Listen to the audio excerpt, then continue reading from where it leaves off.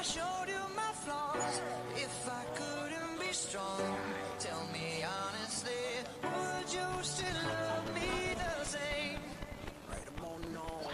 If I judge for life, man, would you stay by my side? Or is you gonna say goodbye? Can you tell me right now? If I couldn't buy you the fancy things in life, shawty, would it be alright? Come on, show me that you do.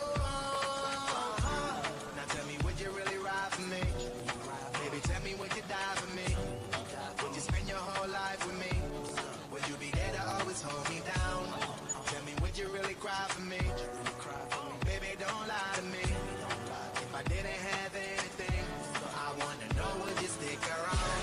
If I got locked away and we lost it all today, tell me honestly, would you still love Mic check. me the same?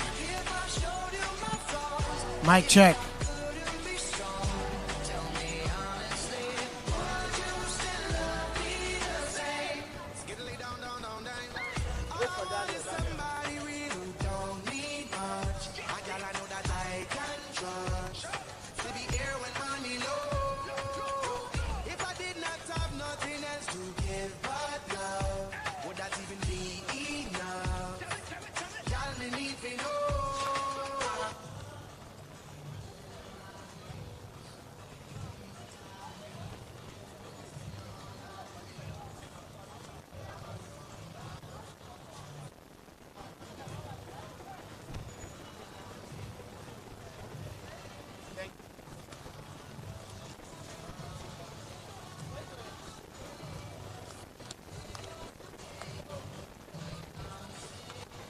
Is there no way I'm telling you not to cross?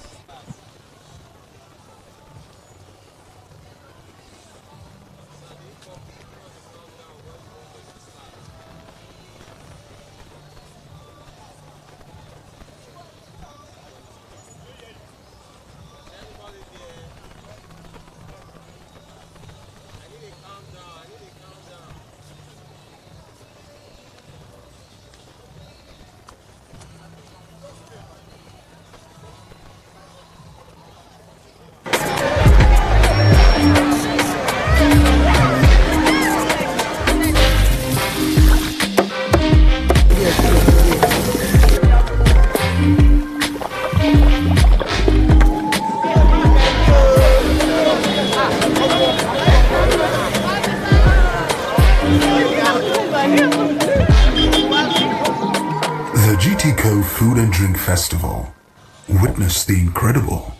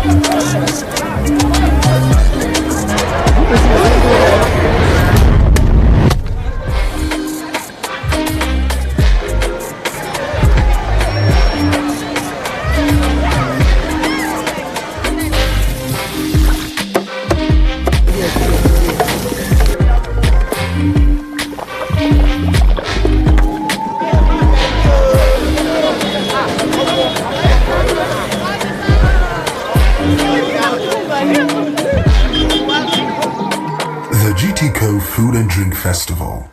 Witness the incredible.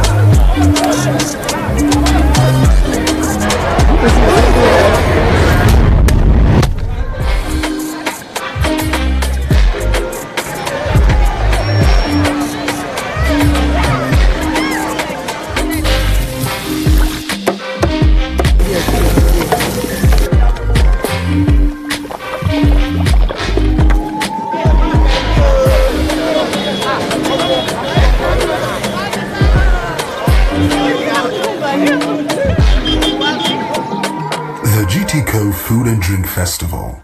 Witness the incredible.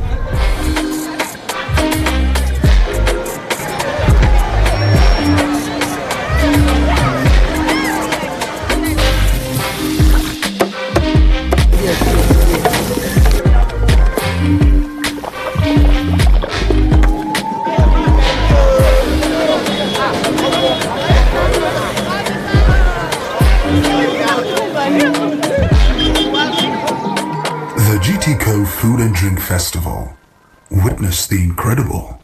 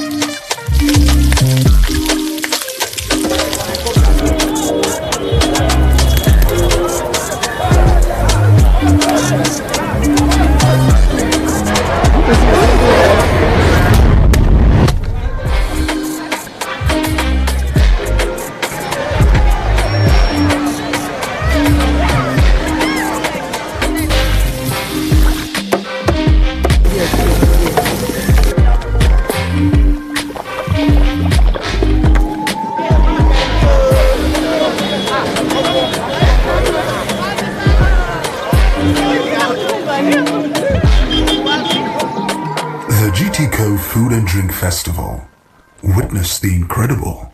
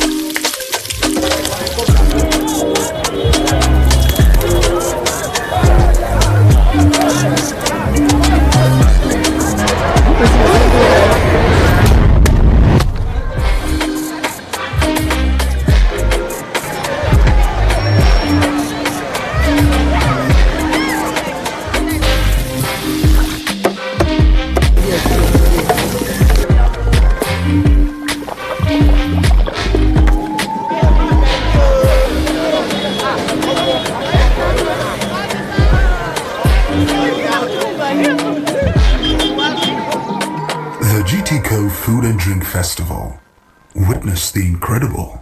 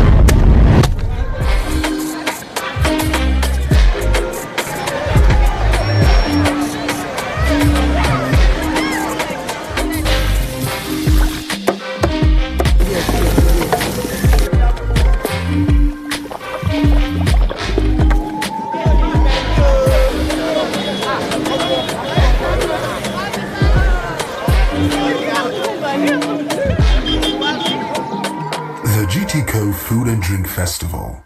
Witness the incredible.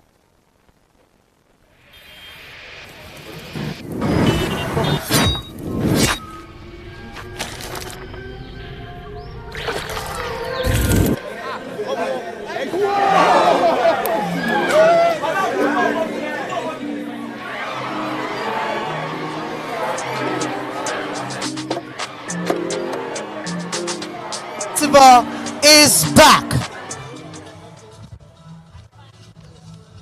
you have that counting again, please? 3, 2.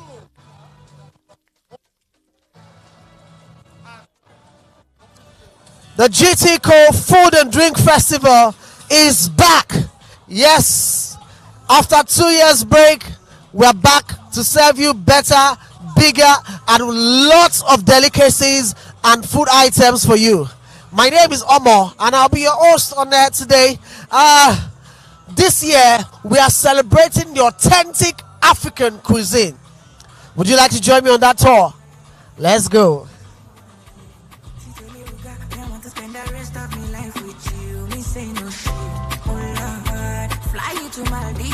Once again, you're welcome into the very, very amazing, well-prepared hall for you. Yes, for you and you and you and you. I'm sure you're wondering what this is. This is a self-service ATM printing machine. In other words, you can come here and print your ATM by yourself. It is not yet ready, but in a few moments when it's set up, I'll be back here with you. But for now, let's go. Woo! Bad man looking good in the yard. Bad man drip to the cup. Sports cars parked on the right spot. Bad man slick and you clarity won't be me. Screw the niggas, them I won't be me. Ice on me, looking fresh and clean. Definitely put me eye patch on me. Take my vanilla cold stone in my villa. Me one chop yo, this a sativa on cold. Say she never seen a guy like me. Yeah, she confess. Say nobody hit it right like me. She confess. Men don't get on your knees, girl, never digress. Ooh, she really wanna flex with me. She wanna break bread with me. Bad man looking good in the yard. Bad man drip to the cup. Okay, we have over 144 vendors here at this exhibition and fair, and I tell you, they cut across every part of the food and drink industry, from cocktails to mocktails to dry food to spices, and we have even in-house restaurant over there. And certainly we have today, for the first time, a fully functional, maximum security guaranteed kids area. Ladies and gentlemen, you do not want to miss this year's edition, starting now all the way till Monday.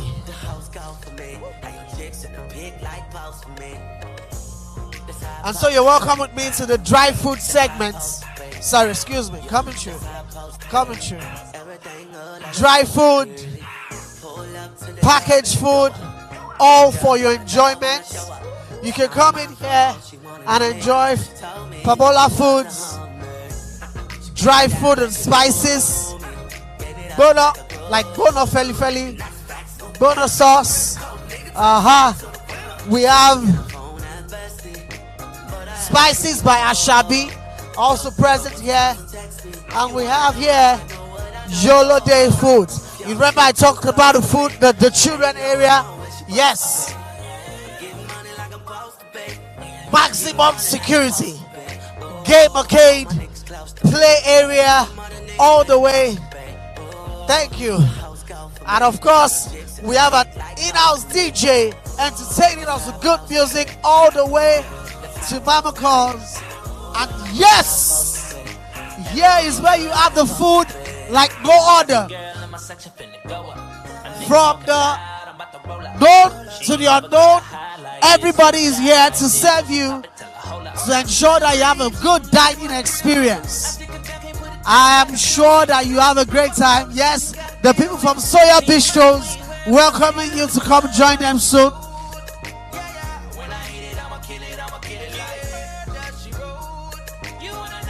Soya Bistros, say welcome to all our people. Welcome to all people. All right, we have Nonos Catering. I'm sure that once they're ready. Kewa's Kitchen. What do you have on the menu, Kewa's Kitchen? We have compound noodles, Jamaican rice with goat curry, and also the lemonade. Okay, a lot in the menu for you today. We have Pinto's dim sum. We have Danila's. And we have Sabor. Hey, Chef Gibbs on the wheel. My name is Omar. Yeah. Hi, what's up? How's it going? Guys, this is Chef Gibbs from Sabor. And what do you guys have for us today? My name is Chef Gibbs, and this is Sabor. Sabor is a casual dining restaurant, and we're so grateful to GT Bank for giving us the opportunity. We have our famous, very famous seafood scampi. We have penne pasta beef ragu. We have surf and turf flatbread. We have the ultimate juice burger.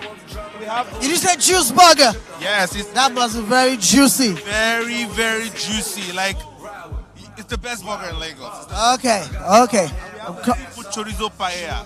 So we have amazing things. So Sabor is an amazing space, and we have different kinds of foods. You've heard from Chef Gibbs. If you've seen or heard shop about Sabor before, you have the opportunity to come and have a feel of Sabor here at the GT Food Festival. Okay.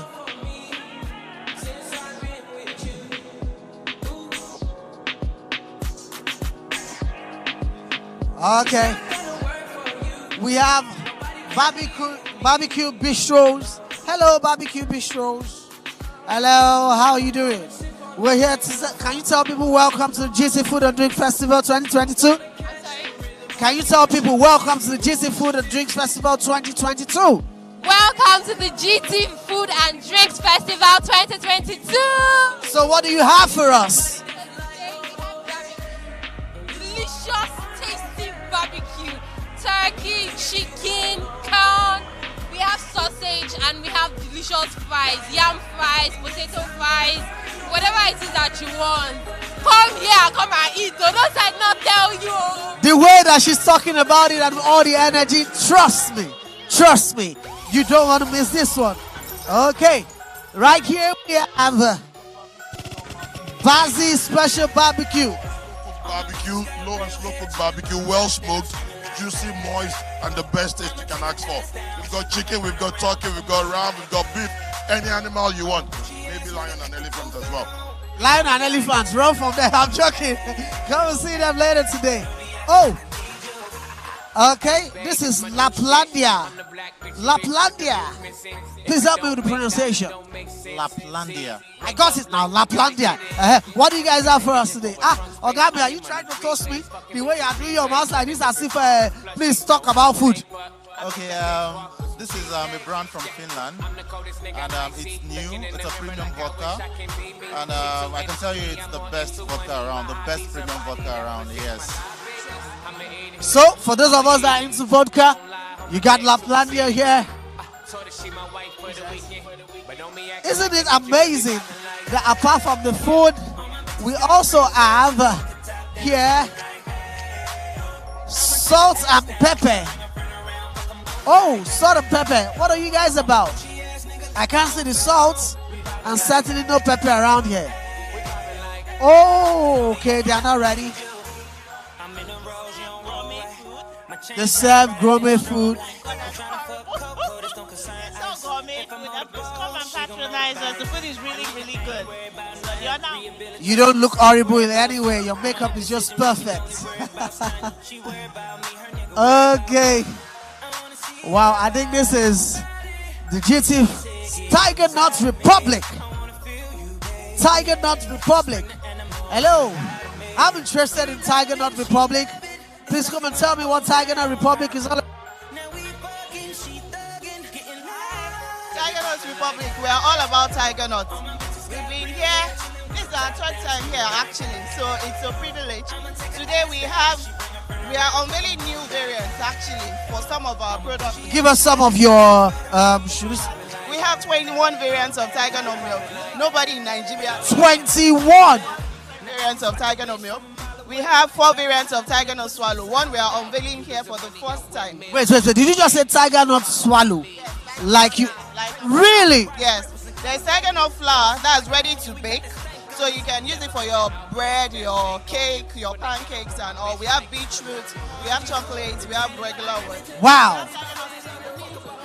So you see, the GT Food and Drink Festival is not just about what you know or the familiar. It's also about exploration. Come and explore. Tiger Nut Republic, ladies and gentlemen. Woo! All right. Now we're about to move straight to the Masterclass segment of the day. You know that the GT Food and Drink is not just about the food. There's also a lot of learnings to learn at the GT Food and Drink Festival. So, over now to the Masterclass segments. Let go.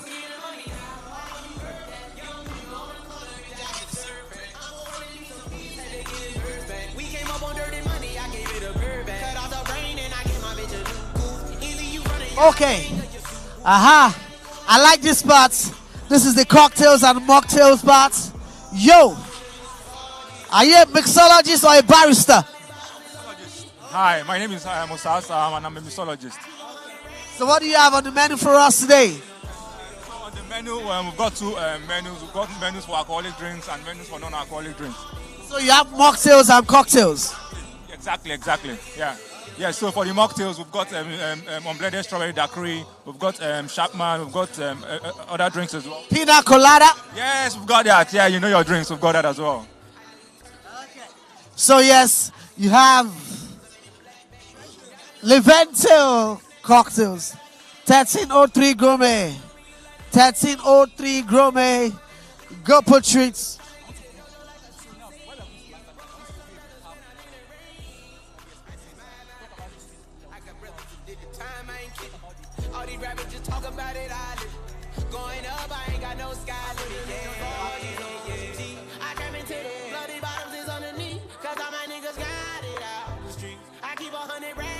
Okay, as we go approaching the Masterclass segment, I just want to give you a few highlights.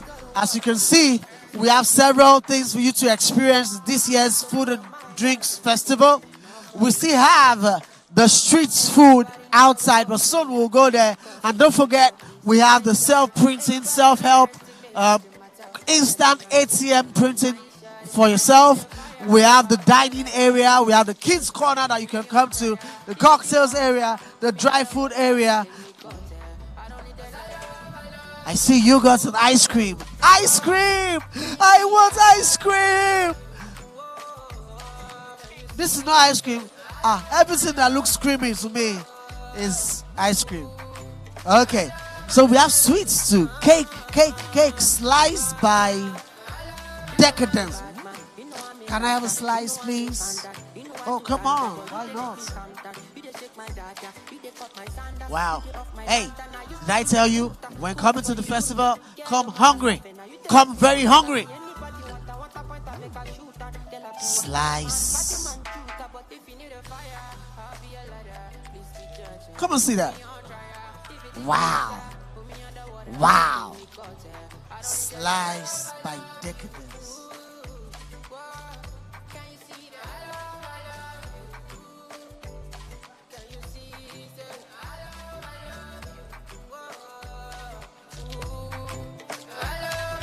Let's go to heaven. These are heaven tastes. What? Heavenly. Heavenly. Come on. Guys, come to Slice by Decadence. Thank you. Okay. We have amazing lineup.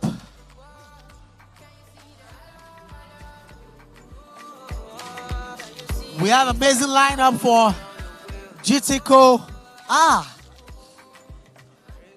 Hello, ma'am.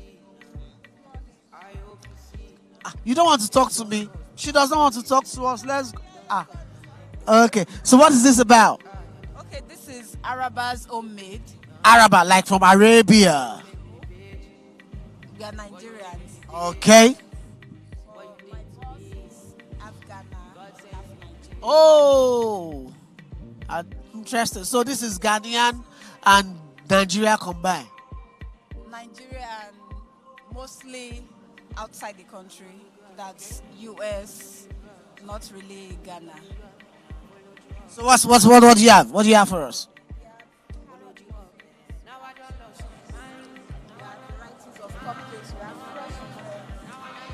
Those look like agege bread. She said it's more sophisticated than agege bread. That's Arabas. Okay, you find a lot of this and more at the GTCO Food and Drink Festival 2022. And this is the place where you learn from the international, multinational chefs, all the culinary things that you want to know about cooking and the arts and the science of it.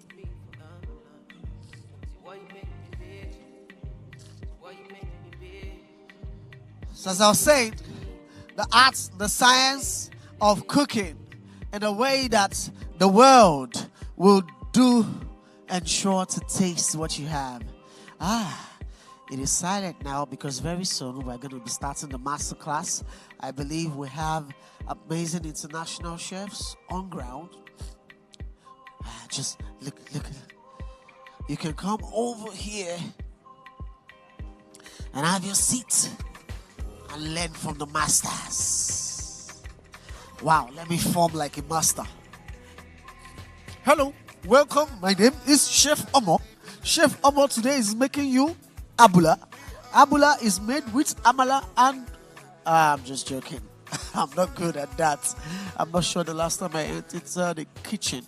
Hey, but for you, who is a budding food entrepreneur or foodpreneur or a chef, if you want to be a chef, international standard chef, come over to the GTCO Food and Drink Festival and learn from the feet of the master.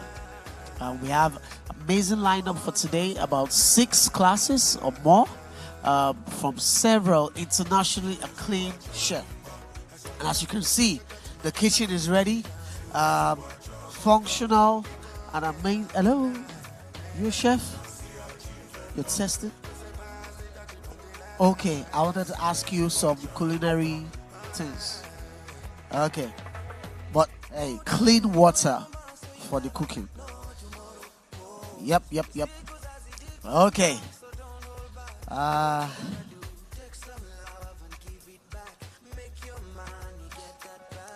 As you can see, we have Chef Baines, Ed Baines.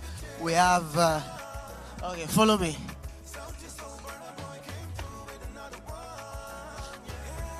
Aha! Ed Baines, Diego Galicia, Rico Torres, Eden Hagos. That sounds like Lagos. Tony and John Alberti, Gaston Nelson, Yul Mills, Dal Shula. Dal Shula, Raphael Duntoye, Nigerian Raphael Duntoye, making waves in the globe. Filippo Bandini, Difna, and the mic is gone.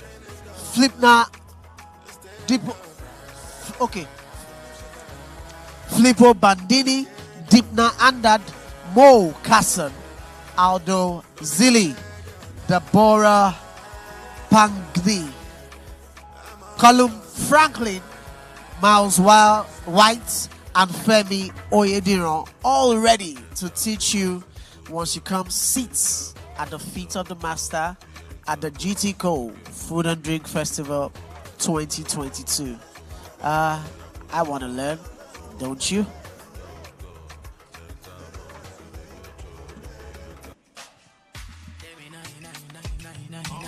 I know say them go play on my downfall. I'm still up,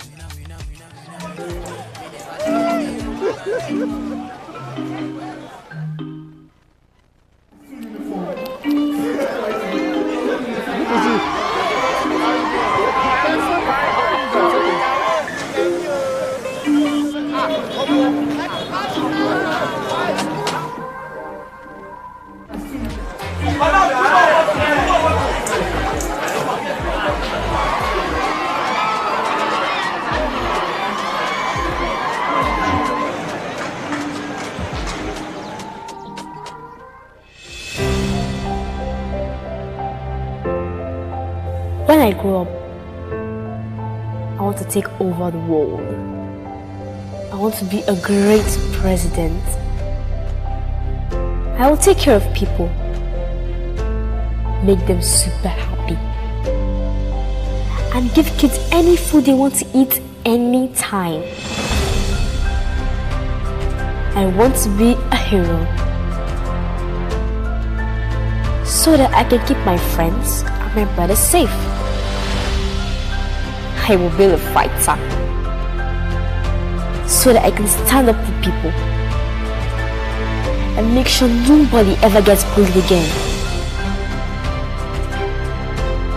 I want to be a cool boss. My office will be bigger than my mommy's room, and I will shout instructions from it. Hey! Stop that. You! Chin up and believe in yourself. You! Smile. It's going to be okay. I want to be a superstar. Win lots of awards. I will be on the cover of magazines, posing like this. And then people see me or read about me. They will say, "Oh, she's so intelligent. She's so kind. She's such a legend." I will be brave. I will be strong. Like superheroes, but better. I want people to say, "Oh, she can do it all. Can't she?" And they won't be wrong.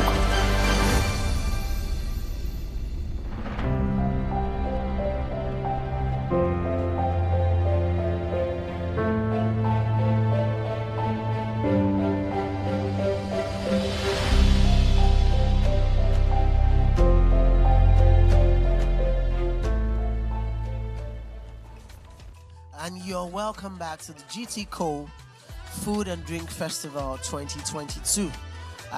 For those of you that bear with me, you know that we went all the way trying to experience the various part of the events or activities there today.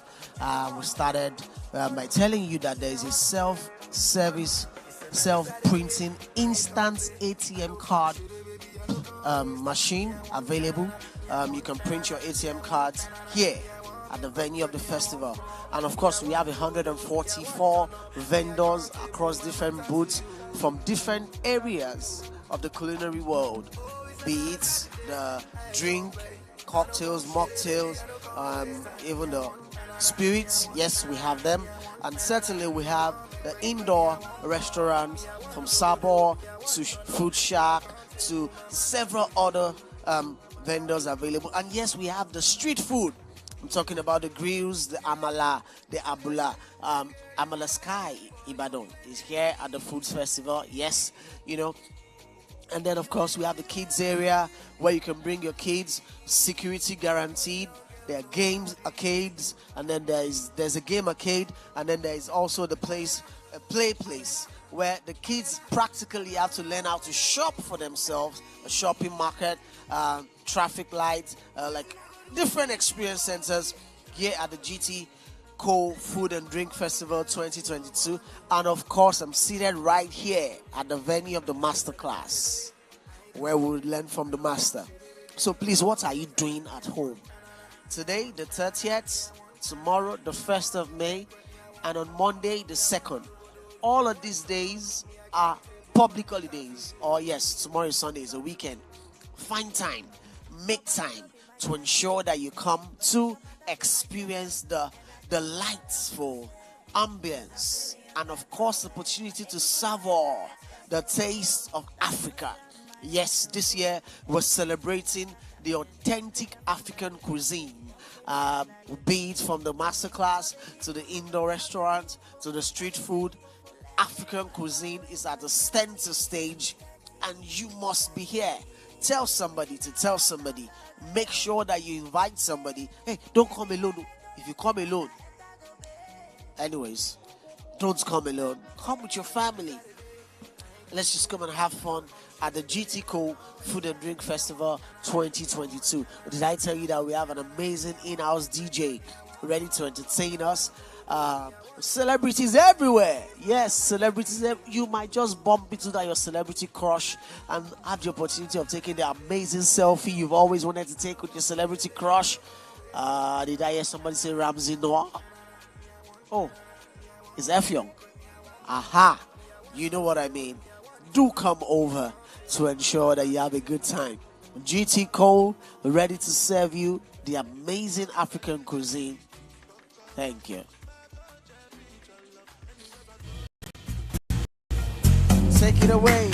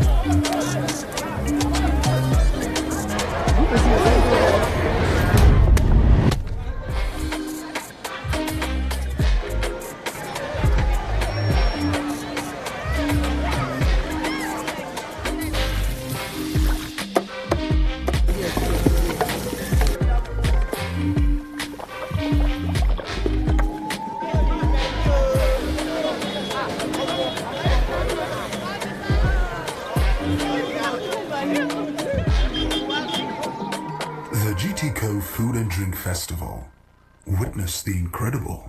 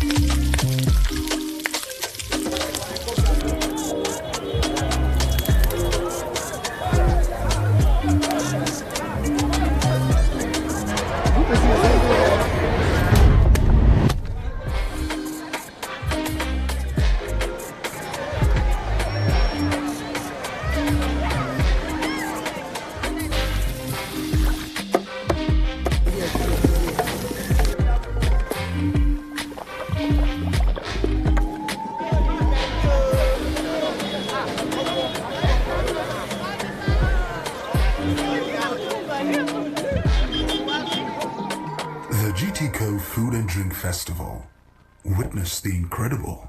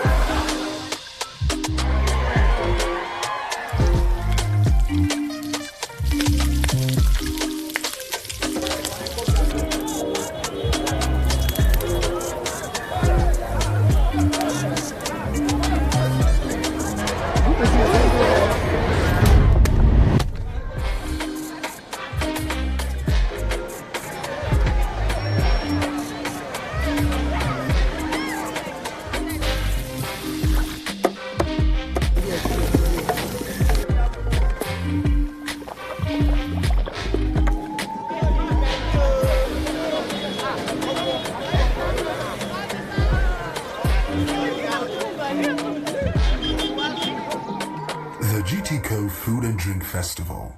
Witness the incredible.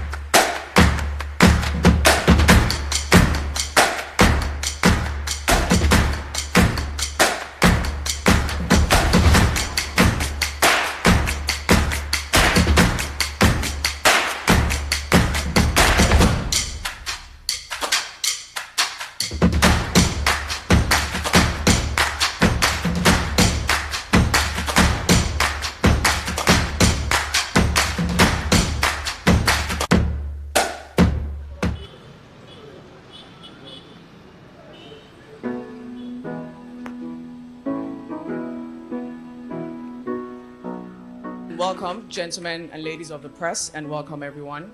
Thank you for joining us. We're honored to have you here with us this morning to honor the late Aderinokun, one of the co-founders of Guarantee Trust Bank, and one which today we celebrate his legacy. It's a very emotional morning for me, but at the same time a very happy morning. Emotional because I have to remember my boss who gave me the opportunity to be CEO 10 years later. Again, I'm standing somewhere where 5 years ago we dreamt about doing this. I remember Senator Ebikule Amusu ruined one of my suits and one of my shoes on this site on a rainy day when we were conceiving putting this place up.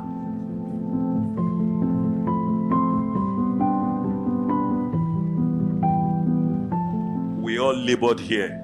Wallahi, we did. They were putting everything here. It was like a refuse bin. And that's why I'm happy that this place is named after Tayo. Those things that Tayo was asking me, that what did you want to do when you become this governor? You can still help your people doing other things. Now you are helping me to prove to him. And I know when they said dead ones, I've not been there, that they see what is happening. He will be happy with all of us. It's really nice to still see parts of him all over the country, all over the world. It's extremely impactful. My father loved education, and the impact it can have in training minds and improving lives has been amazing. We are glad that his love for education and excellence continues to bring honor to the family. Not only did he believe in a learning organization, he used his money to basically do this. And that is why we are where we are today. Just look at it. Beautiful. And you are not just doing this like this for me today. You are honoring somebody that deserves it. And we're glad to see the legacy still continue. On behalf of the Aderinokun family and my late father, I really, really like to thank you for this great, great honor. This is prime land in Abeokuta. I mean, when you drive in, this is as prime as it gets. So when I dream, I think of this place, and I think of hundreds and hundreds of people who will walk into this place, young people who will walk out, smarter people, brighter people. And I can almost see like a collage of portraits of people who will not only contribute to the success and history of this great institution, but the success and history of this great country of ours.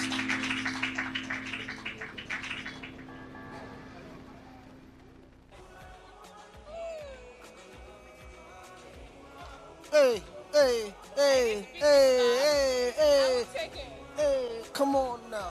Hey, welcome, welcome, welcome. And this is how we have fun. Vendors, guests, you. This is how it's going down. We're having fun at the GTCO Food and Drink Festival 2022. Coco Beans, wait now. You are doing as if you are inside Molwe. Back then, Coco Beans, Coco Beans, Coco Beans. Relax, I'm coming to you. Okay, so I'm with Cocoa Beans Bakery.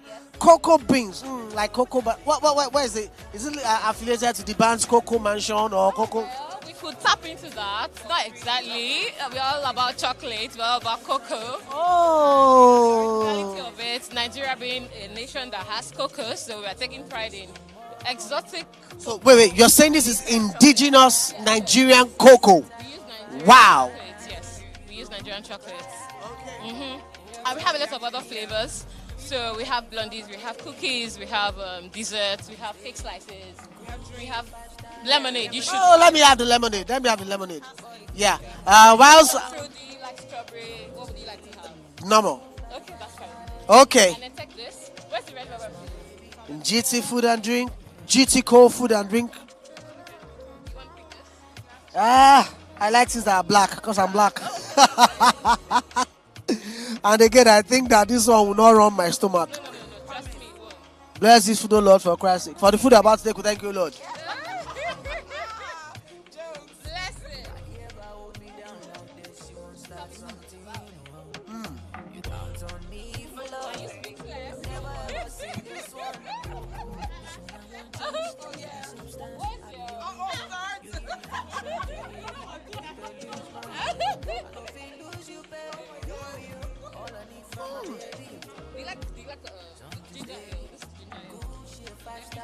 Help me.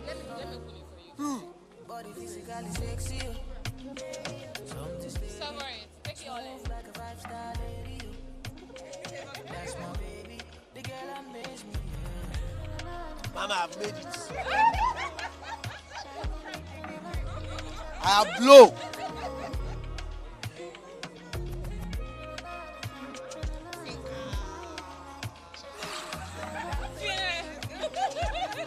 Cocoa Beans Bakery, ladies and gentlemen.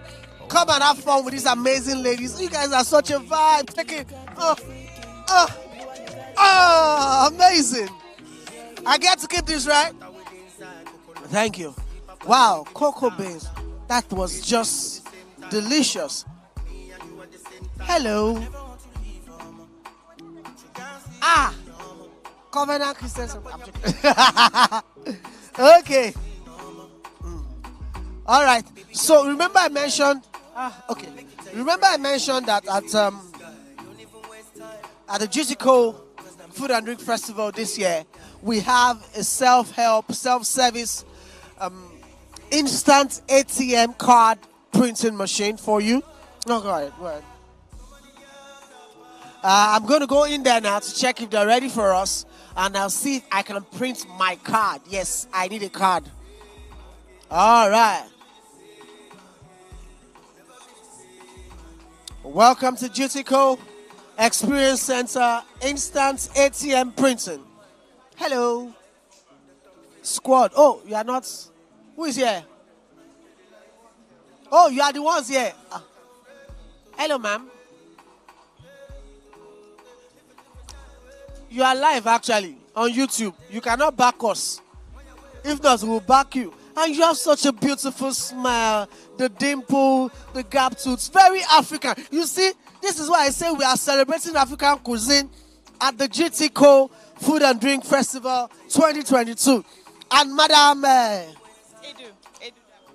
Edu Daffet will be here to help you, give you an instant ATM card, right? Aha, my card is lost. My card is blow. So can we do a test run right now? Okay. So please, who's going to put me through? You help me? Yes, I want to print the card.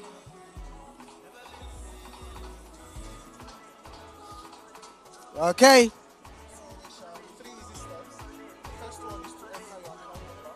My account number. No, come and let them see my account number so they can send me money. Well, come and see. 0 5 1 7 1 0 5 5 1. So just a minute. This is the account number you should send money to. Place your right thumb. Right on. This is the account number. Right index finger or right thumb, anyone. Place it for 5 seconds. 1, 2, 3, 4, 5. Hold on for 3 more. Your card is being prepared. Hey! Intercontinental. Magical. Sharp. GTCO. Hey. I agree. Make my card. Why? Oh, don't show my pin. My brother, don't show my pin. First, Oga be telling us how to make card. No, be telling us.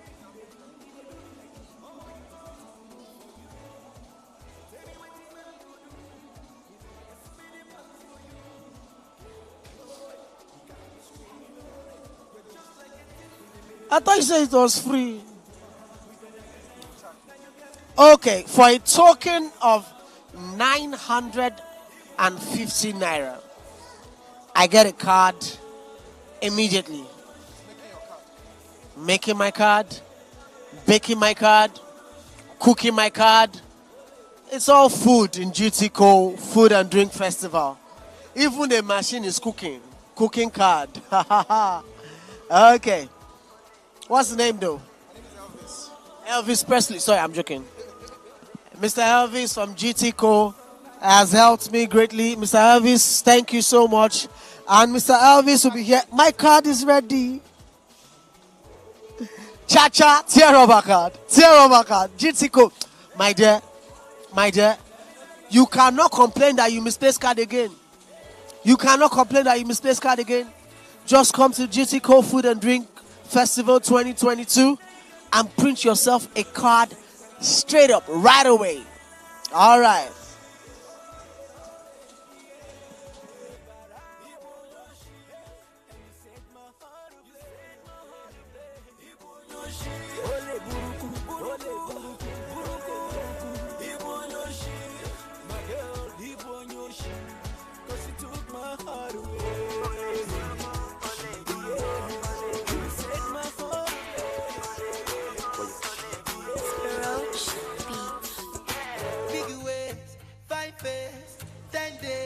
Don't they wait for you, my child? There is no.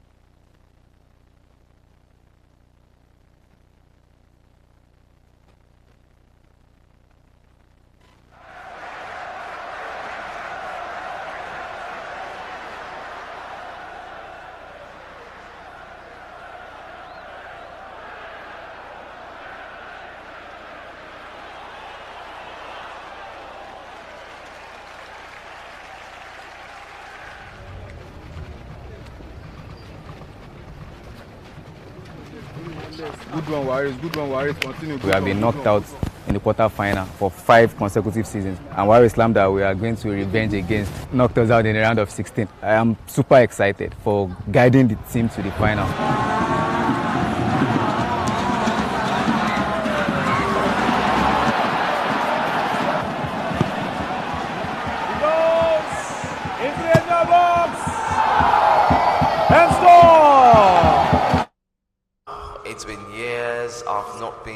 there, and now we're here officially. We are super excited to be here, by the way.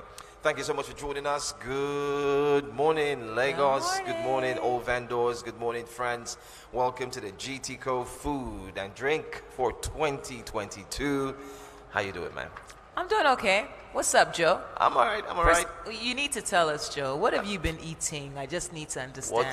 What have you been eating, Joe? I think I've been eating nuts and seeds. I've also been eating. Joe, you're looking fresh. Your skin. Your skin tone. I've been eating. No. Seriously, Joe. You need to give us your cheat codes. Joe is looking good, okay? Come check him out at the radio booth, but make sure when you're coming, you bring your products so that we can talk about them. I think I should go for brand influencing. GTCO Drink and Food and Drink brand influence, you know what I mean? Anyway, welcome. Thank you so much for being here. It promises to be exciting. We have so much lined up for you today, and we are excited to be back. Yes. After the COVID-19 pandemic. Yeah, it's been like 2 years. Yeah. And more than that, by the way. Okay. You know, the GTCO Food and Drink wasn't here last year. True. Of course, and that was 2021, but this is 2022, and we are very, very happy to be here. So we're saying welcome to all those who are walking into the stalls, those who are coming into the hall. Thank you for being here. Don't forget, as you come in, make sure you come with heavy pockets. Right. Because we have a lot to eat and drink. And drink as well. And also, when you're taking your pictures for social media, make sure you use the hashtag GTCO Food Drink. GTCO Food Drink. It's going to be an exciting day with over 150 vendors. So much to eat, so much to drink. I can imagine. I mean, this morning I had coffee from a Maya Cafe. Maya Cafe has got coffee, smoothies, shakes. I mean, you can check them out. They are also amazing. They're along the line, not far off from you. You can also check out a few other vendors. We'll be talking to some of them when they get to join us here this morning as well, okay? So make sure you get ready for a nice time, a good time, where you eat, you drink, bring your friends on board, call them in. Plus, we have the conferences as well. I'm talking about the sessions. Yeah, the masterclasses. Yeah, the masterclasses where people will be talking. So we want to run them through what the masterclasses are all about, but that will be after we come back. In the meantime, we've got DJ Crowd Controller, the international #1, who's here with us. That's right.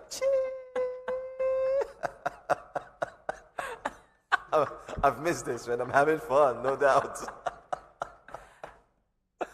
All right, I'm Joe Hansen, and I'm here with Shady K. The Big Fish. That's right. We're here together as the GTCO Food and Drink 2022. We are promoting enterprise, and we are about to make you have a great time by giving you all the information you need to know.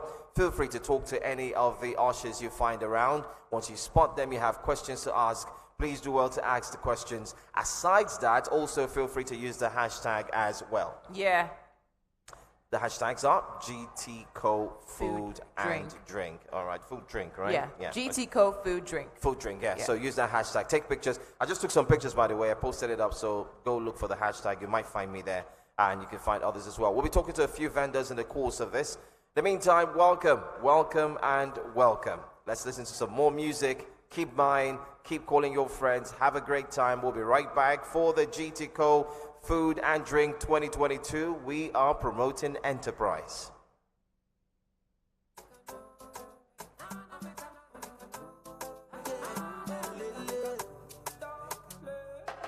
Calling me the sugar where they your tea, calling me the honey where they your bee. Anything you tell me, I dey believe her. Showing me around like I lost my way, telling all your friends and I me be bail. Baby, see me, I don't ever leave her. Tell me, make I know now. If you show me, make I know now. If you don't show me, make I know now. If you don't love me, tell me, make I know now. En prélude du GTCO Food and Drink Festival qui aura lieu à Lagos au Nigeria du 30 avril au 2 mai 2022. Aujourd'hui, nous sommes à Abidjan, en Côte d'Ivoire, où 8 jeunes chefs auront la possibilité de démontrer leur talent et faire preuve de créativité culinaire. Nos chefs seront évalués sur leur capacité à mettre en avant les produits locaux ivoiriens sur des critères tels que la technicité, la créativité, la présentation, l'hygiène, l'authenticité africaine et bien entendu le goût. Les règles sont simples. Nos 8 candidats auront la possibilité de préparer un seul plat à base des mêmes ingrédients et ensuite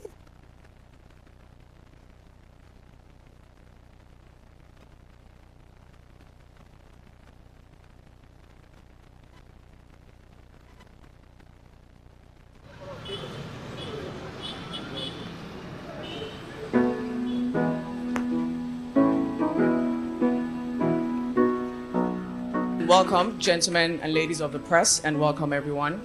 Thank you for joining us. We're honored to have you here with us this morning to honor the late Aderinokun, one of the co-founders of Guarantee Trust Bank, and one which today we celebrate his legacy.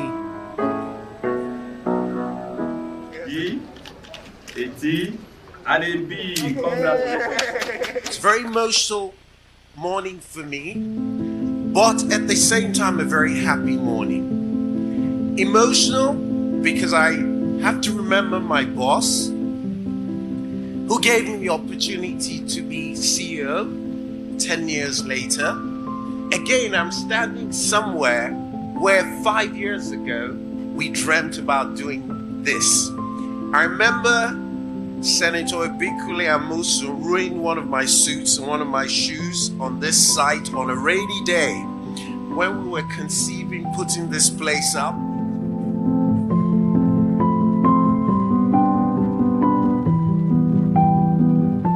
We all labored here.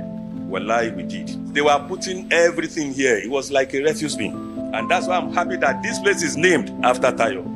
Those things that Tayo was asking me, that what did you want to do when you become this governor? You can still help your people doing other things. Now you are helping me to prove to him. And I know when they said dead ones, I've not been there, that they see what is happening. They will be happy with all of us. It's really nice to still see parts of him all over the country, all over the world. It's extremely impactful. My father loved education, and the impact it can have in training minds and improving lives has been amazing. We are glad that his love for education and excellence continues to bring honor to the family. Not only did he believe in a learning organization, he used his money to basically do this. And that is why we are where we are today. Just look at it. Beautiful. And you are not just doing this like this for me today. You are honoring somebody that deserves it. And we're glad to see the legacy still continue. On behalf of the Aderinokun family and my late father, I really like to thank you for this great honor. This is prime land in Abeokuta. I mean, when you drive in, this is as prime as it gets. So when I dream, I think of this place, and I think of hundreds and hundreds of people who will walk into this place, young people who will walk out, smarter people, brighter people. And I can almost see like a collage of portraits of people who will not only contribute to the success and history of this great institution, but the success and history of this great country of ours.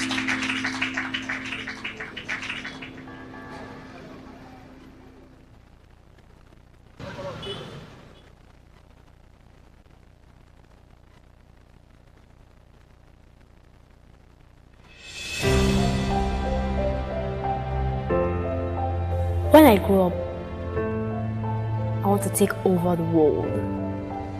I want to be a great president.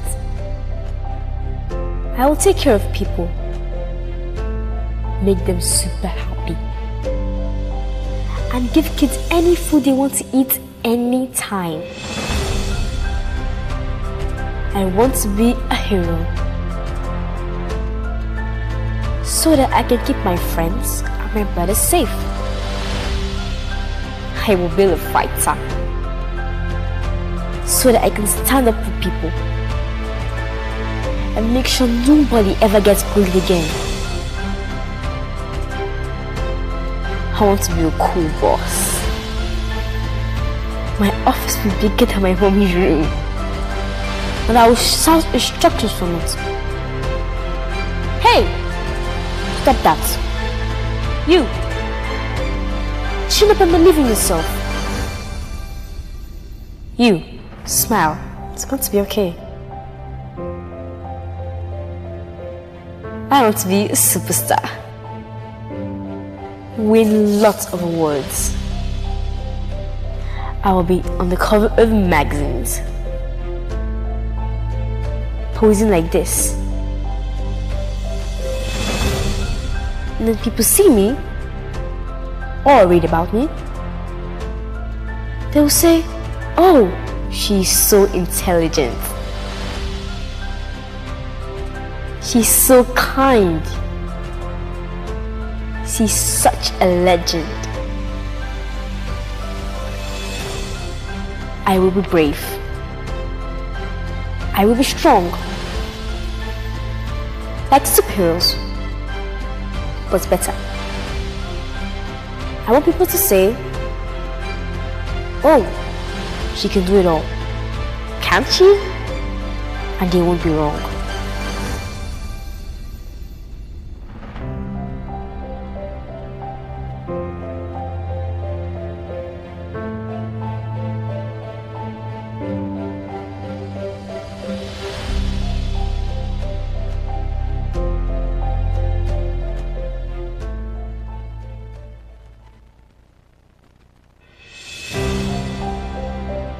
Just say action. We are ready for you. Action. Yeah. My name. No, ladies first. Ladies first. My name's A. Yes. Hey guys, my name is Bisola Ayola and you are watching Indani TGIF Special. Bisola, aka Newstands. My name is Folan Falano.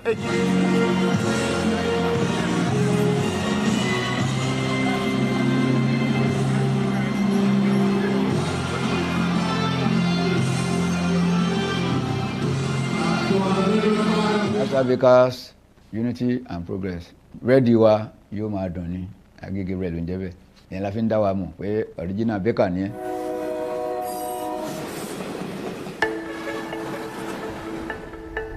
Ìjọba fẹ́ ṣáyégé bread, ẹ̀rọ ra flour, ẹ̀dẹ́ ra iyọ̀.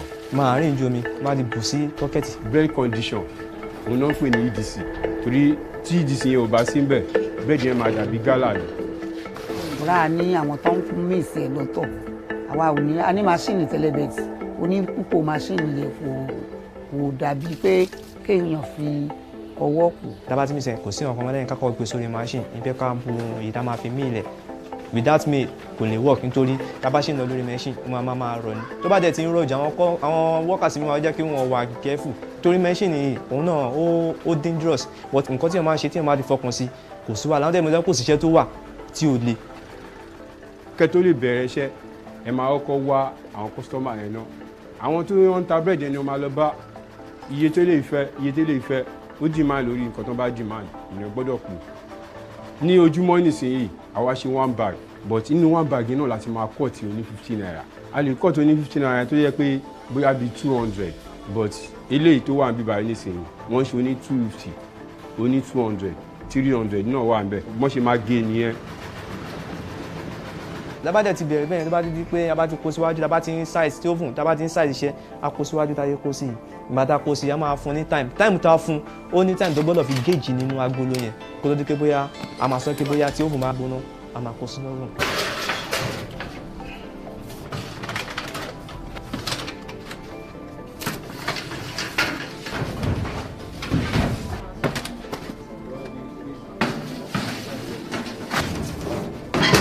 tó bá di tó time máa dúró bí at least 15 minutes ó depend tí iná bá ṣe wà nínú oven sí ló máa jẹ́ kí iṣẹ́ yẹn tètè jáde.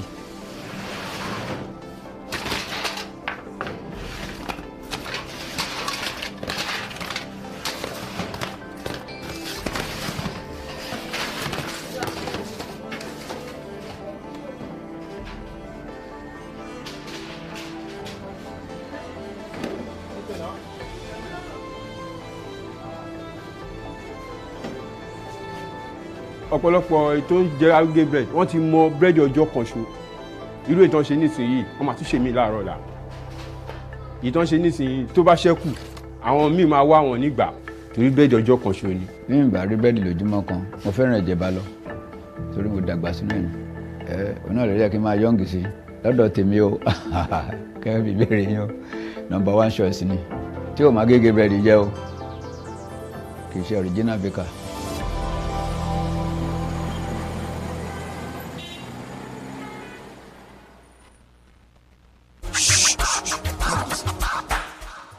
Come. Remember that time that I showed you my card? No. Do's and don'ts of your ATM card. Never show your card to anybody. Don't snap the picture of your card because you're exposing yourself to fraud. So I have actually printed another card.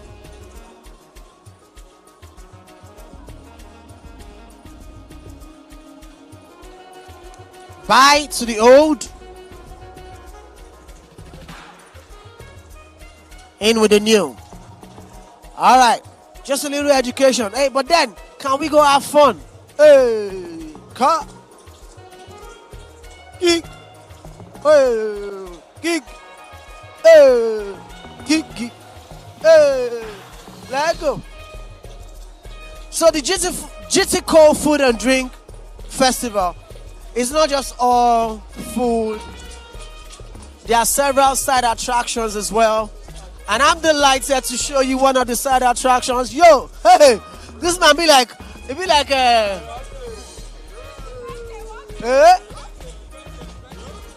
event.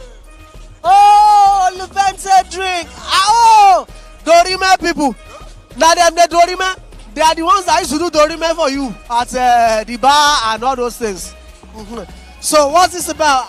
How does this work?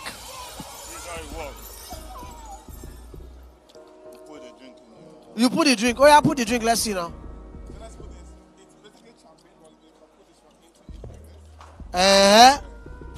Dorime. Ameno, Latiti. I'm joking.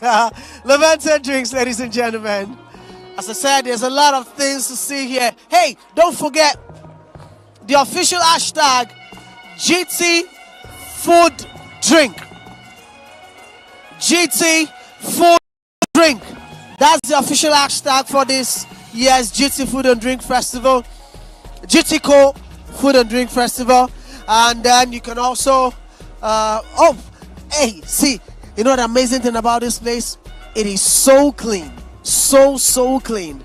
Cleaning is going on instantly. Hello. Hi, ma'am. I'm fine. You look so lovely. Salt and pepper. I've come here before. I didn't see you. I wanted to give you mic to sing for us. You know Salt and Pepper back in the day. Do you know? Oh, ambush. So Salt and Pepper, I saw that you have some very lovely things already. Can we see some of the things you have? Okay. Salt and Pepper. Hey, yeah. Oosh. Juicy. So basically here we have sweet chili turkey with like just a little spice of white wine. Then we have your barbecue chicken wings. We have your sweet and sour as well. We have our special red rice. It has a lot of herbs in it, so it gives it like it's not the typical jollof rice. Is it medicinal? Well, it could be. It could be for your belly, anyways.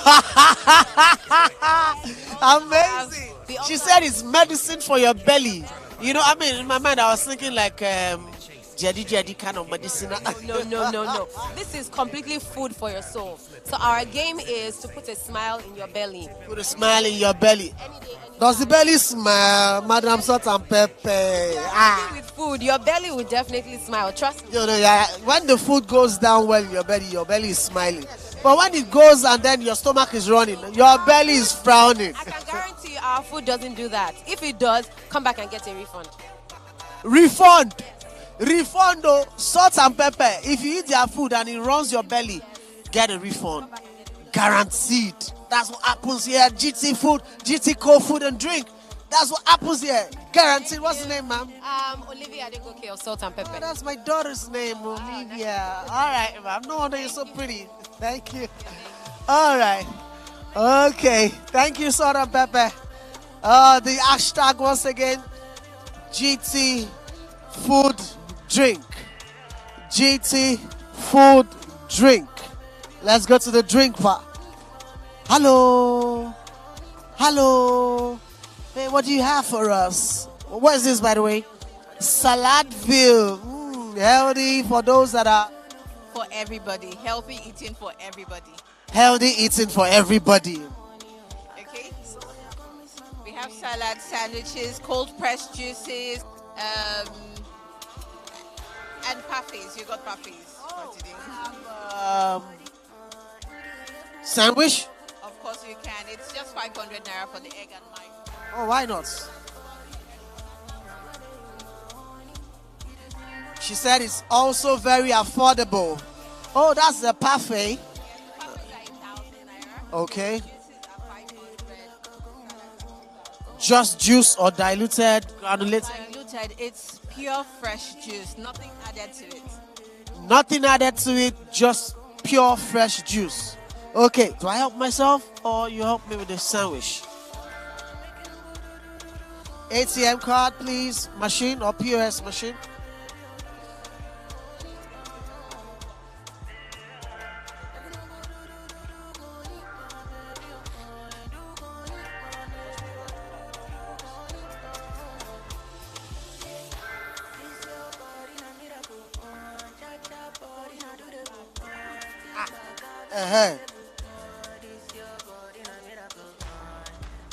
Okay, let me do star 737.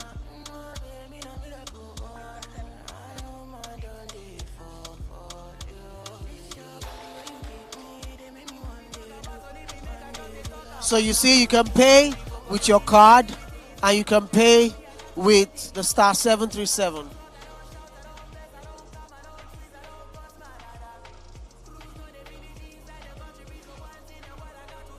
Account number?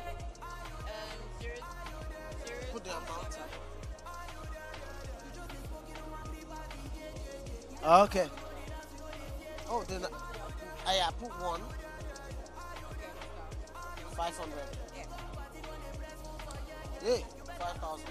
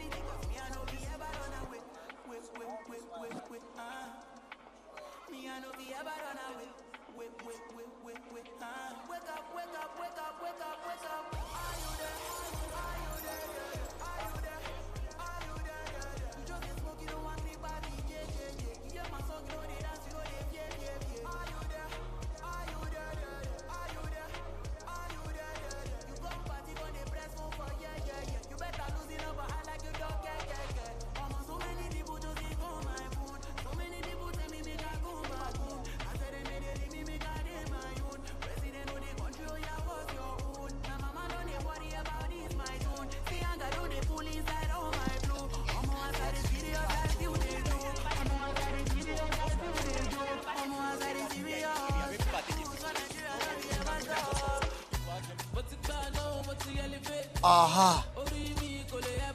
Yeah. Hello, mommy.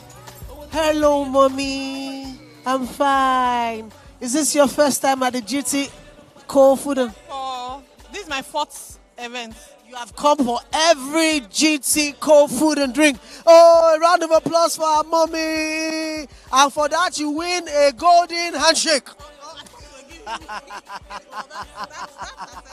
Thank you.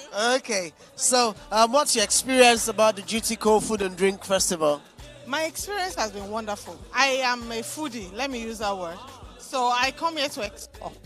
And for every event, I've always had an opportunity to have a order that I go home with and I can order. Like last year, it was Grind Grill Cafe. That was our choice. I come every year with my kids. They're all here. So your kids are here? Where are they? I don't know. They're all exploring. So we don't know what vendor would catch our fancy this year, but we are really looking forward to that. You've heard it from mommy. Come to the GTCO Food and Drink Festival to explore. And who knows, you may just go with a vendor or a wife. Okay. Thank you, ma'am. God bless you. Thank you. I mean, as early as it's starting, we have guests and visitors already. So what are you doing at home? What are you doing? What are you doing?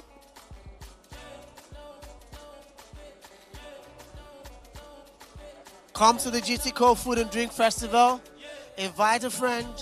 Tell a friend to invite a friend. Just make sure that you are here today, tomorrow, and on Monday. We will be here to entertain you with several meals and other side attractions. Salt and pepper, you are cashing out. Woo! Who is hungry? Can you see guests, visitors, attendees, everywhere? Yeah?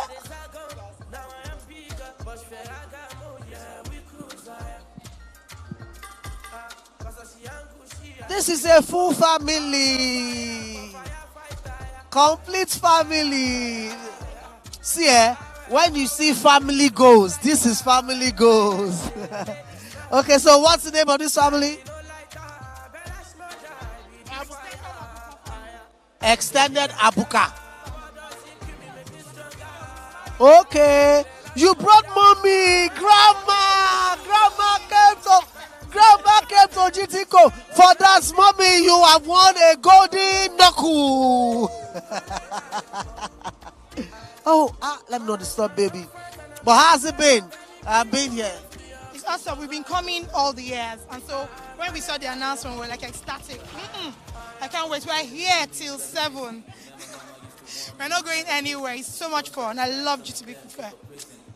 So this is where you come to have breakfast, lunch, dinner, and then take away for midnight snack.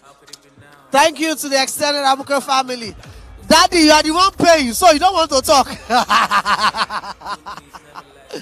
Okay. Yes, that's the dine-in indoor restaurant from your favorite restaurants across Lagos, serving you amazing delicacies. Come on, you cannot afford to miss the opportunity of being here at the GTCO Food and Drink Festival 2022. I'm having fun. You see? I like what the family said. You can have breakfast, lunch, and dinner here at the GTCO Food and Drink Festival. Okay. And yes, we are COVID compliant. You sanitize steady. Observe social distance. And you wear your face mask. Aha! Hey, come let down here, man. See vibe. I like people that have vibe.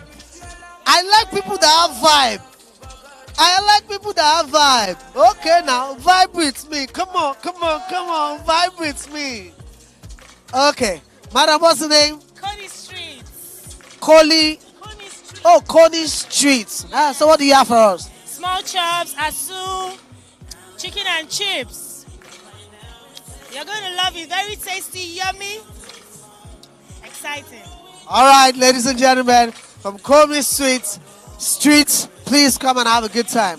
All right, I'm trying to go look for more guests and audience. Wow, there's actually a beautiful area for photos. I mean, the more reason you should be here. You see now, you can just come here and do your pre-wedding pictures. Daddy, sorry. Sorry, I didn't lie down. Madam, you are snapping like you are doing pre-wedding picture. Is that Daddy? Okay, colleague, let me snap you. Oh yeah, colleague, go. Go. I'll snap two of you. Colleagues, are you married? This colleague, you are about to be double. Okay.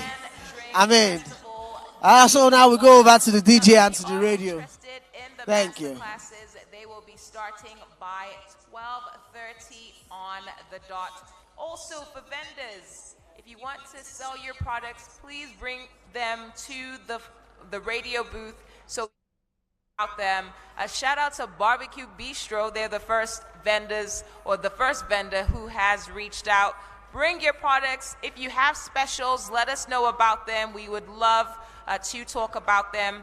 And then also, if you are taking pictures, make sure you use the hashtag GTCO Food Drink when you're posting on Instagram, Twitter, wherever you're posting, okay? So yeah, make sure you have fun. There's lots to eat. There's lots to drink. Once again, the masterclasses start by 12:30 p.m.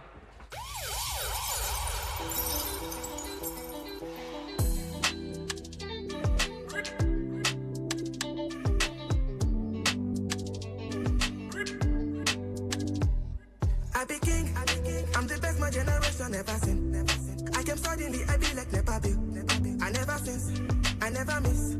I be smashing, I be killing everything. From the Keja to Oju, well, let bridge. 50 many places that I've never been. Remember this, I'm a king. I'm a legend, they're making, I'm a champion.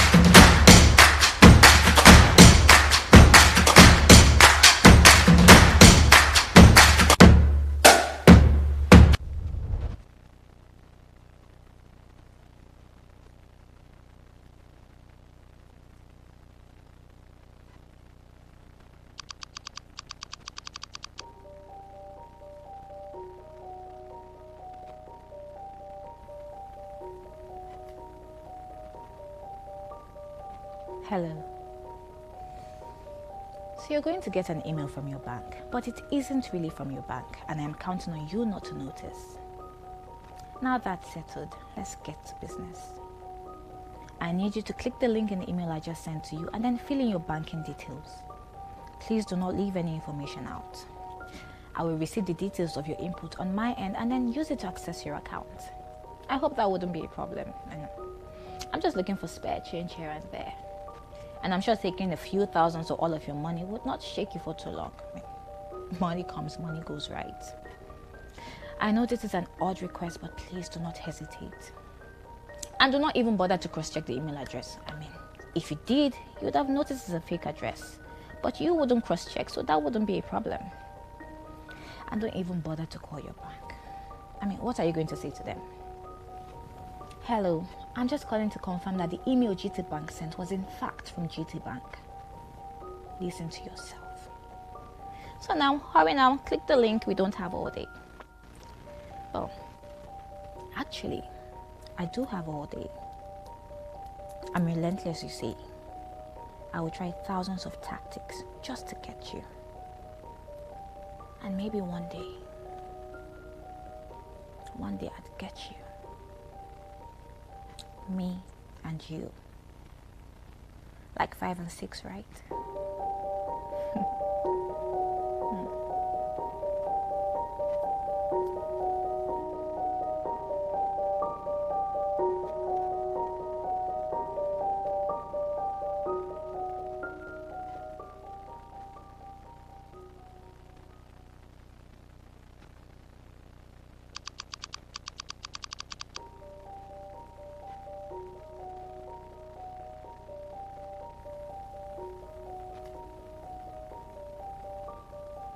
Hello. So you're going to get an email from your bank, but it isn't really from your bank, and I'm counting on you not to notice. Now that's settled, let's get to business. I need you to click the link in the email I just sent to you and then fill in your banking details. Please do not leave any information out. I will receive the details of your input on my end and then use it to access your account. I hope that wouldn't be a problem. I'm just looking for spare change here and there. And I'm sure taking a few thousands or all of your money would not shake you for too long. Money comes, money goes, right? I know this is an odd request, but please do not hesitate. And do not even bother to cross-check the email address. If you did, you would have noticed it's a fake address. But you wouldn't cross-check, so that wouldn't be a problem. And don't even bother to call your bank. What are you going to say to them? Hello, I'm just calling to confirm that the email GT Bank sent was in fact from GT Bank. Listen to yourself. So now, hurry now, click the link, we don't have all day. Oh, actually, I do have all day. I'm relentless, you see. I will try thousands of tactics just to get you. And maybe one day I'd get you. Me and you. Like 5 and 6, right?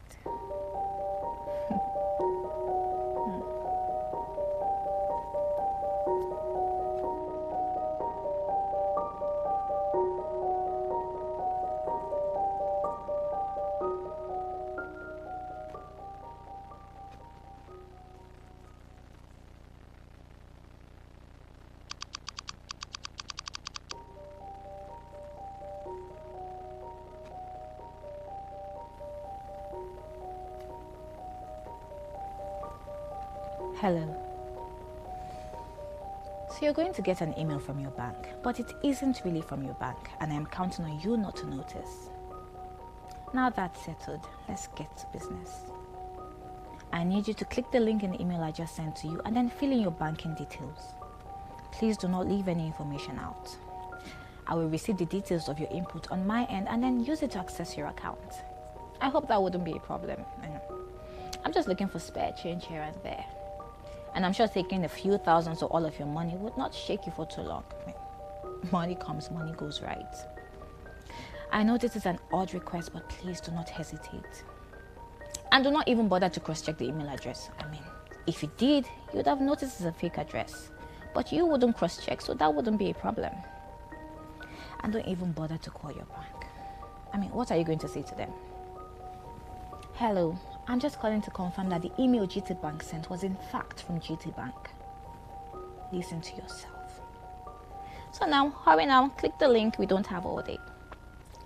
Oh, actually, I do have all day. I'm relentless, you see. I will try thousands of tactics just to get you. And maybe one day I'd get you. Me and you. Like 5 and 6, right?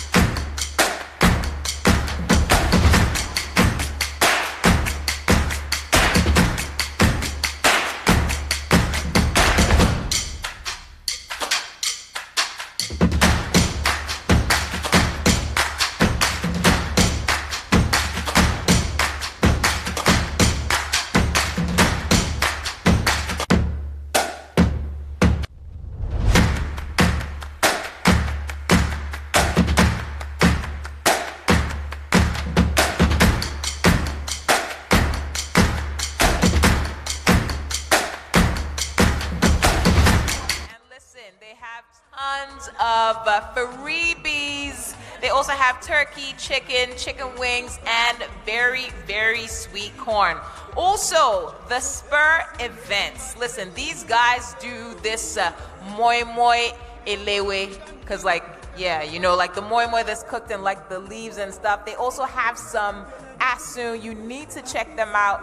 They're all located here at the GTCO Food and Drink Festival. So many vendors, over 150 vendors for you to shop from. Also keep in mind the masterclasses. They'll start at exactly 12:30. Joe, you were telling me that you've seen some of the chefs and some of the foodpreneurs. Oh, Joe is here taking pictures. Sorry. Yeah, sorry.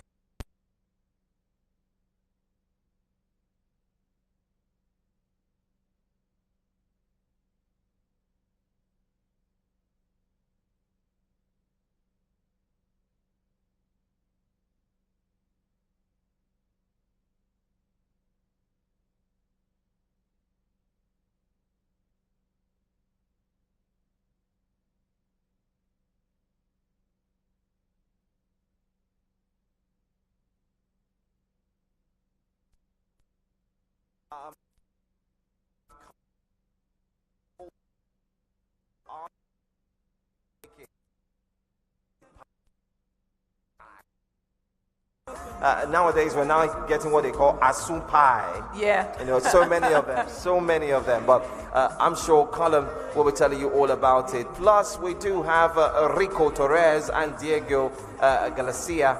They're also here. They'll be talking so much more. Guess what? I am excited. I can smell so many goody You have like ongoing. so many sandwiches here here in front of you, Joe. Joe is ready for today, absolutely. He's got his sandwiches and his coffee from Amazing Meal Kitchen. So Amazing Meal gave us this amazing sandwich, which we're going to try right about now. Amazing sandwich. Sorry, you want to join me, please? You care to join me? Yes, amazing sandwich. So you can check them out as well. They are in-house. Amazing Meal Kitchen is what they're called. They've got a cup of coffee. They have sandwiches. Go check them out as well. Please don't forget to use the hashtags. Hashtag GTCO Food Drink. Hashtag GT Food Drink. That's GT Bank Food Drink as well. Use them. Post those pictures. You never could tell. There could be a prize for the best picture or whatever, but just do what you need to do. We are welcoming you officially. Thank you so much for coming. Make sure you call your friends. Make sure you're loaded with your pockets. Load your GT Bank cards with so much, because we are about to have a great time.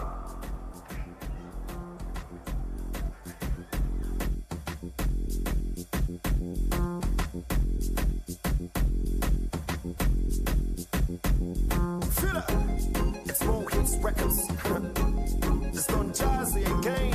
When the cold, the black is the devil. K-Switch. The prince is here. And you know, we like couplets. But we love the couplets that I've got not small, not the medium, but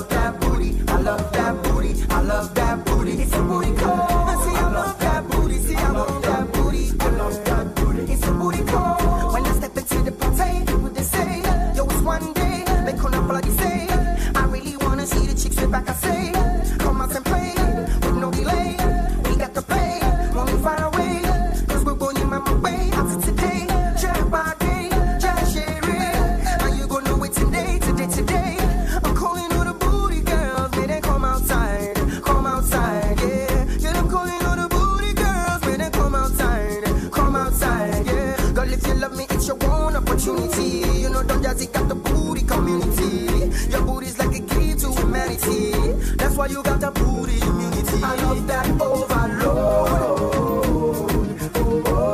And she dey make me catch it cold. Walking down the road, baby. Girl, I want you to know your bags is like gold. DJ rewind selector. I love that booty. I love that booty. I love that booty. It's a booty call. See, I love that booty. See, I love that booty. I love that booty. It's a booty call. I love that booty. I love that booty. I love that booty. It's a booty call. See, I love that booty. See, I love that booty. I love that booty. It's a booty call. Oh yeah, when the copas with the microphone, make up tell these people how I like my own. See me, I've been like battle like bone to bone. I can big bully from zone to zone. Whenever they want me, they will call my phone. Cause they know I'm the bully Capone. Some of them are local, some are flown in. As long as you know that it's no long pain. You can hold me and you can touch me. As long as you know that it's no long pain. You can feel me and you can kiss me. As long as you know that it's no long pain. City is looking for the girls who got that booty. Say it don't matter if you find or you security. See, I just wanna see you wind up that coochie. The way you move from behind, I'm about to lose it. Say, girl, you know it's a goodie, it's Maximus. That's bouncing around and just attracting. I can spend my whole life all on one track. Cause you driving me crazy with the way you back in that booty. I love that overload. She done make me got chick.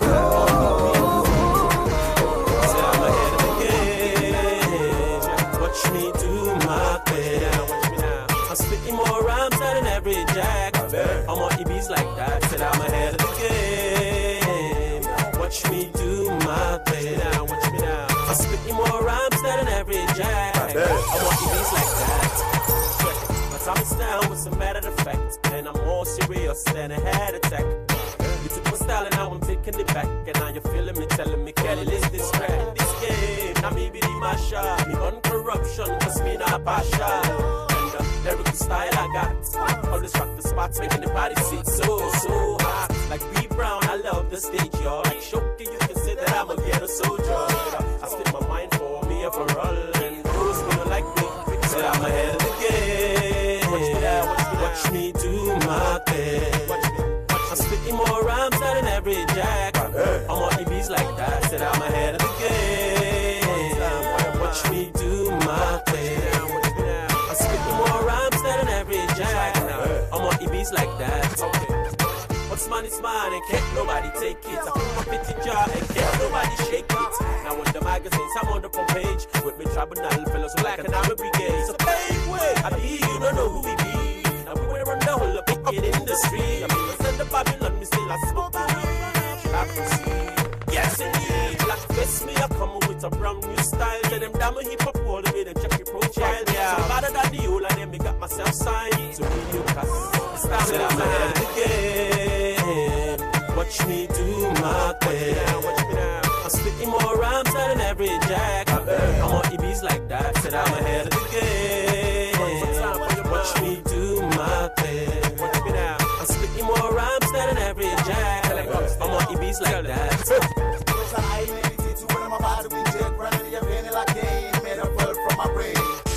None of the beliefs, none of the game. Don't try to press my lane, cause I'm dangerous. Like a moving train, I crash up. If you try to diss my crew, having a posse, will be coming for you. Put a gunshot, fire upon you. Better you say, fire upon you. I'm on you and me, the mic, the whole dance, catch on fire. And me, the mic, the whole people, then the other. The music I play, they make them the mental. Tribal and posse, we the boss of the area. We not give a fuck, if they like, take them talk. Love music, we get them in a slot. I know but now your love that's got me hypnotized. Can I do you use oh? I've been a love at first sight. You don't really understand what you they do this way. Girl, your love don't take control of me, oh no. I don't wanna one night stand. Girl, I wanna be your man. Girl, I want you to have my kids. Cause you knock me on my feet. You make my heart go pudding, pudding, pudding, pudding, pudding. Girl, you make me pudding, pudding, pudding, pudding, pudding, pudding, pudding, pudding, pudding, pudding. Girl, you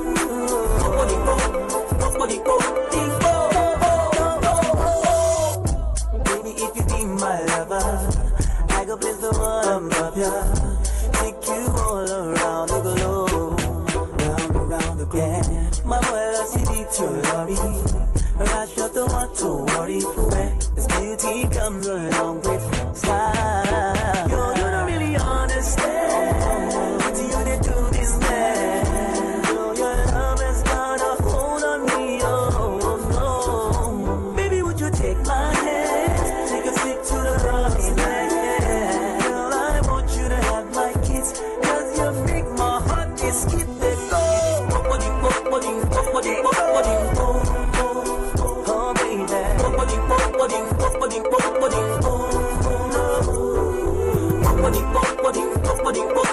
Oh, this is what you do, my baby.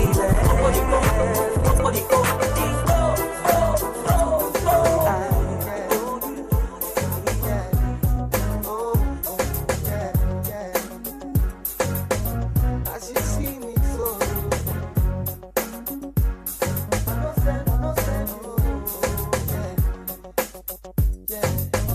as you see me so, I know send you, but that one no mean say I know they wish you well, yo. I mind my own business and I don't give a shit, but I still they feel you, oh. Cause we are one in the same one struggle, hustle, hustle, hustle. Plus without you, there will be no one to call my brother. I say without you, there will be no one to call my neighbor. I say without you, there will be no one to show I care. Oh, without you, there'll be no me. That's why I say, I don't want you to look at me like a stranger. I don't want to come across to you like just another nigga. I know you cannot trust nobody, but you have to trust someone. Oh, that's why I want you to see me as your brother. Oh, oh, oh, oh, oh, oh. Hey, brother, hey, brother, oh, oh, brother, see me as your brother, see me as your brother. Listen, as you see me so, it marry don't bless me, yo. But that man no mean say I will come to start to pose, yo. See, we are all gifted and unique in our own different ways, but we are one in the same one struggle, hustle, hustle, hustle. Plus without you, there will be no one to call my lawyer, my doctor. Say without you, there will be no one to call my baba, my dancer. I say without you, there will be no one to call my African queen. Oh, without you, there will be no me. That's why I say, I don't want you to look at me like a stranger. Don't want to come across to you like just another nigga. Oh, I know you cannot trust nobody, but you have to trust someone. Oh, oh.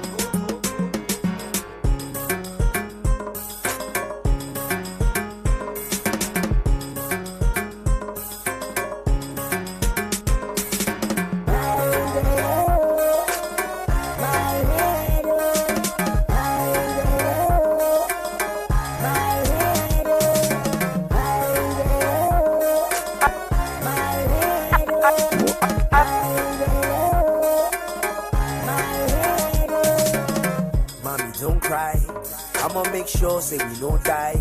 I'ma go hustle and go try. Hunger hook man for next year and bow tie.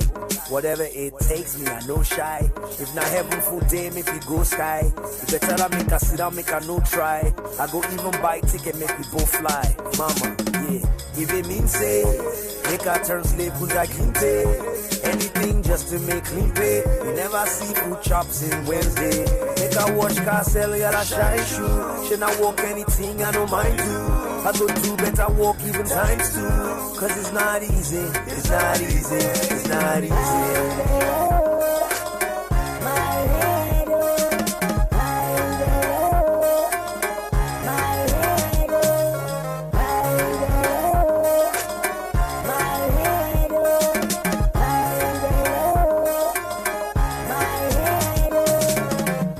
day, no vex. Anything for your boys, make we go flex. No work, make we do so, no checks. We set one rock Rolex. Do something for your boys, we are loyal. You be king, you be chief, you be royal. Alaye, you go scatter them total. International star, no be local. If we dey work, we go bring better food, make we take shop. No be road before stand, we for day shop. If for say things connect like good network. If for say school fees, they we for day class. You say no, say worry, no they carry last. But as things day, now we no be chop grass. At all, I ain't bad pass. I love you, I love you, I love you, I love you.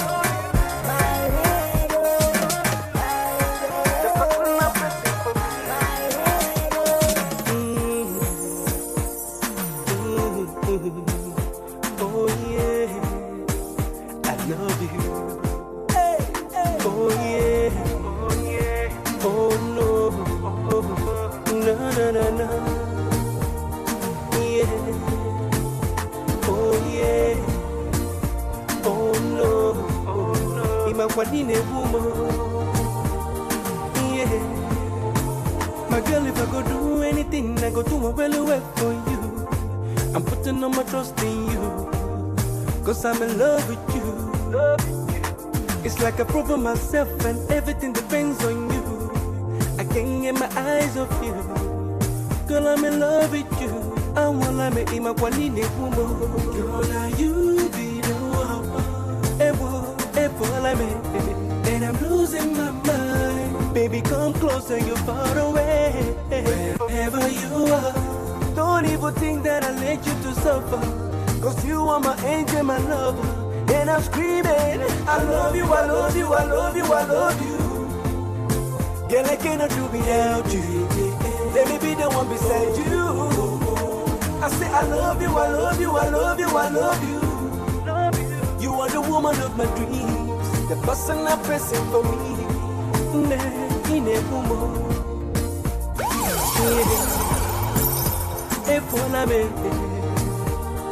Yeah, hey.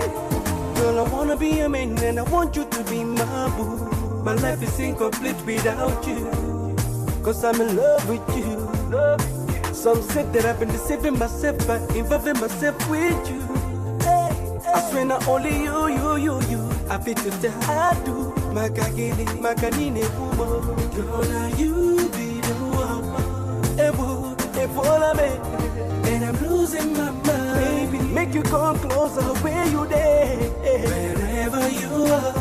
Don't even think that I let you to suffer, cause you are my angel, my lover. And I'm screaming, I love you, I love you, I love you, I love you. Hey, girl, I cannot do without you. Let me be the one beside you. I say I love you, I love you, I love you, I love you. You are the woman of my dreams. Listen, them killing up a bit's not a problem. Man, I talk shit, me tell them solve it. One of them I hate me rise above them. Me get the industry and lock down the kids, me lost them. I want it all upon me. That's why them I want it all upon me. Him say, girl, I want it all upon me. Girl, I want it all upon me. You call him my phone.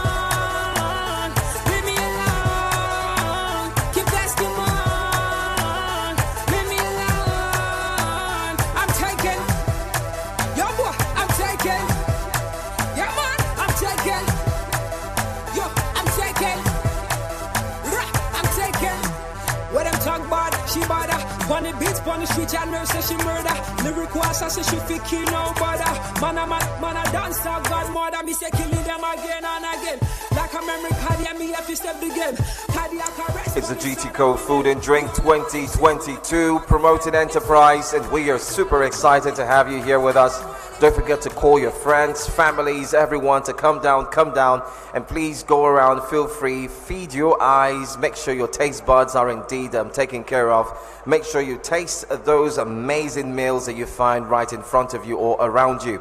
This is an announcement to make it known to you that the Masterclass, the very first for the GTCO Food and Drink, will be taking place very, very soon.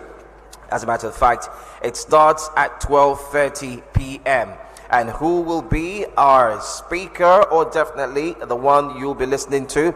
You'll be listening to Baines. Here's a culinary delights. He'll be talking about, I beg your pardon, culinary delights of classical cooking. Once more, Ed Baines will be talking about culinary delights of classical cooking. Time 12:30. So if you are here, please make your way to the masterclass area. It's not far off. As soon as you come into the hall, go to your right. Take your right. Turn to your right. And you'll find your way to the masterclass hall. Okay?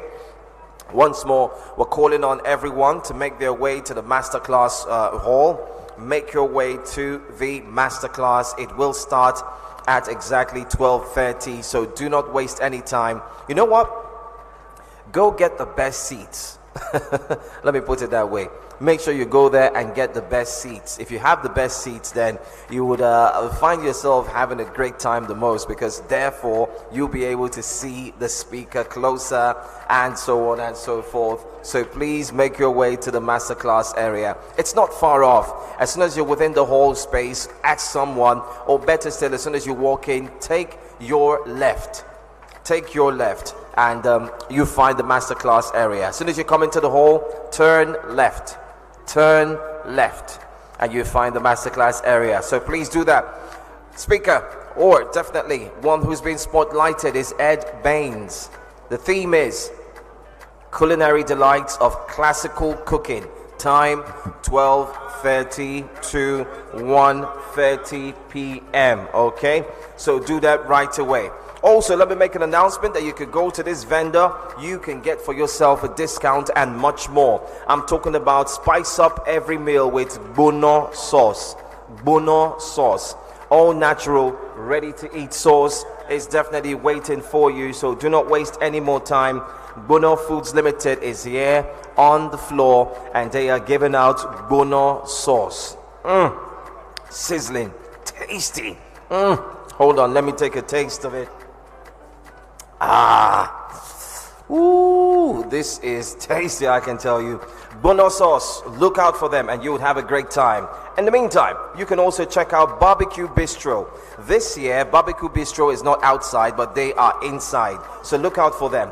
Barbecue Bistro, they have the best barbecue in town, located at the indoor food court. Make sure you come in. They've got freebies for you. They have turkey, chicken wings, and very, very sweet corn. Ooh la la, I need to take a bite of this sweet corn. So do not waste any more time. Let me also announce again that the masterclass will begin at 12:30. As soon as you get into the hall, take your left, turn left, turn left, turn left. That's where you find the masterclass, and we'll be having Ed Baines. He'll be talking about culinary delights of classical cooking. Now, we're not talking about any type of cooking, but classical cooking. It starts at 12:30. So taking a look at my time, you have 30 more minutes, or if I put it this way, you have 15 minutes to go get the best seats. So go ahead and cop the best seats ever. If I were you, I will go in now, get the best seats, get seated, and start getting ready to listen to this theme and what he's got to share with us. Ed Baines will be here. Culinary delights of classical cooking. Do not miss it. It starts at 12:30. Our very first masterclass for today at the GTCO Food and Drink Promoting Enterprise 2022. So go on, go to the masterclass area. As soon as you get in, turn left and you will find that area. Walk in, grab a seat. 12:30 is the time, and we're looking forward to have a great time. We'll be right back. I'll bring to you more information. Stay with us. This is the GTCO Food and Drink.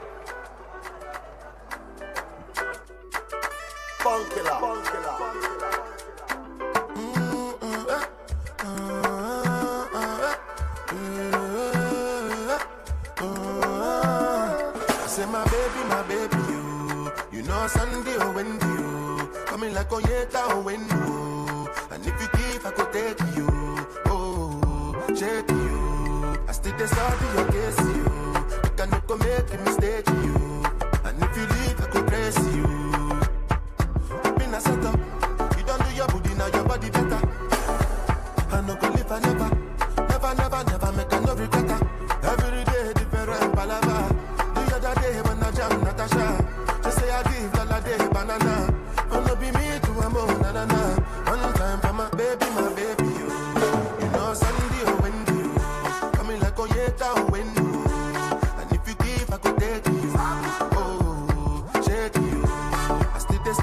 case you. I can no go make a mistake you.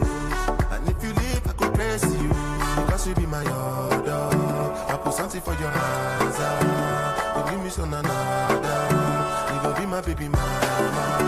I will push and go. Show more. That's how I did it done. She don't say nothing when I did it for my done. And then they catch you cool and I they see I'm a done. Your body make me strong, I'm feeling like Jackie Chan. But if you use me, Shannon, no go pick your card. So make you no go tell me at all, at all. Say my baby, you. You know Sunday or Wendy, you. Coming like oh yeah, down window. And if you give, I could take you. Oh, shake you. I still decide to replace you. I can no go make a mistake.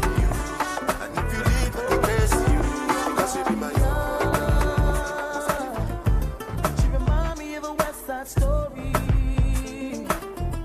growing up in Spanish Harlem. She living a life just like a movie star. Maria. She fell in love in East LA to the sounds of the guitar, yeah. Played by Carlos Santana.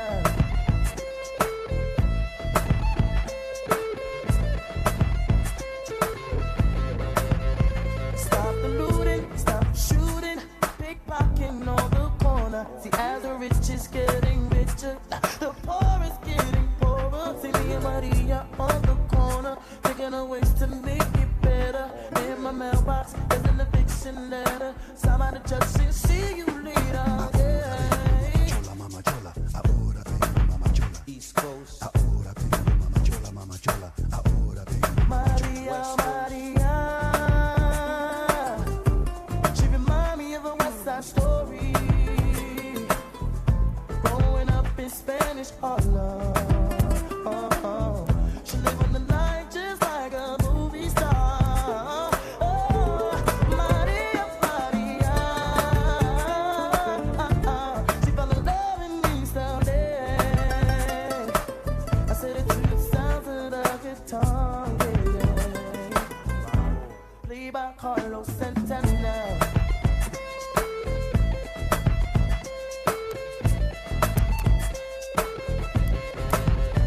La favela, local lotus, the streets are getting hotter. There is no water to put out the fire.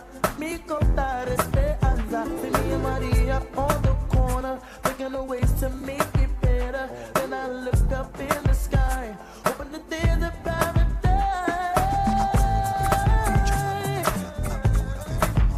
North side, ahora vengo, mama chola, mama chola, ahora vengo, mama chola, south side.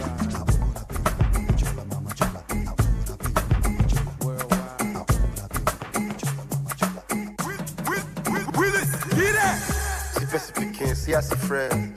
If you see how they come, give her respect. Oh, white, I better check the Rolex. If person take out too much, person go vex. See so stripping, liquor sipping. Chicks want booking, but I get them on looking. See so stripping, liquor sipping. Chicks want booking, but I get them on looking. Sweet boy, fresh guy. Sweet boy, fresh guy. Sweet boy, fresh guy. Look at how I fly in my fresh ride. Look at how I shine with no respite. Always on time like the first flight. But I make them squeeze eye when I check time. Oh boy, on the aircon, pour me water. You know the boy, no be your mate, call me brother. Sweet boy association, I'm the your guy. Check with in your corner, no be, I'm on your shot. 86, best speaking, see us a friend. If you see how they come, give her respect. Oh white, I better check the Rolex. If person take up too much, person go vex. See so stripping, liquor sipping. Chicks want booking, but I get them on looking. See so stripping, okay. Liquor sipping. Chicks want booking, but I get them on looking. Sweet boy, fresh guy. Sweet boy, fresh guy. Wow. I can tell you I just had a taste of something spectacular now, ladies and gentlemen. I just had what's this called? It's a seafood scampi. Seafood scampi. All right, if you haven't had a taste of it, then you will need to have it. It's refreshing. I mean, it just smacked my lips. I'm like, ooh, wow, what is this? I've got Chef Gibbs in the house. Chef, tell us, where's your stand? What are you offering? And how did you come about this amazing taste, I would say? Awesome. Thank you so much, Johansson. My name is Chef Gibbs, and I represent Sabor. Sabor, we're here as one of the indoor restaurants, and please, our stand is very visible. You'll find us. So, some very exciting people. Sabor staff, can you please scream, Sabor? Awesome, exactly. So we have amazing meals. Like Johansson said, we just add the seafood scampi. So the seafood scampi is a bust flavor combination of prawns, calamari, a white wine sauce, poured over pasta. We have our flatbread as well. It's a surf and turf flatbread with prawns, grilled beef, mozzarella cheese, like chili mayo, bechamel. It's amazing. So we have different food items for you to try out. Please come to our stand and you will have so much fun. Thank you, GT Bank. Amazing. Oh, interesting. Well, I just had that, and it's I can tell you, go get yours right now. The pizza is something else that you live for. Trust me, it's tasty. Thank you so much, Chef Gibbs. We'll come back to your spot again very soon. Thank you. All right, so this is to announce that the masterclass will begin at exactly 12:30. Go on and get in right about now. Registration is free, so hurry up. By 12:35 at most, we will be shutting the doors to the masterclass. So please, we're begging you, hurry up. If I were you, I'd go grab the best seats. So just walk in there, make sure you grab the best seats, sit down, enjoy for yourself a masterclass. Who will be talking to you? Well, his name is Ed Baines. Ed Baines is he's talking on the theme Culinary Delights of Classical Cooking. Culinary Delights of Classical Cooking. So don't miss it for a thing, okay? This will definitely make you say, oh, wow, yes, I am so happy that I am there. I'm at the GTCO Food and Drink 2022, and it is simply amazing, I must tell you. So please do that for us. Shout out to Amazing Meal Kitchen. They are doing wonderful things there right now. Make sure you look for them as well. And I'm sure that you will have for yourselves a wonderful taste of sandwich. They've got like one of the best sandwiches ever that you would taste. Check out the sport events as well. They've got moi moi, gizzado, and asu. Imagine eating moi moi with gizzard and asu. You know what I'm talking about. In short, you will be...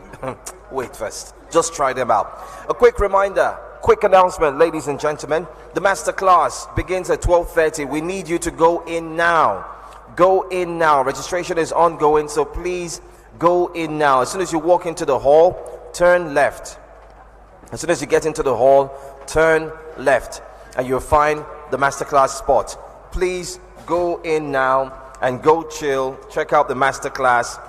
Listen to Ed Baines. He'll be talking on the theme Culinary Delights of Classical Cooking. I'm sure you're going to have an amazing time with him as well. And it's free. It's open for everyone. All right? It's free. Definitely for every... Okay. All right. Go ahead. 12:30 is the time. Get there and make sure you sit it.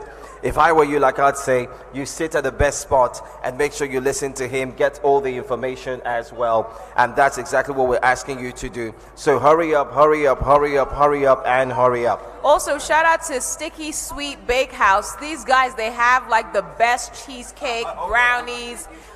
They're located right here in the indoor food court. Go ahead and check them out. If you are a vendor and you want to promote your business, obviously that's why you're here, right? Make sure you come to the radio booth, bring your products and anything that you want us to talk about, and we would love to do that for you. That's right. Shout out to Amazing Meal Kitchen. They are amazing. Shout out to Barbecue Bistro. I see you, bro. Well done. Shout out to Bono Sauce. Okay? Check them out. In the meantime, 12:30 is the time. We've got free goodies, free things, free giveaways for all those who will make their way into the masterclass hall right about now. I'm told So if you're looking to win something spectacular, hurry up. If I were you, go into the hall now. You've got free stuff to pick up as you walk in. It's free. Just walk into the Masterclass hall. They are waiting for you to get in. A lot to be talked about, a lot to learn from Ed Baines. Culinary Delights of Classical Cooking is his theme. It starts at 12:30. Do not waste time. Go right about now. And then we also have someone who's joining us here. I can tell you that this is called... Do you just want to come and talk about it? Yeah. Please, just come Hi. on board. What's up? How you doing? I'm fine. Hello, this is your day. Hello.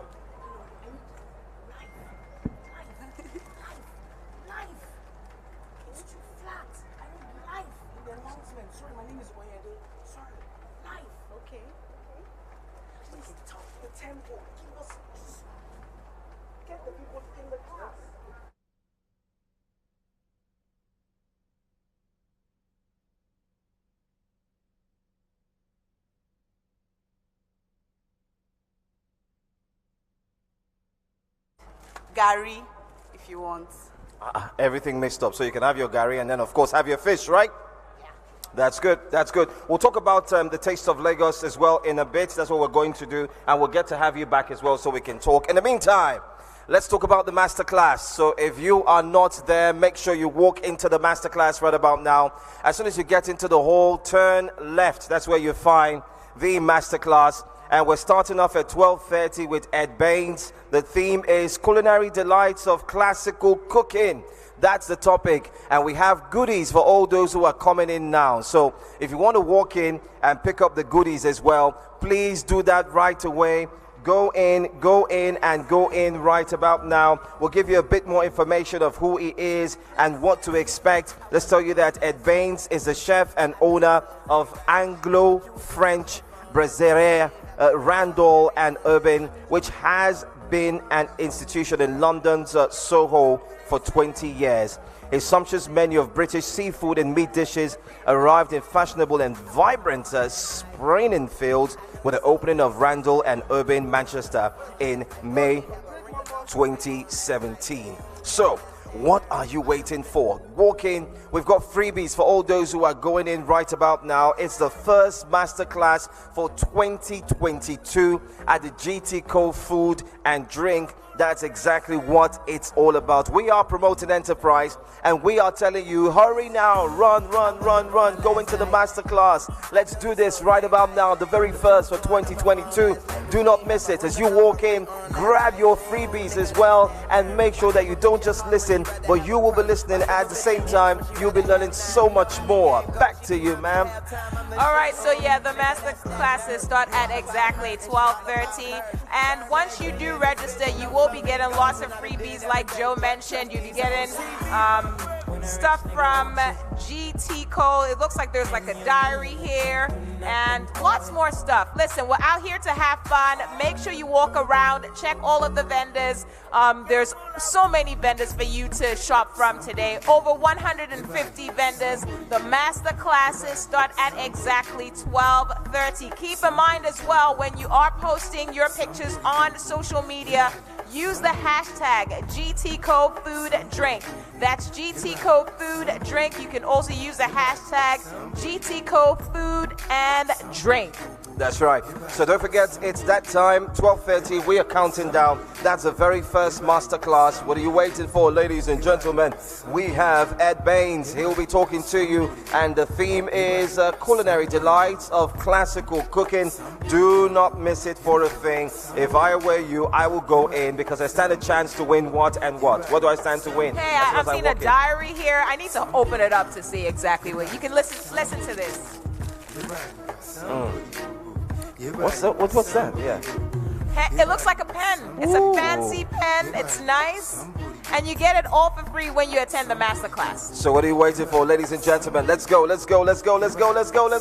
Hurry up. Walk into the masterclass right about now. Go in. Make sure that you are seated. If I were you, I'm going to say it again. Get the best seats. Win those prizes. Get those gifts as you walk in. Sit down and listen to Ed Baines on the topic and we are talking about that topic, culinary delights of classical cooking. It starts at 12:30.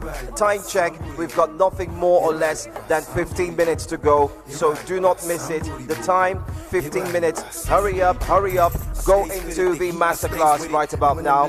How do you get in? As soon as you walk into the hall, turn left. That's where you find the masterclass. We have a few vendors we'll be talking about right about now, so do us a favor, stay with us. We'll be right back to tell you some more, but in the meantime, it's all about the masterclass. GTCO Food and Drink, promoted enterprise. Let's do this right now. So I can get at her and throw some junk in the trunk and throw some trash in that ass. Whatever, I'm about cash. If these chicks ain't giving me cash, I gotta pass. I'm something like a pimp with a lot of bit of swagger. So why you trying to floss your chick? I've been had her.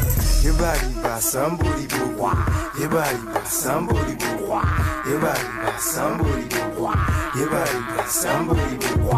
Your body by some booty boo. Your body by some booty boo. Your body by some booty boo. Your body by some booty boo. Your body by some booty boo. Your body by some booty boo. Your body by some booty boo. Your body by some booty boo. Your body by some booty boo. Your body by some booty boo. Your body by some booty boo. Your body by some booty boo. I know you fine boy, I'm conceited. I'm a cool kind of nigga, calm and collected, a smooth kind of nigga. Wife and pimp with a red chest nigga. They told me everybody's 15 minutes in a different time zone. And since I have it at the moment, you the one I wanna shine my light on. Get your life, little mama, won't you get your life on? Ain't nothing cooler than the wrong moves when you do them to the right song, Let's shoot this movie and put the shit on repeat. I hope this memories are making me fall asleep. Before we hit the road, put our phones on silent. Nobody's trying to bring sand to the beach. What would it take to change the plans for the weekend? Cause I'm trying to kick it like eating. The whole thing, the pre-party, the pre-sex. Then we hit the major league with a G's. I like you, girl, in particular. You in particular. Say, I like your waist in particular. I like you, girl, in particular. Yeah, you in particular. Say, I like your waist in particular. It's the GTCO Food and Drink, and it's all about the very first masterclass for 2022. What are you waiting for? We are promoting enterprise, and we are announcing that the very first masterclass will begin at 12:30. And guess what? As you walk in and grab a seat, you also get to win a prize. How does that feel? It feels excellent, actually. It feels so good. There's lots to be won. There's like a notebook. There's a fancy pen. You also get a magazine. And listen, to attend the masterclass is absolutely free. That's Learning right. is going to be for free. That's right.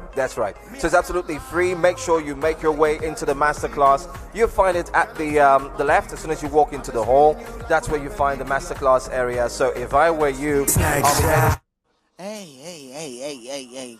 If you're here at the GTCO Food and Drink Festival and you're not in the masterclass, I mean, look behind me. The class is full. So where are you? Where are you? Okay, just come with me. Let me find out from our participants what they're looking to learn today. Okay. Hello, sir. You look like a chef.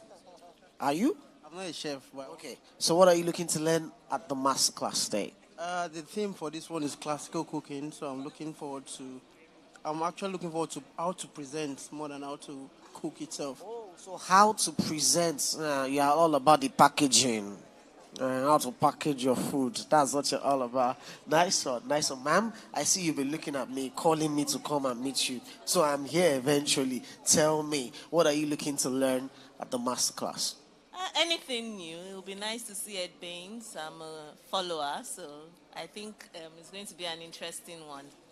Okay, so you want to learn how to cook the new thing better for daddy or for yourself or for the kids? Which one? For me first, then maybe daddy. And maybe for the children. Oh, where are they? In front. Want? Oh, amazing.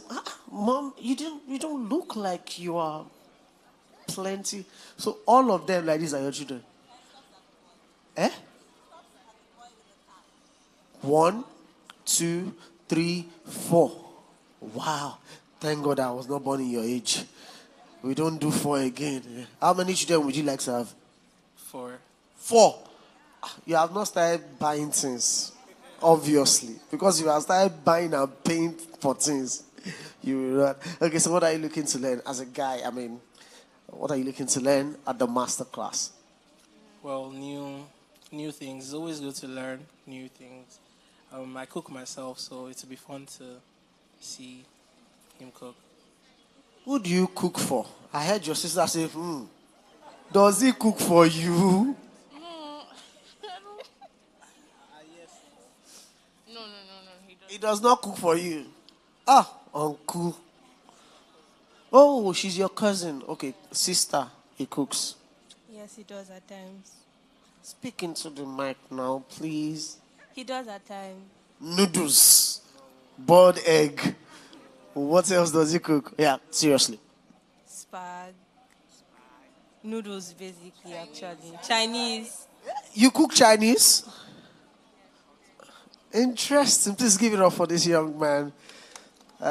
Is the only guy in the family? Ah, you're cooking for the ladies. Hello. Husband material, 10,000 yard, right here. Thank you. Okay. I'm looking for a chef that would like to tell us something they look to learn at this masterclass. Any chef in the building? Chef, okay. Are you the chef or you are pointing to somebody? Mr. Chef, they are pointed to you. But you that you are pointing, who are you to the chef? Introduce yourself first of all. Your colleagues. So you are equally a chef. So let's start with you. Oh, he's a chef. Chef what? You have put him on the spot now. The guy is now shaking. Okay, I gather that the masterclass is about to commence. So ladies and gentlemen, please do enjoy yourself. Bring out your notes, bring out your pen. And if it's your phone you would like to use to do all the noting and recording, have a good time at the GTCO Food and Drink Masterclass, day 1. Let's go.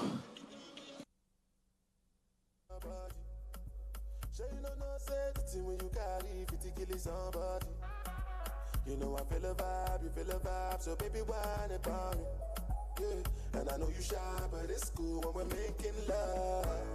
On the low, on the low, on the low, on the low, on the low, on the low, on the low, on the low. You be cool in my temperature. If you call, I go come deliver. I look for the young never. So my me could live forever. I'm a cock in the feeble like that. It's the GTCO Food and Drink Festival, day 1. Listen, the masterclass kicks off in less than 5 minutes. You need to start making your way over to the masterclass. Where is it located, Joe? As soon as you walk into the hall, turn left. As soon as you walk into the hall, turn left. If you have problems with locating where the masterclass is, please feel free to ask any of the ushers, the security guard.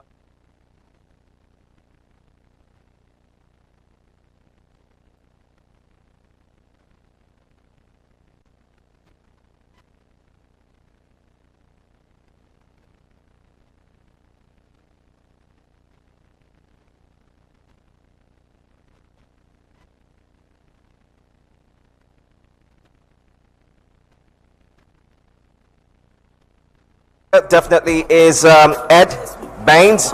Ed will be talking on the topic, and that topic is one that you should not miss. He's talking about culinary delights of classical cooking. What does classical cooking mean? I have no idea, but maybe if I attend the masterclass, then I'll know. That's right, you should. I think I will. All right, you should.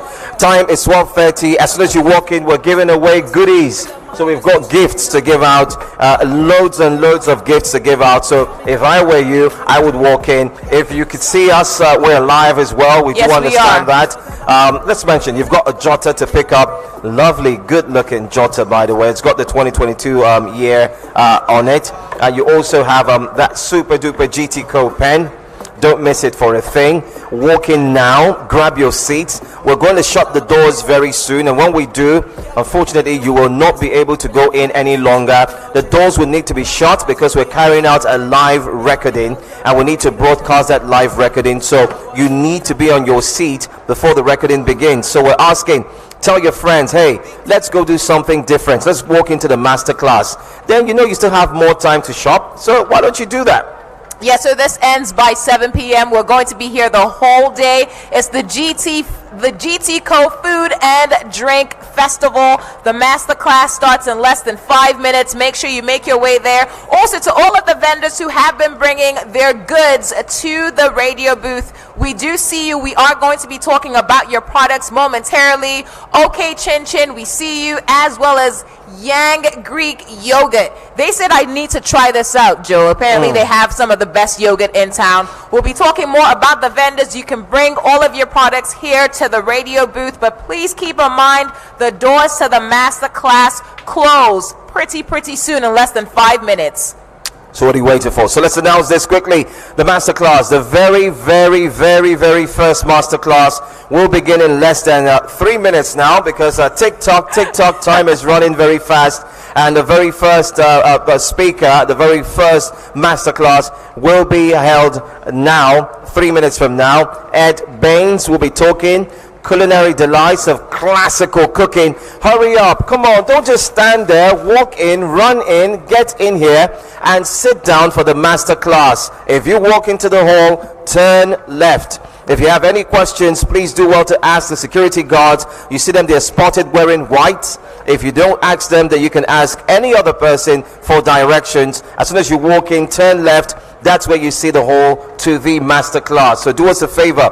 Go now, and go now if I were you. It's the GTCO Food and Drink. The master class begins in few minutes as we count down. Shady K, I know you'll be joining the master class, because you're going to leave me here as well, but that's fine. No problemo.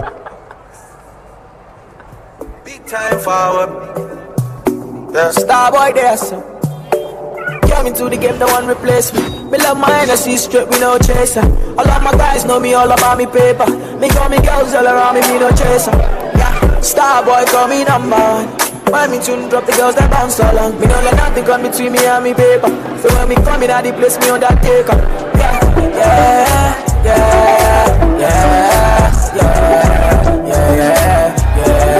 Baby, come closer.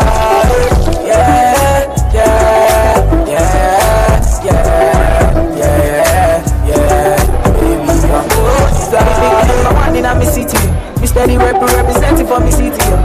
African boy, me rep my thing. Me come clean like me coming on me video. Me come cool like a soldier. She give me tea and she is in my rosa. She got the keys to my Porsche and my Rover. We in Miami, living la vida loca. Yeah, you got the teen, I know. You got the body, I know. You bet.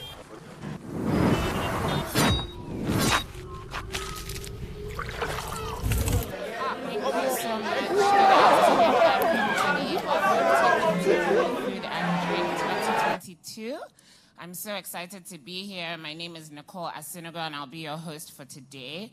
We have an exciting array of masterclasses, and we're kicking off with a bang. I want to tell you a little bit about who is coming to cook for us and speak to us today. His name is Baines. He is a restaurateur and a chef with over 20 years of experience. He has a chain of restaurants, seafood joints called Randall and Aubin. He's the best person to answer any questions you may have about classical cooking, running a business, culinary delights, the works. Today, he's going to be making some classic dishes for us. And literally, we're just here to have fun. So if you're here to have fun, I want you to give me like a whoop. Yes. Okay, great. So without further ado, I'm just going to call him over. But actually, before we start, I want to find out, does anybody know what classical cooking is?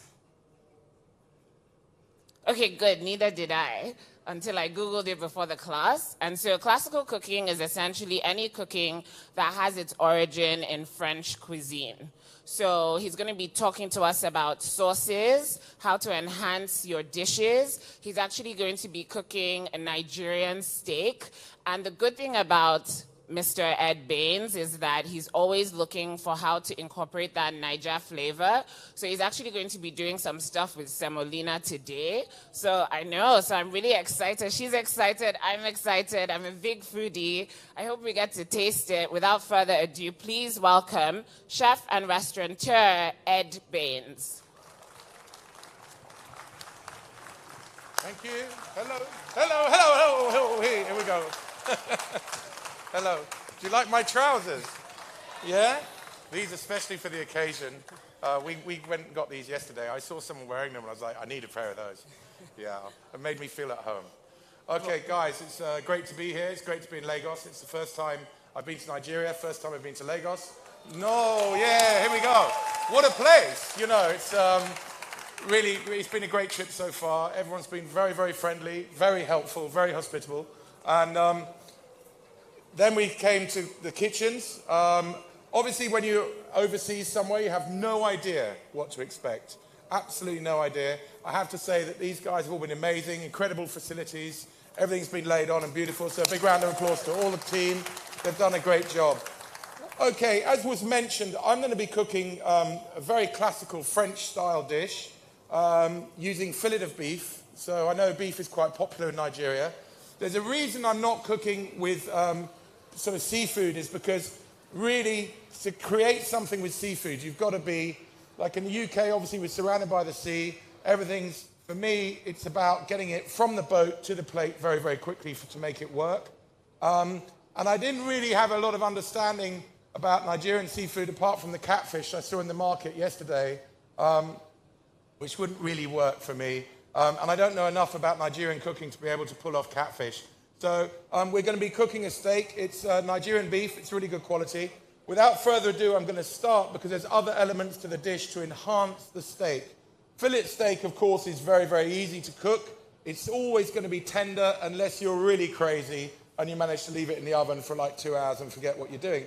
But to start off with, we've got some sauces that we're working with to enhance our steak. We've got this beautiful fillet of beef. We'll come to that further down the line. But the first sauce I'm going to get on the go is a classic French sauce, which is a derivative of a sauce known as Hollandaise. Now, you often find sauces that are extremely delicious end up becoming very popular. When something becomes very popular, it gets commercialized. So everyone loves to eat this. Let's make it in a factory. The moment it gets made into a factory and taken into a factory, in my opinion, often the origins of that sauce become bastardized. The taste and flavor is nothing like the original thing. So, for example, a lovely Black Forest Gâteau, if you make a Black Forest Gâteau at home with really good chocolate, beautiful cream, laced with kirsch, black cherries, unbelievable. The thing you buy out the freezer is not going to be the same. And it's the same with the Hollandaise sauce. It's a very classic sauce, very simple. I'm looking around at where are my saucepans and I think I need some pots and pans, chef. He's hidden them all away. Everything comes out. Right, good, here we go. This is the difference with, in my kitchen, even at home now, I don't have any doors on anything anymore. I don't like having to look for things. And because, oh, it all gets covered in dust. I don't mind. I just don't want to have to look for anything. Chef, we need some butter, please. So the first thing is, often with classical cooking, French classical cooking, it's not particularly healthy. It's not the kind of thing you want to follow as a diet all the time. These are special occasion dishes. So like anything, you know, that's a bit sort of sexy and different, you can say, look, once every week you're going to eat something like this. You know, there's a lot of fat in the Hollandaise sauce, and you'll see that in a minute. So I've got a whole block of butter. I need another saucepan half filled with water, please, chef. And the base to making a good Hollandaise is you've got egg yolks, and only the egg yolks, a thing called a gastric, which is a reduction of really acidity. So you're using vinegar and wine, reducing it down. And then we're going to turn our Hollandaise into what's called a béarnaise sauce. Very classic steak béarnaise. So that's the first sauce we're going to make. But I'm going to be doing quite a few things all at the same time. Hopefully, you've got some a Q&A as well whilst I'm cooking. You can ask me anything you like, apart from marriage guidance. I'm not very good at that. But cooking questions or questions about life or employment or business, I seem to be okay at those things. Chef, I have a question. Oh, here we go. Is my mic working? Can you guys hear me? So what is hollandaise sauce? Just to backtrack a little bit. Well, really, hollandaise sauce origins, ironically, everyone would think, oh, it's a French sauce. Hollandaise was the French adopted hollandaise from Holland. It originally came from Holland. Okay. And in France, when they adopt something, they always put a little French twist on it, i.e. hollandaise. So they kind of stole the original sauce. It's a cooked egg mayonnaise. Mayonnaise. It's a cooked egg mayonnaise. Obviously, mayonnaise uses raw eggs. Okay. Hollandaise, you cook the eggs. And there's a stage of process to get there. And French classical cookery, or all classical cookery, tends to be quite technical. Okay. So, and there's a name for everything along the way. Right. So I'll go through those without trying to bore you to tears, because we do want to have some fun as well. Yes. But, right, number one, melting butter. You want to do that nice and slowly. That's important. If you don't want to create what's called a beurnoise in your butter, the saucepan with water in seems to be nowheresville, because I think we've gone to get some water. So we need to do that. Whilst we're doing that, we're going to start making a sauce as well. Another sauce, which is a classic French sauce we're making for our beef sauce. So with this, I was delighted that I wrote on my recipe I needed some gravy, and actually it was a good thing. But is that one? That's that one. I'm like the guinea pig here, guys, because I'm the first chef to cook up here on the stage. So send Bainesy out first. He'll be all right. But add some more butter, please. And I need some, do you know what we needed? Some tablespoons, little spoons, small spoons. There we go. We're all learning. Bear with me. There they are. Beautiful. I need quite a lot of those. I'll take all of them. There we are. So you were saying that... Not that I'm greedy. You were saying that these sauces, we should do like... and I need a little more butter, please. Not every, you don't cook it every day because it's not healthy, but like, would you say for like date night? Yeah, date night's always good. So all of the guys for your girlfriends, pay attention. Yeah, that's the one. Okay. I was asked a question yesterday, is cooking a good tool for seduction? It is, you know, I have to be honest. And you can get your date round your house first time, and that can take weeks normally, can't it? So listen, so we've got more butter, good. In here, I've just got a little bit of melted butter. This is a foundation to a different style of sauce I'm going to make, which is the meat stock sauce base. Into that, first of all, excuse me, about to make a mistake, first of all, shallots. And you see, everything we've done very finely with detail, okay? At work, I always say I don't want country sticks when people cut things. You want things, and the reason for that is it will cook very quickly, and everything cooks at the same time. So if you can't find shallots, just, you know, in onions. Nigeria, can you replace it with onions? Yeah, finely chopped onions. Finely chopped onions. But try and get them nice and fine. There's a technique behind that. I'll show you in a minute the technique. I'm just going to get my bases going. Never add garlic and shallots at the same time. Okay. Why? Shallots and most vegetables are about 80% water. Okay. Garlic is 80% oil. Right. And by the nature of it being 80% oil, it will cook much more quickly. Right. So when you find something's overpowered with garlic, it means that the person cooking has usually burnt the garlic. So when you work with garlic, you go quite quickly. Little bit of garlic. Always in French cooking, you use garlic. Do you use a lot of garlic in Nigerian cooking? Yes. Yeah. I love it. I think it's a great thing. It's very good for you. And everyone says, oh, you smell of garlic. I mean, I often smell of garlic as if it's a problem. I think it's quite a nice smell, smelling of garlic. The most powerful part of the garlic is the little thread that runs through the middle of the garlic. You can remove that. In France, they often do. Okay. So we've got some shallots and garlic into that. And then we're going to add what's called a flambé. So this, we take our flame up to a full heat. The moment you do that, in goes our brandy, and we flambé. Wow. So what we're doing here is we're burning off the alcohol in the brandy, and we're going to bring it right down to, in France, what's called a glace. Take it right down so it's quite sticky. You can warm yourself on that. So you can really let it go. I'm going to burn the exhibition centre down. I will be the one and only chef that does this, actually. It's going to all catch fire. The butter's melting nice and gently. We've got that on the go. This I need on a full flame, so we need some boiling water. That's to make our hollandaise. So this is coming down nice and gently. Once it finishes flaming, you'll see that, and we just bring it down. So we're getting a nice... There's no alcohol in this by the time we finish. There won't be any alcohol whatsoever. We've cooked all the alcohol out. Well, not necessarily great, but it depends. If you don't drink, it's great. great. Those of you that don't drink alcohol, you can be sure there's nothing left. It's just a glaze. And cooking's a funny thing. I find when you cook, you've got to use all your senses, right? That's why you don't want to be drunk when you're cooking, because you need all your senses. Obviously, smell, sight, taste, touch, but you use your hearing as well. And this will start to crackle and fizz. It's like boiling honey. And that's when you know you've got what in France they call a glace. Okay. So you can hear it, you're listening and waiting for it. Also, you don't need to move your pan around on the heat too much. Each time you move your pan, you lose temperature. Right. It's like doing a stir fry. If you've got a Chinese wok cooker, fine. If you're cooking on a stove, you want to leave things on the stove. So we're getting there now. Now it's getting a glaze. You can see it's getting syrupy. I'm going to add some Bordeaux red wine, about a glass of that. So does any red wine work, or it has to be Bordeaux red wine? The thing about Bordeaux wine is it's got a sweetness to it, a natural sweetness by the nature of the wine and the way they make it. But what you can do is use any red wine and just put a little bit of sugar in there to sweeten the wine, and we let that bubble down. This is cooking off nicely. This is coming on now. So what you notice is I'm making all the sauces first. Then we can start actually making the dish, because until you've got your sauces, again, in a classic French kitchen, the kitchens are divided into sections and areas, and there's one job that's called a saucier, and that's all you do, all the time. Wow. And to train to be a good saucier takes 2 to 3 years. Wow. And then you'd move sections. Wow.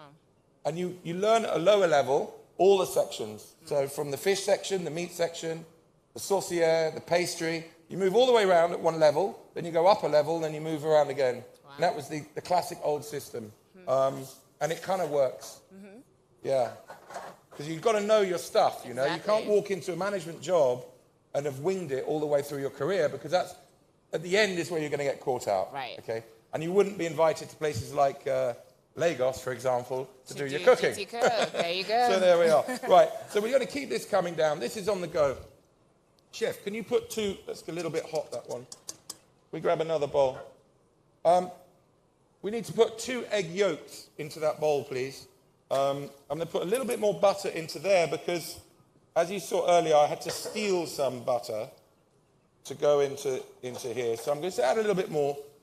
And what we're doing with that butter is we're actually splitting the fat from the curd. Okay? So we don't want to use the curd. We just want the fat of the butter to make this sauce. So how do you split it? How do you cook it gently on the heat, and the two will separate. And then you just want the fat. Okay. The rest you leave behind, or you can put it back in the fridge and make really nice pancakes, just with curd and milk. It sweetens it, you know. Nice. So there we go. Our wine is coming down. I find when you're doing things like this, you're cooking at home, and a lot of you will find this, you're always tempted to rush. You're always tempted to do the next thing, the next thing. Partly that's our lifestyle. We're always sort of with mobile phones, and everything's immediate, everything's really quick. Cooking is really the opposite all the time. It's slow and steady wins the race. It really is. Give yourself time to make beautiful things. You can't rush it, because you want to, again, get this into a syrup. Then we made a stock yesterday. So you can hear it now. Can you hear that? Fizzing. Yeah. That's when you're there. That's the sugars now cooking. That's what makes a sweet sauce. And now we're adding our beef stock. So this yesterday, we got about 1 kilo of beef bones. Wow. With the marrows. All the marrows in there. Thank you, chef. 1 kilo of beef bones with the marrow. Can I have another saucepan as well? Sorry, there's lots of saucepans going on here. Roasted them in the oven with all the trimmings of vegetables. Carrots, onions, celery, garlic, some fresh thyme. Wow. Roasted them in the oven at 200 degrees for about an hour. Okay. Put that into a big pot with tomato puree.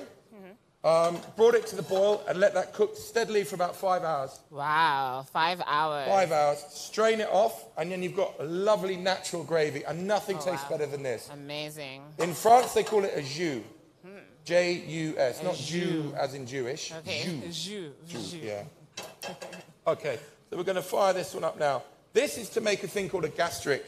There's lots of elements to this, I know. And at the end, all it is steak and sauce with vegetables, but It's amazing that you don't know how much goes into something. You see a sauce and you taste it, but you actually don't know there are layers and layers. So it's actually nice to see this process. And also, I never heard of a saucier before. So Saucier. Yeah, so anybody who's sexy. He's always revered in the French kitchen. The saucier. Very nice. So we've got a combination here. We've got some vinegar. Struggling to get into this. I'm not. Here you go. And some white wine, which I think this is white. I thought that was white wine, but quite nice wine actually. Yeah, lovely. Then we add some wine. I just had one rum punch. I asked for a fruit cocktail at the bar, and I haven't actually had any alcohol since I've been in Nigeria. I'm not quite sure why. I've just been into drinking fruit juice.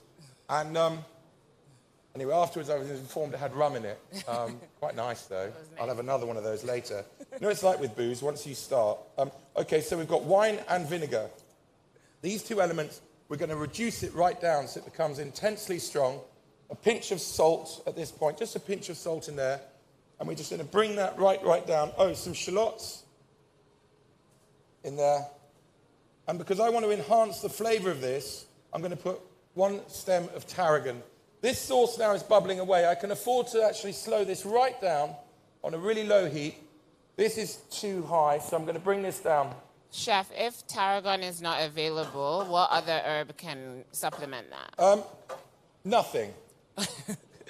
There is no other herb you can supplement for béarnaise sauce. Béarnaise sauce has to have tarragon. Okay. But one might say, can we, while you're there, can we strip the leaves off the tarragon of about 4 sticks and then chop them very finely? Yeah, lovely.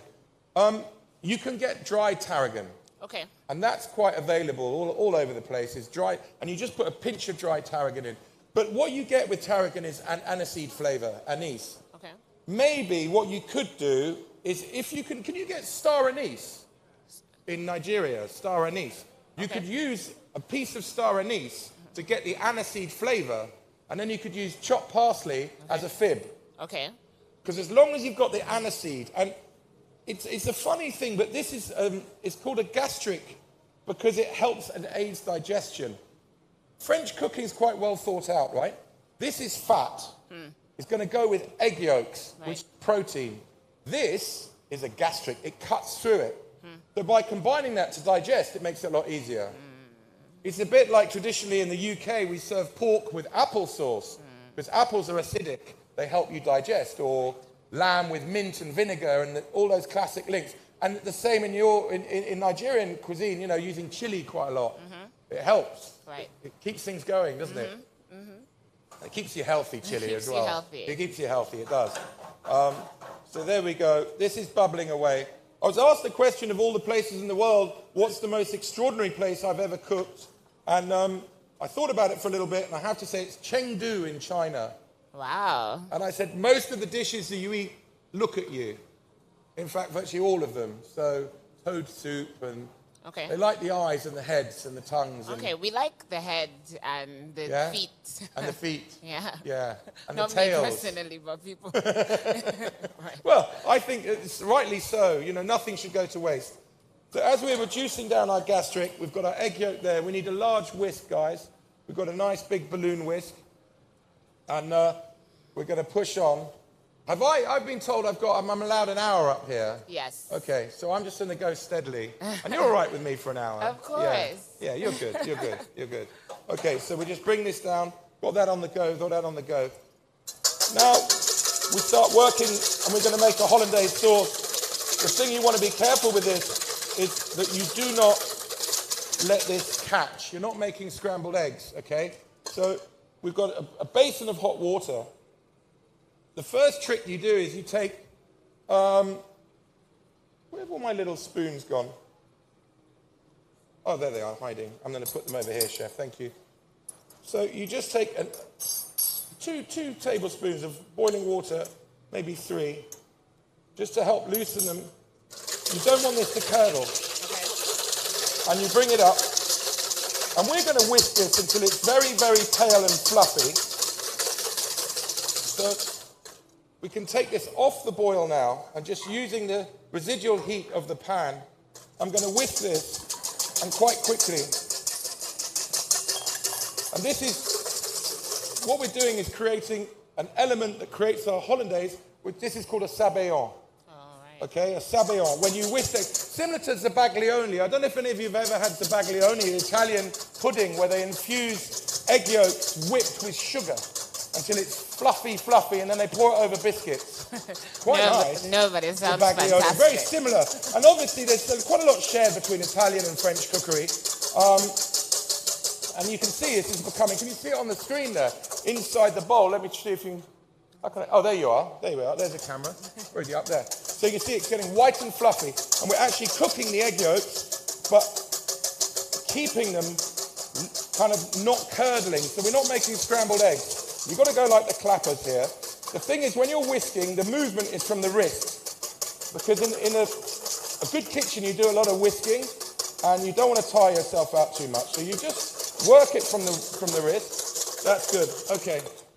This is coming down. You can smell this in the air now. It's very strong. I'm going to add to this now. To this, I'm going to add the tarragon. The tarragon. And you've got to cook tarragon. You don't want to put it in raw. It's so astringent. It's so strong. So we're really getting a strong flavour of tarragon now. And then here's a trick of how you whisk something without the bowl flying around all over the table. Is you make a little horseshoe with a cloth, and it should stay put. Then I'm going to take my butter. I think I've got another tea towel somewhere, Chef, haven't I? I'll nick your one. Thank you. So we're going to pop that one over here.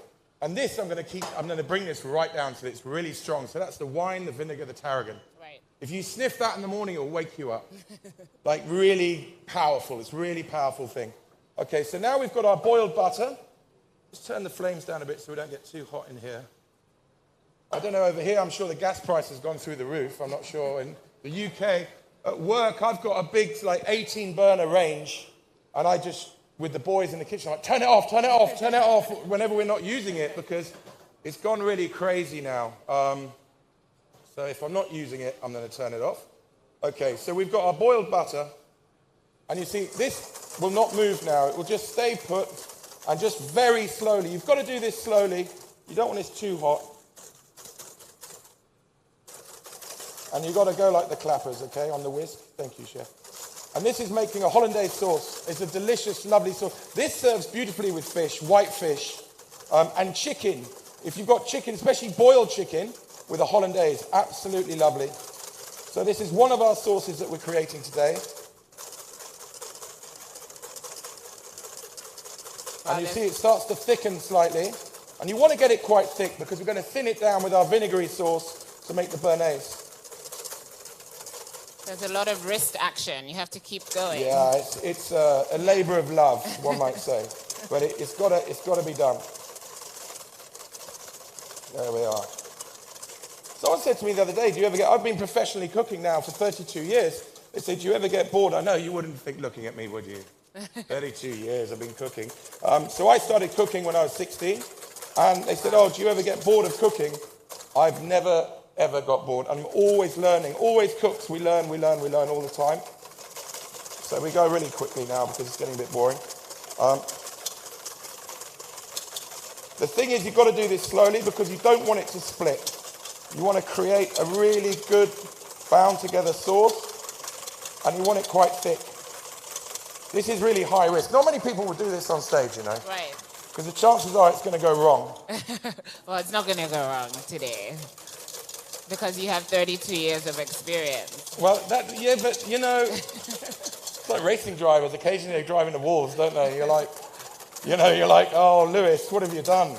Well, very rarely does he drive into walls, but the other boys do. Okay, so now we've got a nice sauce. That's very hot. As that cools down, because the butter was hot, it's going to thicken up even more. So the blessing is, you see, you've got that lovely consistency. Okay, the last thing we do with that is we're going to season it. We can lose that one now. Actually, just leave it there. That's fine. That's good. Okay, so then I've got my sauce here. That's come down beautifully. This we're going to pass in a little bit later. And again, we finish that with a little butter. It's very naughty. And then, yeah, but you thought, is that a disaster? It's not, because I only need to make one plate of steak. You can leave that till the end, though. But this is real life. This is what happens when you cook, right? Stand away. Thank you very much. Right. There we are. Now we're going to add a little bit of the gastric to this. So start off with just 2 spoons, no more, because it's so strong. This is kidding me. This is so hot, this thing. There we are. Okay.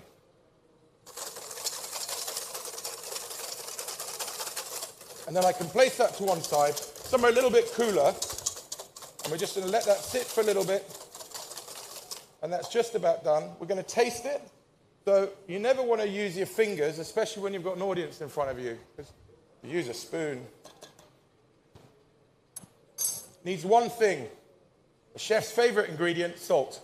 So a little bit of salt goes in there. We're looking good. Sauce number 1 is good. We're going to return my attention to this sauce now. So here, could I have another whisk, please, chef? Got another whisk? And then we're going to take a tiny bit of butter and a sieve and another saucepan, which I can actually dump that, which I don't need anymore. Oh, actually, I do need that. I'm going to pass this sauce into another. Do we have another pan? You'd be amazed how much stuff. This is classical cooking for you, though. I'm telling you, it is a labor of love. So if you don't have 5 saucepans at home, how would you create this? I do this in a more staged process. Right. So I just... One by one. I just go one by one and roll over, or 2 pans. In my house, I don't have that many pots and pans at home. But, you know, you could make your gravy and then you'd have a tidy up and then do a hollandaise. Right. Once you've done those 2 things, everything gets much easier and more straightforward. But classical sauces are, by their nature, quite complicated. So I need a sieve. Oh, thank you very much. Lovely. So now what we're going to do, we're going to pass this off. So remember we put the little fine shallots and garlic. The actual sauce at the end, you don't really want them in there. It doesn't matter. If I was doing this like at home, I'd probably leave them in there. But I'm going to show... Right, there we go. This is highly annoying. There we are. So, this, where are you going? No, come back, come back. There's a wonderful saying, come back, come back. Come back. Thank you. Too many cooks spoil the broth. You heard that one? Yeah? Have you had that moment when you're in the kitchen and everyone's trying to muck in and you're like, just get out the kitchen?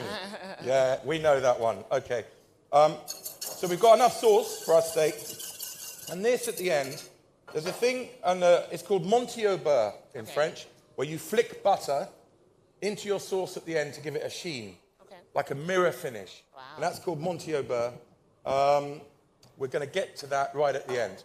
Moving on now, we're actually got our 2 sauces made. We've got our Bordelaise sauce, we've got our Hollandaise sauce, and now we're going to start making the other elements of our dish. So I've got a hot pan on there. I've got some carrots, some lovely little carrots. They don't have to be like these little baby carrots. Any carrots will do. Make sure they're clean, they're washed, they're cut up. We're going to heat them up. Green beans I've already blanched, so I don't need to worry about them. And once you've blanched the beans... Oh, I need another bowl. You never thought I'd get through so much stuff, did you, Chef? I know. Once we've blanched our carrots, we can toss them over the beans and use that residual heat to warm them up. They don't have to be served piping hot. It's not necessary. And then we're going to grab a frying pan, which I think we have here. A big boy. Lovely. And we're going to do these potatoes. So these are known in French cookery as pommes parmentières. And they're like little crispy fried potatoes. And we're going to cook them in vegetable oil, which I have somewhere or other. That's brandy. It's in the plastic. Oh, there it is. Lovely. Thank you. We're going to cook these in vegetable oil. So you want quite a bit of oil in there. You don't want to be shy. And then when they're cooked, we reserve the oil and use it again and again and again. But I am going to just chuck these through a sieve. When you're doing this, obviously it's a lot of oil in the pan. You don't want to go wandering off, making phone calls, watching TV, talking to the neighbours, because you'll burn your house down. It's as simple as that. The biggest cause of fires in the UK at home in the old days used to be chip fan fires. You know, people make chips at home in a big pot of oil. The oil went over the stove, it burst into flames, and you burn your house down. Wow. So I'll try not to burn your stage down today. So, okay, we've got some oil on the go here. And then we've got our lovely potatoes. What we did with these yesterday, and classically parmentier again, I'm doing everything exactly by the book, should be little cubes, about the size of a large die. And then you put them into boiling water and boil them gently for 20 minutes. Take them off, let them cool naturally, season them with salt, little olive oil, and leave them overnight in the fridge.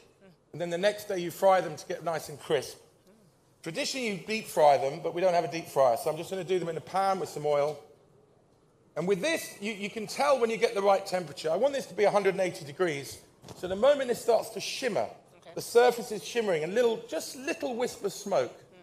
If it starts to smoke too much, you know you're going into danger zone. If it starts to really smoke, you're getting up to about 220 degrees. After that, things get out of control. It could burst into flames. So you just want to keep that shimmer on the surface. Once you've got food in there, it will hold that residual heat. It won't allow it to explode, as it were. These are looking good. I'm going to use the same sieve because I appreciate I'm slightly getting out of control, and that's just got a little bit of jus in there. That's fine. These carrots are looking good. We're going to get a bowl, and I also need another frying pan. Here we go.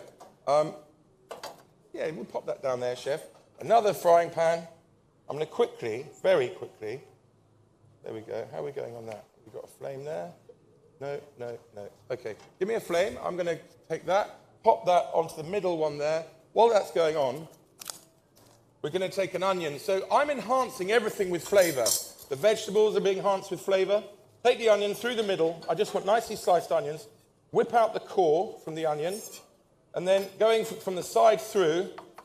And the reason I'm doing this last minute, and I can have a chat with you while I'm doing this, because I've done it so much, I'm not going to chop my fingers off.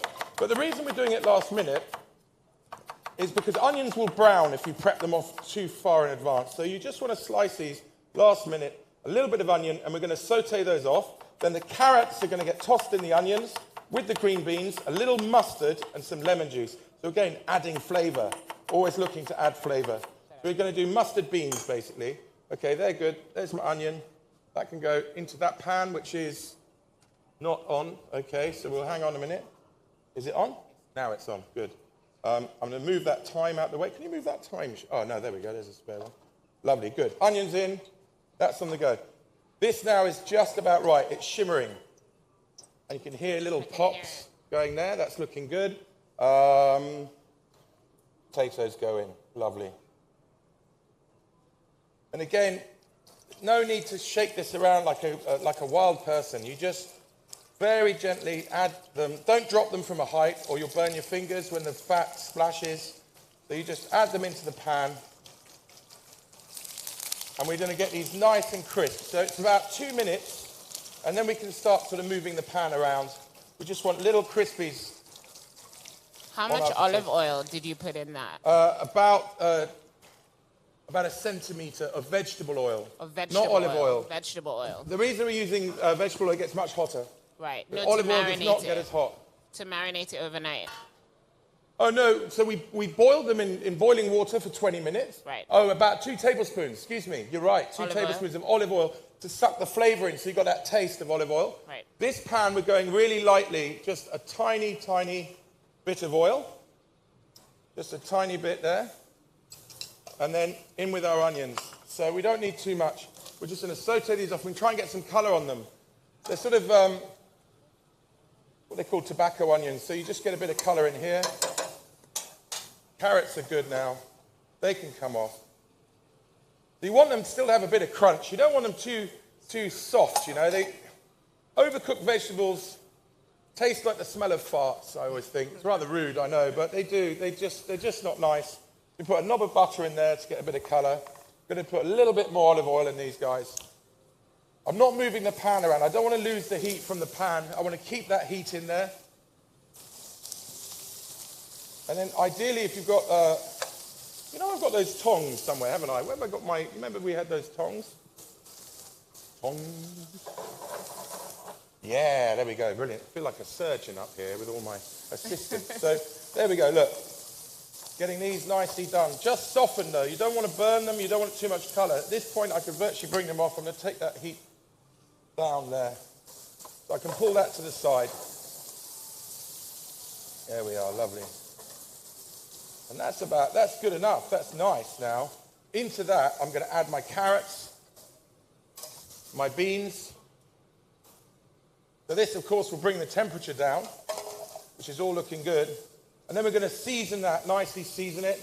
These guys I can turn now. They should just start to be golden brown in color. A little bit brown frying away. Is that on full whack? No. Right, I'm going to turn the temperature up here. So we just move them around a bit, nice and gently, just flip them around. Now I've brought the temperature up, so they're going to get really crispy, but fluffy on the inside. That's what you want with a good, like a really good potato chip. You want it really crunchy on the outside, really fluffy in the center, and it's all looking good. Okay, the next thing we're going to do now, and Chef can help me with this, I just need a good tablespoon of Dijon mustard in a bowl, and that's all I need, and so probably a tablespoon here of that, a heaped tablespoon, and then 1 tablespoon of lemon juice. Okay, so these guys are coming along. I'll put that over there. Now you're going to see I am actually going to start recycling pans now. Okay, great. Yeah, you worry about this, don't you? You're familiar with washing up, I reckon. Yeah, okay. I don't like to wash up. Yeah. So look, giving these vegetables. So we're adding another element of flavor. Now off the heat, the pan's still residually hot. Garlic, as I mentioned before, cooks very, very quickly, especially when it's this fine. So I want some garlic. This is a French dish. Garlic is very much celebrated in France. The Queen of England won't eat garlic. Did you know that? No? Why? Won't eat garlic. She likes plain food. Oh. She likes simple, plain food. Interesting. Nothing continental. Okay. She won't eat chili, garlic, onions. Wow. She likes boiled vegetables, boiled potatoes, and grilled meat. Maybe that's why she lives for so That's long. it. I know. There's something to be said for that, though, isn't there? That family, they just go on forever and ever and ever. Don't they? They just keep going. I think they get a blood transfusion every week of the blood of a 6-year-old or something. Keeps them going. I don't. They just keep going, though, don't they? I mean, bless her. She's great. But okay, here we go. So now we've got these lovely vegetables. You see, with those little softened onions, a little bit of garlic. Finally, very important, we're going to use some ground pepper, a little ground pepper in there. So you've got lots of flavor, but at the same time, you've got the crunch of the vegetables and the goodness still in there. Okay, so they're looking good. So we bring them through, and you think, oh, you finished now. They look like nice vegetables. I haven't. We've got mustard in here. Let's take my whisk. We've got a little bit of olive oil. I'm going to add a tad more, just a tiny bit more olive oil. And then, so when you eat this, you don't need, now we're on to 3 sauces with one dish. I know that, because this really is a sauce, isn't it? It's called Dijonnaise. And so in our vegetables, go into our Dijonnaise, and then Chef can give that a really nice mix with a spoon, just so it all lightly coats, and it's served perfectly. Then, now we've got our pan, we're going to use this again to cook the steak. So we are progressively getting there. We've got our béarnaise sauce, we've got our gravy here. This handle is going to be so scarily hot, I'm going to move it to one side because I know in that moment it could be very dangerous. And always keep your pan handles away from the outside. You don't want to harm anyone with that. Now we're getting a nice crispiness on our potatoes. They're looking good.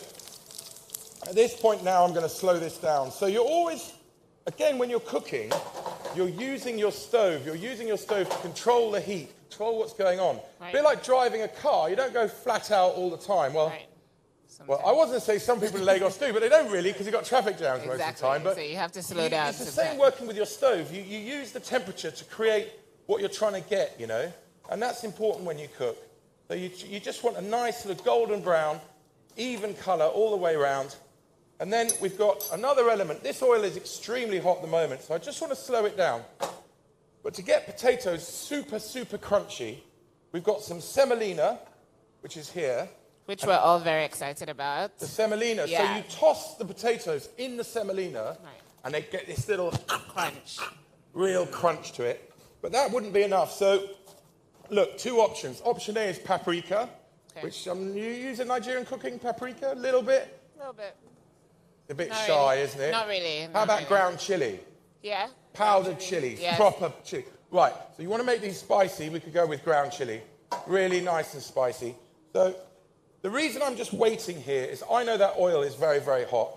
And if I put this semolina in now, it's gonna burn very quickly. So we're just going to slow this down a little bit. By doing this, each time I flick this pan, I'm losing 10 degrees. You're taking the temperature out. But do be careful if you're doing it at home. You don't want to splash if you've got little kids around and stuff. Obviously, this oil is ferociously hot. We've got these lovely crunchy potatoes. They're good. Okay, now I'm going to really slow this down. I'm going to whip that off. So get rid of the excess oil. Don't need that anymore. These are looking good. And into this now, that's a hot pan. We're going in with semolina into our pan. Wow. And then we're going to go in with some mildly spicy paprika, guys. Just not too much, but a little bit of paprika in there. So we can use our chilies at this You stage. use your chili. If you use that much chili, good luck. Good luck, really. I think I'd be running out the house crying, looking for some milk. But I know that chili's a funny thing, isn't it? The more you eat, the more you can take. It's one of those. A bit like marriage. Anyway, here we go. There we are. So now we top these. Toss, all nice. Look, there we are. And they get... And you're thinking, but that's raw semolina. But you've got to remember, this pan is still very hot. So we're tossing them in these spices. And then ideally, when Chef is going to bring me back that a clean sieve, I'm just going to bash them through the sieve last minute to get rid of all the excess. But you've got a lovely crunch. Looks amazing. And this is just stuck now to these potatoes. And it gives us a real contrast of flavour with the paprika or chili. So now we're moving on to our lovely steak. So you see, it's the last thing you worry about. I've also here, and I don't know if you guys do this, but inside of these bones, you've got this wonderful marrow, the bone marrow from the steak. And I just wanted to highlight this, because even just buying these bones, you can roast these off for an hour, scoop out the marrows, and they're just delicious. On a piece of grilled meat, eating these marrows is so good, so delicious. We're not doing that today, but I just wanted to explain that. So then we look at our fillet of beef. You've got different parts. You've got the tail, which is here. So you cut the tail off. You don't really want the tail, but you can use that to make steak sandwiches. You go to nice hotels, they offer steak sandwiches, always from the tail. Then they cut them into little medallions, put them between two pieces of cling film, bang them out flat, quickly grill them, and have them in a nice steak sandwich. So they're perfect. So that's generally what you use the tail for. The top end is known as the Chateaubriand, this piece here. And this is perfect. The best thing to do with this is you tie it with string. You can either have it as two steaks, or you tie it as string, a little piece of string around it, seal it in a pan so it's all coloured, season it, roast it for 30 minutes, let it rest for 10 minutes. Perfect for lovers, this one, because it serves two. Oh, so your Chateaubriand. wonderful. And then you've got here what's called the tournedos, the central part of the steak. There's a very, very famous dish called tournedo Rossini, which was made for the opera singer Rossini, created in northern Italy. And they took a piece of steak and they'd cook it, serve it with a sauce made with Madeira, on a piece of fried bread with a slice of foie gras and a slice of truffle. Very naughty. No one really does it anymore, but it was rather special. This steak, I'm going to cook it as a nice piece of steak. And I'll cook two because I'm hungry, and there's a lot of you in here, so if I could, we'd all try in. But look, here's nice two pieces of steak. I'm cutting about a 6-ounce steak. If you wanted it bigger, you could go a bit further. So you're always looking about 4 of my fingers would make an 8-ounce steak.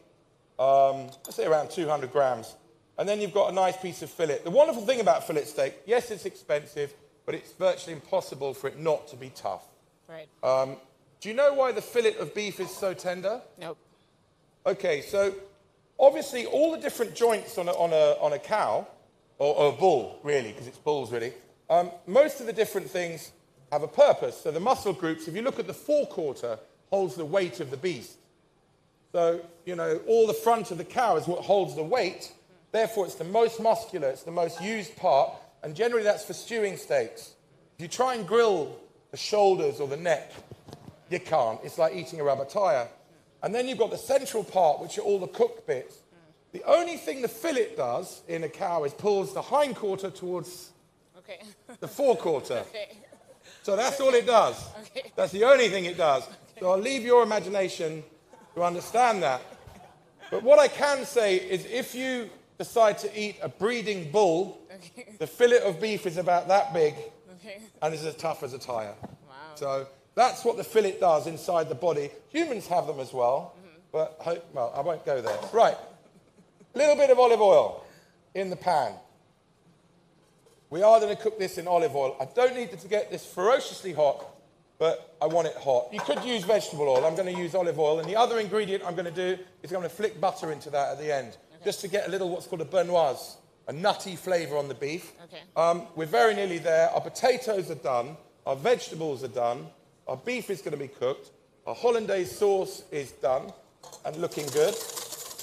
And this now is starting to thicken as it cools down. We've got our little red wine sauce here, which I'm just going to thicken right at the end, and be careful because that handle's hot, but I'm going to thicken that right at the end with my little whisk. I've already dropped it once. That's there for my spuds, beautiful. So these can come off. This is still hot, chef, watch out. But there we go. And then, guys, if you've got a large plate, I'm going to serve this up somewhere. And the one thing, again, when you're cooking, a serving plate, please, chef. To finish it. Yeah? Am I going to do that? I'm going to finish it on a plate. The one thing I didn't ask for, actually, and I only realised that about 3 minutes before coming out here, but, and also how you plate food, how you make something look attractive on a plate. Have you got a bigger one? Or is that as big as it gets? That one, there we go. Perfect. Lovely, lovely. That's wonderful, thank you. So we've got a nice plate there. How you place food, and when you get to that place of finishing things off, you want to make sure that everything is clear. So you've got a surface that you're working to, but you really do work to clear away, and especially do this at home or you get into a right muddle.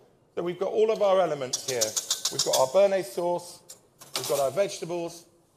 I need the best spoons to use to serve food are these, so I want 1, 2, 3, 4, 5 of these, please, chef. Ready here. And that's, you get yourself, so in French cooking it's called mise en place, put in place. So you've got everything you need in place. Get rid of any excess oil here. And then the last thing we're going to do is cook our steak. Everything else is ready. It's all looking good. So I'm going to cook 3 of these steaks all at the same time. How do you recommend you cook the steak? Because in Nigeria, we like things well done, which maybe in France is not so approved. We don't like blood, right? No. I mean, look, you can either kindly and firmly, if someone said, I want something well done, and if someone said to me, I want something well done, what do you suggest? I'd say an Uber, but I don't know, I'm joking. Look, I get cooking meat well done if you're in a very hot climate, because it's a kind of safety thing. In colder climates, northern France, the UK, you try and, I mean, some people like their meat really, really rare. I don't. I like it cooked. Right. So it's just pink. But the thing is, what happens is when it's well done, you tend to deny yourself the texture. Right. So you might as well have braising steak or some other different style of cooking, so you've got more texture, more flavour.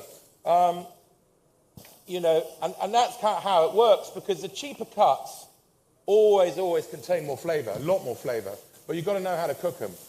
Something like this is so simple. You seal it on both sides, then you let it rest for a little bit. It's important to let it rest. But I'm not a fan of eating really rare meat. Some people love it. I mean, in France, they do steak tartare. Of course, it's raw. Right. Chopped raw with shallots and seasoning and an egg yolk on the top, which is raw, and they tuck into that. I'm not too sure about that myself. But then again, if you give me a beef carpaccio in Italy, that's raw. And I quite like thinly sliced raw beef. This guy, look, I always say the customer's always right. So whatever anyone asks for, you do it. That's like you're a professional. That's your job, right? So you just do it. What we do here is we don't work the meat too quickly. I want to get colour on this. And again, it's always when people are cooking meat, they start flipping it and playing around with it. You don't want to do that. You just want to hang in there. We're on a high flame now. I'm going to bring the flame down a little bit.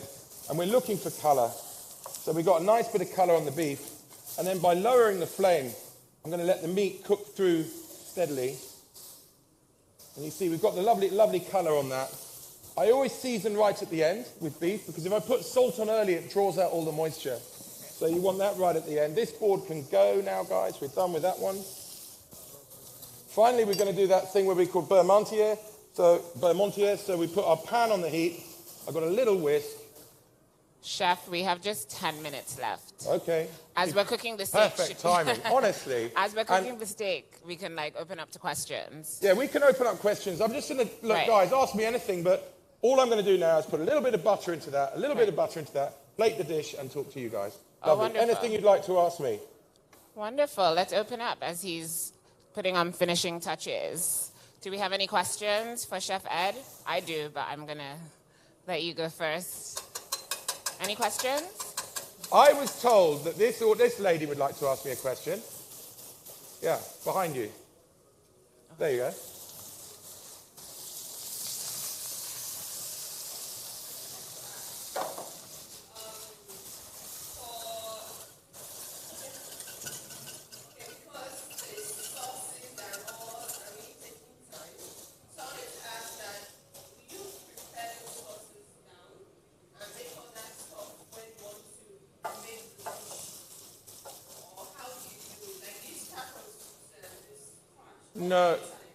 No, that's a good question. So what one would do is you'd make in advance, you'd make the hollandaise.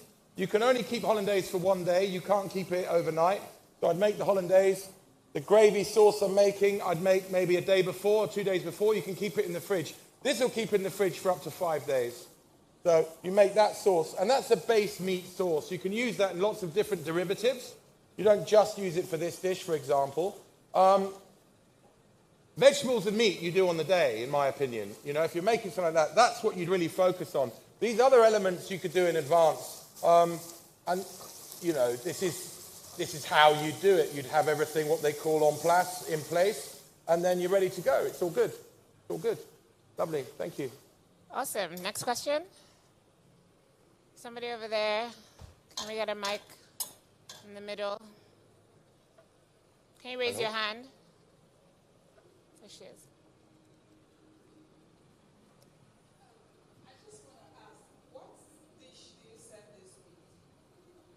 What do you serve it with? You serve it just like this. With steak. So if you imagine, there's a style in France, the UK, Europe, it's called Larousse cooking. So everything is plated and finished. So with Larousse cooking, you don't have to add anything else. You get a plate of food, you're presented with that, and then you eat it. And then if you want some more, you go again.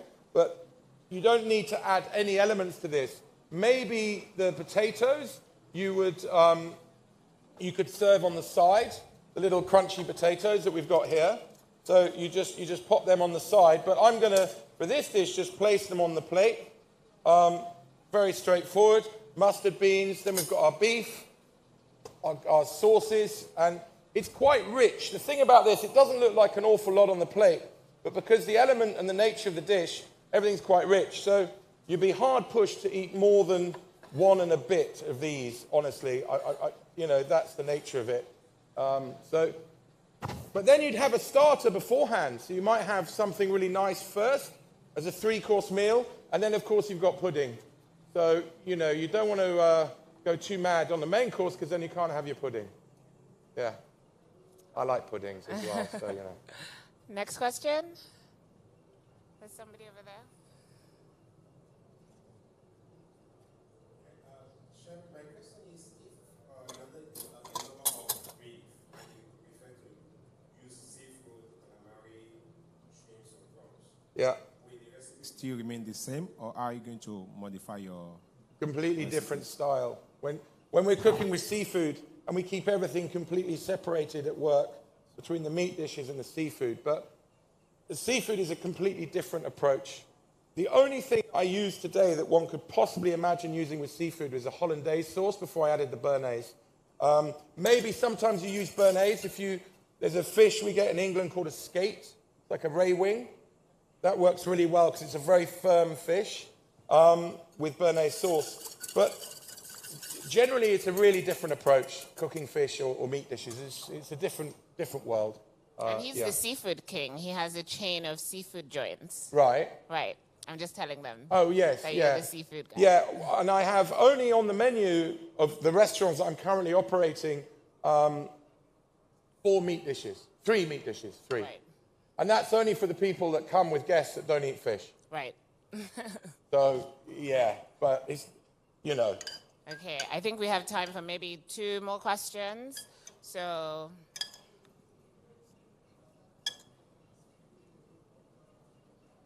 yeah, firstly, I'll say well done. Then secondly, what if you don't have much pans now? Is there any other way you can go about it? But if you imagined I've done this whole thing in like just under an hour from start to finish, I wouldn't expect anyone to really do that. So what I'd suggest is I would make like beef stock and beef gravy. And I would need 2 things. I need an oven tray and 1 pan. Then that would be done. Then I'd make hollandaise. So I'd make my hollandaise sauce. I need a bowl and a pot. I need eggs, I need butter. I've got my hollandaise, right? Once I've got my hollandaise, I've got my hollandaise. Then I do some washing up. Right. Then you boil your vegetables. You can blanch your potatoes. You can use the same pot over and over again with the beans, the carrots, the potatoes. Then you've got a frying pan to fry your potatoes. Finish the vegetables in a bowl with woo. So as I say, at home, I only have 3 pots in my house that I use. I've got loads of pots. I don't use them. I've got 1 big round one with 2 handles on it. I've got a frying pan, and I've got a saucepan. And that's it. And I just run over to the sink, and then again, because in a restaurant, you have 2 people. In my restaurant, 3 people doing the washing up, right? But it doesn't matter. You got hundreds of pots and pans. But at home, of course, we don't have those facilities. Exactly. And so you keep it simple. right. Okay, one last question, and then we'll talk to the chef quickly about something exciting. Sorry. I didn't see you using seasoning cubes. Is it that you don't use it or it's not necessary? Okay, so she didn't see you using seasoning cubes, which is big in Nigeria, but as a chef, yeah. Seasoning cubes are really helpful to get instant flavor and taste. But the process of making a stock for 5 hours is kind of, what you're doing is dialing out the necessity of a seasoning cube because you're doing all the work, right? So if you imagine roasting those beef bones and all that flavor and all those vegetables with the tomato puree, the fresh thyme, the red wine, a 5-hour cook. You want to taste this sauce. It's so rich and it's got so much flavor. And then again with the hollandaise, you saw the reduction of the wine, the reduction of the vinegar, the adding of the tarragon. I just tasted that. I mean, it is delicious, honestly. It's really properly delicious. So you don't need to add those elements. And also a dish like this, the only thing I could put a seasoning cube in is this sauce, which is a meat-based sauce. A gravy, really, is what it is. And doesn't need it. It's got a kick to it, yeah. Okay, you've heard it here. You don't need seasoning cubes in everything.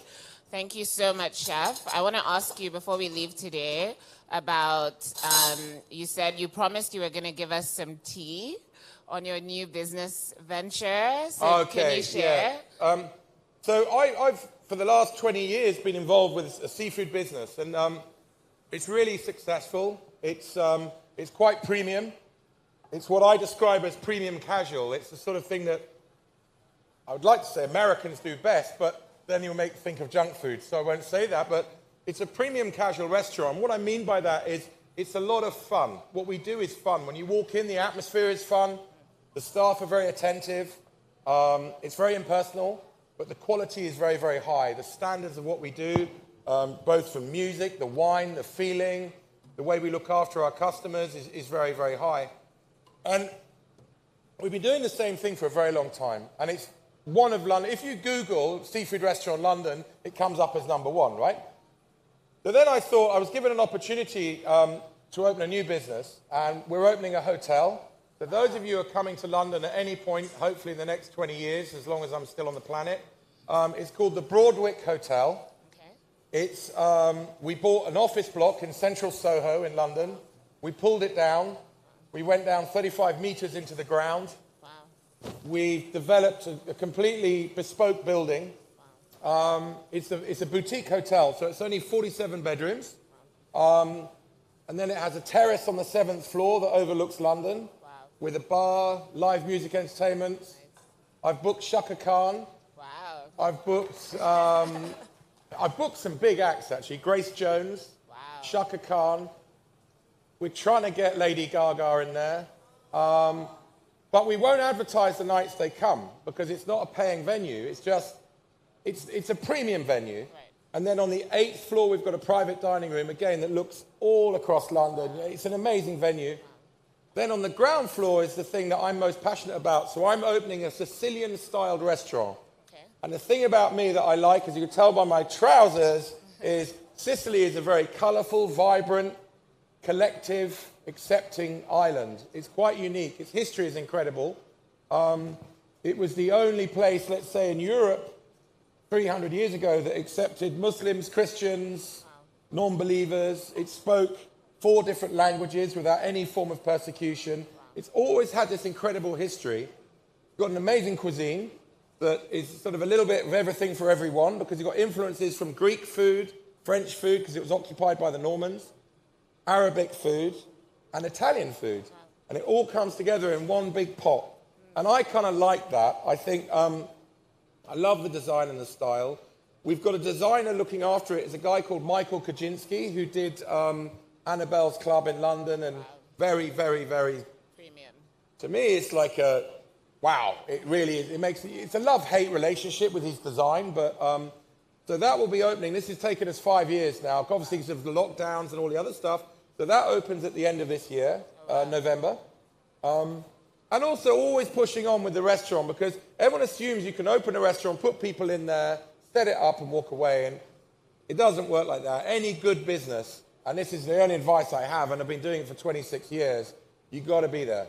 You have got to be there, and you've got to really care about it, and you've got to nurture it. And everyone that works for you has got to know how much you care about it because that's the single thing that drives it all the time. All of us, in life, you try and make things easier. We can't help it. That's human nature. Make it easier, make it easier. But easier is never better. And it's only the one at the top that's like, no, I want it done like this or this. And you can see today, cooking, this is a relatively simple thing on the plate. But the detail you go through to get to that, but ideally when you put that on your palate and you eat it, not only do you enjoy it, you remember it. So if I was opening a steak restaurant and that was on the menu, what you hope is that if you guys came to that restaurant and you ate that dish, about a week later you'd be going, I want that again. And that's how you build a business. I mean, that's it. Thank you so much, Chef, for a very memorable masterclass. Thank you, guys. Thank you, by the way. Wonderful audience. Thank you. And it's been a real pleasure to come out here and do this. Thank you. Thank you, guys. Thank you.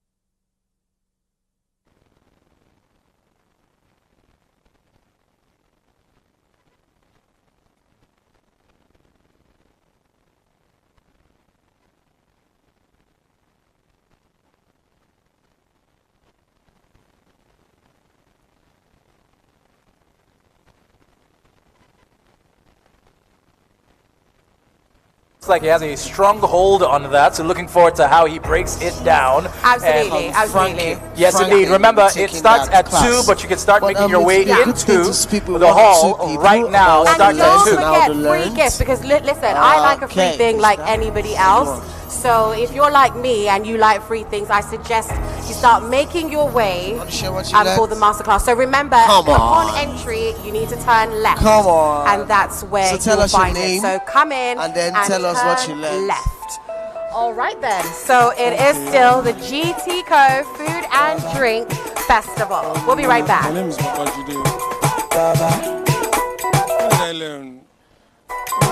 Shabby, you want to bang that banger? You can never stop on spin never stop on violence. I hate you, I say, I'm a timo, go to Shalaye. Oh yeah, wait for the moolah. I say, wait for the baba. I'm no shilishi. Let me see you. Get off, Baba.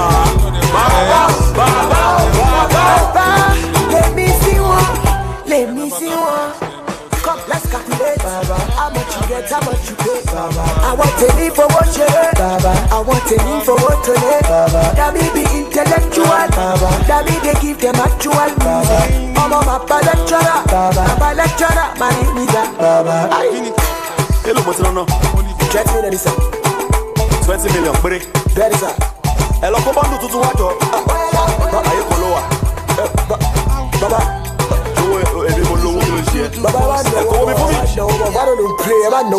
Maybe you want banga. You can never talk much. GTCO Food Drinks. Hi, can you hear me? Hello, hello, hello, hello, hello.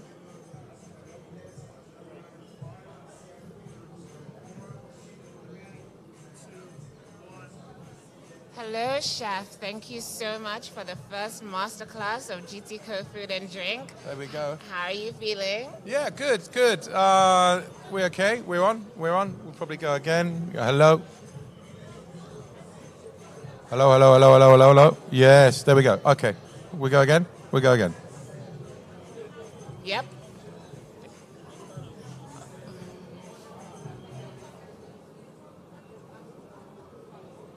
Thank you so much for joining us. The first GTCO Food and Drink for you. How are you feeling? Yeah, that was great. It's always nerve-wracking being the first one up because you've got no point of reference for anyone beforehand. But it was good. There was a lot going on. Yes. You're always looking around and having a chat at the same time and made it happen, but it all worked, yeah. And I was surprised you made 2 dishes, two sauces. Yeah. Potatoes, 3. steak, 3. Yeah. Yeah, that's a lot in 60 minutes. There were 6 elements to that. Right. I was kind of pacing myself, and I know when you said you got about 5 minutes left, that was cool, because I knew you knew we'd got there as well. So it's always a bit nerve-wracking. There's certain things that I did today that a lot of people would avoid doing in front of an audience. Right. Because often it's the times... Those moments where things like hollandaise sauce will go horribly wrong. There's no bringing it back. There's nothing you can do. So that was the only nerve-wracking moment, was looking at that bowl thinking, please don't split.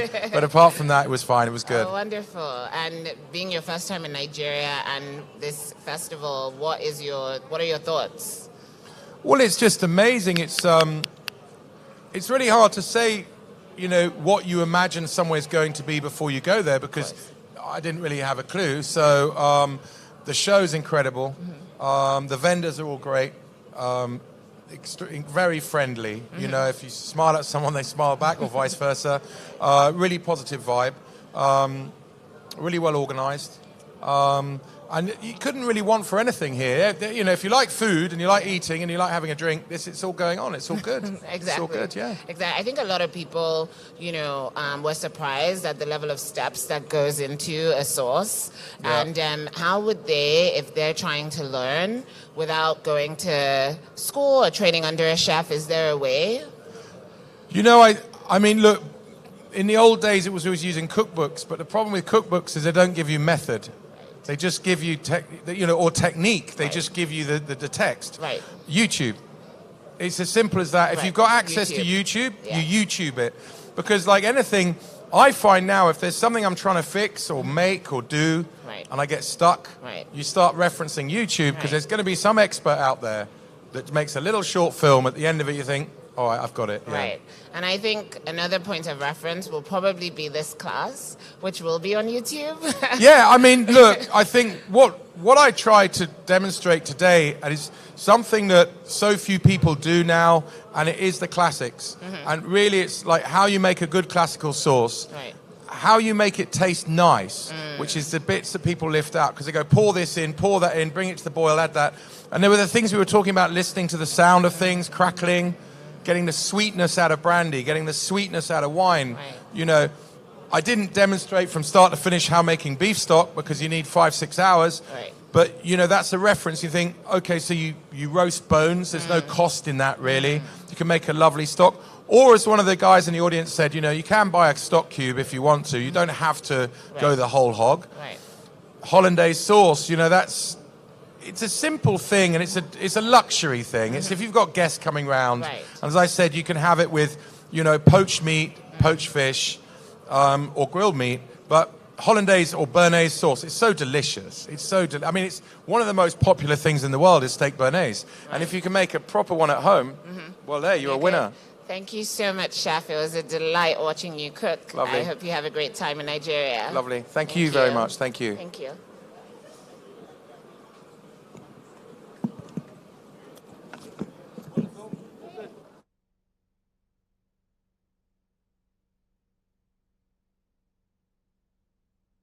Right, it is still the GTCO Food and Drink Festival, and like I said, we are now 15 minutes away from sitting down with Callum Franklin to discuss the art of pie making. You definitely do not want to miss it. Free gifts, history class. What is there to miss? Tell me, Shola. What is there to miss? It's looking like a lot of people are heading towards the hall already. Perfect. So if you are thinking, I'll just wait for a couple more minutes, next thing you know, there will be no sitting for you. No free gifts. You will not be able to make the holiday pie that you're hoping to make. And then next thing you know, you have problems at home. Anyways, how's about you get your way there now and learn how to make the best pie of your life, because chances are you will experience that at the hall, courtesy Callum Franklin, and the fillings will be abound. And don't forget, of course, it is courtesy GTCO Food and Drink. Remember the hashtag GTCO Food Drink. That's exactly what you need to do next time you're posting up, so your friends and family can know where you are at, and so they can have all the fun that you're having at the moment. There we go, 15 minutes to go. If I were you, I will head in now. All right, it is still GTCO Food and Drink Festival. Yeah.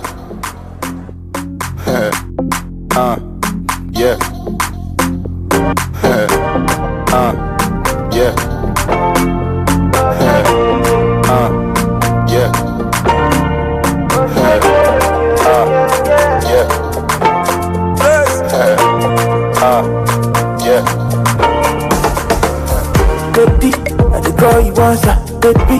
Me I want to pump up. You to give me chance, me I no go use you play. Oh no no no. Everybody joy body tonight, and I wanna if it possible. I wanna put my eyes on your waist, me I get to give you all my paper, yeah. I'm addicted to you, and I don't know what to do. I wanna put my eyes on your waist, me I get to give you all my paper, yeah. I'm addicted to you, and I don't know what to do. Show me that you want me, show me that you need me. Tell me that you love me, and I go there again. Show me that you want me, show me that you need me. Tell me that you love me, and I go there again. Time to go, make we go. Say I get you, it's a go. Back me for, back me up. I'm not the play, I know me so. Make our body joy, body tonight, and I wanna if it's possible, yeah. One of mine on your waist, me I get to give you all my paper, yeah.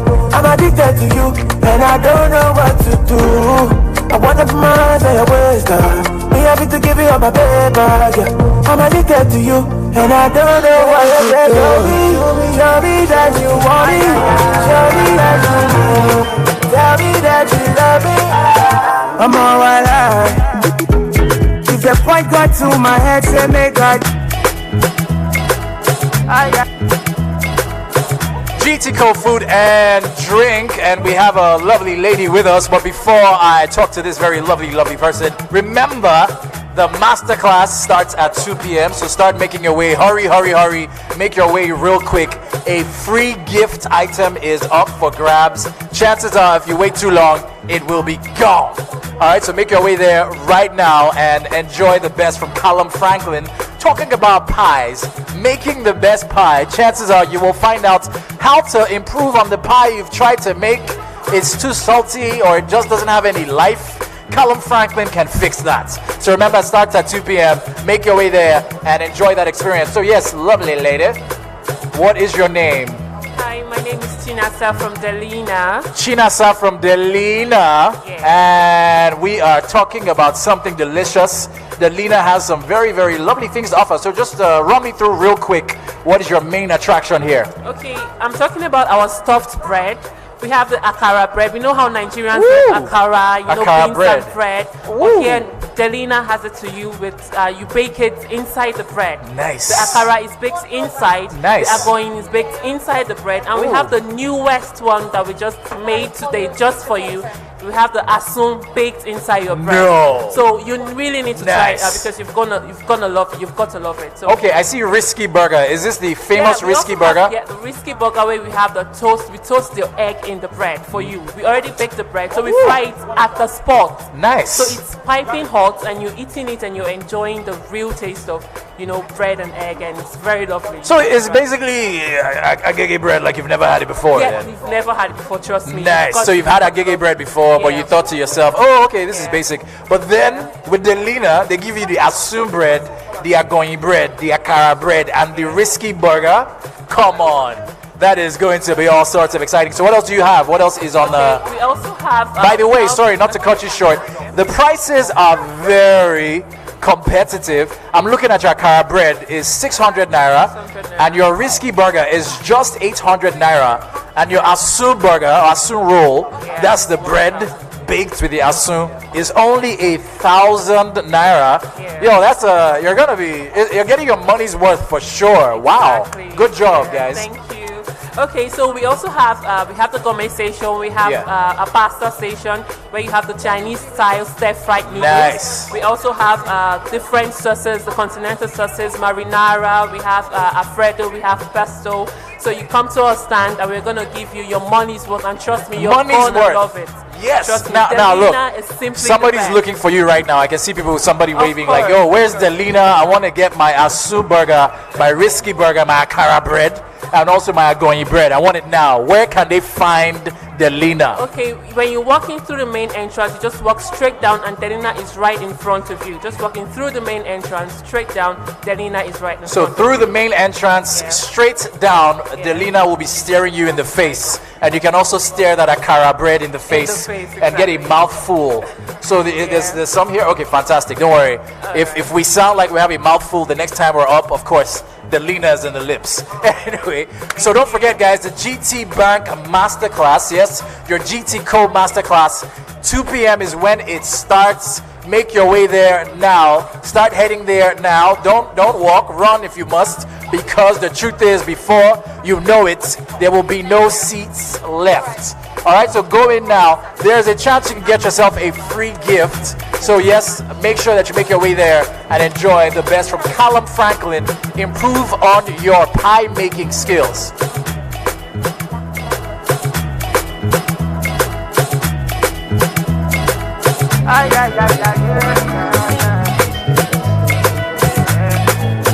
I'm all alive. If the point got to my head, say make I deny you, I go tell them say lie. Don't be like that. I fit spend all of my money on you, spend a couple million on you. Give you love until you say don't do. Special type of feeling that I feel when I'm with you. Oh, mommy, anytime where I deal with you. I want your heart and soul and your own body too. I can't let you go. I'm beginning to fall in love. Go, go, down. Hey, go, go, down. Go, go, down. Hey, go, go, down. Begin to fall in love.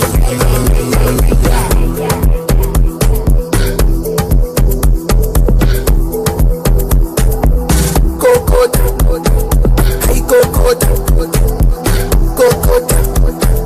Hey, go, go, down. Hey, go, go, down. Piano. Yes, I live piano. I dance any piano. Go put the piano. Hello, hello, hello, hello, hello, sun boy nan. Hello, hello, hello, hello, hello, sun boy nan. I go put the piano. Yes, I live piano. I dance any piano. Go put the piano. Hello, hello, hello, hello, hello, sun boy nan. Check. Okay. All right, guys, you're gonna keep hearing our voice, and just to let you know, we're now on the 5-minute countdown to the Masterclass with Callum Franklin. Lights. Okay, no, we don't. And history of pie making. So if I were you, as a Nigerian that loves all things pies, be it meat pie, chicken pie, fish pie, I would start making my way into the venue for the masterclass. Remember, we do have free gifts and you get to learn all about the art of pie making. Not everyday basic pies, sometimes sexy pies. Don't you agree, Shola? Oh yeah, absolutely. It's very delicious looking, and at the same time also I'm talking about the fact that you can get to infuse the super Nigerian flavor that makes everything taste so exciting, and I'm looking forward to how this plays out. And also looking rice pie, suya pies. I heard that. There is nothing like gari pie. Go away. You are such a bushman. Sir. No, I can't say anything about you. No. Oh. Ma. Amala pie. Amala pie. Ma, this is International GTCO Food and Drink Festival. Amala pie? How? How, man? Come on. Please. You can pie what? I know, you are the one that wanted to do gari pie before. So anything pieable, you will pie. So what does it mean to pie anything? Well, I don't want to say, please. Okay, you're welcome, ladies and gentlemen. I see daddies, I see mommies, I see young folks. So if you're a chef and you're here, can I see your hand? A chef. 1, 2, 3, 4, 5. Daddy, you're a chef. Grandpa, you're a chef. I'm coming to meet you. Grandpa, what do you chef? So disgusting, Grandpa. If you heard what he said, I can't even put the mic in his mouth. But seriously, does he cook? Your children are saying you're lying. You see them, they are saying, you gave me eye, you gave me eye. Yes, you do like this, you do like this. You do like this. Okay, Daddy, you boil water. I sabi cook. Water. Hot water. I knew we're in the same club and the same WhatsApp group. Okay, there was a chef around here, apart from Daddy. Yes. Okay. So, what are you looking to learn from Chef Franklin? So many things. Like, I've been his fan for a long time on IG. I follow his pages. You've been his fan for a long time. Aren't you glad that GTCO brought him to Nigeria so that you can meet him? Yeah, I am. Everybody come on, a round of applause for GTCO. So shortly we'll be having Chef Franklin dish out all the amazing menus in pies, the arts and the science to ensure that after now, everybody is a pie master. Thank you.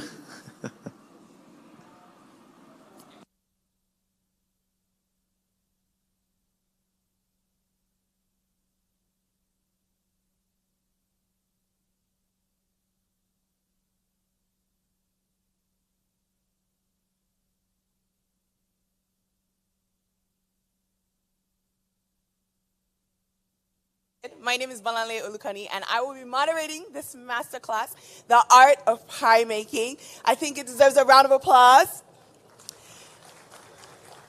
I trust everybody here is a certified foodie, Abby. Standard, with a chop, with a eat. Raise your hand if you are ready to learn how to eat pie. That's what I thought. It's so good to be back in person at the GT Bank Food and Drink Festival. We are so excited. Let's give GTCO a round of applause. You know, you guys know that they've changed their name, right? It's no longer GT Bank, so don't let them hear you calling it GT Bank. We're here at the GTCO Food and Drink.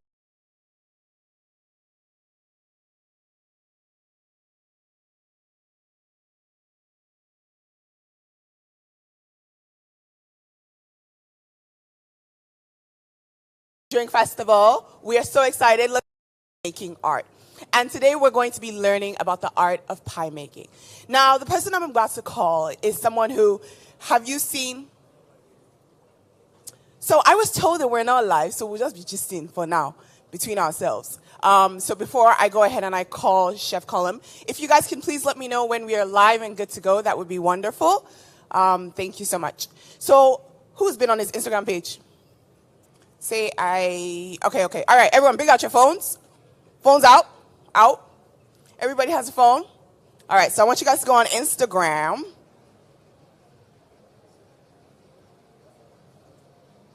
Okay, so go on your Instagram. The network might be a bit wonky, but go on Instagram. And you are going to search for his Instagram page. Who's found it? Has anyone found it yet? Instagram, all right, okay. All right, so you're going to give us the Instagram handle for everyone so they can hear it, yeah? My internet is pretty bad as well. Chef Cullum. Okay, so did you guys hear that? Chef Cullum. Okay, so his Instagram page is Chef... Okay. His Instagram page is Chef Callum. That's spelled ChefCallum, okay? So I want everyone to go ahead, go on the Instagram page if you haven't, which I trust most of you already have. And, you know, begin scrolling through the page because we're going to have time for question and answer as well, which is going to be great. You get to ask him any questions. I'm really curious. Who's a chef here? You're a chef? You make food? Put your hand high. You don't know if he's hiring. Who is a chef? You're a chef? Who owns a restaurant? Who is into baking for a hobby? Okay, all right. So go ahead, scroll through his page, check it out, and once he's here, we get the opportunity to ask him as many questions as we want.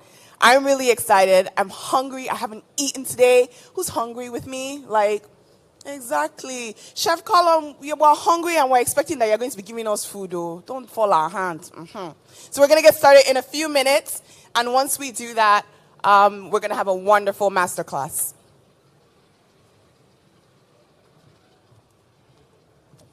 Fire, taking fire, extinguish me, yes, taking fire, extinguish me, yes, taking fire, extinguish me, yes, there's no fire, real fire, taking fire, extinguish me, yes, taking fire, extinguish me, yes, taking fire, extinguish me. One light to light, give me lighter. Chevy, we on fire. Kenny big deal, Kenny big deal, Kenny big deal, Kenny big deal, Kenny white light to light, give me lighter. Chevy, we on fire. Kenny big deal, Kenny big deal, Kenny big deal, Kenny big deal, Kenny big deal, Kenny big deal. I'm a bit chill, you know, lip seal, cause of how things feel. They can't hold me, they can't fold me, they don't know me, not even an OZ.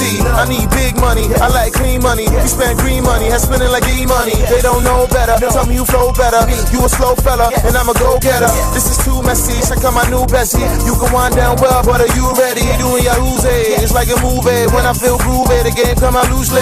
You might lose me, when I cruise, babe. After I maneuver, tell me what do you say? Looking pretty in my brand new fitty. One more thing, this is last kitty. Light to light, give me lights out. Chevy, we on fire. Kenny big deal, Kenny big deal, Kenny big deal, Kenny big deal, Kenny white light to light, give me lights out. Chevy, we on fire. Kenny big deal, Kenny big deal, Kenny big deal, Kenny big deal, Kenny big deal, Kenny big deal, Kenny big deal, Chevy, we on fire.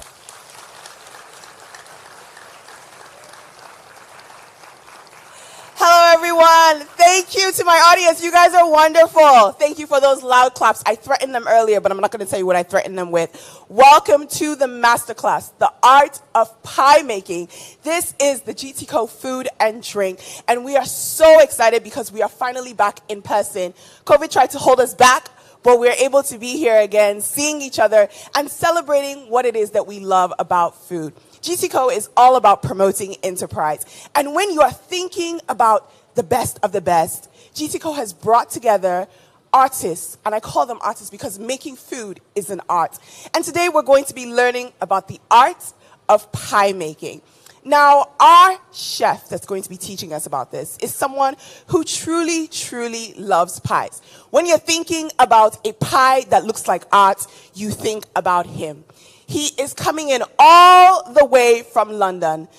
And I expect my audience to show him love the same way we showed love. Ladies and gentlemen, please welcome our chef and our teacher for the masterclass, The Art of Pie Making, Chef Cullum Franklin, all the way from the Holborn Room in London. Chef, I threatened them that they must clap for you properly. Do you understand? How does it feel to be here in Lagos, Nigeria? I'm just amazing. It's my first ever day in Nigeria. I've been welcomed so beautifully by everyone. The hospitality's already incredible. It's actually hot. I've come from like horrible weather in London. Let's move a little bit to the center. But listen, I have a big team of chefs in London. I have 30 chefs, and quite a lot of those are from Nigeria. And they were so excited that I'm coming here to do some food in their home country. So it may, if I shout loud enough, they'll hear me back in London. But yeah, it's honestly a pleasure to be here and to sort of do a demo for all of you. Well, we are so excited to be here. Everyone here is hungry. They're hoping they're going to have a little bit of a taste and samples. I asked earlier who's a chef, and I know they're going to raise their hands higher now that you're on stage. So who is here and is a chef? Raise your hand high. Let's see. Oh, we got some chefs here We got some chefs. Who loves to bake as a hobby? Wonderful. Now, everyone already has been on your social media, and we've kind of been stalking you. But, Chef, I have one question before we get started. What does it mean to make pie art? Okay. Well, I mean, when you really do proper pie making like we do, traditional pie making, you're looking at something that's not just, you know, food on a plate. It's part of food history in our country. It's 600 years of food history has taken it to the point where we are. So for me, you know, we take that, and then you have incredible filling, and then you have basically an empty canvas to do whatever design you want on the outside and to do something really beautiful. And today, hopefully, we're going to show you some tips and tricks that are going to let you do that with your pastry. And you can apply this not just to savory pastry, but to sweet pastry as well. So keep your eyes peeled today. All right, Chef, I'm going to give it over to you. I'm excited. We're hungry. Over to you. Okay, thank you. So, yeah, firstly, I'm going to tell you a little bit about what I do and where I work. So I have a place in London called Holborn Dining Room. It's a big British brasserie that, you know, we opened it 9 years ago.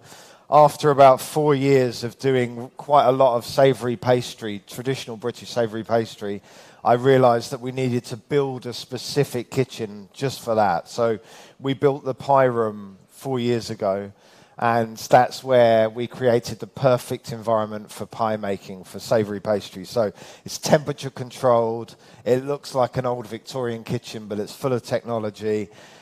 We've got some incredibly talented chefs in there, making hundreds and hundreds of pies every day for the restaurant. Off the back of that, we did the Pie Room Cookbook, which took all the knowledge and skills that we learn in the pie room and it made it applicable for home. So when you're baking at home, we've given you all the secrets. So that's in the book. And yeah, and then we're here today. So today, with this wonderful team that I have here, who've been incredible. Can I get a little round of applause for them? They've been amazing already today. We're going to do one pie, okay? We might have some pie for you to taste at the end of it. So we're going to do a very traditional British pie, which is a cheese, potato, and onion. And it sounds incredibly simple, but we've made it a little bit more elegant. So we're going to do dauphinoise potatoes, so potato gratin with caramelized onion and with a wonderful Winterdale cheddar from Somerset. And that's wrapped in a short crust pastry, but it's not just a short crust pastry, it's a gluten-free short crust pastry that we've worked very hard on. We're going to show you how to do that today. I don't know if there's a huge difference between that and a short crust. It's difficult to tell, but you can taste it later and tell me. So we're going to make that today, right? So first things first, do you want to grab out the ingredients for the short crust? And we're going to talk about that a little bit. So we've got cold ingredients here, right? It's very important when you make pastry dough, especially in, you know, warm environment like this. All of our ingredients are cold. Now, the reason for that, if you get, can you get a shot? There we go. Right, so what we've got here, we've got a gluten-free flour, plain flour. We've got some whole eggs. We've got some table salt, some whole butter, water that's very cold, and then our secret ingredient for gluten-free pastry dough is this. It's called xanthan gum, okay? Now, in a normal pastry dough, what binds it is the gluten, right? And the gluten is, if we remove that, it's very difficult to get any texture that's flaky. Instead, it would be very cakey. It would sort of crumble, right? And that's because gluten, when you work it, like in a pasta, it forms strands which create elasticity. Now, the xanthan gum is going to replace that in the dough because we've removed it because it's gluten-free. So the first thing I'm going to ask Chef Cupid to do is to put the gluten-free flour into the mixer and the butter, right? And we've just got a mixer on a paddle attachment. Now, you can do this without a mixer at home, right? If you're doing a slightly smaller amount, you can do this in a mixing bowl. And one tip that I would give you for doing that, because we don't want the butter to melt, right, is everybody has quite hot hands naturally, right? A lot of temperature comes off your hands. So when you're mixing the dough with your hands, what will happen is the temperature of your hands will melt the butter. So to prevent that, if you're doing this in a bowl, you can wear some plastic gloves, okay? Plastic gloves will stop that temperature transfer, and it will help the butter stay whole when you mix it. Okay, so are we in? Right, so we're just going to pop that flour in there. Yeah, and the butter. Okay, now what's important here as well, if you're using a mixer, is when the butter goes in, we want to move it around a little bit in that flour before we start mixing it, okay? So we coat the butter all over before the mixer starts. Otherwise, it will smear the butter on the outside of the bowl, and it will not allow us to mix it evenly when we do it. So just gently toss that through there. There we go. So we just coat the butter like that, just lightly, and then we can get that on to mix, okay? So if you put that on a medium speed, we're going to start mixing that. Okay, so all you need to know when you're making dough is temperature control. It's the most important thing. So if we're talking about flakes in a pastry, which is the magic, that's what we all want, that's created via lamination. Okay, so lamination is, best way to describe it, is like a puff pastry. Has everyone had puff pastry? Have you tried a puff pastry? Okay, so puff pastry is that pastry that rises in the oven, okay, and has lots of layers. Now, the reason why puff pastry does that is because it's lots of layers of dough and butter layered on top of each other. Now, when a puff pastry is cooking in the oven, that layer of butter will melt, and it will create a pocket between the layers of dough, and then the moisture in the butter and in the dough will create steam, and it will puff up that pocket, right?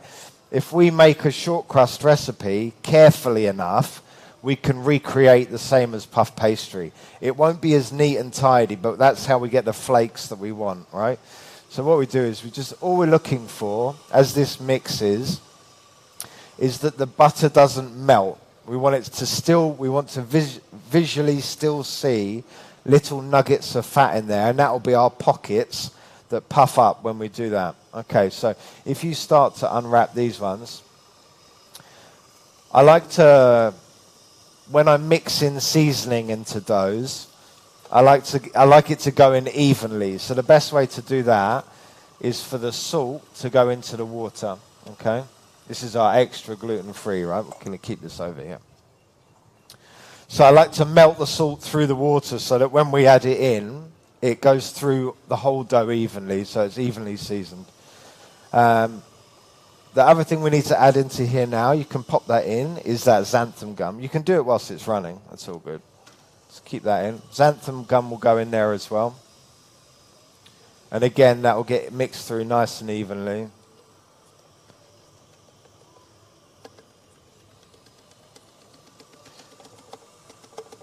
So I like to season doughs quite heavily. All of the recipes for these, this one especially is a very recent recipe I put up on Instagram because we did it on television recently and everyone was asking for the gluten-free dough recipe. So I put it on my Instagram if you want to see it on there. But yeah, if we turn this up a little bit now, all we want to see is tiny little nuggets of fat in there. Now, if you were making something like a crumble, you would want that pretty evenly mixed through. But we're getting to a point now where we can stop that, open it up. Is it that one? Yeah. And we can just go in there and have a look at the texture. This is what's really important. So I've still got quite big pieces, starting to get there. We want this dough to be kind of ragged, right? I mean, the end result will be very sort of, it will look very fine and beautiful, but at this stage, the dough needs to be rough, okay? The pretty part will come later. Okay, and now you can add the egg to the salt and the water. And again, remember, we want these cold, so when they go in, they shock the butter. Put that cold temperature back in. Yeah, we're almost ready. Okay, so we're going to turn this down a little bit. Actually, I'm going to stop it just to show again that texture. I'm not going to take it any further than it is now. Okay, so can you get a shot of that? Here, let me get that up close. So you can see there's still nuggets of butter in there. Okay, it's not smooth at all, which is what we want. So we'll put that down, and we're going to put that fat in. I'll pour it in from this side. So we've got in here a whole egg, cold water, and salt, right? That will go straight in. Now what's very important here is we don't overwork the dough.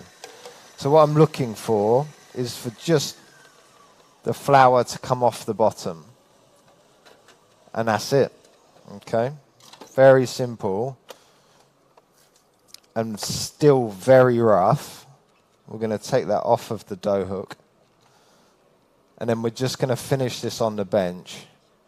And this is going to give us a wonderfully flaky pastry, which normally is sort of almost impossible with a gluten-free dough.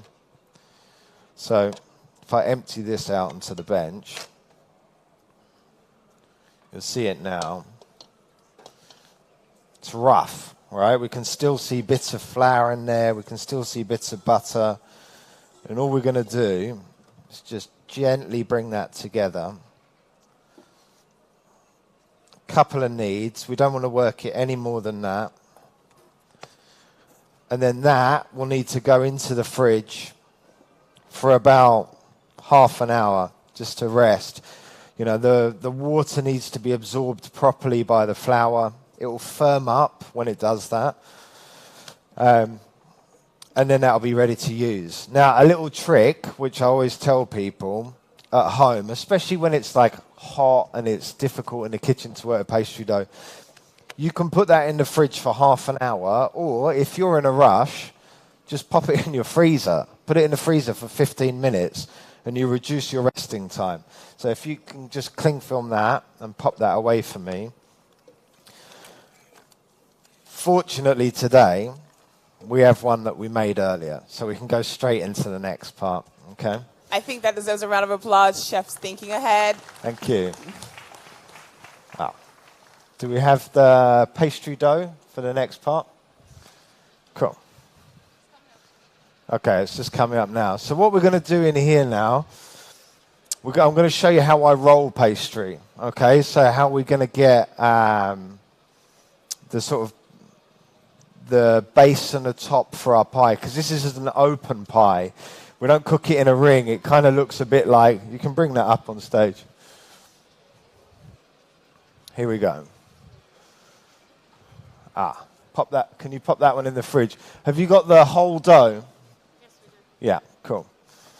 All right, so the first thing we're going to do, we're going to flour the bench, okay? Now, in my kitchen at work, we have a big bench, so we can do this quite liberally, but when you're at home, you don't want to make a mess of everything. So I'm going to show you how to flour the branch without sort of putting too much flour down and it clumping. So the trick is when you flick flour across the bench to dust it, you keep your elbow tucked into your side and you don't move it, all right? The whole movement is in the wrist, and you sort of create a little cloud of flour. So you just go like that. Okay, and you flick the flour across the bench, and you get this nice even coating, like that. Okay, and that's going to be where we're going to roll off. Here we go. So here's some dough that's already rested. We're going to roll this out. So this has had a little bit of time in the fridge just to chill out. We're going to dust this. Just a little bit of flour, right? Because we don't want to add too much, because already the recipe is correct. If we add too much flour to it, then you're changing the physical recipe, all right? The other thing you can do, if it's very hot and you feel like you need to add more flour, you can always put it between baking paper instead, all right? And it's easier to roll out. So rolling, this is something I always try and teach, right? If you want to get something to roll out into a nice square, when you start rolling, you put your rolling pin before the end, okay? So I'm not going to start rolling from here and roll over the top. I always start just on the inside, okay? So you start off, you want to do equal pressure with your left and right hand. If you have a heavy rolling pin, it actually makes this job a lot easier because you're applying less pressure. Okay, and you just do a 45-degree turn each time, all right? So we roll out, roll across, nice and even, like that. Turn around again, 45 degrees, same direction every time. And again, I'd start just from the inside of the dough, like that. And we'll just keep working it over. Dust off any excess flour. Keep going out. And if you feel it sticking to the bench, that's the only time you want to add a bit more flour, okay? So we can take a little bit more, put here. Because if the butter catches on the bench, it's going to roll out unevenly. So a little bit further. Here we go.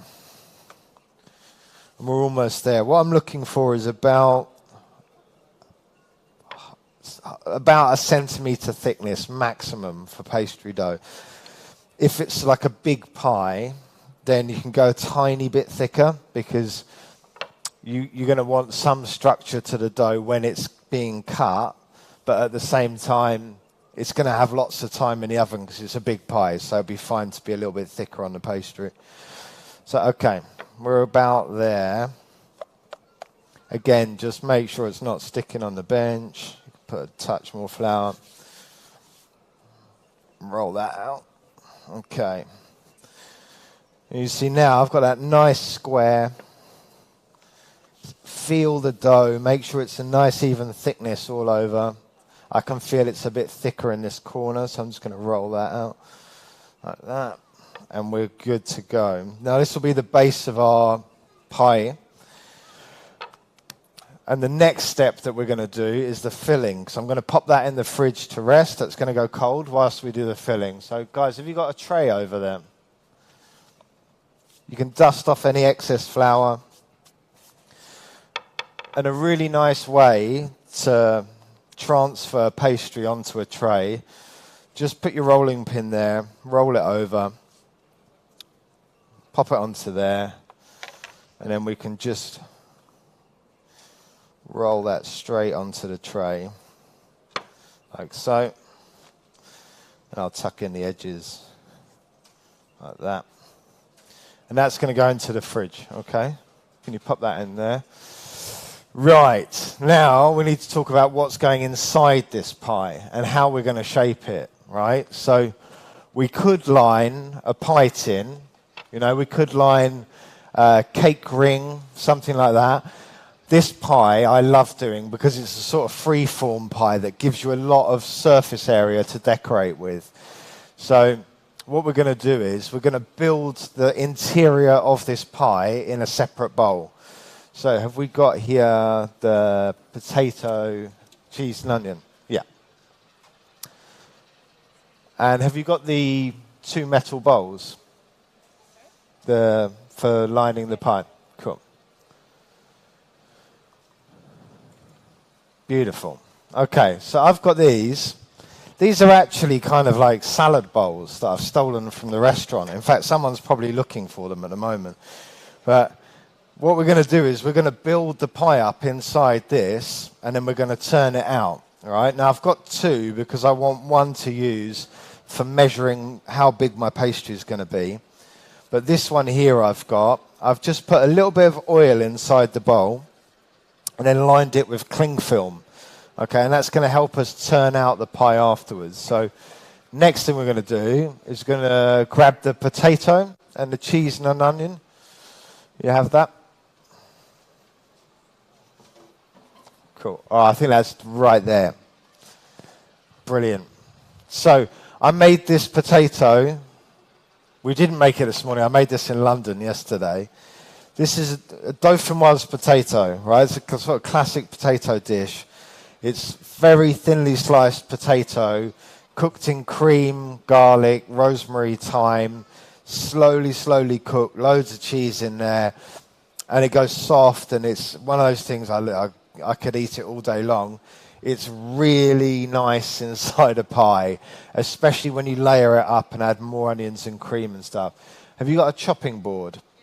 Cool. Also, we'll need the ring cutters for this part. And I'm going to need a small knife.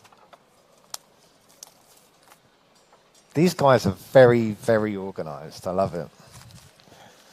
After today, you're all coming back to London with me, by the way. Right. I think they'll agree to that. Oh, did I say that out loud? I'm sorry. Yeah. Okay. Right. So what we need to do is we need to cut this dauphinoise to fit the bowl. Okay. Now, what I do is I have a couple of different cutters that are different sized. I've got a large one, a medium one, and a small one. And I'm going to cut some discs out of this, and I'm going to layer it up. Now, I also need my onion and my grated cheese, and we're going to layer this up together. So this one will be obviously sort of at the bottom layer, so we'll cut the big one out first. You just go straight through this, like so.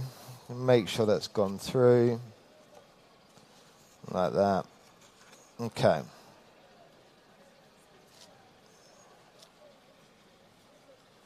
And we can take that out and pop that onto the bench here and just push out this nice creamy dauphinoise potato. And we have some grated Winterdale cheese here. It's this lovely sort of strong cheddar from Somerset. And I've got some onions that, just normal onions, Spanish onions. We cook these out for about 2 hours. So they're nice and caramelized and sweet, okay? Now I'm going to cut out the next disc, so a different size. It's going to help us get that nice even layering. Pop that one onto there. And then we're going to go with this one now, smaller one, which will be our first one that we layer in. So all I'm going to do is now cut these horizontally a little bit. So I'll do a cut there, and a cut there, and a cut there. And the same with this one. Actually, I need a bigger knife for this part. Sorry. Thank you. That's great. So I'm going to cut about the same thickness, just cut straight through. That's it, nice sharp knife like that. And then the bigger one, I'm going to cut this horizontally. I'm not going to turn it because it's going to be a difficult one to cut. So be very careful with your hand when you do something like this. Just slice straight through it like that. There we go. I'm going to open that one up. And I'm going to get one more cut probably out of that. There we go. Like so. Now, can you take that one away? Can you take that one away for me? Thank you very much.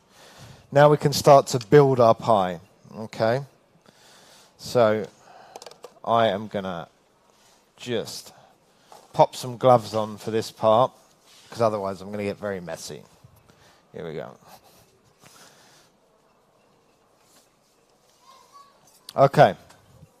So we're going to use this small disc in the bottom, but that will actually end up being our top. And then we're going to put a little bit of cheddar, and then we're going to slowly start building in layers. So what I want to look for, the top disc, is going to be the one that had the most colour on, because that will give us a nice shiny surface. So that's going to go into the bottom. And then we're going to start building up around that. You can push it in a little bit. It's fine. It's going to help us get that nice shape to it. And a perfect dome. Okay. So I have my very first layer there. Next, I'm going to put a little bit of this cheese in. And then we're going to go with our first medium-sized layer. So again, we're just spreading it out a little bit, pushing it into the sides. And then at this point, we can do a little bit of caramelized onion. I don't want to put too much caramelized onion in each layer, because when you push it down, it's going to just squeeze it out to the side. So we want little amounts often when we do this, okay? So it's flavor is all the way through the pie. And we just keep building this up. I'm going to just squeeze that out a little bit. That's it. And then we're going to go a bit more cheese in this one. There we go. And keep layering it. Okay. We'll do one more layer of this, and then we're moving on to the big ones. And you want to make sure it goes right out to the sides, and it's nice and even. Okay, so now caramelized onion. Remember, little and often. And we'll get that beautiful sort of detail on the pie when you cut it in half. You get all these different coloured layers. Lots of flavour all the way through the pie rather than in just a single bite. And now we can start to layer in our bigger layers. And we're probably going to get, I reckon, we might get all of these in. And it might be a perfect sized pie. So, lots of cheddar. If you put in plenty of cheese and you cook this straight away, you know, when you carve it at the table, you're going to get that amazing moment where it's sort of gooey and melts everywhere. All the stringy cheese comes out, and all your family get very excited looking at the cheese come out. Okay, so last layer, caramelized onion. Spread that across, and then we're going to go final layer of potato on top. Oh, we'll put a bit more cheese, why not? And then final layer of potato, and really firmly now push that down. Okay, and it's going to give us this wonderful dome shape that will be a good base for us to design our pie with. Okay, so I would normally pop that in the fridge for about half an hour to make sure it starts to chill. But we're going to do this one straight away. I'm feeling confident that we can do it. Can you just pop that away for me? Thank you. Chef, I have a question for you. How many people can that pie feed? How many people? Yeah. If it's me, probably me. But if it's for your family, this could easily feed sort of 6 to 8 people, easily. You know, you think about it, you're going to see by the end of it, the size of it, it's going to be a nice big pie. Or you can do little individual ones, which actually, I think we should cook some little individual ones now, right? So do you want to grab those single ones out of the oven, out of the fridge? Are they in already? Okay, so we've put some little individual ones into the oven already, which are for you guys to taste at the end. So you can do that. You can do sort of elegant small ones, or, you know, a much bigger one, which you can carve at the table. Now, this, we're just going to pop there. Can you bring out the rolled pastry for me, please? And I'm going to need one tray with the baking sheet on as well. Cool. You got it. Brilliant. And that other one there. Okay, so this is our pastry that we've rolled. I have another sheet as well for the base. So essentially, this style of wrapping a pie is a little bit like doing ravioli pasta, right? So you basically have a small disc and a big disc, right? Small disc is going to be the base, and the big disc is going to be what we lay over the top to join up. Have you got the other sheet of pastry? There was 2, right? Yeah. Well, there's one here, I think. Yeah. Cool. So here's the other one. So, can you pass me the parchment? I'm going to show how to cut a nice disc for this. So, I'm going to show you the way chefs do fancy circles of pastry, right? So I'm going to make a nice little base for this pie to sit on. So this is called I'll never forget, it was one of the first kitchens I worked in that was a Michelin star kitchen, and I was young, I was 18, and I didn't know a lot about the world of Michelin star kitchens. I didn't know half of the French terms that people used to shout at you. And one day, a guy kept shouting at me, "Can you hurry up and put a cartouche on top of that pot?" And I had no idea what he was talking about. A cartouche is basically a round disc of paper that you put on top of something to keep a nice even heat when it's cooking. It's also very good for putting underneath the pie. So the way to make it is to cut a square and then fold over into a triangle, right? So we do that first. And then we just run that nice and tight on the edge. And then you fold into that corner there, all right? And then basically you just keep folding back. So you fold back that way, join it there, and then you fold back that way and join it there. It's a bit like a concertina, and then you fold back that way and join it there. Okay, until it's pretty tight. And then I know I want this to be a little bit wider than the bowl, so I'm going to cut it to about there. And then if you really fancy, you can do this on a sort of sharp angle. And then you get this nice edge to it that I like. We open that up. And we have this beautiful circle that'll be the base of our pie here. Chef, I'm just going to stand right here with you because I feel like, you know, if I'm the host, I should get expo. And, you're going to get the first taste of the pie as well, right? And if there's anything you need me to help you do, I'm more than happy to do so. So I'm going to wash my hands as well. Okay. So, I've got an empty version of this bowl, right? So we know that the base of the bowl needs to be at least as wide as that, okay? So what I'm going to do you have a small knife, please? Cool, thank you. Just very gently, without scratching this beautiful work surface, I'm going to run a knife around here. Okay. And that's going to be the base. You can keep that for decoration. Maybe just pop that on the back. When you have excess flour like that, can you just use it to make more rounds of pie? Yeah, absolutely. You can freeze it down, roll it back up, freeze it down. I like to use it for decoration, especially. But yeah, what this is called is virgin pastry. Okay. Right? Virgin pastry is pastry that's just been made and has been rolled out once.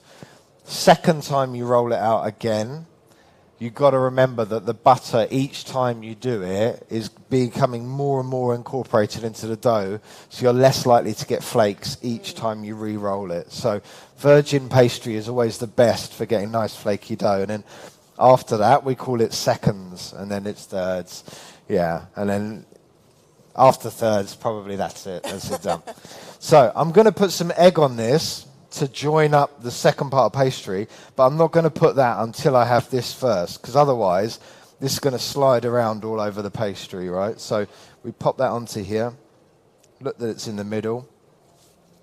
And just using that cling film, I'm just going to pull this pie out, and it should pop out. There we go.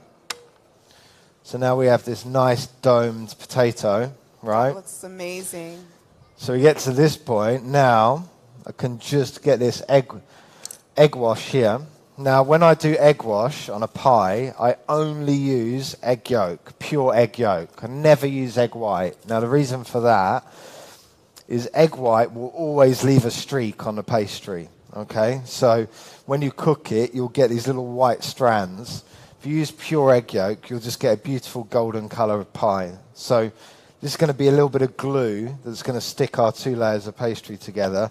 So don't use a lot. Just put enough on the brush that I can go around once. And the texture you're looking for in terms of how sticky it is like tacky. You know when your finger just sticks like that, a little bit sort of sticky. If it's too wet, it's not going to stick together. Okay, so we go around there. Right, now we're going to put the top on the pie. So at this point, I'm going to pop it onto a tray because the bigger it gets, the harder it's going to be to maneuver. So we go onto here. What's the largest size pie you've ever made? I do a lot of wedding pies. So instead of having wedding cakes, people ask me to make wedding pies. Wow. And each filling is different. Okay. So that can be, you know, all in. That could probably be sort of 30, 40 kilos of pie. But yeah, I mean, we've done some pretty unusual pies. We've done pies that have clocks inside them, edible clocks that change the time as you slice the clock. We've done mechanical pies. We do a lot of commission stuff that involves a lot of sort of unusual thinking where you have to try and work out new ways to do things. Right, so for the top, obviously I need this pastry to be a bit bigger because it's got to go around and then give me some size here. So I'm probably going to go a good sort of distance around this. At least 3 inches extra around. A chef always has a steady hand. He just drew a perfect circle. That's almost a perfect circle, almost. Right, so I'm going to go straight on over the top of this. So just pop that down. Now the trick here is I don't want any creases at all. If I get a crease in the pastry, it's going to be twice the thickness and that won't cook as nicely, right? So all you do to get no creases is exactly the same as Italian pasta making. You sort of stretch it out a little bit and then just gently work it in. Turn it around. Bring that dough in. So I'm not closing it off just yet. I'm just working this around, making sure there's no creases.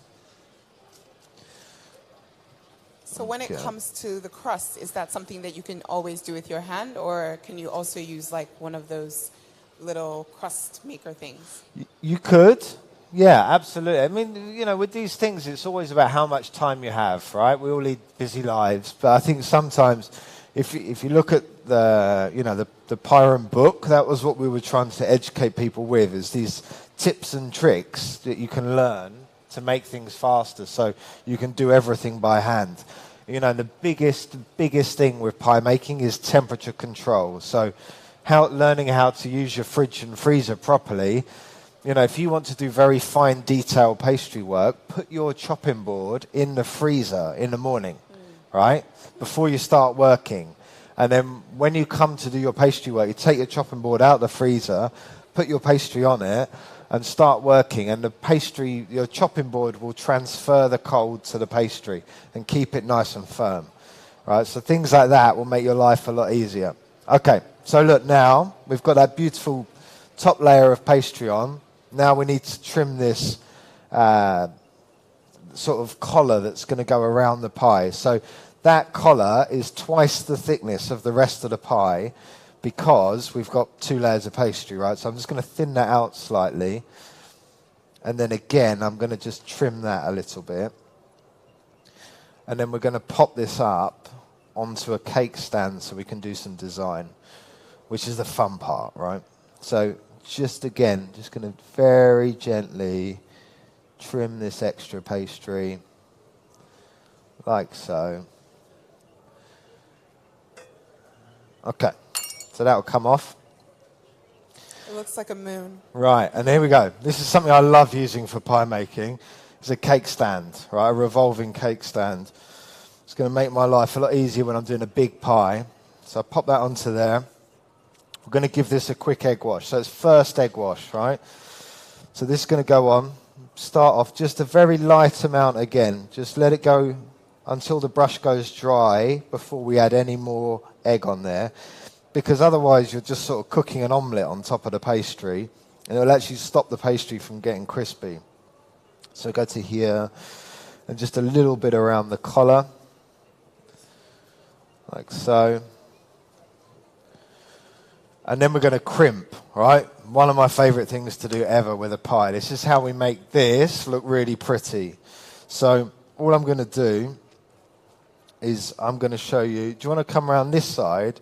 You might be able to get a nice shot of this so everyone can see. Okay, I'm going to do a very sort of it's my favorite style of crimping.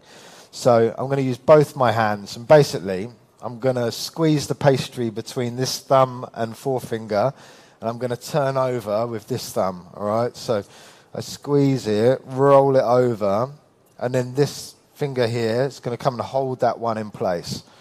And then I'm just going to keep doing that. I'm going to roll around it. And you call it crimping? Crimping, yeah. This is how you close off a pie. So, crimping is, what you see around the neck of a pie or around the top of a pie. And with gluten-free pastry, it's about just controlling the temperature so it doesn't become brittle. And we're going to get this really nice design that goes around it. And if I just do it on an angle each time, it will kind of look like a wave going around the pie. Is that excess pastry in the fridge still? Because we're going to do a nice little design now on top. When you're curating your designs, what's most of the inspiration? Is it just like trial and error? So in terms of design in the pie room, actually what I try and base what we do on is the architecture of London. So, you hear chefs talking a lot on television about, growing up in the countryside. And, look, you always hear French chefs on TV say, when I was a baby, I used to pull a turnip from the ground and I enjoyed the taste of the turnip because you can taste the real flavor of the earth. Sounds like an age-old fight between Britain and France. Yeah, right. Well, I grew up in central London, so we didn't have that, right? We didn't have farms. And I was like, when I was sort of getting really into cooking, I thought a lot about how do I connect with what I grew up with and the area that I know and that I love, where my heart is sort of anchored is the city. So I thought, well, what about if I connect my food to the actual architecture that's around me? Because that makes more sense. So we do a lot of that. We as a team, when we can, we look at architecture in London. We've based pies that we do on, the British Museum, lots of geometry that you see around. But it can be something as simple as, you see a beautiful antique handle on a door in a famous place in London. And that will be what the inspiration is for a design on something. So it centers what we do. It gives a sort of link to it. If that doesn't sound too pretentious, but yeah. Sounds beautiful. Thank you. Okay, so now we've got around. So we've got our crimping done. So that'll look beautiful when it's finished cooking. Okay. Now, the next thing we're going to do is just put a final design on this.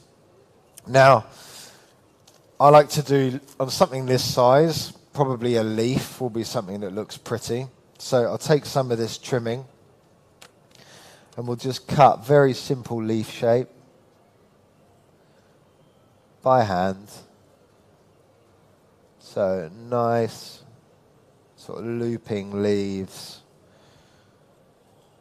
Like so. I reckon 5 of these will go around that nicely. Now you do not want any design that goes on top of here to be too thick, because when it cooks it's going to puff right out. So that one's quite nice and thin. I'm going to put that straight on there, and that goes on dry. All right, no egg onto this one, because this is the same principle as using super glue. Right? If you super glue 2 surfaces and try to stick them together, they'll never stick because you've got 2 wet surfaces. So You have to have one dry surface and one with the super glue on, and it's the same with the egg wash, right? This one, probably too thick, so I'm just going to thin that out with my hand. And again, just lay that straight on there. It will stick really well. Okay, and the same with this one. Just evenly put apart. Doesn't need to look perfect because we want this to look organic in terms of the leaves, right? It looks more natural and more tasty when they actually don't look manufactured. And then one more on here, like so. And then the final thing I'm going to do is we're going to egg wash this. So these leaves will get a nice egg wash. That will help it stick down. Make sure the egg goes down the side of whatever you've stuck onto there. That will seal it so it doesn't come off or it doesn't peel off when it's cooking. And this will need, if I want to put the sort of veins of the leaf onto there, then I would put this into the fridge for maybe another 20 minutes to get it. But just so that you can see, what I would do here is just run my knife down the length of it. And then Are there any other options besides egg if maybe someone's vegan or something like that? Absolutely. So you can use soya cream. So we do a vegan beetroot Wellington at the restaurant, and we finish that with a soya cream, which it will not give you as beautiful a finish as this with a whole egg, but it still gives you a nice finish. So yeah, just to put these sort of final touches in, we're just going to make this look like a leaf. So when you scratch the surface of a pie which has been egg washed, you expose the raw pastry underneath. So you will give, when it bakes, 2 different colours, right? And that's how you get that sort of wonderful design. So go around there. That looks exactly like a leaf. It's so gorgeous. And then final one. Oh, I've got one more. So quickly do those leaves there. And then one here. And then the other thing you have to remember is this is a big dome. So when that's cooking, there's going to be tension on the surface. So to stop it from cracking, we're going to relieve the tension by just making a little hole in the top. And then I'm just going to draw a line, like almost just scratching the surface of the pie from there to there, from there to there. And this will just allow the pie to breathe, the pastry to breathe when it's cooking, and it will stop any sort of random cracks appearing. Okay, and that's it. So I'll do a little egg there to finish. That I would bake that in the oven, probably on 180 degrees centigrade for about 40 minutes to get hot in the middle, and then you'll have a really beautiful pie. Okay, we're going to start question and answer because we have 10 more minutes. And while that's baking, I know we want to ask Chef Cullum some questions. So I am going to ask that if you have a question, please go ahead and raise your hand. All right, so what we're going to do is we have one question over there. Hand, hi, there we go. We have someone over here. And then we have someone in the back. So let's start with the gentleman, please. I want to believe that this section has taken more than 30 minutes. If you have about 50 people to feed on this, how do you do that? If you have 15 minutes to make it. 50 people 50 that people. you are preparing this for. Okay, I would do, when you cook the potato, I would cook it in a big tray instead, right? Bigger trays.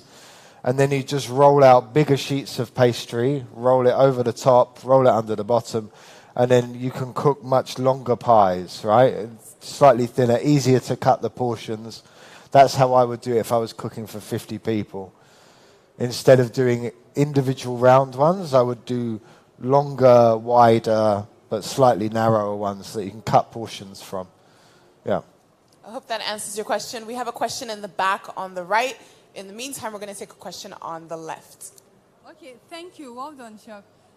The santan gum, I'm a cosmetologist, and we also use santan gum to thicken creams. Mm-hmm. So I want to ask if the santan gum is same as the one we use, or it's a different one. It's probably exactly the same one. So it's a powder form, xanthan gum, right? Yeah, and it's the same one. We use it sometimes I make a parsley sauce that sometimes we thicken slightly with xanthan gum as well. So it's probably the same one. Yeah. Thank you. Question on the right at the back. Yeah. Hello? I noticed that... Hello? Yes, we can hear you. Go ahead. He's listening. Where are you? Up there? Oh, sorry. Go. I noticed that the process of this one takes too long. So if you are doing it for like chicken pie, the other pie, is it the same process? Are you going to use this same process? No, I mean, if I was doing something like a chicken pie where it's soft, the filling, what I would do is I would probably line a pie tin or a cake tin with the pastry and put the soft filling in, because it's going to be very hard to shape something like that if a filling is soft already. The potato adds structure to it. And also, if you're doing something like a chicken pie, you could make the mix the day before, right? And then on the day you need to make it. You've got time to do the pastry. You can make beautiful design, or to save time as well, you could just put the filling inside a dish and you could put pastry on the top rather than do the whole base underneath. We have modern lives nowadays. I know people have very little time. So if we're not in lockdown, sometimes it's not enough time to make such an elaborate pie. All right, thank you. Question over here on the left. Okay, my question is... Hello? Hello. My question is, you see, we have little time to experience all this. After this place, can we continue online? Are you free to...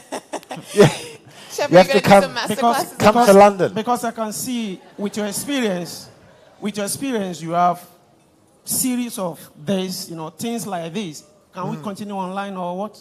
Yeah, to be honest with you can watch a lot of stuff on YouTube. I have some videos on YouTube of how to do this pie work. I need to get my publisher to produce the book in Nigeria so that you can see that. But I on my Instagram as well, there's some videos to show you how to do the detail and the design. But the best thing is you come to London and work with me, yeah? Okay, no problem. Come on the plane. I'll find my way down there. I'm leaving tomorrow morning, so you can come, yeah? You're going to open your suitcase and see him there once you get there. Any other questions? Okay, we have a question in the front, and we have a question. Okay, let's go over there. Okay. Hello? Hello. Yeah, when you were saying something about the onion cooked for 2 hours, how is that? Yeah, so that onion, when we cook that, we cook in a big pot. And that was probably about 60 onions sliced. If you're caramelizing maybe 4 onions, you could probably do it in 30 minutes. But you need to do it slowly, right? That's the trick to a caramelized onion, because if you put the heat too high when you do a caramelized onion, you're not caramelizing it, you're burning it. So the flavor is different. Caramelizing is reducing the water content and cooking the natural sugar that's in the onion. And it takes time. It takes about 30 minutes. And you get a very sweet, concentrated onion flavor. I think we have like 2 to 3 minutes. Am I right? 2 to 3 minutes. And I want to make sure that we get the chance to do some tasting. Of course. Amazing. Right, guys? You're going to do some tasting. Everyone's face is like, I would don't cut pull them our handle. Yeah. We're going to make sure we do that. But we do have a question over here in the middle as well. Okay. So I don't know if we can do both simultaneously, ask the questions and also do the tasting. Young gentleman in the front. Okay, my name is Francis. And I love your cooking, and actually I love designs. So when I had the acts of pie making, I was like, wow, this is designing pie into several dishes. So now my question is, I saw that you are actually cutting the pie accurately. Is there a technique behind or a theorem behind cutting your pie accurately? Sorry, say the last part again. Just say a little bit louder. You're cutting the circles of your pie, like the dough. You're cutting it accurately. Is there a technique or a theorem behind cutting it? To get the, I mean, I don't know if you saw the last time I cut the circle, but I held the paper it was on and I moved it and kept the knife in the same place. And for me, that's a really nice way to do a perfect circle. Rather than move your whole hand around, you hold the paper with the pastry and you turn that and you should get a nice circle. But after a while, it's just practice. So again, you're going to come work with me, yeah? Do you want to be a chef? Yeah. What's your name? Francis. Francis. Francis. All right. Yeah. If you give me that shirt, I like the shirt. You can, Francis, take it off. No, it's no, a very no, nice no, shirt. no, I'm joking. I'm joking. Don't worry, we'll get you one. Any other questions? All right, we have a question right over there. Guys, this is waiting for us on the right. I know we're all ready. Not everyone is going to be able to taste. I think what's fair is the people that ask questions should taste. That's what I think. Chef, what do you think? Controversial. I think it should be a fight. No, I'm joking. No. All right, go ahead. A question. Okay, we have a question right here in the front. Do you want to start cutting them now? I would like to find out now. from Chef Franklin, do you by chance incorporate food colors to your designs? Never. Food colors? Yeah. No, it's one thing I won't do. And I don't know, you can probably look on my Instagram and you can see sometimes when we do sausage making inside of pies or on the colors on the outside of pies that are bright and beautiful colors. I've been very firm with my kitchen since we started. We never use anything artificial.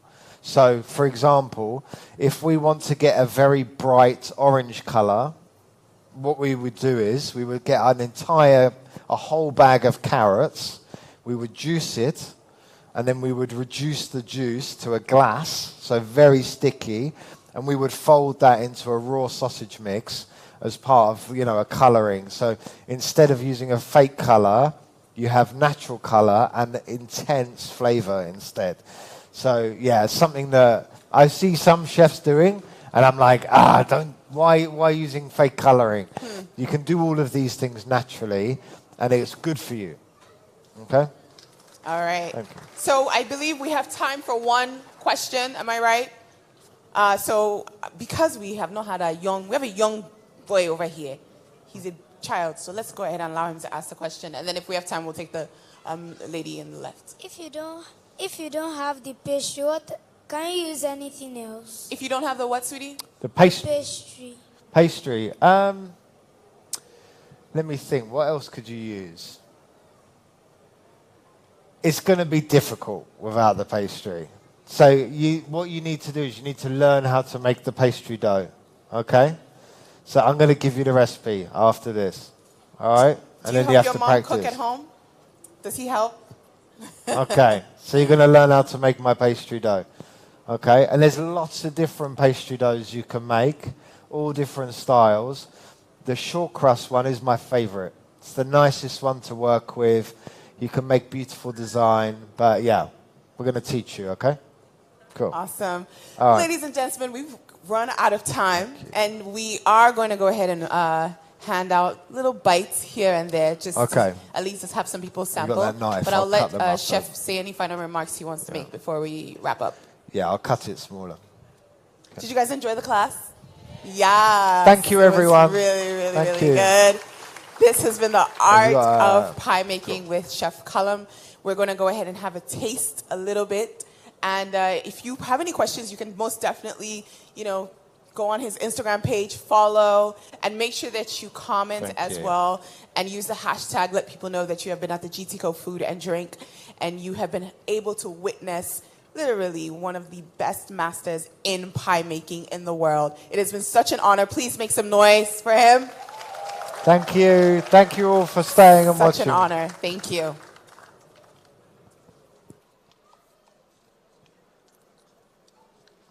Okay, so here we go. If we can get...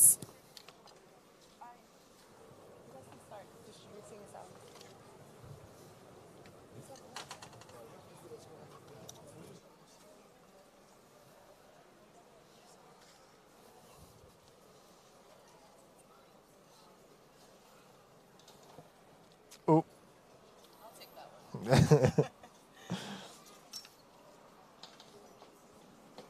Somebody. Huh? Somebody. Yeah. Somebody is wishing that this pie will go round now. Someone is praying. Let it reach me. Let it reach me. Let me. Wow, boy, I think that for all of you are part of the audience, please give yourself a wonderful round of applause for being so attentive. I mean, we had 7 questions or more for pie making. It means Nigeria is indeed a pie-eating country. Please, a wonderful round of applause for yourselves, ladies and gentlemen. You are not clapping because you want to eat pie. Okay, pie goes to those that clap louder. Smart people, they know that I was trying to pull their legs. Okay. Please, thank you. We'll be starting the next class at...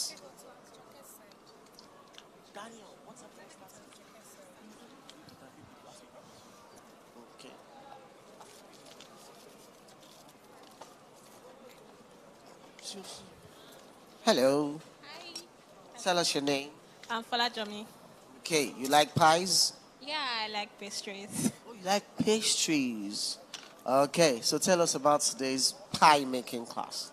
Well, it was an interesting one, and it's a different kind of pie compared to the kind of pie we eat in Nigeria. So it was enlightening to know that with that huge size of potato. So it was really nice looking at the artwork, incorporating art into food making. It was really nice. Would you try this at home? Well, the fact that I don't know the recipe of the potato, so probably not. But yeah, it's probably if I go somewhere to UK now, I can look forward to, okay, let me taste something like this because I saw them making it here. So I know what it is now. Thank you, and do have an amazing time. Don't forget to use the hashtag and posting about this festival, GTCO Food and Drink Festival.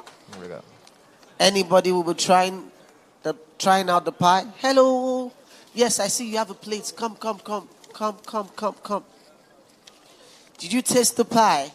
Yes. Do you like it? Yes. How yummy was it? Delicious. You want to get some more? You don't want more?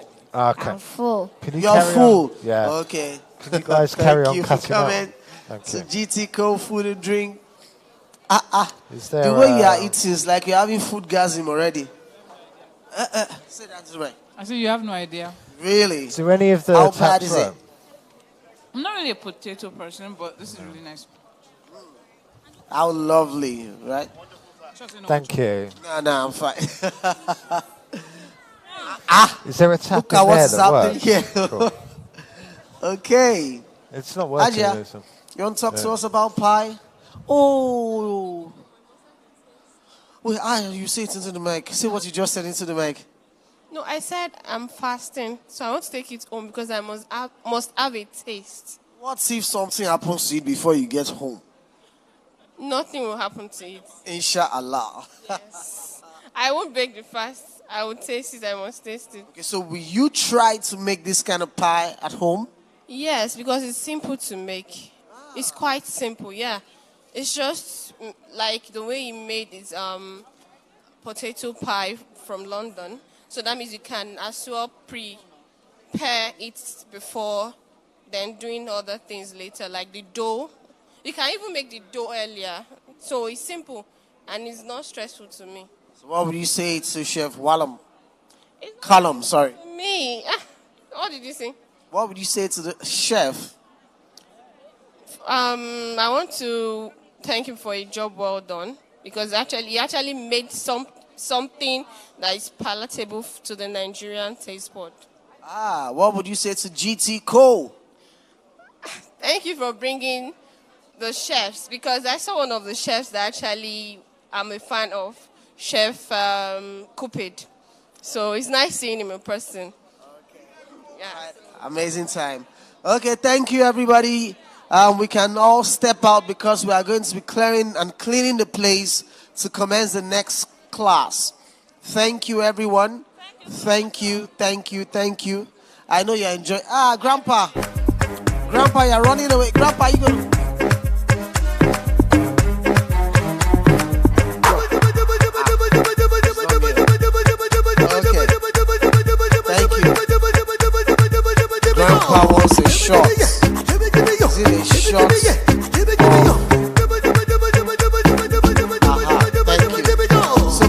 can we kindly move back? She get the money. If you get the money, oh, this is a young boy that wants to get the recipe. She get the money. She get the money. If you get the money, no they hide the money, make you spend the money, job. Bring the shop, there is a car. Thank you.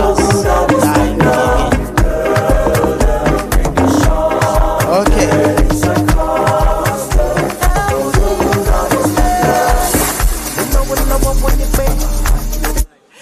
Chef, I just finished my little portion of the pie that I walked up on stage and I insisted that I got, and that pie was absolutely delicious. Thank you. There's a reason why they call you the master of pie making.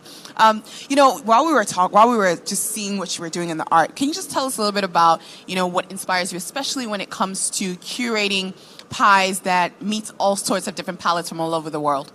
Okay, so the restaurant that we have, huge sort of variety of guests that come through the door. And actually, when I first started doing pies, I was quite selfish. I just did, 4 very traditional British meat pies. And then actually I thought, that's not representative of our guests' tastes necessarily, because we have so many different people. So we actually started to do different things. And my head pie maker back in London, she's South African. Right, she is. Yeah, so actually, she brings some different things to the table in terms of flavours as well. And that's something that we do. We encourage a bit of individuality in the pie room so people can express themselves and their own sort of artistic expressions as well. When we think of pies, a lot of times, my first thought is always sweet pies, but it seems as though you really like to spend time in the art of a savory pie. When it comes to making savory pies that possibly could be dessert-like, is that possible? Yeah, absolutely. Okay. I do, I will always put a fruit pie on our menu as a dessert when I feel like fruit is at the absolute peak of its season. So we'll do an apple pie when apples are like incredible in the year. It's one of the nice things about Britain is, you have these crazy different seasons, which produces different fruits and vegetables at different times of year. It's not just all year through. So we have things to look forward to at certain points of the year. But I'm not going to do it unless it's like peak, like the best rhubarb or the best apple, yeah. Is there anything that you would never put in a pie? Any ingredients? I don't know. I put quite a lot of things in pie. What's the strangest thing you put inside a pie? Let me think. Oh, okay. So one of the most famous things in Britain is a full English breakfast. Right. And actually, I have a recipe for a full English breakfast pie, but I think it's pretty good. With baked beans inside as well? No baked beans. No baked beans. But it's got all of the flavours, minus the baked beans, but all the flavours of a full English. And basically, the idea is that you build it and you put it in your fridge the night before you go out and party. And then when you're in the morning and you're feeling like, you have that full English pie and you feel better. I think we have a young gentleman that's actually waiting for you. Come. Yeah. Come say hi. Come up. Hello. Franklin, right? Franklin, all right. Do you have one more question for Chef before you leave? No. You just want to take a picture with him? Do you want to be a chef when you grow up? No. Do you help your mom in the kitchen? Yes. Good.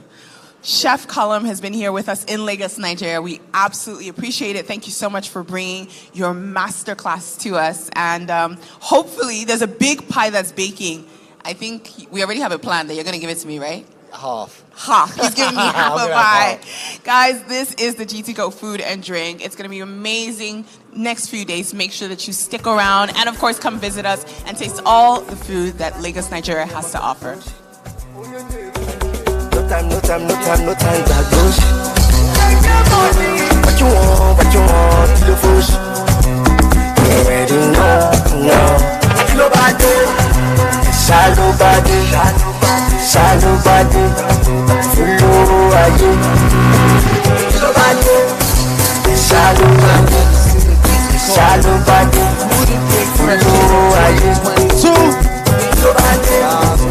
Shallow body.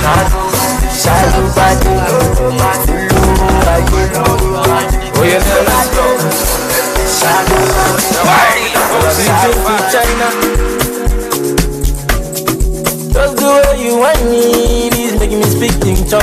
Oh yeah, I done the Maya. Maya for your love, girl, I can't get it now. I can't believe you take it. If you're taking, I'm gonna take you from your taker. Call me on a taker. See me later to collect the wallet. Girl, I was searching till I found you. And when I found you, I saw that I was search no more. I was searching till I found you, till I found you. And when I found you, I saw that I was search no more. Sala, sala, gentleman,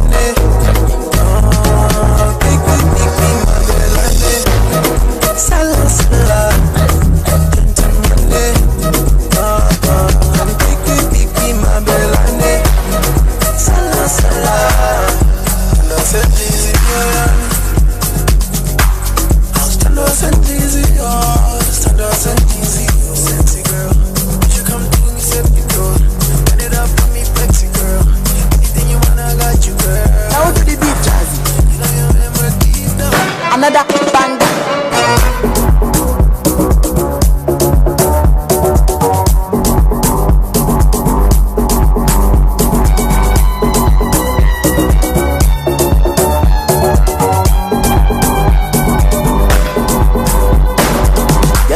With your booty bounce, girl, I'm in love with your booty bounce. In love with your booty bounce, girl, I'm in love with your booty bounce.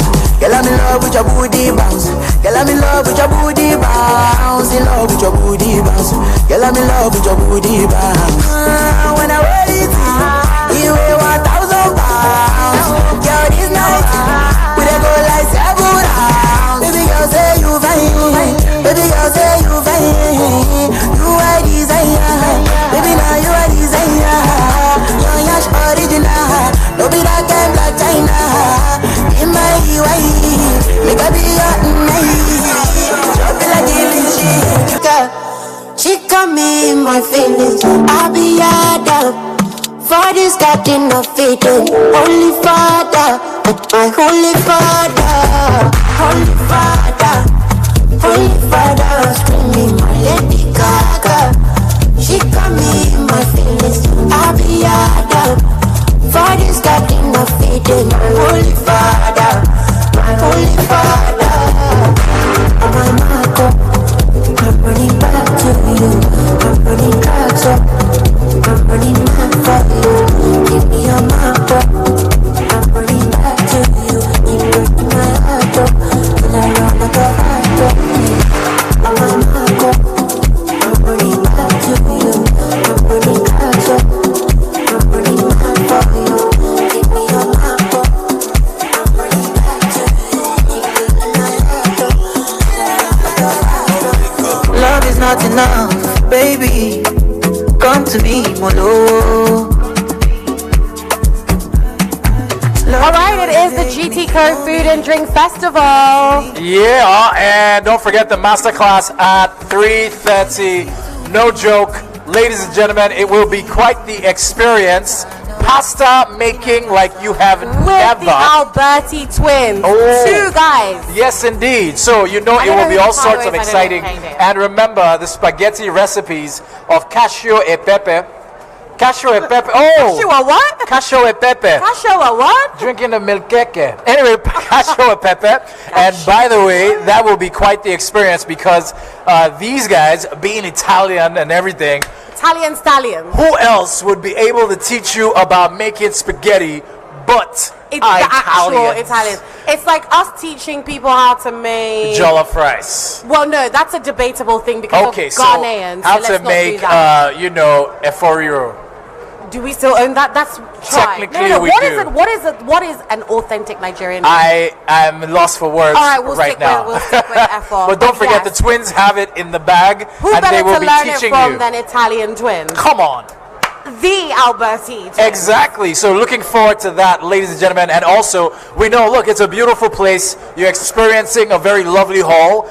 A lot of money went into this. Obviously, you want to take some pictures. Don't forget to hashtag GTCO Food Drink. That is hashtag GTCO Food Drink. All right, and don't forget also, ladies and gentlemen, the Indani Experience Center. Feel free to check that out, the Indani TV Experience Center, and they can show you, of course, all the beautiful things that they have lined up as well. Make your way to the hall at 3:30. That masterclass so starts. You have 15 minutes, so you might as well go now. There's no point in waiting 15 minutes to head there. Make your way right now for the masterclass happening at 3:30. Yes, the masterclass happening at 3:30. Make your way there right now. Obviously, eating all that food is exciting, and making sure that you're getting yourself all boozed up, that's awesome as well. You need all of this and more. But one thing you know you need is how to upgrade your spaghetti skills. I like that, spaghetti skills. Oh, absolutely. I do like that, yeah. You know, I feel I make one of the best stir-fried spaghetti. Yeah, really? No, I think I would fail woefully compared in front of the Alberti twins. In front of the Alberti twins. Absolutely. It would be like I agree with you, Shola. I would be dissed because all I know how to throw in is Maggi and then a couple of baby curry. But they will show you how to upgrade your spaghetti skills. So make sure that you're a part of this happening at 3:30 at the hall. If you know where the radio booth is, the hall is to the left of us. So make sure that you're there. And also, if you're coming into the entrance, it is to the right of you, the extreme right. You will see the hall, and beside it as well, you've got your Indani Experience Center. Hashtag GTCO Food Drink. Don't forget, get your food going. But hey, make sure it's a pleasurable experience. Barbecue Bistro, showing love. Shout out to you guys. And let's not forget also, so we've also got Bazzies right here in the building. They are your meat specialists out here. You name it, if it's turkey, if it's chicken, if it's fish, they have it going on. They are already located inside the hall, and they've got a special combo going on. That's at Bazzy Specials barbecue stand. So with every combo, you get a free Zobo drink. Do you like Zobo? Oh, nice. Oh, of course. Yeah, it's quite refreshing, isn't it? So you want to head over to Bazzy's for that combo. So a special shout out to them. And another shout out to Chopperholics. Yeah. They seem to, own the coinage on shawarmas at the moment. Oh, nice. I think everybody likes a good shawarma. Oh, yes, and they've indeed. also got a special going on, and you can also find them indoors as well. So that's Chopperholics right here at the GTCO Food and Drink. Hashtag GTCO Food Drink. All right, DJ Crowd Controller back with the mix.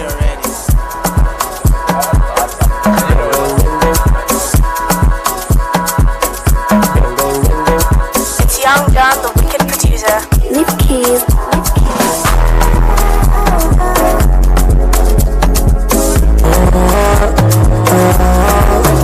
I'm so deed of my bro, I'm sorry. If no money don't come, it's been a long way coming. It no go make sense if you don't know the journey. I did do I promise money. Bad man got no worries. Was like yesterday. Mama tell me I rise up. Anytime I fall I go rise up. But she say no be good look or stature. All this stuff I know. Anyhow with I got space myself. Can't run from me. Just stop me. I need to stop. My light is never gonna die. Gonna go fire any dead food. My light is forever gonna shine. Before they know me from my area. Now I be hero to the guys. Because I came out so I conquer. My light is forever gonna shine. I just want to chill every day like ice water. Go cruise every day on top water. Nobody go borrow you umbrella on your rainy day. So I dey find the money, go where the money day. Every day I put my phone on DND. Flight mode, now money be the ginger me. Every day I am sipping my alcohol. Every day I am sipping my alcohol. Let's go, Calacutta, let's go, Mama Sita. Sipping my garita, Pelutiti, Atilita. Girls in New York shaking bomb in the town. Call every day like I don't give a fuck. So deed of my bro, I'm sorry. It's no money, no money. It's been a long way coming. If you're feeling good tonight, we'll signify and identify.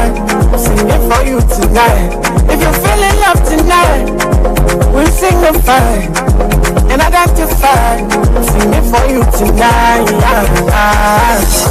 When I day of speed, more Jackie Lomu. don't play a show at all. When I play, I speed more Jackie on me. I don't play a show at all. Okay. When I play, I speed more Jackie on me. I don't play a show at all. When I play, I speed more Jackie on me. I don't play a show at all. Go ahead, Elias. I'm a mock and tiny boy, because I pull up in the Muslim Jason. As I'm a Kigada, go out. I go back and back and look at it on. It's even like a similar walk. Past life and I look at it, one.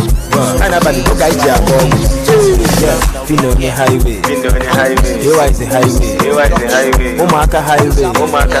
Shalom na highway. Oh, I'm the highway. To be on the highway. Man, I chop up whatever, highway. Look on the wine,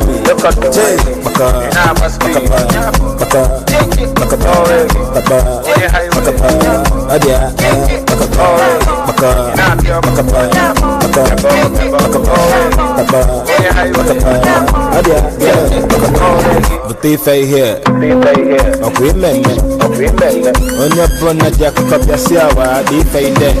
So, no wagon on compete. It's a gonna street, no compete. All right, it is still the GTCO Food and Drink Festival.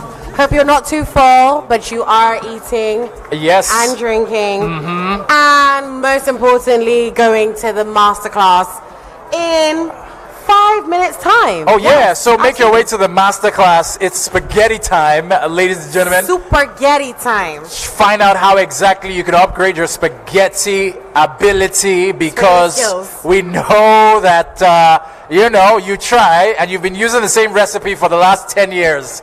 How's about you try something different? And this is courtesy your masterclass, and they will be able to hook you up courtesy of the Alberti twins, straight from Italy. Yes, indeed. So make sure that you're going there and have probably one of the spicy meatballs. But anyway, look, one thing we know for sure is it will be quite the experience. Of course, learning something that you probably, if you think you can learn this on YouTube, no, it's nothing like this, because there is a full experience, practical experience, and you can probably smell what's cooking.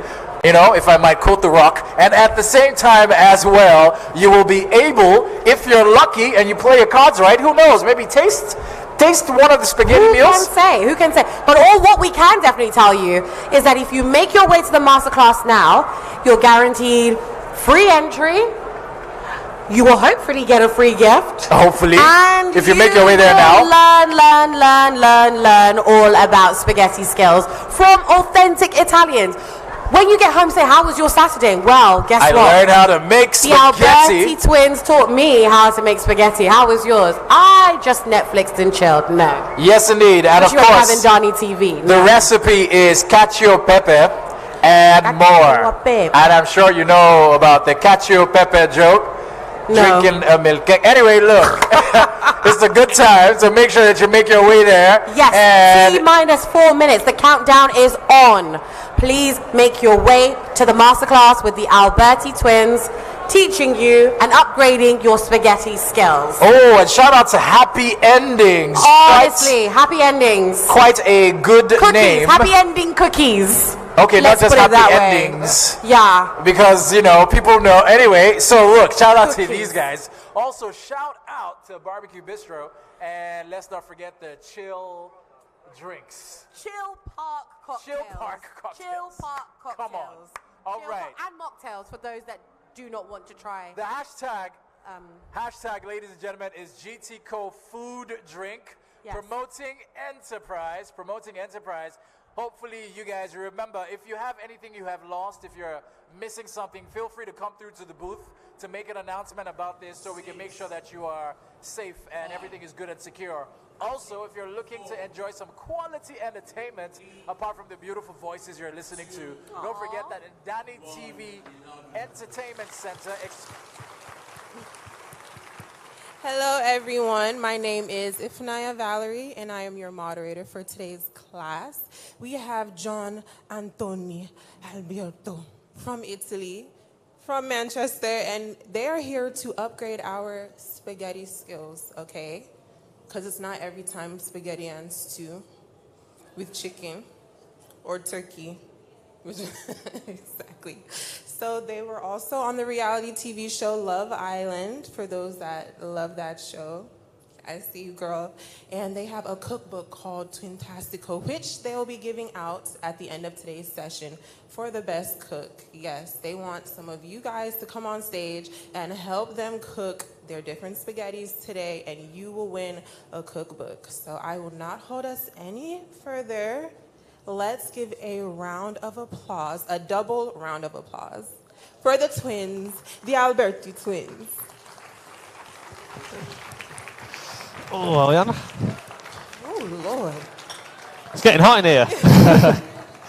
Hello. Mike's working. How do they look, Hi, you guys? Hi, everyone. Hello. Very happy to be here. You guys look amazing. Thank you. And So we're do you. here to learn. Thank you. And we are here to learn.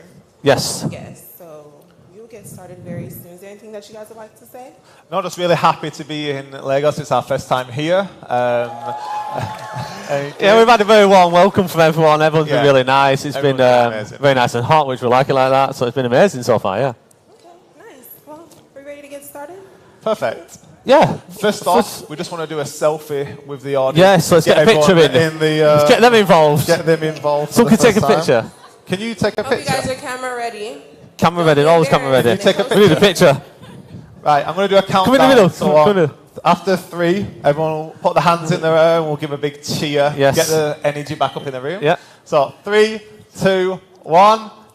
Hey! Perfect. Perfect. Right. Today we are going to be doing for you 5 different spaghetti recipes. Okay, so Yes. Spaghetti Spectacular. We're going to show you the Yeah. versatility of spaghetti and all the different ingredients you can put with that. Yeah. So we'll get started. Take notes. Yes, take notes. Or pictures, whichever you You want. can take pictures, come up on stage whenever you want, and Yes. help out. That's fine by us, don't worry. Yeah. Yes. Alrighty. So first, we want to just give them a bit about our background about us. Is that okay? We can talk about ourselves. Fine. Yeah. Which I also read. So I know a lot of us that come from different cultures. We learn in the kitchen from our parents, Yes. family recipes, from the farm to the kitchen. Table. Yep. From Farm to the table, the yeah. table, exactly, which I know is very familiar with a lot of people Uh-huh. here as well. Yes. So please go into that and tell us Yeah, your sure. background and growing up in Italy. We do, yeah. Obviously, we're twins. We were born in Manchester, but our family's Italian. Hence the accents. Yeah, hence not the the strong Italian accent. accents that you'll probably expect. Yeah, so we grew up cooking with our families. Italian families do. We're very close with our family. We grew up cooking with our nonna, which is grandma in Italian. So we cooked all the traditional recipes. We created our own, put a little twist on a few different recipes. But we've always been around food, been around the kitchen, and that's like the heart of the family home for us. Yeah. So we've always done that. We've always been wanting to cook together, and obviously, like you said, Love Island came along at one point, and we don't have a problem getting girls. I don't know if everyone knows the concept of Love Island. It's lots of couples in a villa, and you have to couple up, and you win a certain prize at the end. But we knew it would be a good platform, obviously, going on there. And after the show, we did our own YouTube cooking channel, our blog, thealbertitwins.com. Check it out, everyone. And then we went over to America in New York, Los Angeles, Toronto in Canada, doing lots of cooking shows out there. And that's where I all started. And then obviously we did the cookbook Twintastico as well. Yes. I also saw somewhere where you guys said that you live to eat. Yes. Like, tell us that we're supposed to eat to live. Exactly. You guys live to eat. Yes, obviously coming from an Italian family, food is everything. There's food everywhere. It's very difficult to keep in shape when there's lots of food around in the house all the time. So physical fitness and keeping fit is obviously important for us. But for us, Italian food is all about simplicity.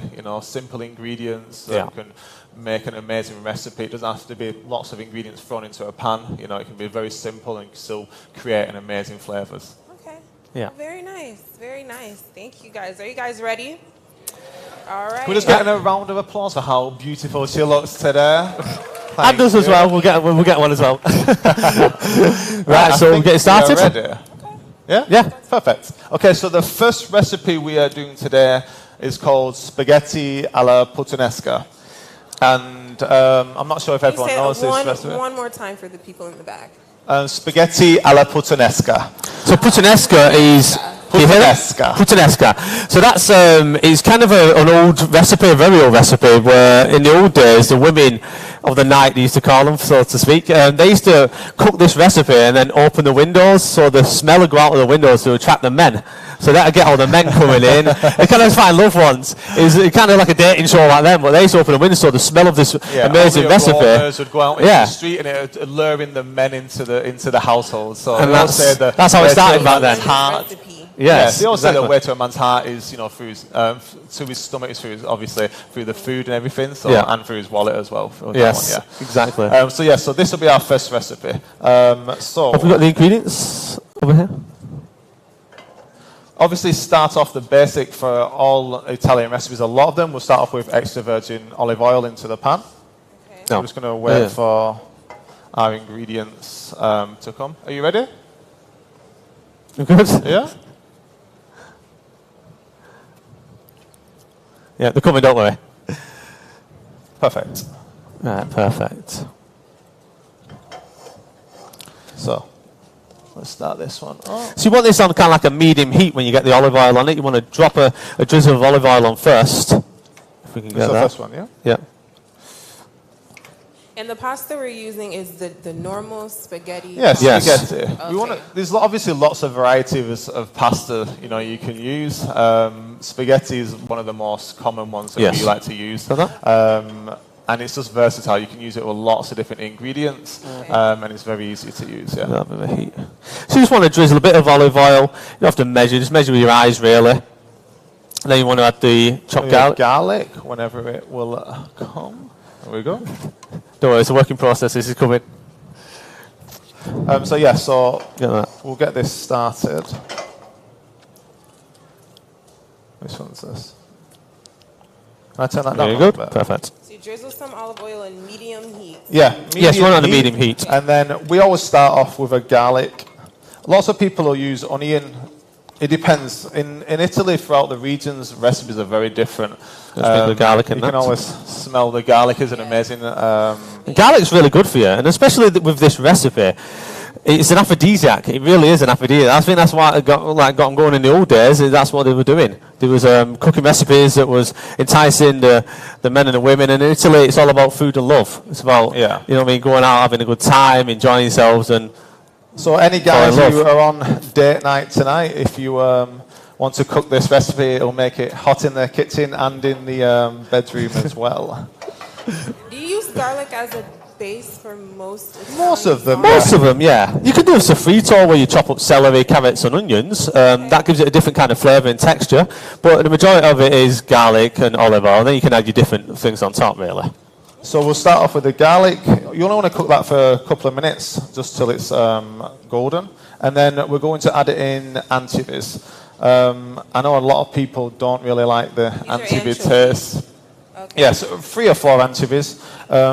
You're not going to really taste the anchovy flavour. Have we got a wooden spoon?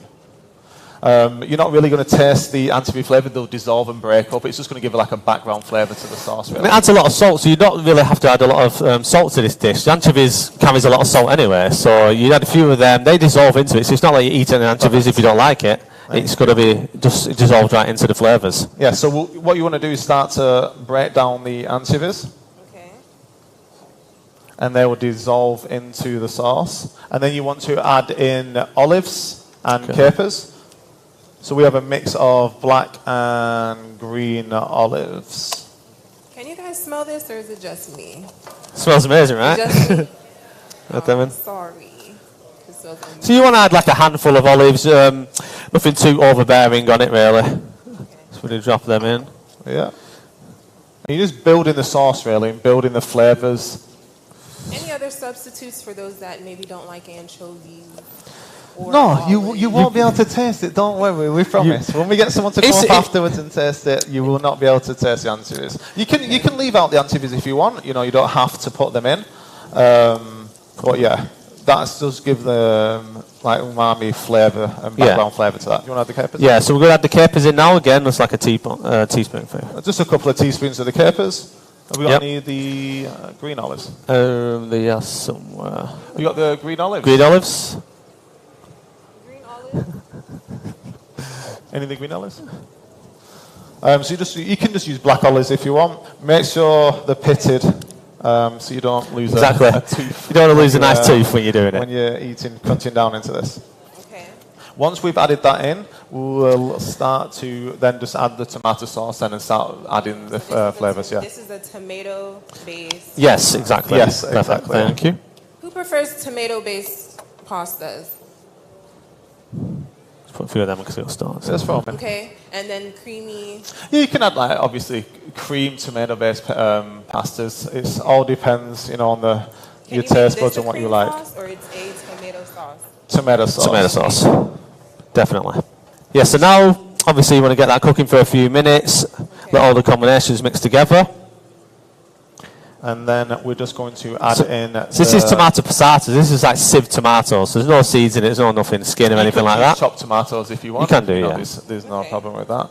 I mean, with Italian cooking, it is all by eye. It's about what you feel you want to add to it. You don't have to follow the recipes exactly. You can still tweak it a little bit. We do a lot of recipes where we'll do like English recipes and we'll do an Italian twist on it. Yeah. So you can always do a twist or add it to how you want to do.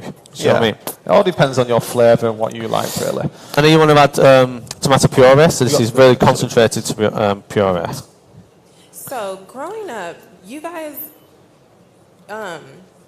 wanted to be in the kitchen. It's not like they called you and forced you to come and watch. It kind of a bit of both of us forced into it. Italian families want you to cook, want you to learn the trade. Like, there's no Italian family out there that don't all cook in the kitchen together and have dinner together on a Sunday afternoon or Sunday night. So it's in your blood. Family oriented. Yeah, very family oriented. Yes. It's in your blood, growing up in an Italian family. Even though we were born in England, it's still very an Italian household.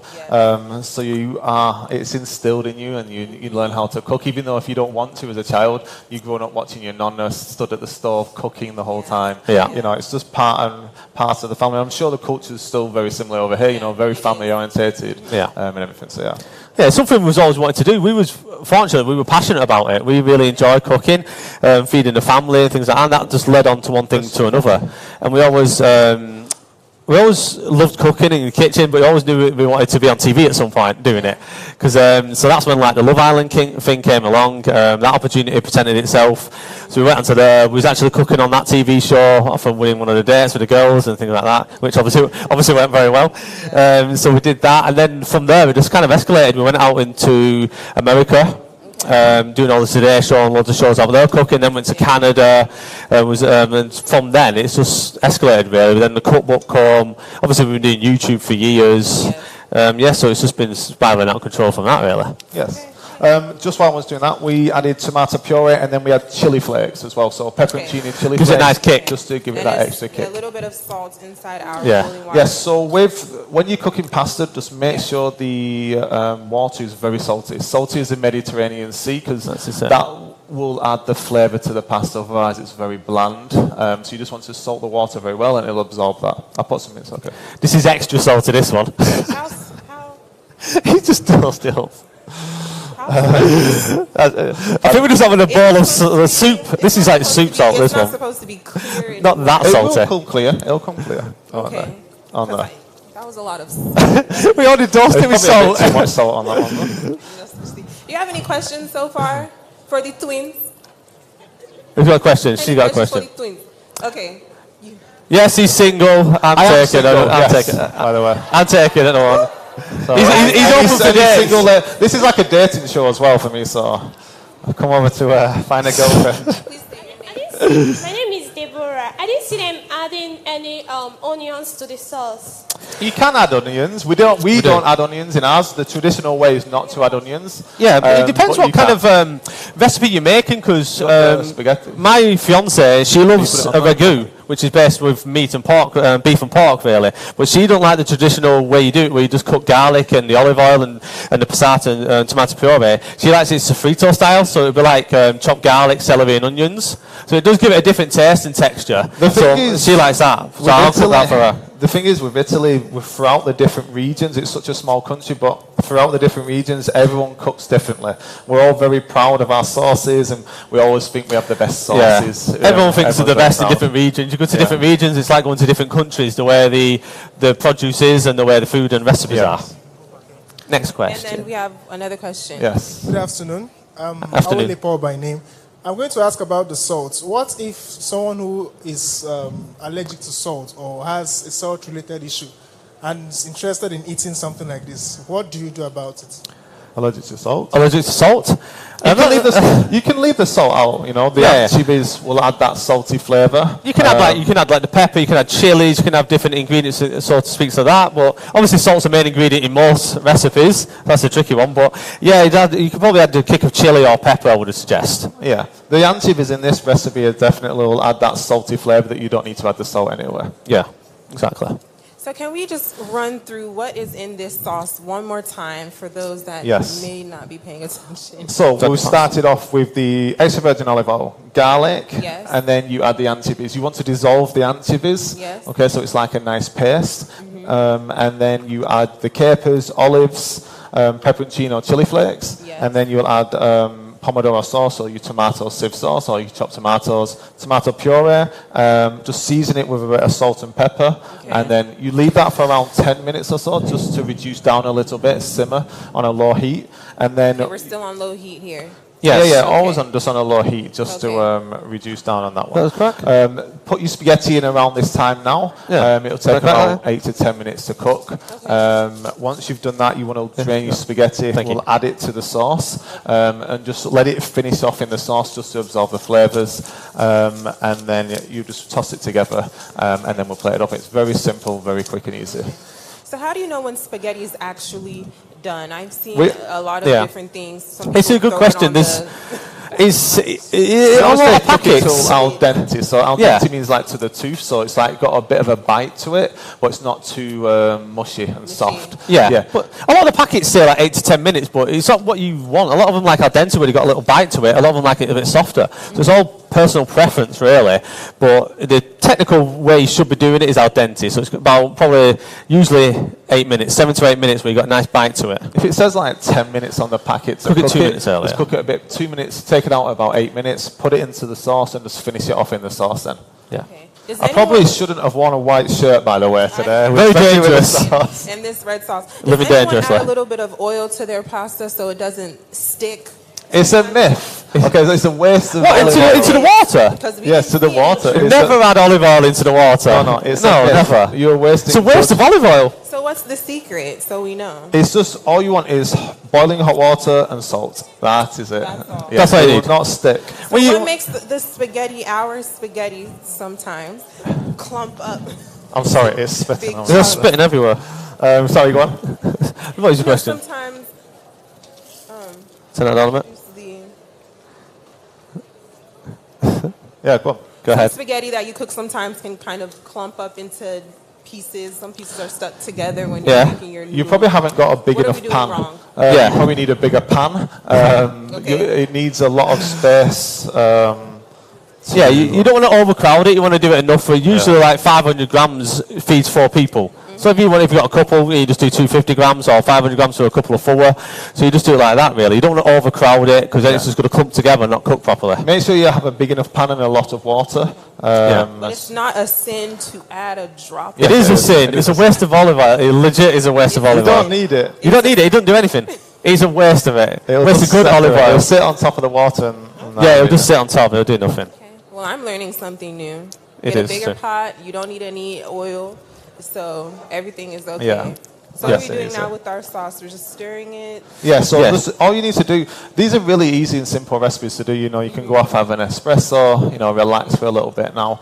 Just let this reduce down for around 5 more minutes, and then we're good to go on this one. Yeah, and that's what Italian cooking's all about, really. You don't want to. It's not too complicated. Everything's easier when you practice a lot. So if you practice these dishes a lot, they're going to become easy to you in second nature. So you don't want to be too overthinking things. Do you know what I mean? You want to just practice it, and the simple ingredients, fresh ingredients, and they're the best results you're going to get, really. Yeah, we always like to cook with seasonal, fresh produce. So we always go to supermarkets or the greengrocers that we have in England, see what's in season, and start to cook with that as well. Okay. One question. So for each sauce that you guys cook, there's a specific ingredient, specific seasonings, because I know for some of us, we just add the same salts, Maggi, curry. Can I turn this down? Am I Just lying turn it down or a am I bit. telling the truth? Turn it down a little bit. Right? We just throw all the seasonings in there and I Yeah. don't know, just taste good. Yeah. So for each sauce that you guys took, there's a specific sauce, specific seasonings that you guys use to get a particular taste for each. Yeah, because obviously these are traditional recipes and they've been cooked for donkey's years, you know what I mean? So they're going to be tried and tested. These are the recipes that have been tried and tested that everyone likes. But you can tweak them, you can do different things. But I always feel like if the less ingredients you put in, the more subject you are to controversy because you've got to cook that perfectly. So if you're throwing a load of ingredients in there, 9 times out of 10 it's going to taste pretty good. Do you know what I mean? So if you're stripping it back... recipes that you guys have created that aren't from... what you guys learned from your family? Have you guys created your own? Yeah, we love to play around with food and put twists on food as well. So any English recipes, we'll put we call it like a twintastico twist. We'll play around with the food and create our own Italian style twist on that recipe as well. We'll do you heard of the shepherd's pie? Yes. Shepherd's pie. Shepherd's pie, anyone? Yeah. So we'll do, instead of the mashed potato on top, we use polenta.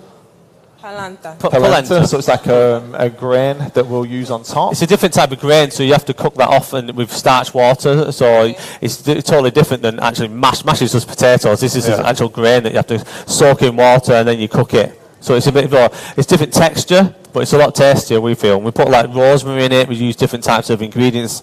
So yeah, we do twists on a lot of dishes. We love to be creative with what we're cooking. Obviously we love the traditional Italian food, and we'll always go back to that. But obviously, the way it is now, we like to be creative with food and come up with new ideas and recipes. So we're just finishing up this sauce now. So technically, usually, if you want a quickie sauce, you're going to cook it around 10 to 15 minutes. But that one done? Does he need an apron or something? He's looking at himself all day. I'm sorry. I'm okay so far. Hey, this is the only dangerous one today. It's this is only red sauce. I'll be very surprised if you guys do not get a usually pretty good. But yeah, so we'll cook this usually around 10 to 15 minutes. Obviously, cook the pasta to around 8. We've just got the spaghetti ready now, so we're going to pop that in. So one thing I'm seeing here is that you guys are stirring and stirring and stirring. Yes. Some of us will just leave it and go, come back, turn it, leave it, and go, come back and turn it, and then that's it. So about turning and turning and turning and turning, what does that do for the sauce? Yeah, it kind of spreads the ingredients up, so you don't want to leave it stuck there, just sat there like you would with a risotto, because with a risotto you can cook it and you can leave it there. But with a sauce dish, you just really want to keep turning it a little bit just to spread the ingredients around, because sometimes it'll stick with the sauce. So you just want to move it around, keep it moving every few minutes. You don't want to be too conscious with it, really. Just keep it moving and just keep your eye on it, really. Because it's a quick sauce, so it's not like you'd have to leave it for an hour, so it's like a ragu, maybe. With this, 10 to 15 minutes. Yeah. And I know a lot of us use regular whole tomatoes and blend and cook that way, not all the time in the sauce. Do you guys buy the sauce or use actual tomatoes and blend and then make your sauce? So they still do it the old traditional way of blending the tomatoes? Yeah. Wow. That's amazing. They still do that obviously back in Italy, but obviously with supermarkets now it's a lot easier just to buy it already ready-made. But yeah, that's amazing. Yeah, that's definitely, I think, even passing those traditions on to, the next generation, we obviously want to teach, the kids how to cook and not lose those traditions and recipes, and keep that, carrying on for the next generation as well. So yeah, those old traditions are always important to carry on then. Yeah. This smells amazing. That's us. That's our aftershave. That's like cologne. Wow. Any questions? Shoot. Right.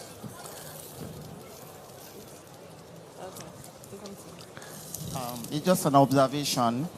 I notice you guys are Italian, but you don't have that Italian accent. Oh, yes, they do. You might want to come on here with me. Yeah, because we were born in England. We've got Italian blood. Our family's Italian. We were born in England, hence the accent. But we speak Italian, so it's all good. Yeah, obviously it looks like, we have that Italian blood inside us. I think that's what's good when we go to America cooking on TV. They think because we're British Italian, and we're going to talk like Prince William and have that London accent. So we sound totally different because we're from Manchester, really, up north in England. I have a little bit of both, though. Yeah, so we talk different, but I think it adds an extra value to it. You good? Yeah, I think so. Hi, guys. I'd like to know, Hi. the Italians love cooking with wine.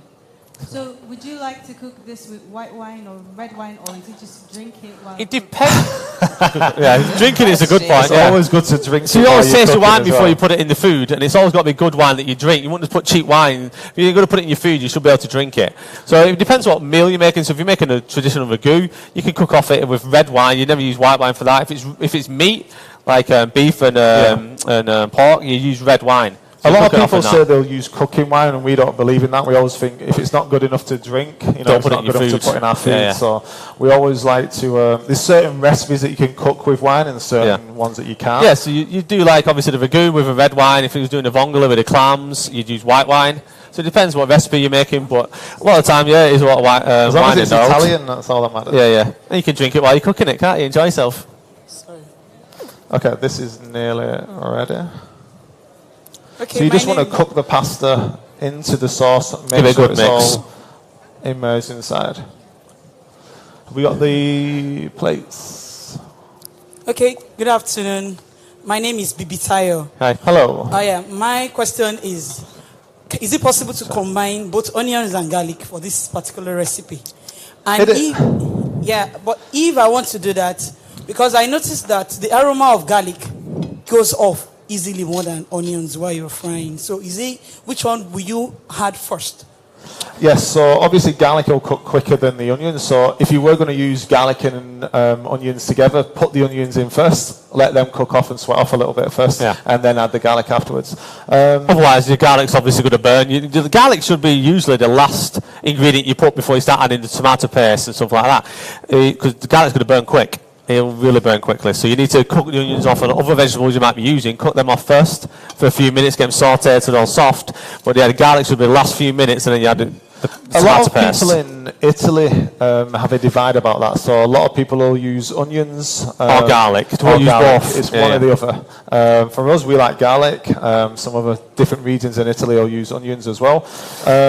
We try and frown upon having the both together. So it's one or the other for us. Yeah. Okay, I think this is nearly ready. Shift that out of the way. So we're just going to plate this up now. Who wants to have a taste? Hang on. Who's brave enough? This one's keen. She's keen. What's your name? I'm sure it tastes as good as it looks. You got it. Excuse me. Right here. Where's Right that? here. Where are you? Where are you? Stand up, I can't see you. Where are you? Are you in the corner? Yeah, I've got. Hello. There you are. Yeah. I've got a question. Yeah, go on. Apart from the chili flakes, I didn't see you adding any pepper. So how spicy is that going to be? You wasn't watching because I did add pepper to it. You must have been looking over there somewhere. I added pepper to it. So when the sauce is cooking, obviously you got the chili pepper in there, but you give it a good grind of salt and pepper. After about 10 minutes of the cooking, usually at the end, you want to give it a good, nice little touch. Yeah, it depends. You can have it as spicy as you want with this recipe. You know, it doesn't have to be It's too all personal spicy. preference. Really, you can put as much chili in as you want.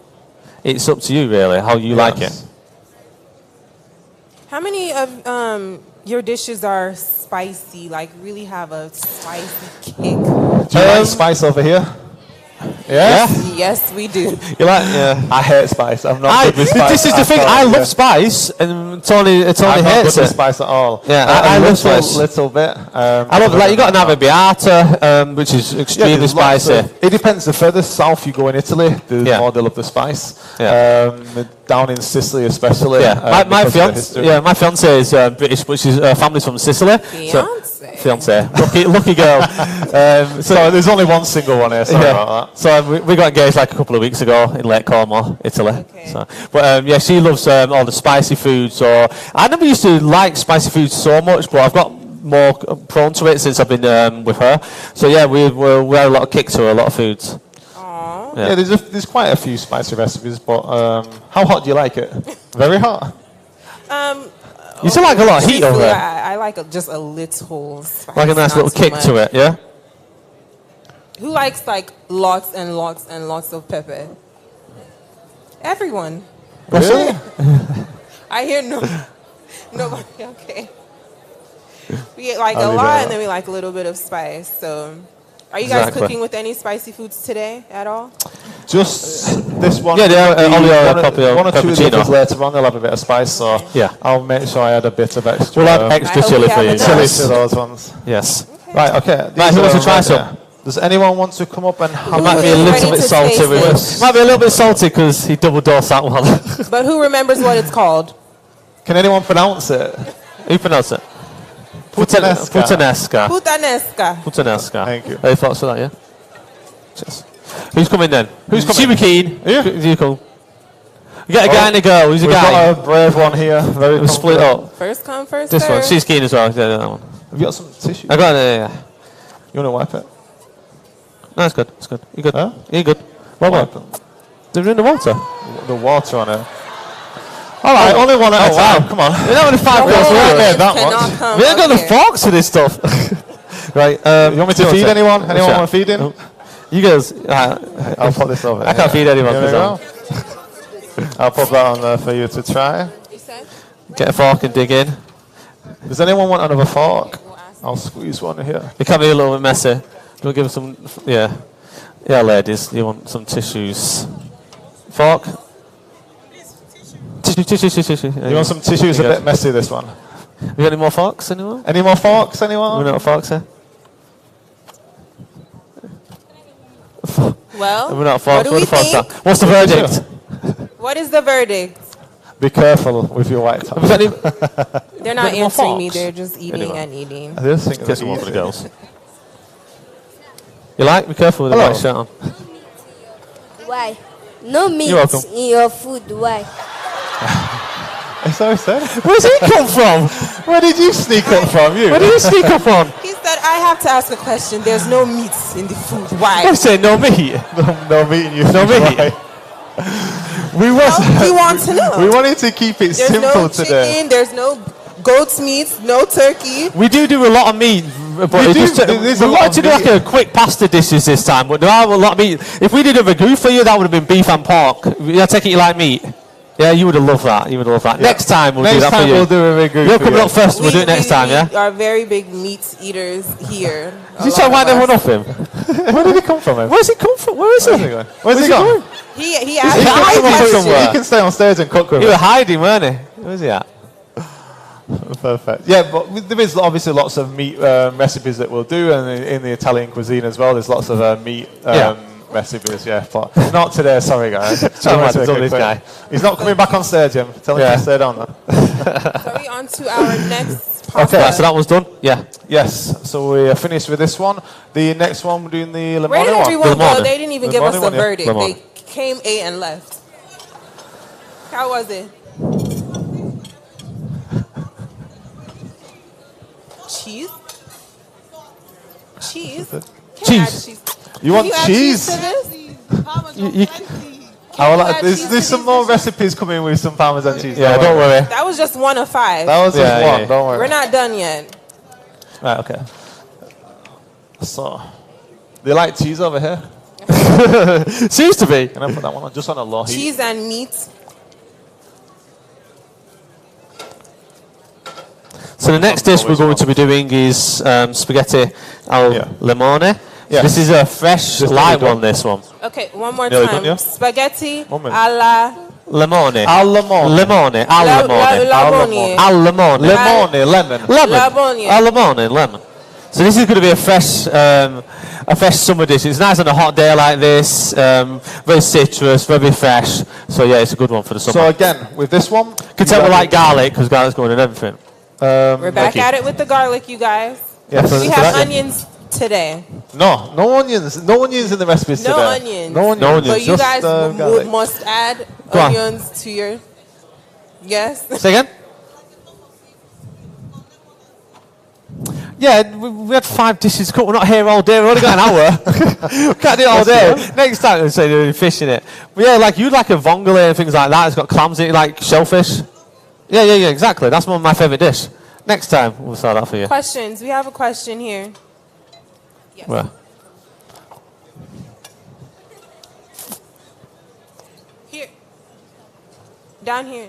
Hi. Okay, she's next. You said it's your first time in Nigeria. Yes. How many Nigerian food have you tried? I would like you to. None. You need to cook for us. Yeah, we only got here this morning. Yeah, we flew in this We morning. were here this morning. We've not even tried any cuisine yet. We're looking forward to it. Please try some of We will do. We will tonight. We're here till Monday, so yeah, here till we will Monday, so we'll definitely be trying some. Looking forward to it. It looks really nice. Does anyone want to cook for us and invite us round? Anyone? Anyone for Sunday dinner? I think your husbands will be happy. Okay, so back to the spaghetti alla mone. So again, olive oil and garlic in the pan. It's a really quick recipe, this one. So Very you quick. cook off the garlic 2 to 3 minutes until it's golden. Do you let the garlic brown? No, never Once brown. it goes too brown, it'll taste bitter then. And it's too bitter and it won't taste nice. Okay. So what you want to do is... Some here too, if you want. It's cooked? Yeah, it's cooked. Is Will it? you use that? They're done? You can use that ones. So you just add the spaghetti into the You got pan. the hot water. Straight into the garlic? Yes, straight into the garlic. So this is going to be kind of like an emulsion, really. We're going to be adding... This is easy. Very easy. Very easy, this one. Have we got the Parmesan cheese? You got the Parmesan cheese. So yeah, so you add the spaghetti into the pan. We're going to give that a little mix so it infuses with the garlic and the olive oil. So this is kind of like creating its own sauce in itself, really. We're going to have add a cup of the salted water. We've got a little glass somewhere. With these recipes, always use some of the pasta water. So this will help emulsify and create a sauce. And also, from the salted water, it'll add salt to the actual dish as well. Okay. So we'll add that in. And then all you want to do then is add a bit of salt and pepper. Okay. You want to do that, John? Yep, I'll do that. And then all we're doing is about half a lemon juice, squeeze right in. Okay. And then the lemon zest as well. Salt, yep. I wonder what this a bit of is salt. going to taste like. So this is very fresh, very vibrant recipe, this one. Perfect for summer. Okay. So we'll add a squeeze of the lemon. Who wants to try this? And then... This is very light who's dish. the girl that wanted Parmesan Everyone. cheese? There's lots of cheese in this one. You're not coming back up, you. There's cheese in this one? Yes. Okay. So we'll have Parmesan cheese. And then you want to add the lemon zest. So this gives it obviously a bit more texture and a bit more fragrance from the actual lemon. It's very lemony. Yes. It is. Very summery, very fresh. So you just want to give that a mix together, get the sauce going, because obviously the salted water's gone in there, so that's going to kind of create the sauce with it. Okay. And some more pasta water? Yes. Okay. You can kind of gauge it yourself by looking at it. You don't. It's all by eye, really. You just no measurements with Italian food, really. You just want to Every time look we- at it and see how it's creating. eyeball it, you just Yeah, exactly. Eyeball it. A lot You of the can time it's always give eyeballing someone a it. recipe, but every time we do the same sauce, it's different. Every time. It's never going to be the same. There's always going to be something a little bit different. As opposed to like baking and cakes, you have to be quite precise with what grams you're using for flour, etc. But with Italian food, you just want to be by eye, really, and just gauge it yourself and see what you like and your preference, really. And what are the sides that come with these dishes? Breads? Yeah, bread. Yeah, bread is a focaccia staple. bread, you can have focaccia, Salad. bread, salads, yeah. Well, a lot of the time in Italian food, you'll have your pasta as your primi, so that'll be your first dish. So primi is like your first dish, and then your seconde is your second dish. So we'll have pasta as like a little starter, and then we'll have like the meats for the seconde for the main dish. The what? The meat. The meat. Meat. So we'll have pasta, then once meat's you have still pasta, here. then you'll have like steak, or you'll have like pork, or you'll have, and then you go on to your dessert, your dolce. Right, so I'll add some more cheese into this. What cheese is this? This is Parmesan cheese. Parmesan cheese. Parmesan? Parmigiano Reggiano. Parmigiano Reggiano. So that's Parmesan. it's not. You got pecorino or you got Parmigiano. Pecorino we'll be using in one of our rosa recipes later on, and that is made from sheep's milk. This one is made from cow's milk. This one. Yes. Okay. Looks like the cheese is clumping up. So if it starts to do that, you just need to just take it off the heat a little bit earlier. Okay. And then just add a bit of pasta water and just keep spinning it around there. And it'll start coming into a little bit of a sauce then. Any of the dishes today come with mozzarella? No mozzarella today. You're picking all the ones we haven't done today. How long do you want us here for? No We've got a few mozzarella dishes. today, no. What did you just? Okay, you added some more lemon. Yes, zest. added a bit more zest, but obviously you've got to get it mixing together, cooking them for a few minutes. Let it all create together and mix together, and then you'd be good. You just have to work really fast with this one, just so it doesn't overcook on this one a little bit. You added like salt and pepper? Yes. Does the water, will it dry up? Does it get a little thicker? It'll evaporate. It'll take a bit of the reduce a little bit, but you don't want it to reduce too much because that's the actual sauce that goes with the flavour. So you don't want to lose too much of that. Can you guys smell the lemony zest? And what do we think of that? Do you like lemons? Yeah. I'll be honest. I haven't had any pasta that was so lemony. Really? Have you guys? Not at all. Okay. You're gonna taste it You today. good? So you want to cook this for around 5 to 10 minutes, and then when it's cooked, you place it up, and then you can add a bit more zest on top if you want to. Add a bit more Parmesan cheese and zest if you really want it. But What is your guys' favorite dish? mine really, obviously, pizza's like everyone's favourite. Everyone loves pizza. Everyone loves pizza. Mine's like lovers? a Anyone have margarita a pizza pizza. obsession I'm quite basic with my pizza. Everyone likes loads of different toppings on pizza, but I like my margarita. But I'd say for a pasta dish is my vongole, spaghetti vongole, which is clams. Are we making that today? No, we're not. We're not making it. We should have done really, but no, we're not. And what about you? Do you have a favorite dish? Yeah, I think for me, cooking is always about memories. So there's a ragu meat sauce that I always cook.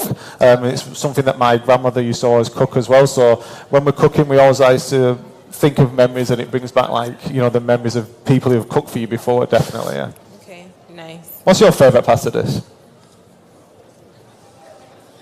What's your favourite dish in general? What's your go-to food? Do I have a favorite? I really do like Italian. I think I like lasagna. Yes, lasagna is a winner. Yeah, all the time. Lasagna. Yes, a lot of those 3 cheese lasagnas. Yeah, Do I know how to make it? No. Yeah. But do I like it? Yes. What's your favourite Nigerian food? It's very basic. Pepper soup? No. I don't even know what that is. To be honest, I'm really just like a rice and stew kind of girl. Anyone here rice and stew? Their favorite? I think we're ready to play. You good? Okay. We'll play that Not up. alone. Plates. Do you want to add some more lemon on that too? Whose here favorite food is swallow? Okay. More women than men. You good? God.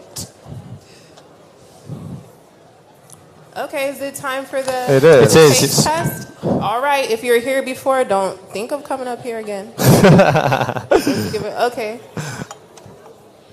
1 second. You got another plate? Yeah, do you want to do a couple more plates? Let's grab that on then. Yeah, 2, okay, no. Just need a little bit. That's enough. Put some cheese on top. Some cheese on top. Okay, now. Grab that now. Do not leave without giving a verdict, like the last group of people. Have you got any forks? We're going to run out of forks today, aren't we? need a lot today. Oh, right, perfect. Grab some tissues. Do you want some tissues, ladies? Tissues. Help yourself. Get your forks. You got it? Do you want to wipe them? You got it? You got it? Put that one on there. You good? So it's very simple, quick, easy, summery dish that you can make. Yes. Put that on there. So that there. Thank you. No, it's okay though. It's okay.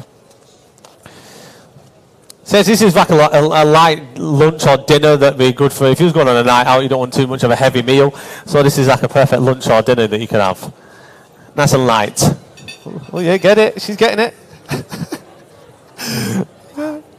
Oh, we should have that. What do we think, ladies? You like it? Too lemony, too much? Where is it? Hello. It's very nice and well marinated. Oh, thank you. Thank Cheers. you. Appreciate that. Where's the little guy gone? Where's he? He can come back. He's not coming over with them. Where is he? It's not too spicy, and then I can feel the lemon. Really. So Hello. Good. Okay. Very nice. Who's this? Perfect. Where's she come from? She's just loving life. You're so enjoying life, aren't you? All on your own up here. There we go. There we go. Oh, wow. Oh, wow, we really went there. I've never seen anyone eat like that. It's very nice. Very sexy. Very sexy. What do you think? Enjoy. Well done. Give her a round of applause for that. Wow. Did you get it on done. camera? Wow. Oh, done. I I like know, that. but what's good with you No. eating it like that? She went in. She can come again. She's definitely going to. Right, what's next? Which one was next? 2 or 5 done. 2 or 5 done. 3 more. 3 more. Three more. What are we doing next? Next time we need someone to come up to help us toss the pasta. Oh, the alio. Okay, Okay, so we're going to alio. get some help from the audience with this next one. Yes. Oh yeah. Pick it up. This one's a chili one for all you chili lovers out there. Yeah, we'll make this extra spicy. This one. This is. This is the spicy one? Yes. This is a. Okay, my pepper lover. This is a spicy one. This is spaghetti aglio, olio, e peperoncino. So aglio It's means a garlic, long, pepperoncinos, obviously chili Break it down flakes. because I want to know how to say it. Aglio, Aglio, olio, olio, e peperoncino. Oh. So aglio, I was pronouncing it. aglio is garlic. Olio is oil. Olio. Say aglio. All people's got aglio. Just say anything. Yeah, they'll get it. So again, have we got some pasta cooking? Yeah. How long Oh, will you got it it? Yeah. It's okay. Use that You one? cook that now, You yeah. want to put So some we are oil back in with there? the drizzle of the olive oil. Yes. Olive oil is like the base of every ingredient of every recipe. It's good for really. your skin. You should Olive bathe in oil. it. You should bath in it. Extra virgin. Extra Italian. virgin. Only Olive Italian oil. as well. Yeah. Not canola oil. No. Not coconut oil. No. Forget Definitely that. not. Olive oil. It's good for you. It's good for your insides. It's good for your outsides. So obviously we're starting off with olive oil again. We're going to add chopped garlic.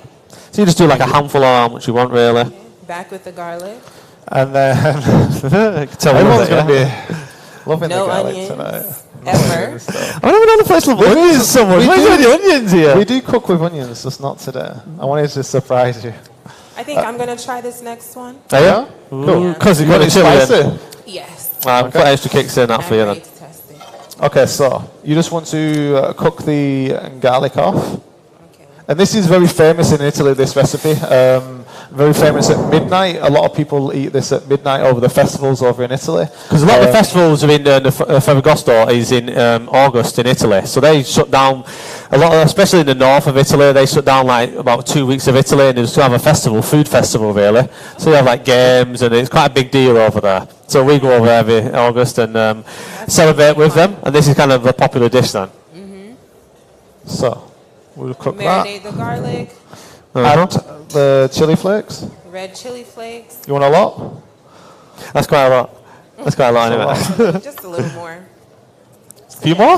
Just A little bit more. That's really hot. That can be a pinch more. A pinch more. There we go. There you go. Okay. This is So going you to just be want to cook them spicy off? one. Now it's red. Yeah, so you just want to cook this with the garlic. You want to give it a little sizzle so it like kind of marinates with the sauce.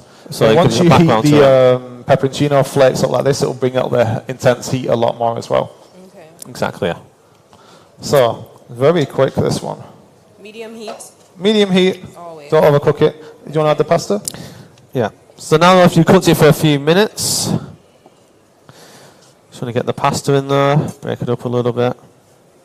See how it's sticking together? This is when it's finished though. This is only stuck together because it's been sat outside. Well, if you take it straight from the pan, it ain't going to stick together, trust me. It's only because it's sitting together. And it won't be stuck together at the end. No. It's not tomato. No. So all we've got in here is just garlic and pepperoncino, and then we finish it at the end with parsley, fresh parsley on top. That's enough. Okay. Do you want to season it with salt and pepper? That's enough, that's it. Yeah, that's enough. Sorry, go on. Pasta water does what again? It thickens. So it'll help thicken and make a sauce. So you just want to keep... And especially with recipes like this where there's not much going on with it, you need to build that sauce. And the pasta water combined with the salt will add that to it. Okay. This is definitely not for the faint-hearted with this one. Some salt. So a bit of salt, pepper. You want to season that. Pepper. And then again, you just cook in the spaghetti, finish it off in the pan. And you're just bringing it all together. So again, very quick date night, very quick recipes. Very quick recipes. Not hard to be in the kitchen for hours and hours cooking.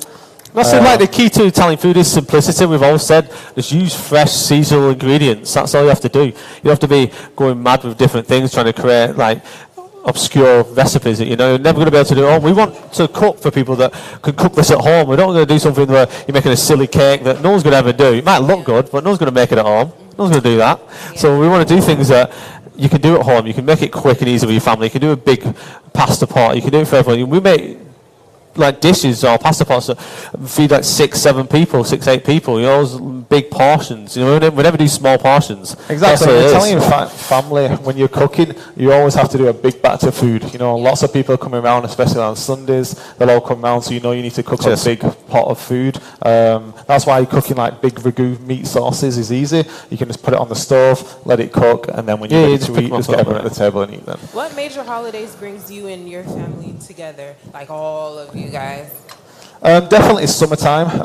We have a lot of family back in Italy, so we always go over and visit family in Italy. So the whole family come together. Then we have like big festivals, and we'll all go out and meet. That's our favourite time of the year. Summer, we hate being cold. Hate it. We're over here, I'm so happy because it's hot all the time. I was really happy. Like in England, it's freezing. We left it was so cold, so we love it. And obviously, summertime. You love it here. Pardon?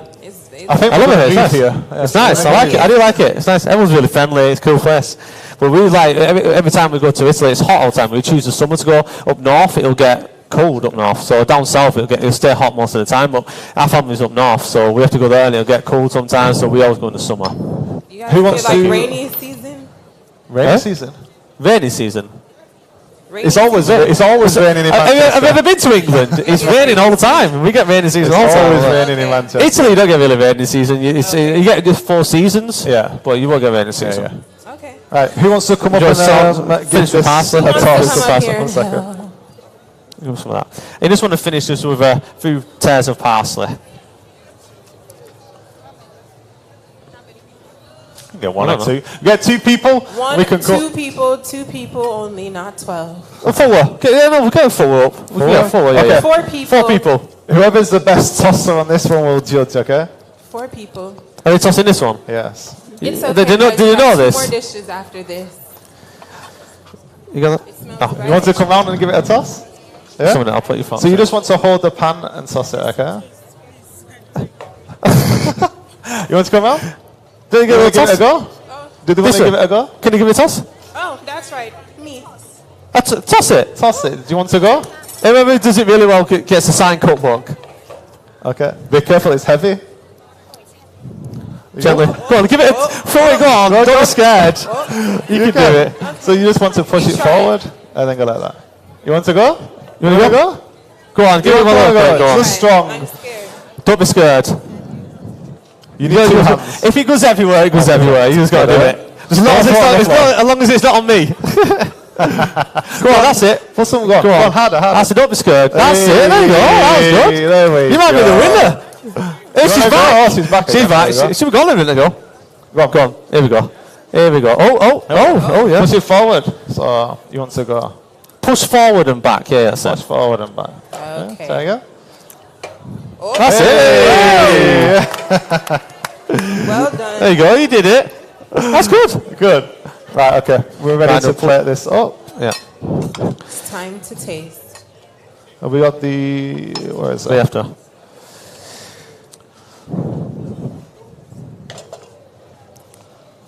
So I was going to finish this with fresh chili. If you can see here where we are. Thank you.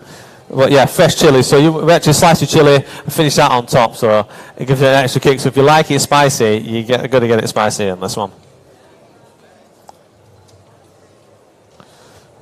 You good on that? A bit more? Yeah, a bit more.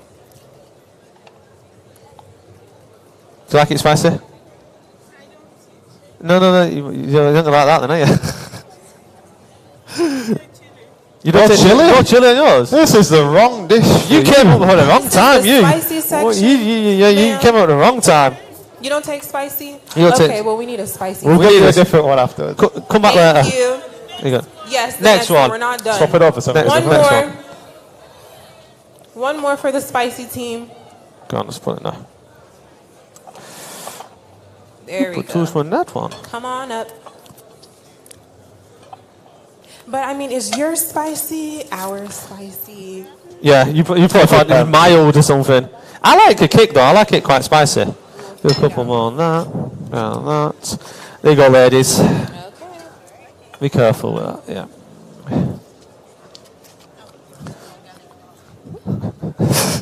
Got it. That's super spicy. Oh, you're going to try some of this one? Yeah, you're going in.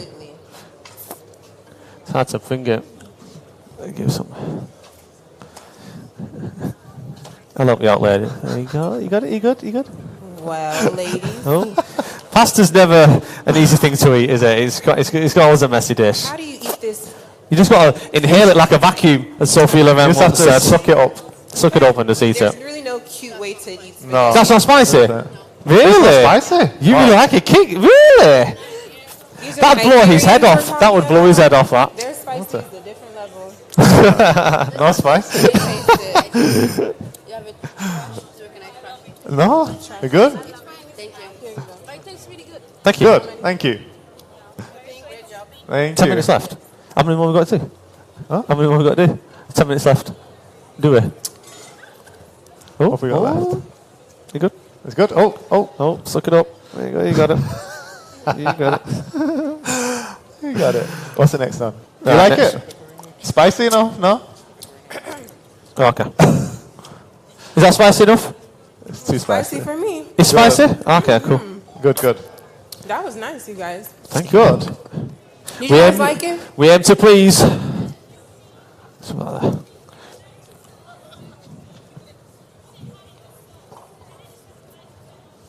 In the sauce we just did? The sauce for this one that we just did? What did we do it with? What did we have it in? What did we have it in? So it's just garlic and olive oil? She's come Okay, in. the ingredients and what we just cooked.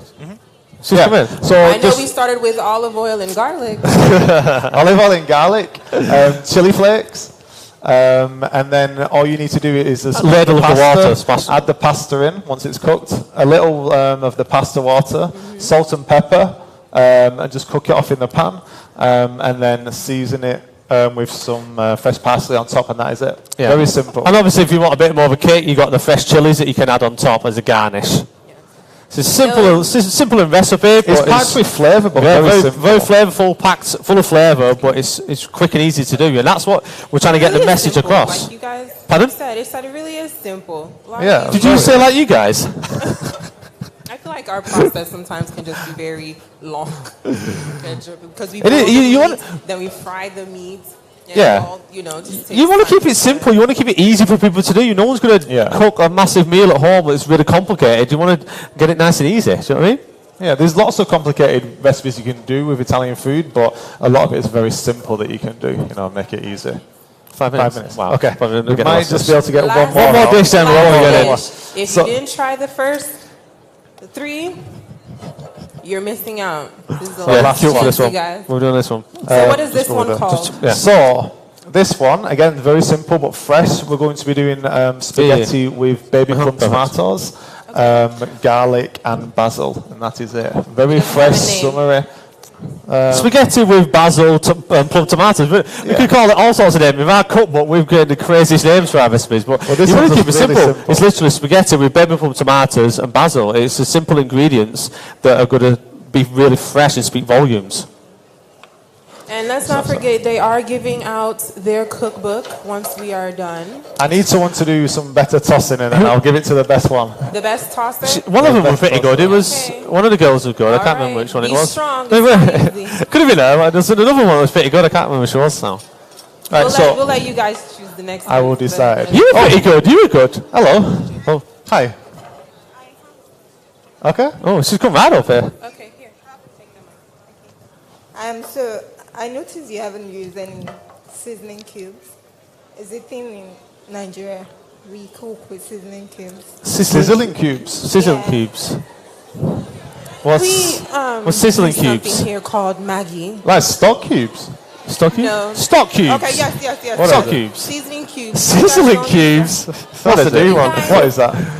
Stock cubes. Stock cubes. Like stock cubes. Stock cube. Yeah? You guys use Maggi in We've your not foods? with the stock cubes. We've not done the recipes for that. So, for example, with a stock cube, you'd use it for risotto. So, if you was doing a risotto, like an alfunghi risotto with porcini, you'd use a stock cube, a vegetable stock cube for that. Do you know what I mean? You like risotto? No, you don't use stock cubes for pasta. No, ever. No. Unless you do ever. Who uses Maggi for their own Who pasta? put stock cubes in That's where you're going wrong. Everybody. Stock cube. I figured. What did you What stock cube? A vegetable stock cube or? What do you use stock cubes for? We put in everything just about. To do what though? To add like a flavour, like a base flavour to it. What, you put hot water in it? Like you paste it like in? they crumble the stock Really? into it. In a pasta guys, dish? wait, we have to tell them after we're close on time. Okay, So we have the olive oil. No, the garlic, the answer's we no. have the You don't do tomatoes. that. No. Unless it's a risotto. A risotto, yeah, because you We'll use putting it stock into the cube risotto. in certain recipes, not for the main pasta sauces. Like a risotto, we'll use it to add the stock. Because you just had the stock all the time, aren't you? You mixed the stock cube. What did you call it? A sizzling cube. A sizzle cube. Sizzle cube. A sizzling cube. A what? Is that what they call it here? Yeah, you add that to water. You add that to water. A stock cube. We're in Italy. I'm learning new words here. I was like, yeah, sometimes we'll use stock cubes. Yeah, well, we use stock cubes, but certain recipes have got to do it. Not everything. No. You use it in you add hot water to it, mix it in, and then you just ladle it into the risotto. That's how you do a risotto. That's when you use a sizzling cube, stock cube, So whatever you call it. we've added our tomatoes, we've added our pasta. Yes, some so with this black one- pepper, some salts. We're going to mix it. Yes, so with this one, all you're doing is adding garlic and olive oil again. Are we adding cheese? Cheese. No, no cheese in this one. No cheese in this I can one add either. cheese if You you can want. have cheese in this one. You can have what you want. Yeah. But then we just want baby plum tomatoes. You can use cherry tomatoes. But we like Baby plum give it a sweeter kind of taste to it. It's a nice little texture to it as well. You don't want to cook them too much so they soften and just like break away and ruin. You want to keep them quite firm a little bit as well. Yeah. You've got a bit of a bite to it. Is it time to flip it? we can toss We can it. flip. We can give it a Who good wants to flip. toss it quickly? Let's toss it. All right. Who are we Oh, yeah. going to choose? Who do we want? Fast. Quickly. We'll have to do it quick on us. Oh, no. You're so fast. Just one person. Right, be careful, it's hot. Yeah, careful, it's hot. Okay. All right, careful, yeah. Yes, this is Yeah. the last dish, you guys. Be then we're careful. done. Yeah, careful, yeah. Yeah, nail it. Oh, good. He's going for it. Yeah, not bad. Okay. Not bad. Good. Who's Right, next? quick one. Yeah. Okay, Quick. one more Yeah. person. The winner gets the cookbook. Yeah, sign cookbook. Two hands, two, Scott. three. 2 hands. Yep. Hey, see, you got the highest So you one. got the highest one. That's good, You that was good. got to try and touch the roof of it. Oh, we got a big boy here. Come on, Big boy's going to launch it. Person. Let's go. Who's the last Come on. Oh, we got a winner. It was good. Very messy, but good though. Who's next? Anyone else? Quick. Yeah, quick. Go have a go. Okay, Go for you it, Basil. So, yeah, while we're doing this craziness, you talk a bit of basil to finish it, really, yeah, so it gives that a fragrant smell. Yeah? Oh, there you go, go on. We should have got more cookbooks. Okay. Right, so. Last one. Put some in. Yeah, she's there. Yep. Careful you talk. One hand or two? One-handed. Ready? Here you go. One bit higher. Hey! Oh, we nail it. Is it? You go. I think we have a winner, you guys. I think we have a winner. Yeah. Perfect. And then you just want to finish it off with fresh torn basil and mix it all together, and that is it. Basil. Basil, as you call it here. Is it? Basil. What's it called? Basil. Basil. We call it basil. And it's a very summery dish. It looks vibrant and fresh. And that is it. Sorry about the mess. Yeah, we've made it right messy. Sorry for the cleaners and that. And that is it, you and that is guys? it. That Are is we it. done? Yes. We are And that is finished done. with it. Let's give Let everyone it a up. round Let's of put it up. applause, please. Thank you, Thank you for everyone. coming. You've been amazing. We'll play this up and you can all have a little try of this last one. A bit hectic and crazy, but Right, we need to Who are we decide. picking for the winner? We need to decide who's won this cookbook. who's the winner? Are you pretty good? I think it was the gentleman who tossed it the biggest. Go with the big boy. We'll go with big boy. Big guy's on it. We'll sign his cup like he's on it. Well done, well done. You didn't flip it. You didn't flip it high. Okay. All right, guys, one more time for the Alberti twins. Thank you please. for coming. Thank you very much. Thank you. Thank you. Thank you Mr. guys so Paris. much. Have you got for to spread it having up? time. Got prongs? Some prongs? Yeah. We'll test it. Yeah. Yes. Thank you. You season with salt and pepper, yeah? Yeah. Get me Nice, turn off. You got the ladle.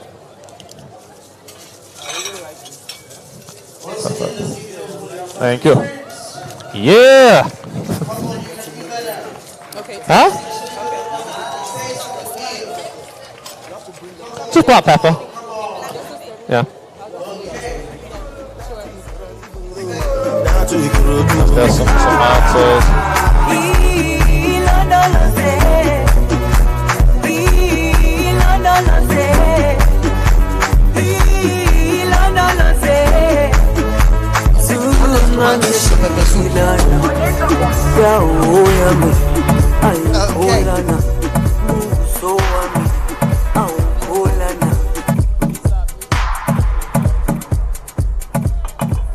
It's the GTCO Food and Drink Promoting Enterprise 2022. We are back. We are bigger.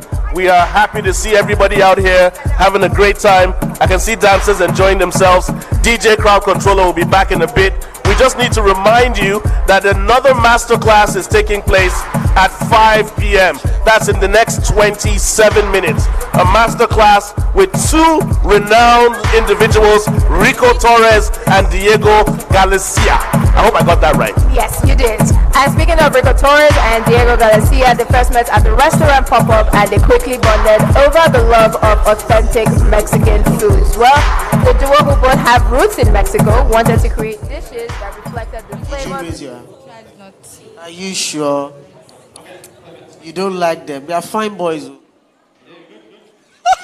She's looking back. Yes, they are fine, but I don't like them. Yes. You don't like them? I like God, Nigerians. This is our problem. They are fine boys. Then the other part I liked was when they said they were making their spicy food, that when our people tasted it, it was not spicy enough. So, yeah. What part of the country are you from? Edo State. Okay. How much of spice do you consume in Edo State? A lot. Okay, I see. So which of the meals, of the spaghetti meals, was your favorite? The first one. The first one. What's the name?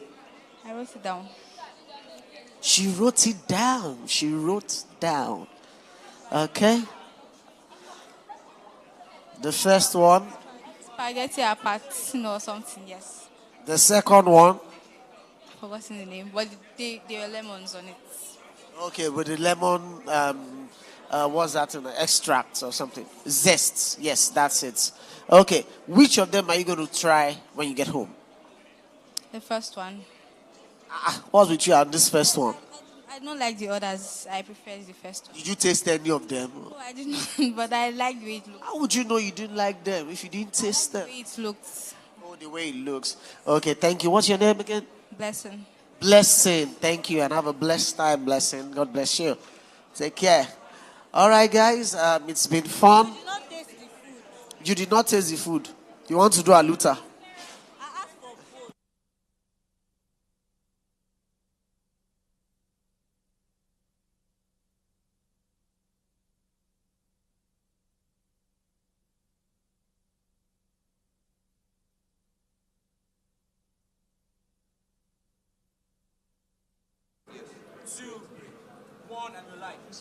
So thank you so much. We are here with the Alberti twins. They just finished their masterclass session of different ways to cook spaghettis, which is very important, things that we need to know. How do you guys feel after today's masterclass? It was good fun. Yeah, we had a great time. Hectic, but fun. Yeah. Very hectic, but we had a lot of fun. We got the recipes that we wanted to cook. I think we ran out of time at the end, but it was a very hectic schedule. But yeah, we had a lot of fun. The audience got involved, which was amazing. So yeah. Yeah.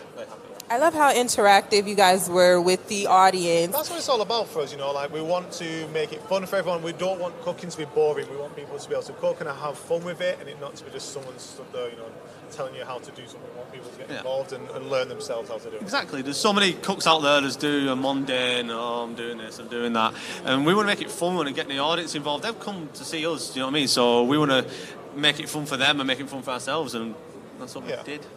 Did you guys have a fave that you guys cooked today at all? I like them all, really. It depends on our mood. Like, you can eat a different pasta dish every day of the week. There's that many to go to. But obviously, we know now that you're like the spice over here. So next time we'll bring the heat more. Add in some meat into it next time with fish as well. The little boy liked to eat like the meat, didn't he? Maggi cubes.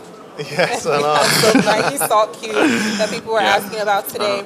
And also, I know we didn't get into the last pasta, but what was that last pasta? That last one was cacio pepe. So it's cacio pepe. Yeah, so it's just using pecorino romano cheese, which is a sheep's cheese, just with lots of pepper and cheese. Make it into a really creamy cheesy sauce with spaghetti. Yeah, I'll cook that for you later. Oh, please do. I would love some. So nice. I just want to thank you guys for coming here. We had such an amazing time. We hope you guys come back. Yes, definitely. Get to that cacio pepe. Cacio pepe. And some other pasta dishes. Yeah. I know we did spaghettis today, but what are Yes. some other kinds? I know there's like... There's a massive variety, not even just with pasta, you know, there's lots of different varieties of there's pasta. lots of chicken dishes, chicken cacciatore, there's steak Bring the dinners. chicken next. Bring the We'll meat bring next the- time. we'll bring the meat. Bring the spices. Yeah, we do that's Milanese chicken in like breadcrumbs are amazing. You'll love Yeah. it. Well, we can't wait for that. Thank you for having us on. Yeah, Amazing thank I time. had an amazing It's been amazing. Really a lot of time. fun. You guys, it was so much Good fun. time. Thank you. Cheers, thank you. Bye-bye.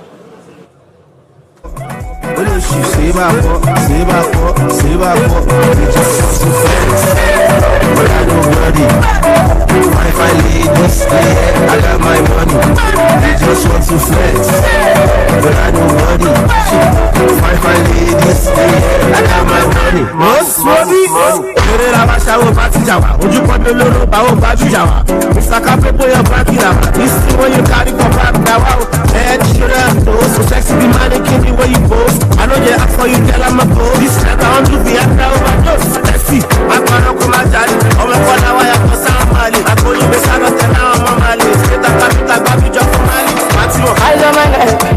As a man is, many days I never sleep.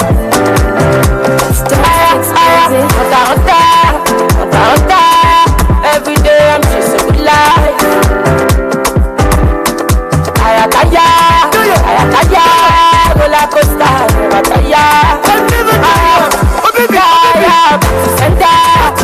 center, you wish me back,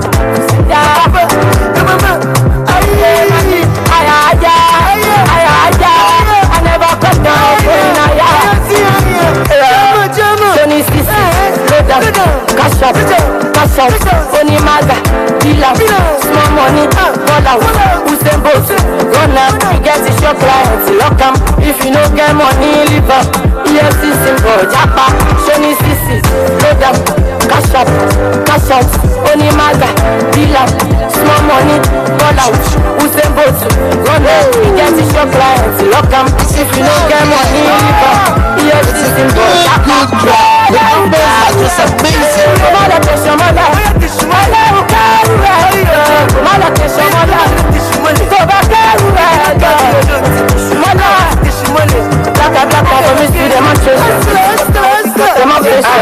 Everybody anyway, now we actually must get them. One more deposit, one deposit cost that we you bad, you want it, you bad, you want it, you bad, you want it, you bad, you want it, I know you want it, cause you bad, you want it, cause you bad, you want it, cause you bad, you want it, cause you bad.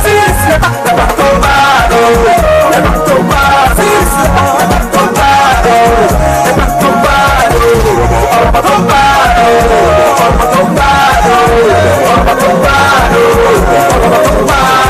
something they say that you're wanting, and that's something they say that you're wanting. To be hunter, you continue hunting, and that's one thing will lead to one thing, and that's one thing will lead to something. Or the bad how you know they're fronting, straight to the point, you know get time for something.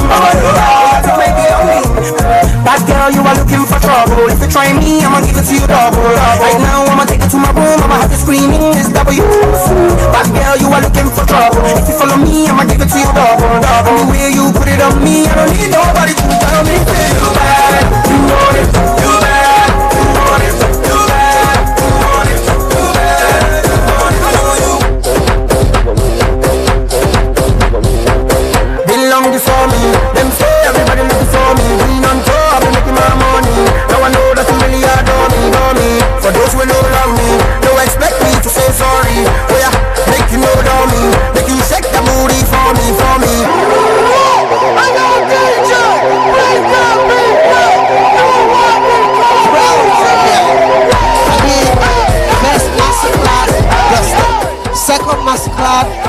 masterclass done. Third masterclass just concluded, and now we're going to the fourth masterclass, and we still have an amazing audience waiting, hungry, ready to be taught, ready to learn, and ready to follow Rico and Diego as we take a glance at Mexican history through its ingredients. Ladies and gentlemen, you should be here. You should be here.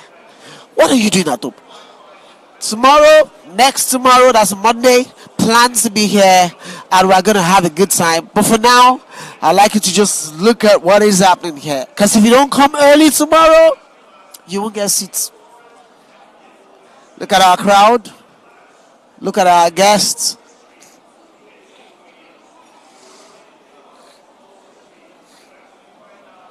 Wow. Hello. Good afternoon. What's your name? Mena. Mena. Okay. You like to be a chef? Yes. Is that why you came for the master class? No, I just wanted to see cooking. You just want to see people cooking? And I also want to experience. Have you cooked before? Yes. What did you cook? Egg. Fried or boiled egg? Fried. You fried? Where's mommy? She fried egg. Really?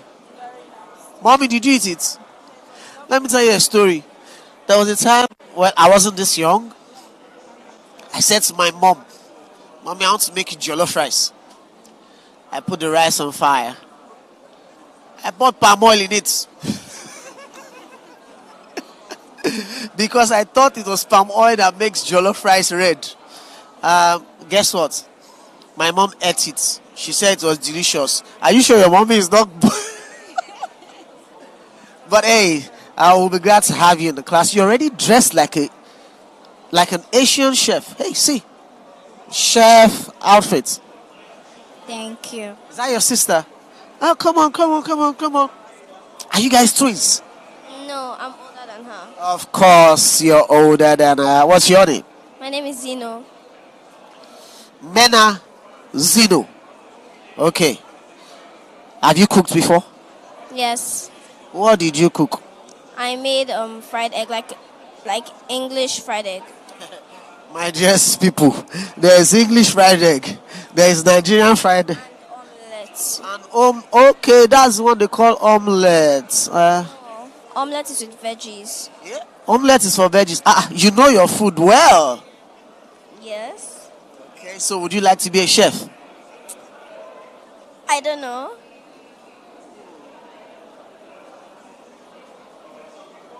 You look like you have something else in your mind you'd like to share with me. So as I'm just leaving the mic with you. I'm shy. Who is making you shy? I'm the only one here. Forget all these people. But trust me, you're going to have a good time learning to be chef if you want to. And if you don't want to, learning to cook delicious meals for yourself. Is that okay? High five. Low five.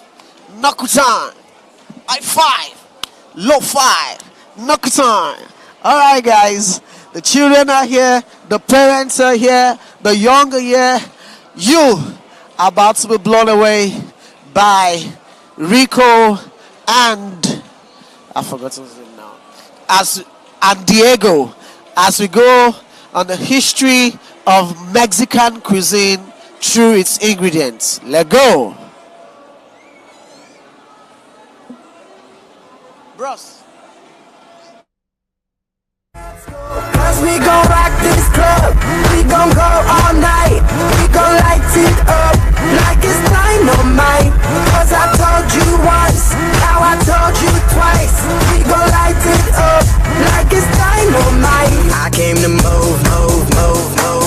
Get out the way of me and my crew.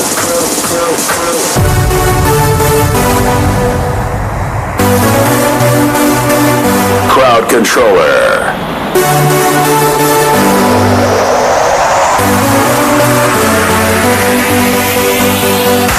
Move your body out on the floor.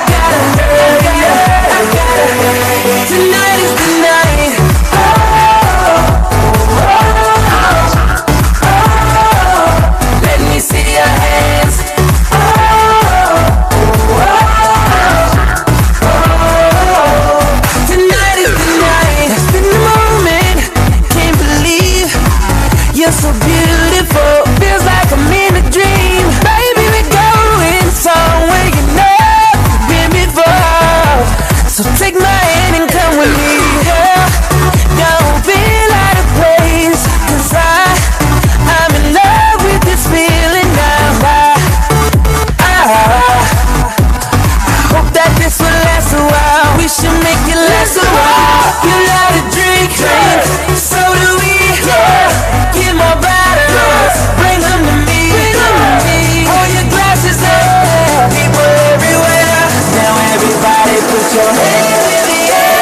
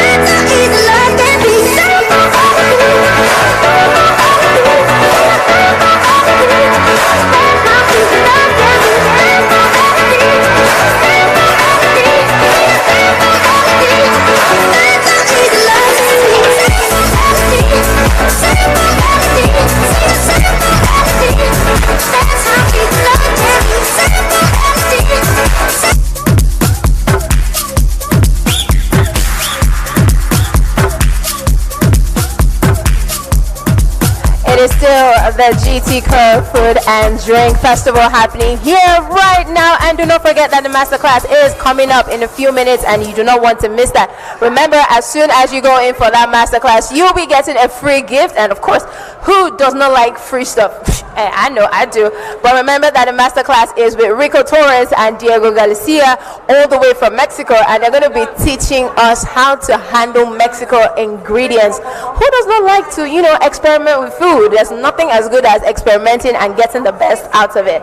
But real quick, we're going to be talking to somebody from Bono Sauce. If you know the meaning of Bono, Bono means hot, as in acid hot, yeah? And he's right here. Hello, how are you? Hi, I'm fine. All right, can you start by introducing yourself? Yeah, my name is Olatunde Abodorin, and I'm from Bono Sauce. All right, so tell us what Bono Sauce is really about.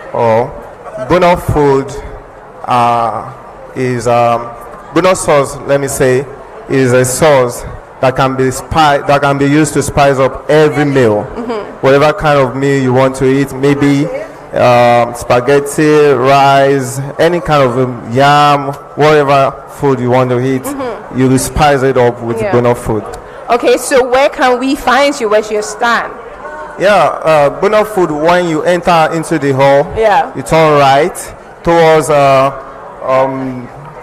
towards the exit, towards the exit. Okay. The last stand. The last stand. You're going to see us there. Okay, so hurry up and go. Are you guys doing any promos? Anything right now? Yes, we are doing promo. Okay. Our product is naturally sold for 1,200 naira, but because of this event, we have reduced the price to 900 naira. Oh, okay. So we've been selling the product for 900 naira since we came to this place. So if I were you, I will hurry up and go grab myself some Bono sauce to be able to add to whatever I eat. If you like, maybe you want to add it to your jollof rice, or you want to add it to fried yam or whatever, head on right now to the stand where Bono sauce is and get yourself something to eat. Yeah, I want to use this opportunity to appreciate everyone that have patronized us since we came. Thank you so much. And to those of you who want to patronize us before we close, please, we want to see you in our stand. Okay, thank you so much for coming. Thank you so much. All right, it's still the GTCO Food and Drink happening live here right now. And don't forget, the masterclass is coming your way, and you're going to be talking to Rico Torres and Diego Garcia. And remember, as soon as you walk in, you get yourself some free gifts. So if I were you, I would head on down. But while you're doing that, DJ Crowd Controller is actually controlling the crowd with amazing jams. Thank you very much, giving us back to back. But right now it's time for you to take over. The girl them skill out, Shonda Paul, some give it to, some give it to, some give it to our girls. 5,040,000 naughty shorty. Baby girl, I'm a guess. Shonda Paul say, well, on the way the time cold, I wanna be keeping you warm. I got the right temperature for shelter you from the storm. Hold on, girl, I got the right tactics to turn you on. And girl, I wanna be the papa, you can be the mom. Because the girl them broke out on the floor. From you don't wanna work this performer. From you don't wanna man where can't turn you on. Girl, we can see you when them upon ya. Can't stand for the long, nah. Eat no yam, no steamed fish, no bean banana. But down in Jamaica, we give it to you hot like a sauna. Well, on the way the time cold, I wanna be keeping you warm. I got the right temperature to shelter you from the storm. Hold on, girl, I got the right tactics to turn you on. And girl, I wanna be the papa, you can be the mom. Pump expose and girl, you got the chest out, but you know we are sad, cause girl, you impress out. And if it is out of me, if it is out, cause Okay, welcome everybody. Good, it's evening, officially. Good evening, everyone. Okay, or should I speak Mexican? Huh? You speak your own Mexican. You say you want to learn from me. Okay, I just want to quickly say, let's arrange ourselves before we go live. So this masterclass is being streamed online, and because it's being streamed, we would like to urge that as soon as we start, there be no movement. In other words, let's just stay where we are and enjoy this session. No need to go out or to come in. In fact, if you go out, you will not be allowed to come back inside. But would rather you don't even go out at all. Do you understand? So please, we would like to beg you, no movement as soon as we start. Be certain to have your phones on vibrate or silent mode, because we would not like for us to have distractions of phones. Okay, where's my camera? I see somebody that looks hello mama. Okay, how many of us know the facilitators we are having for this session? Anybody?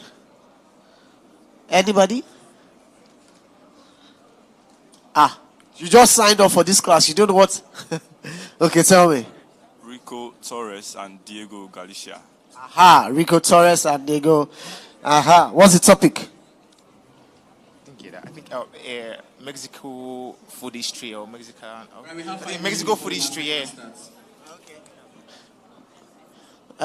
It's you tried. You did well. Okay, sorry. What do you want? Bonus score. Give away a glass of Mexico's history through its ingredients. And I think you're Mexican. Somebody Mexican here? Ma'am? Are you? No. Okay. Are you Mexican? Oh, sorry. I'm usually not. So who can tell us how to say hello in Mexico? It's hola. Hola, and then friend in Mexico. Amigos. So, I thought it was Ore. Oreko. Koyani. Okay, so this is the trick. As soon as they come, we introduce them, we do the countdown. We're supposed to have, as soon as from 10 to 0. At the 0, we start to clap, and then we can all scream, hola, amigos. Amigos, there are 2, right? Abi? My sister from Asia, there are 2. It's amigos. It's amigos, right? I'm right. You speak Spanish? 30 seconds before the masterclass starts. Okay, so please 30 seconds. Quickly, let's ensure that our phones are on silent. And then when I do the countdown, don't forget. Oh, and by the way, our moderator for this session is the amazing, beautiful, special. Where's she? Bolanle. Aha. 20 seconds. Are we ready? So I'm going to count us in from 10. Bolanle, are you ready? Yes, I am. So don't forget, once I get to 0, clap and scream, hola amigos. Are we ready? Are we ready? 10, 9, 8, 7, 6, 5, 4, 3, 2, 1. Everybody!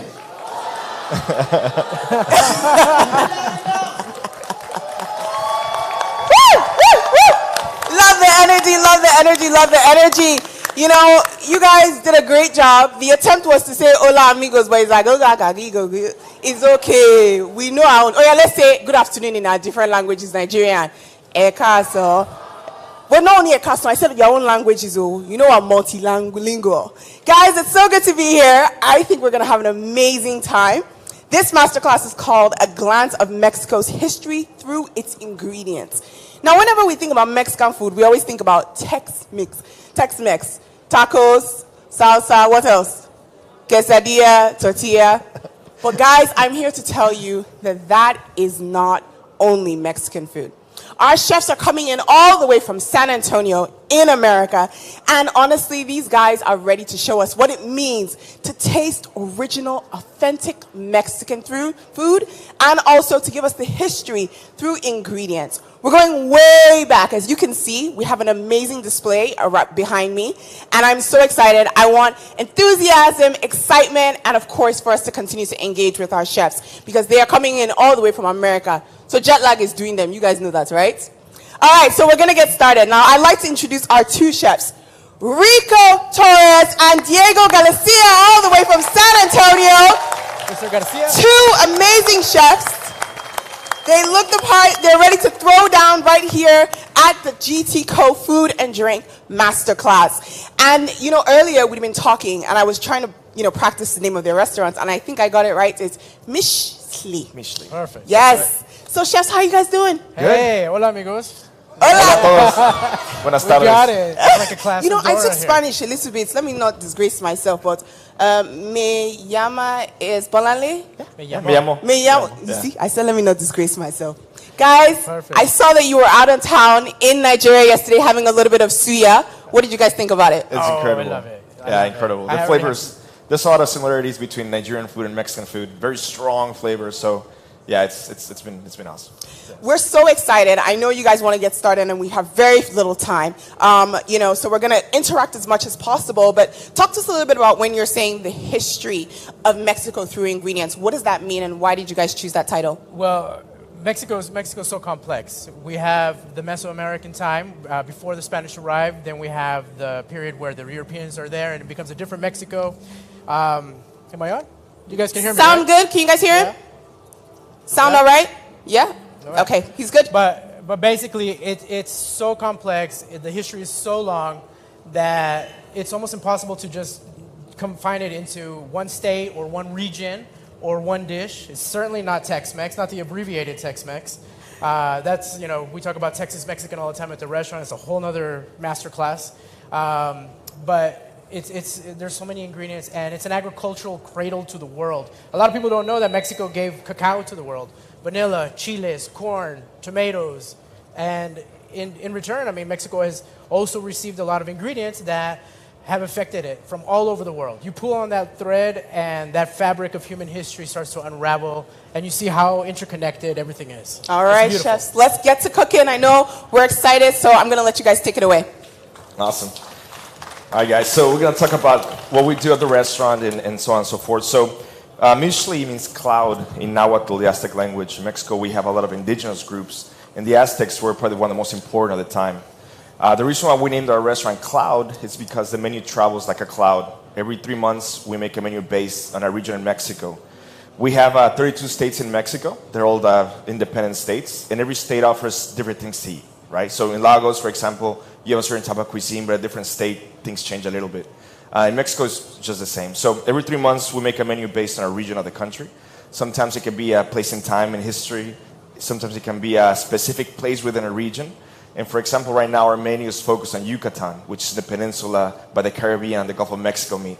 And Yucatan it's a port state. It's the ocean, the bounty of fish, wild game like deer. So that way the guests can experience Mexico, more than just Mexican food. It's regional food. They can see that the country is bigger than what a lot of people think it is. So 32 individual states. Every state offers something different, and that's where we broke it down. So like our menu moves through Mexico like a cloud. Michelin means cloud, the Aztec language, so we're paying homage to that, right? We have a 10-course tasting menu. Our guests arrive, and it's 10 individual courses that tell the story of the place, right? We made a menu one time that was a place in history based on the conquest of Mexico by the Spanish. Mexico was a colony of Spain at some point, like probably the rest of the world. They just took over everything. So we celebrated that introduction of European ingredients to Mexico, right? Before the Spanish arrived, there were no chickens, no pigs, no cows, no horses, right? So the Aztecs, the first time they saw a horse, they believed the man and the horse were one creature. They had no idea what it was. So they were going to battle, stabbing the horse, thinking they would kill the rider, because they had no clue what that was. There was no animal like a horse in the Americas. And in return, like Chef Rico said, we gave the world tomatoes. Corn is a huge staple in the world. So we've been kind of like trading, ingredients back and forth for a long time with Europe and the rest of the world. So we're going to talk about that today, and Chef Rico is going to tell you what mole is all about. All right, guys. So let's talk about mole, first of all, because while I've been here for the last couple of days, I brought that word up, and people just kind of give me a blank look. So I thought it was a little bit more of one of these sauces where everybody knew what it was. But it's one of the most complex sauces that you can make in Mexico. The one that we're going to present to you today is mole poblano, which is probably the most quintessential. So much so that the Mexican government actually has a written recipe dedicated to that mole. But like in any household, sauces change, moles change. Not all of them have chocolate. Some of them are green, white, black, red, yellow. I mean, it's hundreds of different styles of moles. The word itself comes from the Nahuatl word muyi, to grind. Who knows what guacamole is? Right? Okay, guacamole is the same thing. Avocados that have been mashed up. And that's basically the root of these words.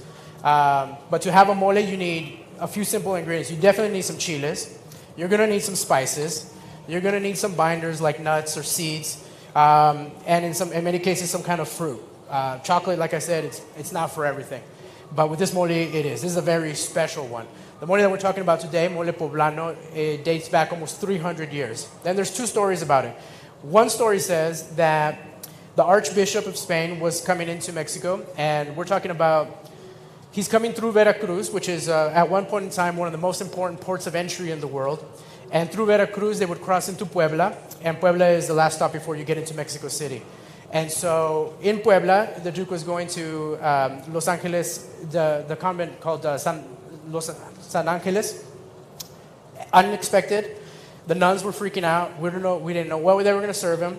And they started throwing ingredients together, what they had. Chocolates, seeds, nuts, spices, chiles. And because if you notice, all of those things don't make sense, right? It doesn't make sense. So if I'm a nun in a convent and the bishop is coming and you have peanuts and, what do you make, right? Go ahead. Okay. And so they put together what they had, a very humble offering. The only protein that they had that day was an old turkey, so they killed that. And by the way, the Nahuatl word for turkey is guajolote, which means clown bird, because of its clown feathers, I guess. And he loved it. He's like, what is this called? One of the nuns reportedly said it's called mole. And that's when the name stuck. That's when it finally stuck. And for the last 300 years, that's what it's been known as in Mexico. Another story says that one of the friars in the convent created this mole. And he prayed for inspiration. And all of a sudden, a wind blew all these spices that were on a shelf into a pot. And then that's how that was created. I don't know about that one. I think the first one is a little bit probably more accurate. Makes a little more sense. But either way, it's become a very important, very quintessential element of the Mexican gastronomy. And that's what we're going to dive into today. We're going to break down all the ingredients and trace them back to where they came from and see how all of this concoction of ingredients somehow ended up in Mexico to create these dishes. And just like every other place in the world that has ingredients that have been brought in from other places, you have recipes, and certain items are replaced by other ingredients, and then these recipes, over centuries, they start to change, and you start to see new dishes, and people move from different areas of the world to, like some of these started in the Middle East, and then they end up in Spain, then they end up in the Caribbean, then they end up in middle Mexico, and here we have this mole. It's an incredible story. So let's get started. We're going to start, I guess today, the first one we're going to start off with is talk about the chiles. The chiles. So mole really is a celebration food, right? You make mole when you're celebrating something, where somebody's getting married or a baptism or a first communion. Mole is that celebration food you want to make because it's so complex, it's so lengthy in time to make, and it's really the crown jewel of Mexican food, right? So mole poblano it's as good as it gets from Mexico. So the base of Mexican sauces, really all of them are chiles, right? Peppers. In Caribbean food you use habaneros or Scotch bonnets. But in Mexico, we have this wealth of chiles, and we have them in different shapes and forms. We have them fresh, we have them dried, we have them smoked and then dried. So chiles are a big thing when it comes to Mexican food. We have here a few dried chiles that we brought from home. And the root about chiles in Mexico really comes from using them for warfare. When the Aztecs were fighting other tribes, other groups in the country, they would burn piles of peppers. And they would waft them with fans so the smoke could hit their enemies and would stop them in their tracks, right? To discipline children, if you have a kid that's kind of like crying or misbehaving, you would put some chile in their mouth so they would stop crying and they would stop, doing evil things in your house. So chiles have all these purposes that are not eating intended, right? They use them for warfare, for disciplining, for ceremonial occasions as well. So chiles are really the kings of ingredients in Mexico. Yes. I'm going to go through a few that we're going to make put in the mole. So we have here first, we have some chipotles. And a chipotle pepper is a jalapeno. And I think a jalapeno is the most known pepper you've ever seen out of Mexico. It's this big green, long pepper. A little bit spicy, not too spicy. But then we dry them and then smoke them. And they look like this, right? Like little raisins. That's a chipotle. Then we have the pasillas. It's a longer chile, right? Beautiful red color. We have that was the guajillo. Guajillo. We have anchos right here. It's a poblano, correct? So again, we have the green version of the chiles. They go through a process where they're dried and smoked, and they become something else afterwards. The flavor in these chiles, think of a raisin, kind of like creamy, rich flavor. They're absolutely incredible chiles. So are again, any of these peppers able to be edible raw, or is that going to cause a fire? Technically, they're not raw right now. They're dried and they are smoked. So when you want to use these, two applications. One, sometimes what we'll do is we'll put this in a dry blender and just blend the whole thing, stems and seeds, and have a beautiful powder to season your food. Or like the powder for the suya, right? It's the same thing. We make a powder out of the chiles and we season stuff. At the restaurant, we always have salt, and then we have the powdered chiles that we can finish off anything. The beautiful thing, we had suya last night, and that powder is just like the most incredible thing. Did it hit you hard? Did it hit you hard? I'm Mexican, so I can't. So you handled it. Look, they handled it like, geez, they're not in you bowl, you guys. See, but the thing to notice here is that we're not so far apart, right? Even Mexico so far, our flavors, our food binds us together, right? Even though we're from totally different ends of the world, it's like that pleasure of that heat of that spice. It kind of like binds us all together like a big happy family. And I completely agree, because there's something on that table that most of us love. We're all seeing it, Abby. What is it, guys? What's on the table that we love? Plantain. We're excited to get to that. Yes. Okay, so we're going to go through our list of ingredients. So the beautiful story of plantains in Mexico, we'll touch on that. So that covers chiles. If I may, the beautiful thing about chiles is that it's not just for heat. These are all different levels of heat, different levels of flavor. And that's the most important thing when you're creating salsas and moles or any kind of dish in Mexico. For example, used to be a chile chilhualque, dark green, long. Now it's a chile pasilla. Then it's smoked. It's called chile pasilla mije, and it's one of the most incredible flavors to have that. This is chile chipotle. It could be chile morita, and that's just the difference between when it was ripened. I mean, when it was dried. If it's dried when it's green, it's chipotle. If it's dried when it's red, it's morita. It's confusing, but you'll get the changes of the name changes as the chile progresses. Exactly. Chile poblano turns into chile ancho. When it's green, when it's red, it's chile mulato. And that one has a more complex flavor, more like coffee and licorice, and that definitely raisiny flavors come out. And it's a combination of mixing these together. You put an ancho a chipotle, and a pasilla, and this is the Holy Trinity right here. And so, that in itself is like the beginning of a lot of bases. We don't even keep black pepper. At my house, we don't keep black pepper by the stove. It's salt and dried chili powder. And that's what we use for everything. My son eats all of that stuff, and he's super excited about it. And I think that when we have foods that don't have it, he's missing those flavors. And so, yeah, it's not just about heat. Making salsas that are hot just for the sake of them being hot with no flavors sounds crazy to me. So I don't know when some chefs are like, oh, it's cayenne and ghost peppers and scorpion peppers. Like, you haven't met Yoruba people yet. Right. It's one tribe in Nigeria that's obsessed with pepper. They like to eat and snot is running down their nose as they're eating. Yeah. I mean, it's fun, but it's not a frat party. Like, it's not. It's not to see who's the most macho. It's an enjoyable heat, right? That pleasure of just spicy, you can't stop eating it. And in Mexico, they say we're a little bit masochist in Mexico because we like that pain so much, but it's something that we thoroughly enjoy. So that's chiles. We're going to move on to almonds now. Okay. Almonds. Obviously, everybody's really familiar with these. We start to see almonds in Western Asia, and Europeans are finding these when they're following the Silk routes through Turkey and through Greece. Even in the Bible, this is mentioned, where Canaan has his staff that is made out of almond tree bark, and when he stomps it, almonds come out, and this is kind of a way of saying that God approves this because these are such a wonderful ingredient. But really, these almonds get grown on trees. They're brought into Mexico by the Spanish around the 16th century, by the Franciscan monks, and the church plays a huge role after the conquistadores have invaded and really torn everything down. The church comes in, and the church was always there to play a peacekeeping mission, to quell the violence and to really start to work with the communities. But with them, they bring everything that they're used to growing and eating.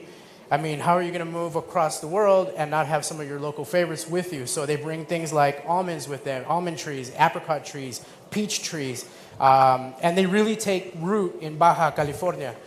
Now, about 180 years ago, California used to be Mexico. So was Texas and New Mexico and Arizona. And all that southern part of the United States used to be Mexico until the Treaty of Hidalgo, when Mexico signed over almost 50% of its own country to the United States. And now they're states. I mean, I live in Texas, so I'm happy for all of that. But it just kind of goes to show how blurred these lines are. You take away a political line or a political boundary, and what you just have is just land and people living off the land and surviving off the land. And when you start introducing ingredients like this, even though they didn't originate there, they find homes in these areas. And so almonds take shape, and they become very popular as flour, as uses in sauces, of course in candy, and it just kind of goes on and on from there. So another big part of mole, right? So we have the chiles, we have the almonds. Now we're starting to notice that these things are not all native to Mexico, even though they're part of a very important dish in Mexico. So we're going to do pecans. And pecans, we know them as nueces in Mexico. I don't know if you guys have pecans here in your country, but these are native to the Mississippi Valley in the United States, right? And then pecans became a big trading thing back in the 16th century when people noticed that, one, they were very tasty, and two, they could make money out of growing these trees. Yep. Now you can find them anywhere in Texas. My wife and I have 2 in our house, and every year we get this rain of pecans just falling in the backyard. And they're just everywhere. Like the squirrels love being in our house because they just like to eat all these things, and they bury them all over the property. So pecans are delicious. They're very creamy, very nutty. They're a great thickener for salsa. So that's why it finds its place in mole, because it's so rich in flavor and creamy. So yeah, big staple of the United States, a big part of northern Mexico as well. Yeah, especially for native Texans, for Native Americans living in Texas, in that area, this is a huge part of that diet. And now you'll have guys like grandpas, when these nuts hit the ground, they love to sit out there with their nutcrackers and just cracking nuts all day long and telling stories. But of course, pecan pie. I think like 3 years ago there was a shortage of pecans in Texas because China was buying so much, and so the price skyrocketed for all of us, and it was just nuts. But and then you find them in applications like desserts. They make pecan pie in Texas. It's huge. You find it anywhere. It's very traditional. You can find candies. They dip them in chocolate. So applications both in savory and in sweets. So pecans. That's one other ingredient of the of the mole. So we're going to move now to sesame seeds. Actually, we skipped peanuts. Let's go jump back on Oh, that peanuts. one. Yeah, peanuts. Peanuts. Me vale cacahuate. It means, literally translates to, it means peanuts. Or a way of saying, I don't care. Obviously, people who said that didn't realize how important this was to the diet and the gastronomy in Mexico. You find peanuts in South America, specifically Peru and Brazil, but they would grow as far north as central Mexico. When the Portuguese arrive, they take these back with them, and then eventually they bring them to West Africa. They become a big part of the diet. Here, I'm assuming. And, we call them groundnuts in Nigeria. Right, because they're so similar to groundnuts. And as a matter of fact, Europeans didn't really understand what this was because these are nuts that didn't grow on trees. So they felt that it wasn't important. Africans brought them with them to the United States and started planting them in the South, where they were growing rice, but they were also growing peanuts. And now this is a huge crop for that whole area. And it's become something super important. In Mexico, this can be added to just about everything, especially candies. Candies made out of this stuff is incredible. And you mix it with any kind of stuff, any kind of drink. In Veracruz, there's a cocktail made with peanuts and rum and vanilla, and it just is delicious, like a peanut butter. I mean, I don't know about the hangover with that one, but it sounds delicious. Something familiar from the area, sesame seeds. Sesame seeds are endemic to Africa. They've been used through Asia and Egypt thousands of years ago to make flour. They have their applications as one Mexican food. The really cool thing about sesame seeds that in Mexico we have Afro-Indigenous communities, and they brought with them sesame seeds, helping the state of Guerrero in Mexico become one of the largest producers of sesame seeds in the country. It's an incredible thing, widely used through Africa and Asia. Like I said, the Egyptians used to use it as well. You can grind it, make flour out of it. In Mexico, we coat candies with it as well. Both applications in savory and sweet. So yeah, sesame seeds are hugely important when it comes to mole. Where we at? Cinnamon? Yep, we're moving to cinnamon. Cinnamon, we're going to Sri Lanka with this. True cassia cinnamon. Of course, this is another one of those stories where you see these spices developing in the early world, and then they're moving on across the world. So in Baghdad, Muslims take on these recipes of these Persian recipes that are very complex and almost 1,000 years old, and they become part of the gastronomy of the Muslims. And then eventually they move on to other Muslim communities, specifically the southern Iberian Peninsula, southern Spain, all that part of southern Spain where the Moors had invaded Spain, and for almost 500 years had a huge role in what the food was like there. And so this complex amalgamation of spices, I mean, cinnamon being right at the top of it. Egyptians use this they use this for medicinal purposes. They use this in their embalming. But in Mexico, we put it on just about everything. And that's no lie. I mean, from the chocolates to the atoles to the moles to the salsas to your steaks, you will find that application just about everywhere. It's kind of interesting because that's one spice I see that we don't really cook with it per se. We usually use it for like baking and things like that in Nigeria mainly. Yeah, no, so we have a beautiful drink at the restaurant. It's called a paloma. It comes from Jalisco. It's a basically grapefruit soda or grapefruit juice mixed with tequila. We add a cinnamon simple syrup to it. It's fantastic. You think of this as a warm spice, but you have this with watermelon. Well, actually, some people use this for zobo, right? Yes, that's very true. Yeah, people do use it for zobo. At home in my tea kettle, I always have cinnamon sticks in there all the time. My wife drinks it straight. I use it to brew my coffee, and it's always in the house. Sounds yum. So yes, the Spanish brought this into Mexico, but not through the Caribbean. 1565, the Spanish galleon San Pablo is touring from Acapulco to the Philippines. So right around this time is when this is what I consider the time that the whole world became connected, because that route from Acapulco over the Pacific, a 6-month voyage called the Torno Viaje, or the turnaround voyage, landing in the Philippines and bringing back all kinds of ingredients, all kinds of Asian ingredients. So it wasn't just Filipino, it was also Chinese. They would bring back things like Chinese lacquered woodwork and silks and spices. They brought back Chinese men to work and build railroads in Mexico. And then a little bit down the road, they sent them back and then allowed them to come back. And it was just like, that's a whole other story. But it's interesting how that little that little part of human history is what really tied the whole world together. Because before then, nobody had crossed the Pacific. People had crossed the Atlantic, some by mistake, and then all of a sudden we discovered the New World. But nobody had actually made the connection that you could go all the way around the world traveling this way. I mean, it's scary enough to think about traveling across the Atlantic for a few months, but traveling over the Pacific, which is much, much bigger, is even Thank God more for planes, scary. right? Yeah, exactly. But yeah, so this is Sri Lanka, and it's moving east, and that's how it ends up in Mexico. But now it's a huge Mexican staple. They would take this cinnamon and take it back to Spain, but the majority of it ended up in Mexico and became a huge part of the diet there, of all the recipes that we do. So again, the only thing native to Mexico so far in this sauce is the peppers, right? That we've talked about. That's it. Everything else is from all over the world. The next one is cloves, or clavos de olor, or in Mexico we call them nails that smell, right? They look like little nails that you could use in woodwork. And these cloves are actually from Makulu Islands in Indonesia, right? Which Mexico and Indonesia have nothing in common when it comes to geography. It's so far from Mexico. So again, this talks about the power of trade in those times. Cloves have been used, thousands of years, 1,500 years before Christ was born in food already. So they're very small, very pungent in smell, very strong in flavor. So cloves are a big part of Mexican food, not only mole, but in a lot of different applications. So yeah, big part of the trading routes. The Dutch, the Europeans were the ones that brought it to Mexico during their trades with other different islands in the Pacific. So again, from the Maluku Islands in Indonesia, this little spice made its way to Mexico. Right, where are we at? Moving on to allspice. Allspice, here we go.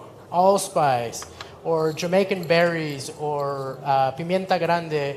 O pimienta tabasqueña. Yeah. Do you guys know why they call it allspice? Like, I've always wondered. Yes. Whenever I buy it, I'm just like, that's a great is question. it going to spice all of my food? Like, does this mean this is the only thing I have to put inside? Yes. 1621, the British coined this allspice because it had all the flavors of thyme and black peppercorns and nutmeg and cinnamon. So it was confusing, and that misnomer of allspice is where it came from. But it really originates, you see it in the Caribbean, and then you see it in the southern parts of Mexico, namely Yucatan, Chiapas, Quintana Roo, Tabasco, all those southern areas is where you really see allspice. The Mayans used it for medicinal purposes, but they also used it to flavor their chocolate. So, and we'll get to chocolate here in a little bit, but that means that before sugar was added, the ancient Americans were using stuff like herbs or spices, or in some cases even salt, to flavor their chocolate. And chiles, of course, would go into that,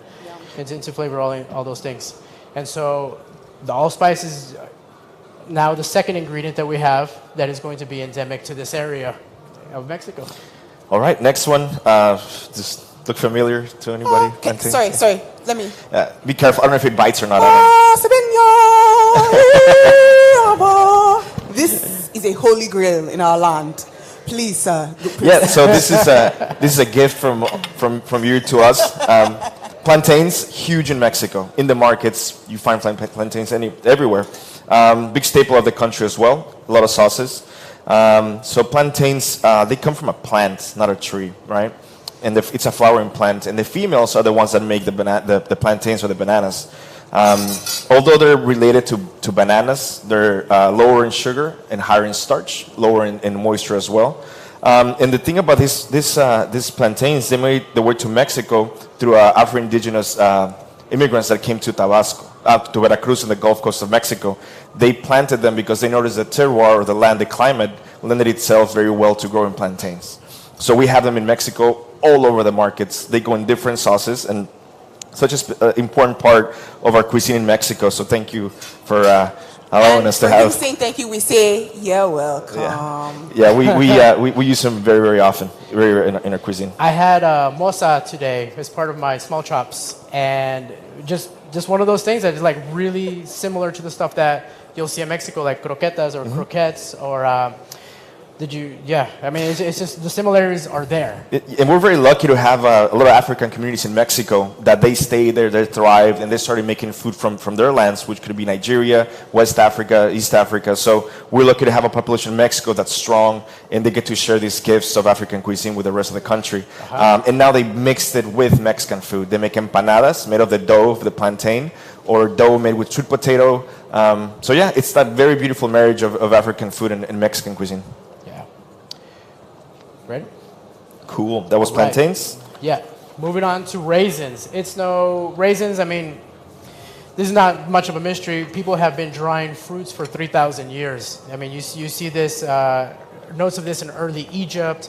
You see this all over the world. But really it's when the Spanish bring these fruit trees into Mexico, specifically again in this California, Baja area, where you start to see the development of these dishes being dried. Now Puebla is one of the largest producers of dried fruits, but not just things like raisins, but you also see other things like mangoes and Apricots. pineapples and apricots, papayas. Everything is dried, and it's just this beautiful.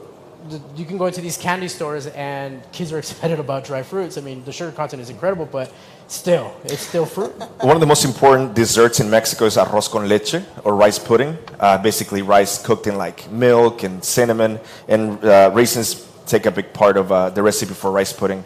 Very simple to make. It's delicious when it's cold because it gets like this like gelatinous consistency, just absolutely magical. So good application for raisins. And it really goes into that Baroque, that Baroque influence that is in Mexico, and that's where you see savory items with sweet items, and you see things like picadillos, which is like a ground beef with chiles and onions and spices and cloves.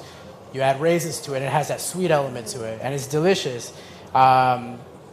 Where else did we see that? It's the arroz con leche as well. Yeah, rice pudding. A rice pudding, a little bit of cinnamon on top because we put it on everything, and then of course some raisins to follow up with that. In Oaxaca, you see the estofados. Estofado is basically a word for a stew, and it's savory and it's spicy, and you have chicken or turkey on it, and then some raisins, and that level of sweetness is just adding these layers that really speak to that Spanish influence that has really taken over that Mexican gastronomy. So far we've had 2 indigenous ingredients from Mexico in the mole. We've had a lot of Asian and Indonesian ingredients. We have an African ingredient in the mole as well right now. And then we're going to talk about onions, and onions are huge in Mexico, all of Latin America. There were 2 of the most important crops in Europe before they came to Mexico, next to cabbage and beans. They were brought by European settlers to the country. We use it in everything, literally everything in Mexico has onions, salsas, braces, everything. I don't accept desserts. I don't see a dessert with onions ever, but onions are they're a big part of Mexican cuisine. Yeah, you see Egyptians using this. You would find mummies that had onions buried inside the cavities, and so while onions aren't exactly native to Mexico, there were strains of onions in Mexico that were a little bit milder. So just a couple of fun things with this when you're doing this at home. The white onion is probably the most astringent, most bitter onion of them all until you cook it down, and then it becomes the sweetest onion. So it's just like kids. Like you make them work hard a little bit, they're going to become a lot sweeter in the end. You guys work with onions, and I think every single person here is trying to figure out how do we cut onions and not cry? Like how is it possible? Yes, you need a sharp knife. That's the thing. You don't need to chew gum or wear glasses. You need a sharp knife because what's happening is you're bruising the onion when you cut it with a dull knife. So while bruising the onion, it's going to release more juice. Okay. There was a chef from earlier, Chef Baines. He was cutting onions super fast, and he was totally fine. But the knife was really sharp. Last night at the suya spot we went to, it was so good. They would put the meat in like a foil and then cut onion. And I was like, but it's just raw onion, right? It's like, all right, big deal, whatever. They wrapped it up, super tidy newspaper. Got to the hotel, we opened it, and the steam made the steam made the onion sweat and get some of it was awesome. So it's onions, man. It was just raw onion, and it became like the most delicious thing that we had in the whole thing of meat, And now you can have like onion jam, which is delicious on a burger.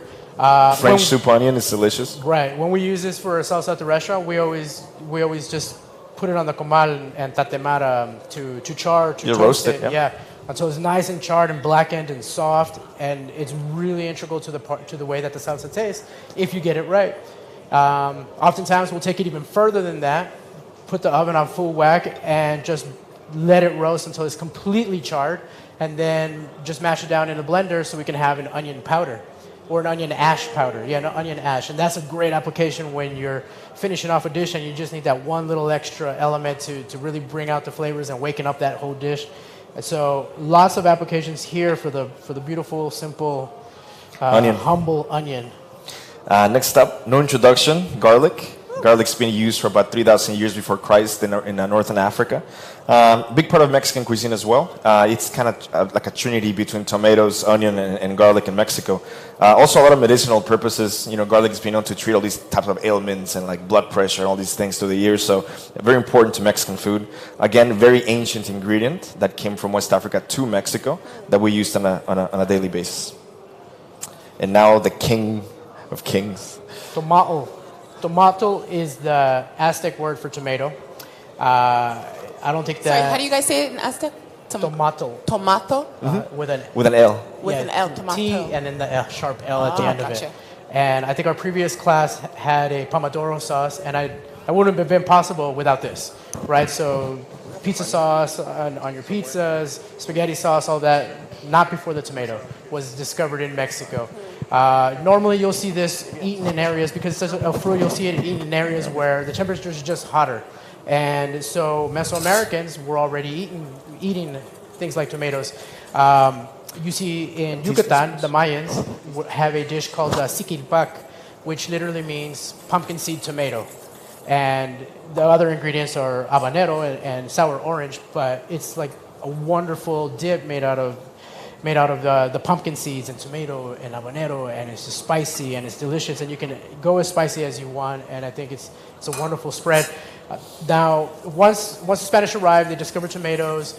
Hernan Cortez takes them back to Europe, but only the seeds for ornamental value, to make jewelry out of it. So it still wasn't considered a thing that you would eat. 1590s, almost about 70 years after Hernan Cortez is there, the British start planting these tomatoes and start eating them. But it soon gets the name as poison apple, because people would die eating this, namely aristocrat people that used pewter trays. And so the tomato would sit on the pewter trays and suck out all the lead, and then they would get lead poisoning and die, and they would blame it on the tomato, but it was really the dish. And so that's why, like, if you have this and you have it on some type of metal that is reactive, you're going to get that metallic flavor. And so that's why it's recommended you not to. And also, obviously, because the aristocratic people died from it, so we obviously want to avoid all of that. But, yeah. Where else? So that's a tomato.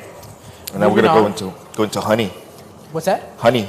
Is that what you're whipping Actually, over we're there? going to get into the chocolate. So I think that this is one of those things where if you're stuck on an island, what are the things that you can take with you? And you have to have some chocolate with you. But one of the most important marriages in Mexico, culinarily wise, is the marriage of chocolate and cinnamon, right? And so here you have what they call Mexican chocolate. This is already sweetened with piloncillo, which is an unrefined sugar. But then you add other ingredients into it. You can add almonds and cinnamon and cloves or allspice. But a lot of people don't know that the cacao pod was discovered in Mexico. And it was huge. It was huge for Mesoamericans. As money, it was the food of the gods. Moctezuma, the Aztec emperor, had a harem of about 1,000 wives, and he needed cacao every day to keep him strong for... This is why you should have one wife. Right. To love them. But way before sugar is added to chocolate, and we're talking like the mid-1800s, when in Switzerland you see the addition of sugar to chocolate. People would have the raw cacao with spice with chiles, or spice with herbs, or spice with spices like allspice. And this is how you would eat it. It was such an important thing because it connected you to the gods. And the way to make it was that you had to have a beautiful froth on top of it. If you had the froth, then that was the spirit of the cacao talking. And in Mexico, corn is king, but chocolate is right next to it because it's so super important. It was used as money to trade. It's been used as medicine. In the Caribbean, there's a long story about how milk was eventually added to it, and then that was sold to Nestle, and now we have milk chocolate. Right. But the story of chocolate is so long, so diverse. I mean, how many times have you in your life have you said, "I need chocolate"? Every Get away single from me, I need day, chocolate. right? It's that kind of thing. And it's powerful too. I mean, raw cacao is this insane. specific chocolate does have a very distinct taste that's different from other chocolates. It's a little bit more bitter to start with, but Okay. then you start adding those other ingredients. So like I said, it's already sweet. It's already cinnamony. So when you're drinking this, hot or cold, you're gonna have this like beautiful sensation of this like, man, this is hitting all those notes that I need. And so there's the beginning of chocolate. And then one of the last touches, we don't have it because we used it, is the honey. And in Mexico, we have this beautiful honey from a bee called melipona. Because people believe that the Europeans brought everything. Like we had nothing in Mexico, they brought everything, right? So we had our own bee that's native to Yucatan. It's called melipona. It's a small bee that has no stinger. And that's where the Maya used to harvest the honey from. They used the honey to make mead, called balche, to drink. Use it as medicine, as a natural sweetener. So honey is a big part that goes into the mole to tune it at the end. And then we have some herbs. We have a tomillo or thyme. We have our bread and our tortillas that go in the mole. Stale bread is fine. And then tortillas, we're going to toast them a bit and throw them in the blender when we make the mole. This is just to bind everything together, like a glue to make the whole mole together. Right. So again, we have maybe 3 Mexican ingredients here, and the rest are from all over the world. So mole poblano, not only being the most important mole of all in Mexico, like the crown jewel of moles, it's a combination of efforts from all over the world. And you guys from Africa have a big contribution to the sauce via the plantains, the garlic, the Baines seeds. Yeah. So thanks. So yeah. Let's talk a little bit. So here we have the actual mole that I made. I made this more like a paste, so it was easier to bring with. And in Mexico, you'll see this sold like this everywhere because it's just easier to buy it. You take it home, you add a little bit of chicken stock or vegetable stock, and you thin it down, and then you can cook. You cook it with your proteins or without. I prefer most of my stuff with vegetables, but it's really how you like it. And every one of these things needs love in its own way. And so that's why the moles, specifically this one, can take up to an entire day to make. And further than that, it's really not even good until like the 5th day. It's great the first day, but by the 5th day, it's fantastic. And so in Mexico, you might have a wedding that lasts a whole week, and you'll be serving the mole all week, but it's at its best when it's at about 5 days. I was going to ask, so is that process like a slow cooking, just stewing on the side? Well, no, it's insane. So, sesame seeds, these need to be toasted on the comal by themselves. These chiles need to be toasted, but not to the point where they're burnt. Right. The seeds need to be taken out, save those. Another thing, char it, and now you have a chili seed ash, and you mix it with salt, and you have a chili seed ash salt, and that's fantastic on like a ceviche, like a raw fish preparation. But you'll toast these to get the oils to come out and really become savory. In some people that are just very specific about what they do will let them rest in a container for days, and then the flavor really starts to develop. Then you move on to the nuts, again, lightly toasted, peeled. If you're making a mole blanco or a white mole or a mole de novia, the bride's mole, which is even more white, you have to take the skin off of these very and diligent, it's a pain in the butt. very diligent. It's really, you have to sit there in your kitchen with your mom and with a spoon and slowly peel the skins of the pecans. It's a process. And same thing with the pumpkin seeds. Tomatoes, we would char these and break them down. The one that we didn't have because I couldn't bring it with me and we couldn't find it here were tomatillos, which is a green version of this. It's not actually a tomato, but it's more of a gooseberry, right? But tomatillos is like a very important part of this dish. It's going to add a little bit more acidity. It helps bind everything together. It gives it a beautiful viscosity. These would either get gently fried in oil. I prefer not to use any oils when I'm making moles. This one, I might just reconstitute it with some water. Seeds toasted, thrown in at the end with the chocolate. Once the whole mole is cooked and it's in its liquid form, you start to add the chocolate and stir it in very slowly, and it changes color and it becomes alive. Same thing with the tortillas. We would char these into a tostada. These are not the tortillas that I'm used to. These are the ones that we could find here. They have a lot of preservatives in them, and they're kind of crumbly. But a good corn tortilla, which is life, it should be 3 ingredients. It should be the corn, the nixtamal or the cal, and water. And that is a whole process. For over 5,000 years, Mesoamericans have been cooking hard corn that has been dried. You cook it in an alkaline solution like ash or cal, limestone, right? And that creates a process that strips the corn's pericarp, is a thin skin that makes it indigestible, and then allows the water to go into the corn itself. And at a molecular level, things are changing. The calcium is increased, the niacin is increased, B vitamins are increased. And so when you're a civilization that it's very hard to go to a store and just buy a steak for dinner or a chicken, you have to find your protein somehow. And this sustained civilizations for thousands of years, and the recipe has not changed. your tortilla should go bad in about 2 or 3 days. Like it should go bad, and that's how you know it's a good tortilla. Right. Of course, hopefully you eat it before it went bad, and you don't have to find out. But the whole point is that it shouldn't have so many preservatives in it. And every corn is so different. The recipes for cooking that corn in that alkaline solution differ all the time. It's such a process. It's very difficult to make it as part of in the restaurant, along with everything else, because you need somebody that's really dedicated to it. You need the right tools for it. And you need somebody that's going to wake up at 2, 3 o'clock in the morning that's like, oh man, is this thing sitting in the solution 30 minutes too long? Because that's going to change everything. It's going to change everything. So all these ingredients mashed up together look like this, like a paste, right? This is like the recado for the mole, right? So it's a paste that we're going to hydrate with stock, vegetable stock, chicken stock, in a pot, and it's going to look just like that. It's velvety and smooth, and it's just outstanding. We have some samples to try. Yes, we do. We do have some samples. I know, this is where you guys are excited. You want chop, Abby? Start putting it Standard, that's why we're here. Okay. So what we're going to do is I'm going to choose the people who get the samples to try. So whoever was smiling at me the most will get a sample, because I'm partial. Pardon me, and I don't mean to step on your toes here. I know they told us just a handful of people, but I told them I want as many people to try this as possible. I don't want you guys to leave here without knowing what a mole is. So we brought enough for I think everyone. I'm sorry, but we had to do it that way. They are nice. I'm not. So who wants mole? Come up. Let's. Okay, no. Nobody get up. Nobody get up. Nobody gets up. Trust me. Let me do this. Nobody gets up. This is how we're going to do it. The ushers are going to pass around the pole. Because you know how they do at in Nigeria, that 5 to the 5. So everybody just sit down, all right? You're right. Nobody stand up. You're right. Getting through the front door was chaos. All right, so come on over here, guys. Come help us out. So, so first of all, thank you to GTCO Bank for having us. It's been a pleasure visiting your country. It's absolutely beautiful.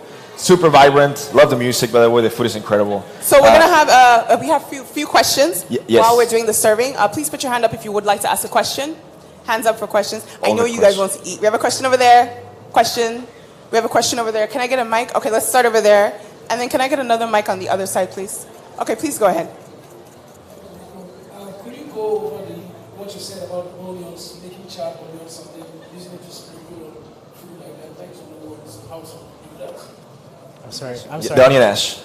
Oh yeah, the onion ash. So break it down into the petals of the onion, so that you have more surface area that's actually getting cooked. Put it on a sheet pan, spread it out so that it's not like onion on top of onion. And as high as your oven goes. 500 is most of them, Fahrenheit. And just let it go until it's charred black and ash. It's gonna take about 45 minutes maybe. It's crazy to use the oven at that temperature, and so it's like but if your oven can handle it, I'm pretty sure.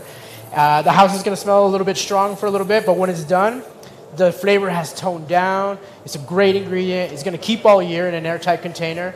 And when you're ready to use it, the best thing to do, maybe you have one of those tea diffusers or a strainer, a very fine mesh strainer. You put it in there and just kind of tap it on the sides, and it's just going to rain this ash on top of your stuff. And you have say you made a beautiful dish and it's covered in a sauce, and you just need that little extra element. It's going to take it there. And it's not going to taste burnt. It tastes fantastic. There's a whole thing of, there is a time when you're charring food that it does taste charred, but if you take it a little bit further, then it becomes completely different. The Mesoamericans, the Aztecs specifically, used that as a way of preservation. Before refrigerators, before fats were involved, charring foods was a way of preserving food. So. All right, thank you. Next question, please. Over there on the in the front, please.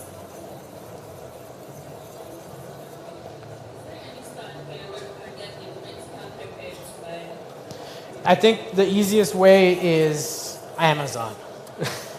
Sorry. It's a little bit easier. When we started the restaurant, it was really hard to get quality chiles. It took years of making relationships and finding people, and now we have somebody that actually helps us import them, because some of them are so specific, like the chile chilhualque negro from Oaxaca is grown in 20 hectares in the entire world. Chile chilhualque means the old Chile in the Aztec language. And it's precious in how complex it is, like licorice and coffee and raisins and chocolate. and it's made for very specific moles, and it's very hard to get. So you can't find that one on Amazon. Don't ask, but most peppers you can, at least to get you started. And like I said, chipotle, pasilla, ancho, it'll take you a long way. You get those together, you find variations of it, levels of how you like it, and getting to know them will help you understand where you're going to go with the dish. Easy peasy after that. So find someone coming from America for you. Yeah, and if you find smoky ones, go with the smoky ones. They're so good. All right, the question over by the lady with the hat, please. About the chilies, you said it was from the fresh green. Then Yes. it's dried, then it's smoked. Due to the process, does it get intensified, the hotness? Or does it get Some mild? of them do, some of them don't. The chile serrano is already very spicy. And just as a side note, it's the only chile you don't take the seeds out of because they're so small, so it's almost like a sin. This is. Yeah. But that one gets a little bit spicier when it's smoked. It's called pico de pájaro, or bird's beak. That's the chile serrano. And they have so many different names. I mean, when they're ripe, when they're green, when they're red, when they're dried, when they're smoked, their name just changes. And so early on when I started with the restaurant, and it was very confusing to figure out, like, well, what is this chile? I've never heard of it. Turns out it was just a variation of one of the other chiles we were already using. And so, yeah. All right. Hope that answers your question. We have a question in the back. Can you please put your hands up so I know how many more questions we can take? This is the last round I'm going to ask. Lady in the white. Anybody else? Over here. Last question.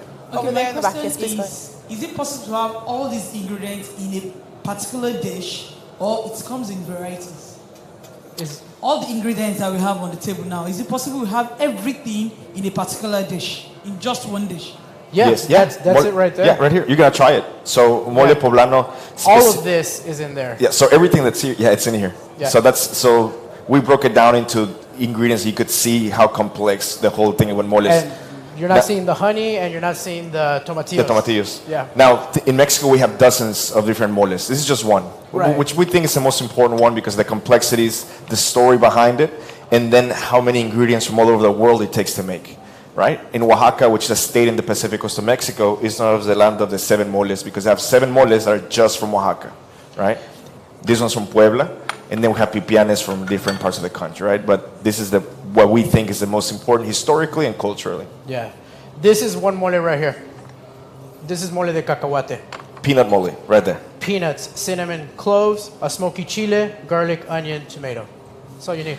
Everything charred, toasted, reconstituted, blended, and you have peanut mole, which is an incredible mole that goes really nicely with turkeys. And This is another mole, pipián.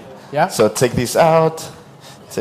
Pretend this is the tomatillo, and these would be fresh instead of dried. And now you have a different mole. So now it's 3 moles just in Yep. what's going on here, right? So it's like a puzzle. You can make and take different elements of moles to make another mole, right? When we opened the restaurant, I didn't have the opportunity to visit every state in Mexico and try every single mole. It became this quest of, well, I want to make these things, but I don't really know what they're supposed to taste like. So it became the quest of understanding what each one of these ingredients needed, wanted, where it wanted to go, and who it was really good friends with. And so that's how we started making moles. One of my favorites is the chilhualque negro, recado negro, or the mole negro, where you have to char these chiles. Again, you char them all the way until they're completely black. You take the seeds out and you char those separately in a pan. You char all the rest of your ingredients, and you have a beautiful black lacquered mole that is so sexy on any kind of dish. If you can pull that off, it's tops. It's so shiny. It's just very unique mole from Mexico. I mean, it's at the end of the day, it really is art, and you guys have taken us through. I mean, I've learned so much about plantain today. We have one question there in the white. Mike? Okay. No. Let's go to the lady in the white, please. Put your hand up. Yeah, there you go. So they can see you. And I believe this is the last question we can take. We've run out of time, so. Okay, hi. So I'm really curious as to how you guys cook your plantain. So do you fry it? Do you boil it? Do you roast it? Do you smoke it? How? Yes, all of it. Usually not fried so much because that's more of a Caribbean or Puerto Rican, and it's not necessarily what we're doing at the restaurant. But yes to the rest of it in all kinds of fashions. We've made desserts out of it, drinks out of it. And we had a really cool dish with the crawfish recently. So it was a dish that was based on the jungles in Chiapas, the La Condona jungle, one of the largest jungles in that area. And it was a puree of plantains that had to be silky smooth because we do fine dining, so it had to be beautiful every time, with black beans. And that combination is just insane. And then crawfish that were cooked in a butter that was poached with chiles on a huarache, which is just another shape for shaping masa, corn masa. And then we put it inside of a box that my wife helped me make. Actually, she's right here. But she helped me. It's a box that when it sits at the table, you push a button and you open it up, and it has a recording of jungle sounds. And so you're like, what's happening? It was pretty cool. Hope that answered your question. Excuse me. Time check for me, please.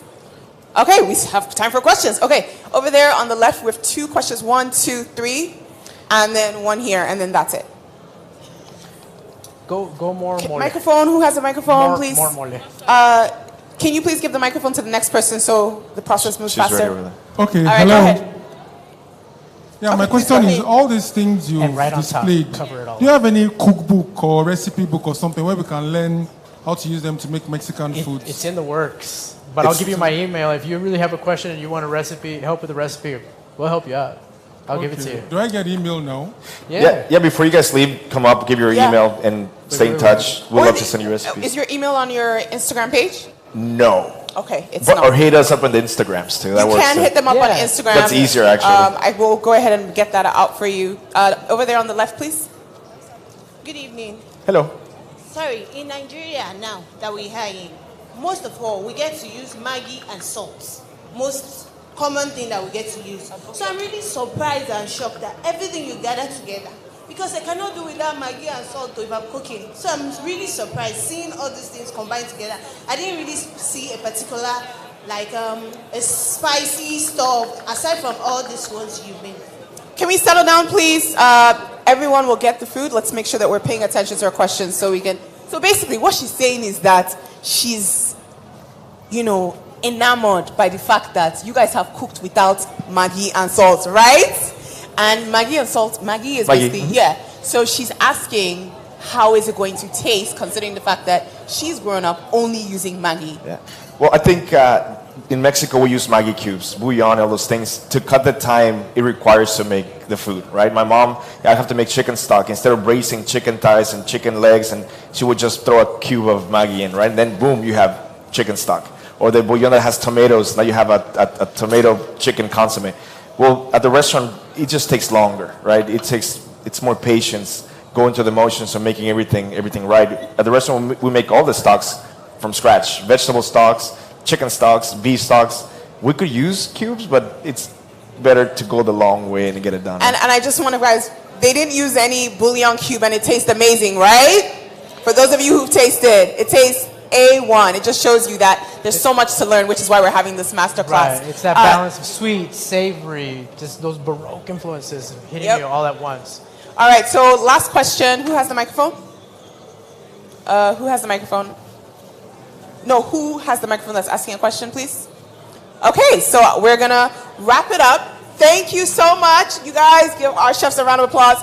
Chef Diego and Rico for coming all the way from San Antonio and giving us a history lesson of the beauty of ingredients. Now we know that we can cook without bouillon cube and we can make our food taste amazing. I hope you guys are sharing amongst yourselves. Remember, you can follow them on Instagram if you would like to contact them and find out and ask them a few more questions as well. And do you guys have any final words? Yeah, we'll see you next year, hopefully. We'd love to come back and hang out with everybody here. So we'd love to see you. Amazing, amazing. Guys, I didn't get to any, just a side note. Thank you guys so much. Well, we do have another masterclass coming up shortly, so make sure that you stick around for that. And also use the hashtag, of course, as well. Thank you guys so much. Have a good day. Thank you, guys. Thank you. Good, guys. Thank you. Great job.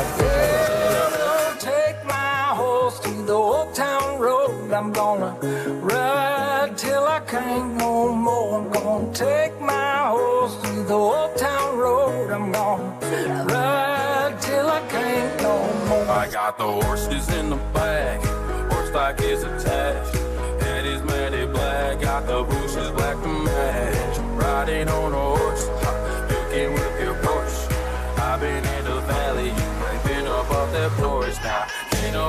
tell me nothing. Come tell me nothing. Ain't nobody tell me nothing. Okay. And that was the fourth masterclass today at the GTCO Food and Drink Festival. It has been awesome. I mean, exploring condiments, seasonings, and Mexican history via their different ingredients. And thanks to Torres and Rico for that amazing time. Okay, we are now going back to the different booths where we'll explore our own Nigerian cuisines. Okay, you ready? Let's go. That's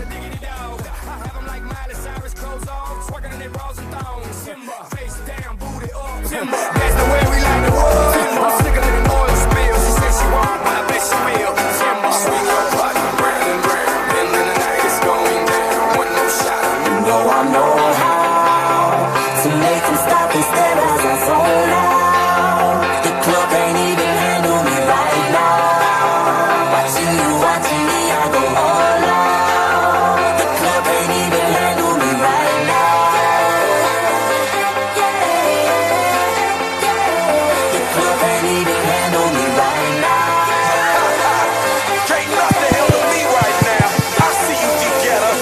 Okay.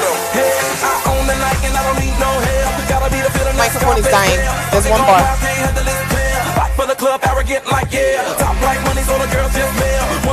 So we just finished the masterclass with Chef Diego and Rico, and I have to say, I felt like I learned so much today. Thank you guys for truly showing us the beauty in ingredients. You know, a lot of times when we're cooking, we don't really think about what is going in. We're just like, I'm putting a tomato here, I'm putting it. But the history, that was absolutely beautiful. Talk to us about, you know, how you guys went on this journey of understanding ingredients that we're putting in cooking.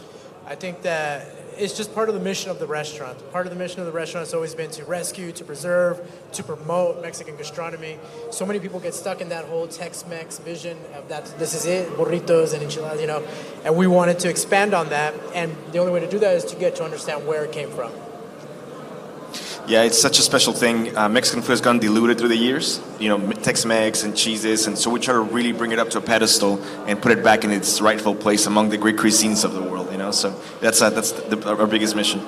And, you know, I can't imagine, because in so many ways you guys are based in an area in America where people just think about Mexican food and they're like, oh, it's Tex-Mex. You know, what's been that experience when you're trying to change people's minds and really show them that, like, you know, Mexican food is more than eating a taco? There's no resistance to it. You know, we live in an area where Tex-Mex is king. Yeah, in San Antonio, South Texas, that's what's up.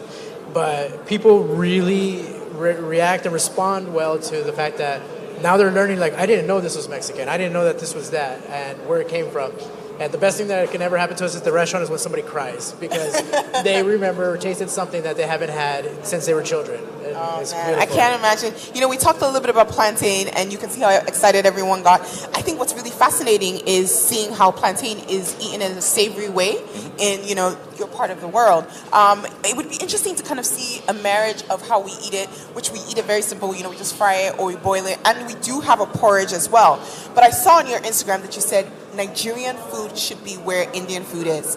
Talk to us about that. What is it about the flavor that really hits you? Yeah, it's Nigerian food should be in those pedestals of great cuisines, like, you know, Indian food, Mexican food, food that has a lot of bold flavors and spice, right? So it should be its own category amongst the kings of cuisine in the world. And Nigerian food, you know, we've had it, you know, since we got here yesterday, and it's so special, it's so delicious. You just can't stop eating, you know, jollof rice, and we had the suya last night, and it's so bold and courageous, and it should be celebrated amongst the great kitchens of the world, cuisines of the world. You know? Oh, that's amazing to hear. You know, it's really interesting because we were talking about jollof rice, and I know you got, you know, even in Southern America, there's a type of rice that you guys eat that's very similar. It looks like jollof rice, different flavors. And earlier you had said that Mexican and Nigerian food have a lot of relationship. So it would be really cool to see kind of collaborations that could happen. Thank you guys so much for coming all the way and for just enlightening us. This was absolutely amazing. Had a really Huge thanks to GTCO Bank. Thanks for having us. And Nigeria, lots of love, and we can't wait to come back. Woo! All right. All right, guys, that's it. So make sure that you're here for the next masterclass. It's still going on. This is the GTCO Food and Drink. It's true. Right now, you get free items for every order and when you follow on Instagram. Just by following them on Instagram? Yeah, when you order and you follow on Instagram, you get free items. I'm rubbing my hands together. So now here's the trick. You can place an order, go, come back, place another order, go, come back, place another order. Are you teaching people and what to from do? every order, you get something free. Gang. Barbecue Bistro. Gang, what are you up to? We are coming. We are coming. Oh, we're almost there. Just give us a few minutes. We're on our way. All right, crowd controller, until we come back to tell you about the next masterclass, enjoy some of his tunes.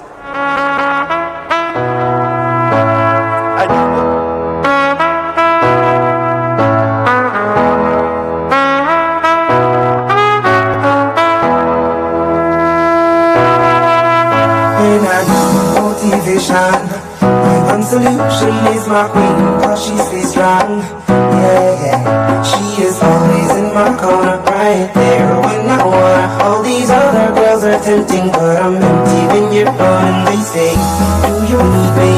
Do you think I'm pretend? Do I make you feel like cheating? I'm like, does it really cause? Oh, I think that I found myself a cheerleader. She is always right there when I need her. Oh, I think that I found myself a cheerleader. She is always right there when I need her. She knows like a model. She puts my wishes like a genie in a bottle. Yeah, some lovers are all alone, and I got the magic one. All the other girls are tempting, but I'm empty when you're gone. They say, do you need me? Do you think I'm pretend? Will make you feel like cheating? I'm like, not really, cause oh, I think that I found myself a cheerleader. She is always right there when I need her. Oh, I think that I found myself a cheerleader. She is always right there when I need her.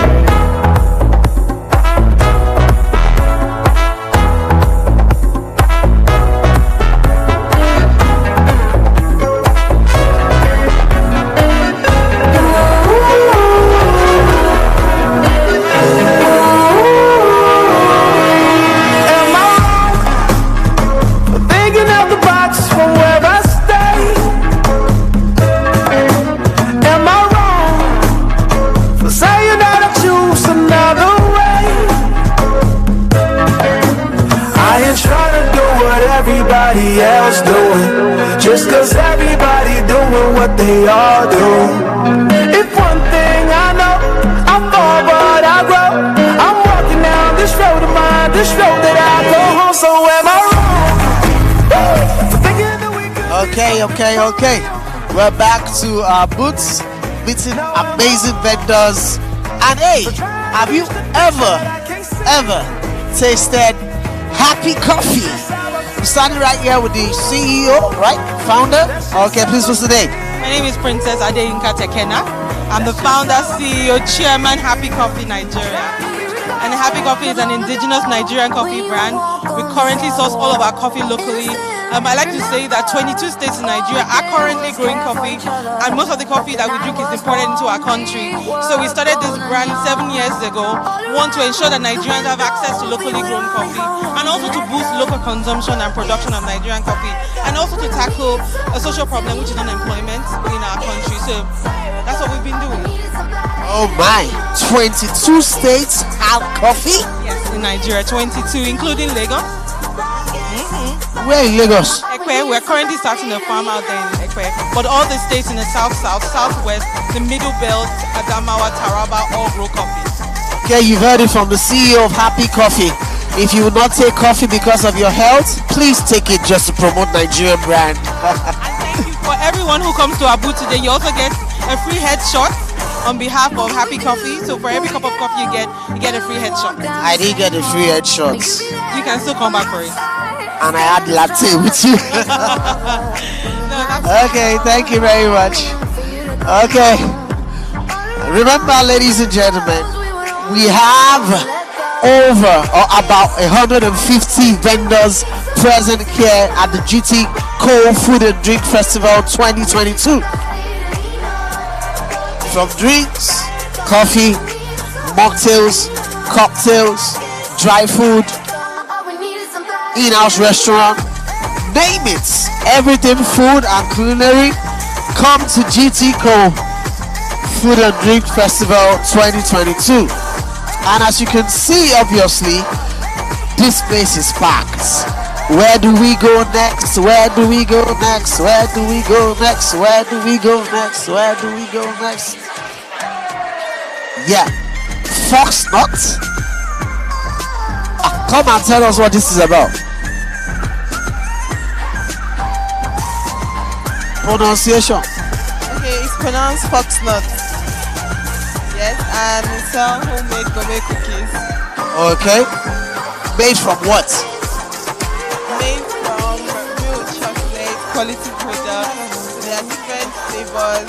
There's the Oreo white chocolate, the triple chocolate M&M, brownie cookies. We have shortbread, we have butter cookies, we have... Well, all this is I mentioned, my ear and my stomach.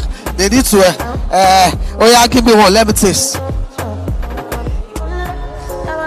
Homemade brownies, fox nut. Hi, how are you? Brownie cookies. Wow, so soft, succulent, yummy. Woo!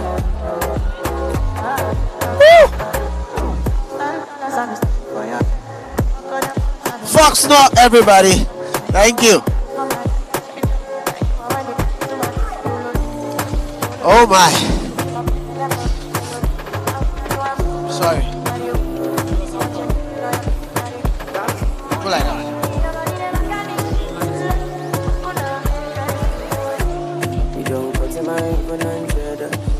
Woo! Follow me now. You there go. You see?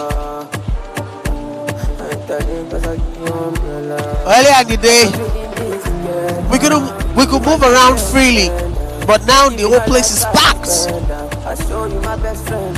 Packed. We have guests from all over, and I'm wondering why you haven't come to join us. We're eating amazing, delicious meals.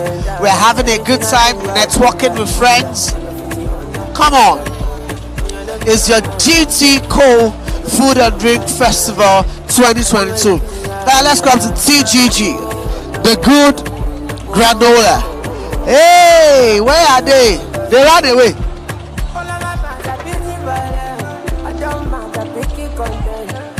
Sorry, excuse me. Hi, welcome to the good granola. What's the name? My name is Bimbo. Bimbo, tell us about the good granola. So the good granola is really focused on making healthy products. We like to make healthy but really tasty food or products. So we have granola, Greek yogurt, we have honey, we have juices, parfaits, coconut flakes, and so on and so forth. All made here? All made here. Or imported? No, all made locally. So, wait. You mean to tell me that this rich bag of goody granola was made here? Okay. Let's talk about something else. How has it been today at the GTCO Food and Drink Festival? I mean, it's always a great opportunity, to be part of something like this. It's been really good. It's helped with engagement. It's helped with visibility, and yes, obviously sales as well. So it's been really interesting meeting people. We have an online store, so it's been really interesting meeting people that we only get to, interact with online. So it's been a really, really good opportunity. Yeah. So what would you like to say to GTCO? Thank you! And invite us next year. Oh, is this your first time? No, it's not actually, but we want to come every year. So you're a regular at the GT? Well, we have come one more time. I mean, one time previously, so yes. Okay. So, the good granola, ladies and gentlemen, come and have, granola and juice. We have smoothies, this is our bestseller, the power hydrator. It's really nice. You might want to try it. Okay, I'm all for trials.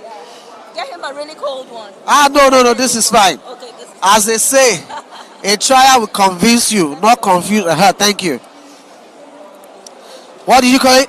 This is the Power Hydrator juice. The It's Power. Yeah, sugarcane, lemon, lime, and ginger. Wow, the Power Hydrator juice, sugarcane, lime, lemon, and ginger.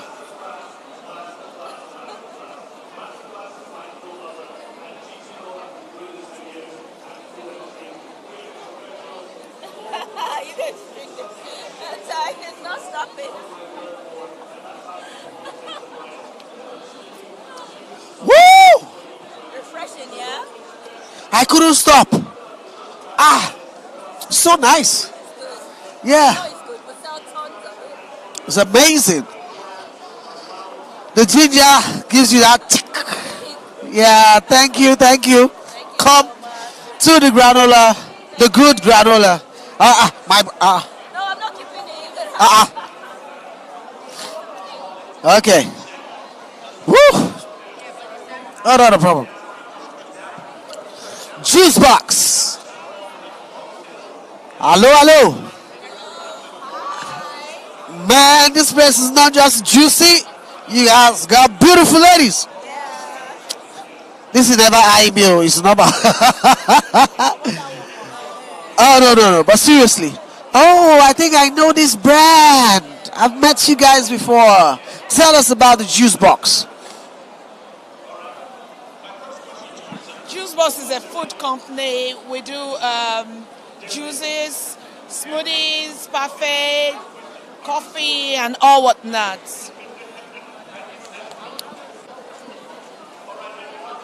Tell me about the flavors.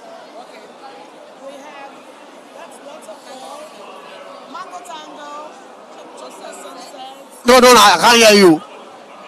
There's Mango Tango, Tropical Sunset, Beetroot, Waterfall, Mango Tango Smoothie, Pineapple Juice, Tropical Sunset, and a host of other ones. And then we have the fruit cup. All right, Henry is not sober. We have the coffee. To continue making more cocktails We for have you the guys. iced tea. Don't be like Henry. Bubble tea as well. And then we have the salad bowls. Masterclass. Enough about cocktails. Thank you. It's all about wine. Has anybody bought from you today? We've sold so much. Wow. What would you like to say to GTCO? Oh, thank you, GTCO, for the beautiful opportunity. We've made so much money. It's nice banking with GT. Okay. The juice box. I like the name. It feels like. Hey. Where?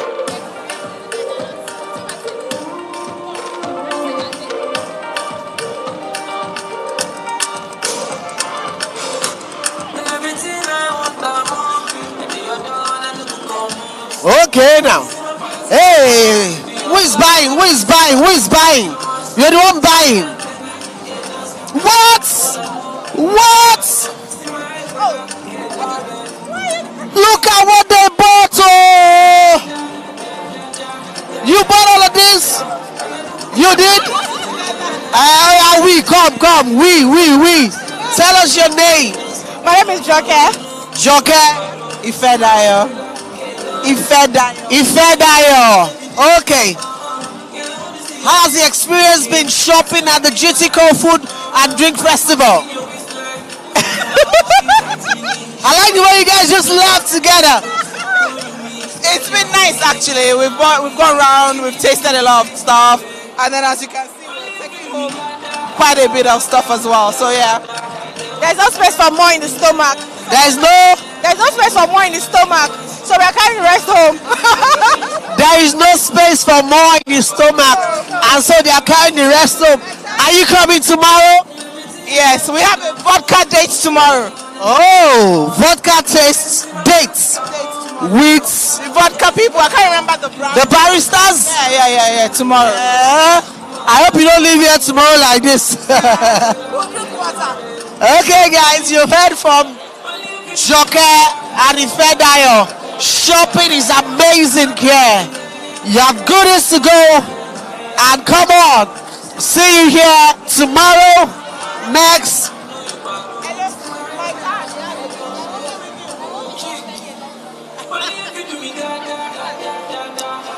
urban cuisine. This is urban cuisine. Yes. What are the things you have for sale today? We have isewu, we have oha soup and wait, you said oha? It's a lie. Where is it? I can show it to you. Show me.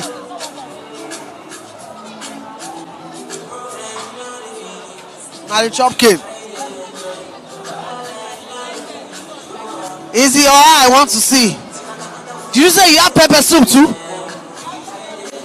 Isewu.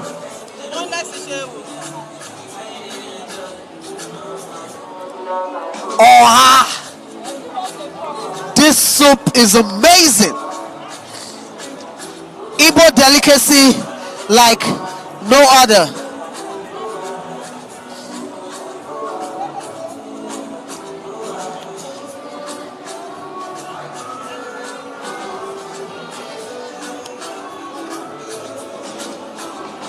Madam, where is the akpu? Where is the akpu? I don't do it again. Where is the akpu?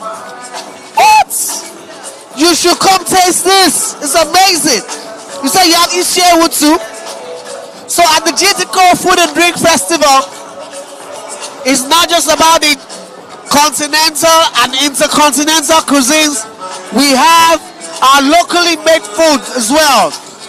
Also very delicious.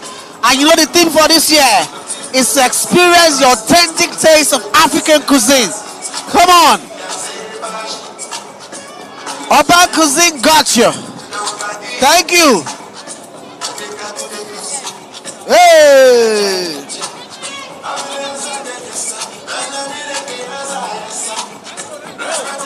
I don't come here before.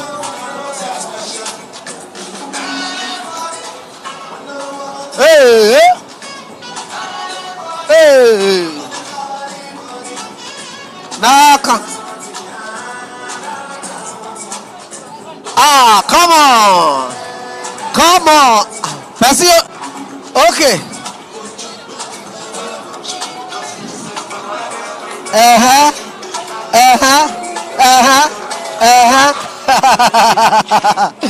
Okay, my people, we're here at Kyoko Foods and Snacks. Kyoko Food And Snacks. What's the name Kyoko from? Her daughter. Your daughter. How old is she? She's 3. Kyoko. Amazing. So how's the GTCO Food and Drink? It's been great. Come now. It's been great. I should say more. Yes. Oh well, yes. It's been exciting. Met a lot of people. So yes, it's been. Debit cards here. They're GT Bank debit cards. One of them is a utility card with no name. It was found around the VIP section. So please come over to the radio booth. The second card is for an Okpe Oluwa Akinwande. Definitely that Kyoko Foods is going to take the globe because you are here at the GTCO Food and Drink Festival.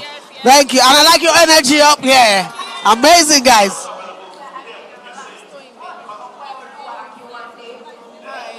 You're bigger than Don't worry, yeah, it's work. See, I like the GTCO Food and Drink Festival. You know why? The last time I saw this lady was probably in secondary school. She was my senior in secondary school. And here I am meeting it's like a reunion. Yeah, it's like Toyin Bello. the famous Toyin Bello. The smallish Toyin Bello. Back in school, you know those seniors are beautiful and cute. Yeah, she was beautiful and cute. But now see what the Lord has done. The Lord has done great things. All right. So the GTCO Food and Drink Festival is also about networking, and you should certainly take time to come over. All right, bye, Toyin.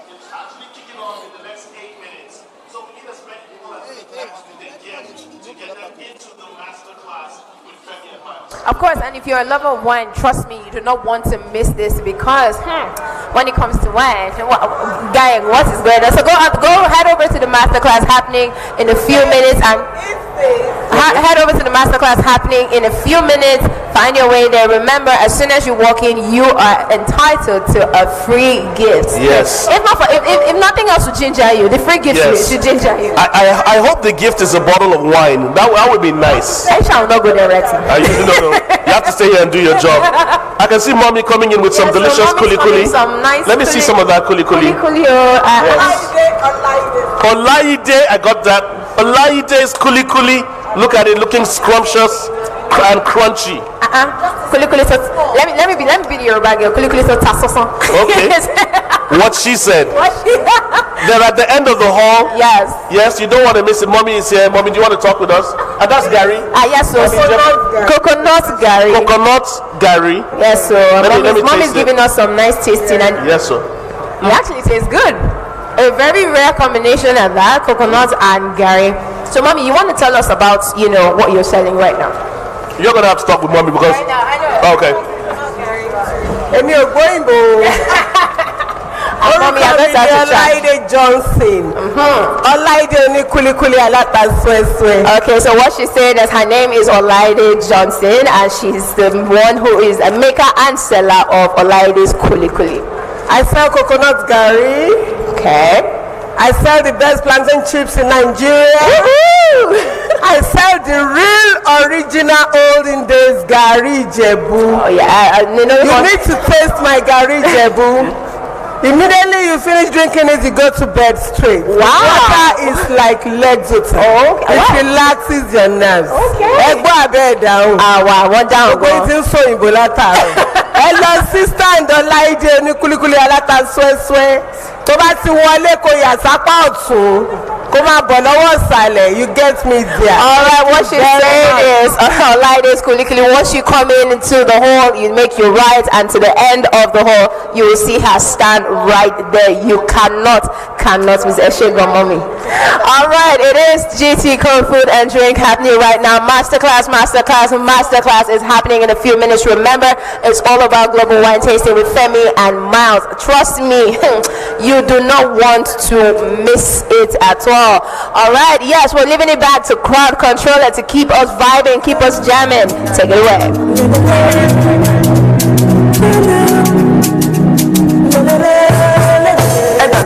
Body, see what you carry. No money, the money. Make a body go around. Give it to the shabby. Don't say call me up. Me. I could do this all my long. Don't carry me the girl. Carry over no. Everything they are about you. Don't carry me the girl. Carry over no.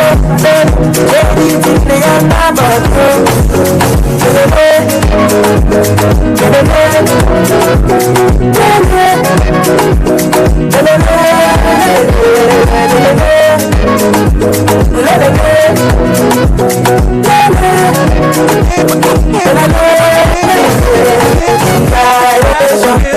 See what you do, you put your body into it.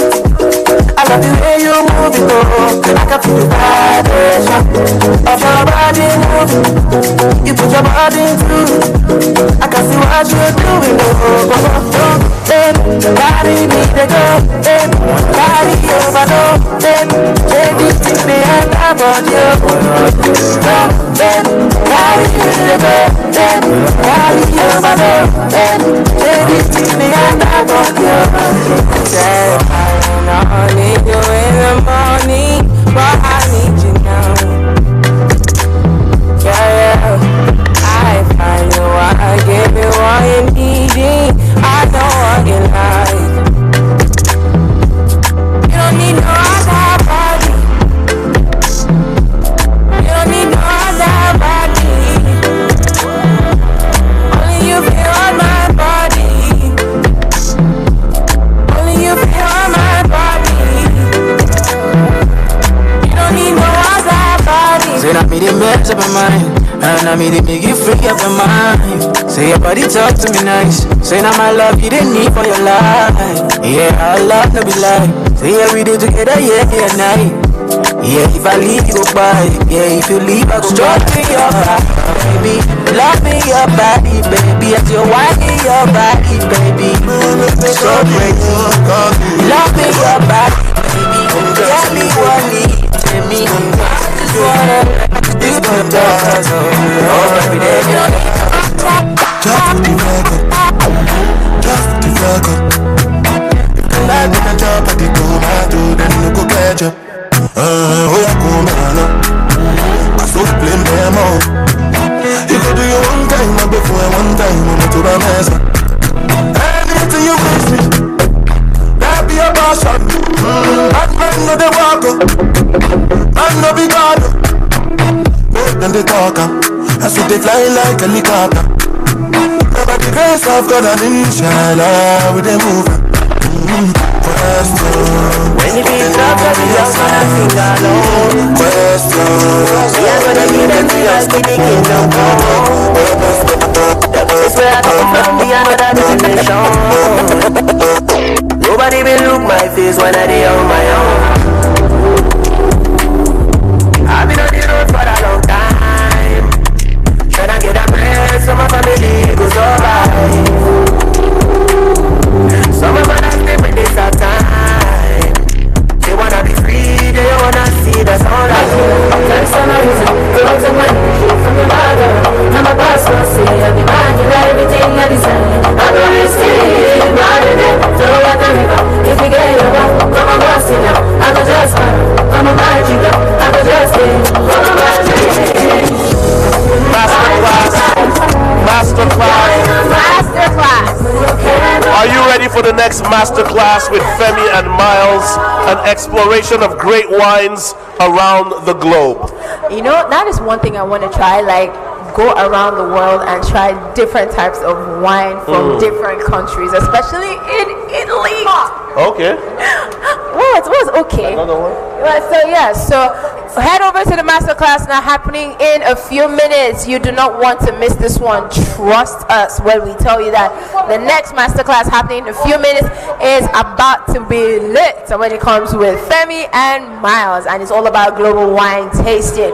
And of course, another thing you can't miss out, if you know you want to grab something and get it free, you might want to head there right about now. And you never know, it might be like, what was that you said, a free bottle? Yeah, it might be a free bottle of wine. Might. We never know. All right. Also, please, you need to bear in mind that you need to be cautious of your belongings. All right? Please. Especially your mobile phone.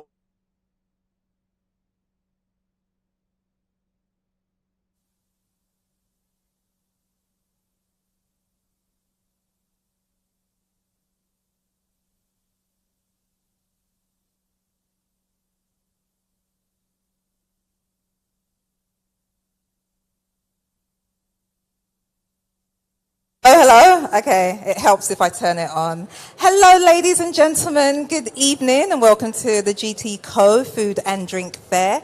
I'm your moderator for this last masterclass of the day. My name is Agnes, and we have basically saved the best masterclass till the end.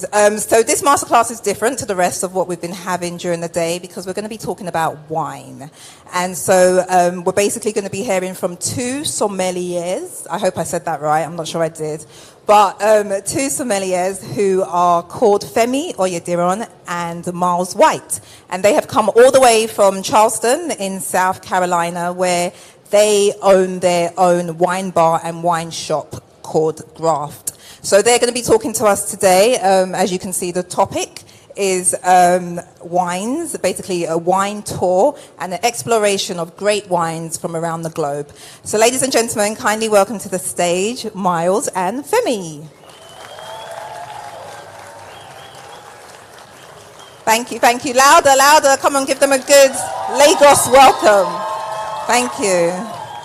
Hey guys, welcome. Hey. Wow, amazing. So glad to be here. Yes, this is wild. It's awesome. It's good to be home. Yeah. It's great to have you. Yeah, so Femi, obviously I assume you're originally from Nigeria. Course. So yes, indeed. How long has it been since you were here? It's been a long time, actually. I haven't been back to Nigeria in about 15 years. So this is a welcome home. Yeah. Welcome him home, everybody. So. Wonderful. Yeah. And Miles? This is my first time, but Femi and I have known each other for 11 years now. Yeah. One of my best friends for 11 years, and he would always talk about it and always talk about it and always talk about it. And I met more of his family. And now you're here. Awesome. yes, but it's you can't describe something until you get here, and so far it's an incredible country. So beautiful people, wonderful food, everyone's been super. And so nice. he loves Nigerian food. So that's the one thing that we can also. We were with last night. So That's good. Late night. Yeah, it was That's good. awesome. So tell us what you're going to be talking to us today Indeed. So about. we're going to obviously talk about wine. So I don't know what everyone's experience with. Everyone, how many of you would say you love to drink wine? Is it part of your? Of course. It tastes good. It makes you feel good, right? So that's something. How many of you would say maybe you're beginners when it comes to your understanding of wine?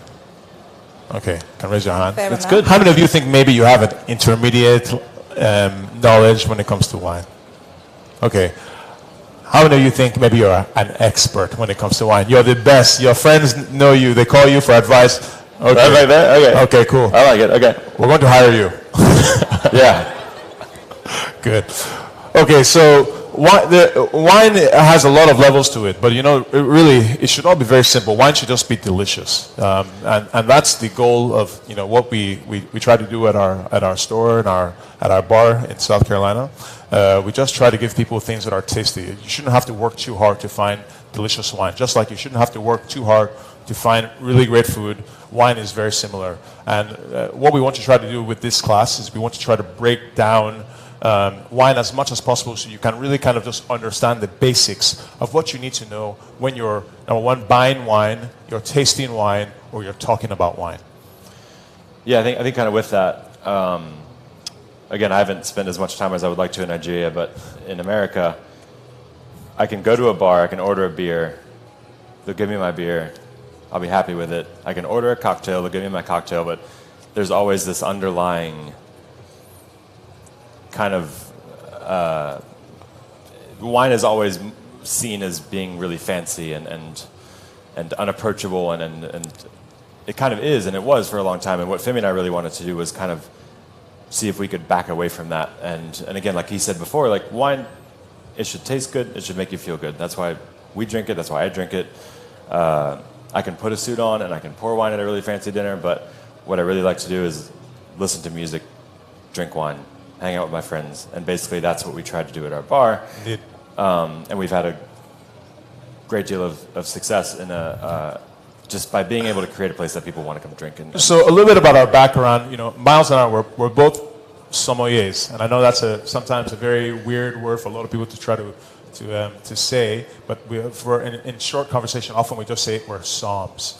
But sommeliers we're wine stewards, we're wine professionals. We help people find the wines that they want to taste or drink. And for us, we often tell people, you don't really need to know a lot about wine. Your sommelier's job is to help you easily find what you're looking for. And so a little bit about our backgrounds. I am an advanced sommelier to the Court of Master Sommeliers. I'm one of the few in the U.S. that have achieved that status. Miles is also a sommelier, but he's also spent a considerable amount of time in winemaking. He worked at one of the most sought-out wineries in America, in Oregon. Very difficult job to acquire. He worked there for about 3 vintages. We're going to talk about how wine is made, and Miles is going to lend a lot of expertise to that practice because it's something that he's really done. But kind of going back to that too, like I think wine, it's a food product, right? It comes from grapes, turns into wine, and just like any food product, you have McDonald's if you want a hamburger, or you have I forget the cart outside, but the hamburger out there was phenomenal, and it was like, they're both hamburgers, but they're very different, right? So wine is the exact same, and you can get wine in America like you can get wine at the gas station, or you can get wine at our shop. And our job is to basically be like, what do you like? What can I get for you? And I think that we do a pretty good job of that, but I think we both have a ton of experience with it, so it's been great. All right, so that's a great introduction. So what we really want to get to, because I know some of you want to taste wine. You're like, we keep hearing about this wine. When are we going to actually taste some? You're going to taste some in just a moment, or at least some of you. So what is wine? How did we arrive at that? Miles, hit us with the history. Yeah, wine is a lot of things with wine was an accident, right? Like you pick these grapes, you eat the grapes. Was it like Georgia, Slovenia, kind of like above the Adriatic, 6,000 years ago? They found evidence of people making wine, but what a lot of people believe to happen is somebody had some grapes, they let them sit for too long, the grapes fermented, someone drank the juice and said, hey, I feel pretty good, this is nice. It's all from there. Just before I left my house in Charleston, my girlfriend got really mad at me because there was a bag of carrots that we had had for maybe a month. Don't judge me. But the bag was filling up with air because the carrots just started fermenting, and it was an accident. I'd forgotten about it. And then, of course, people started using it ceremoniously, and beer and wine and spirits, they were all drank because they were safer than the water.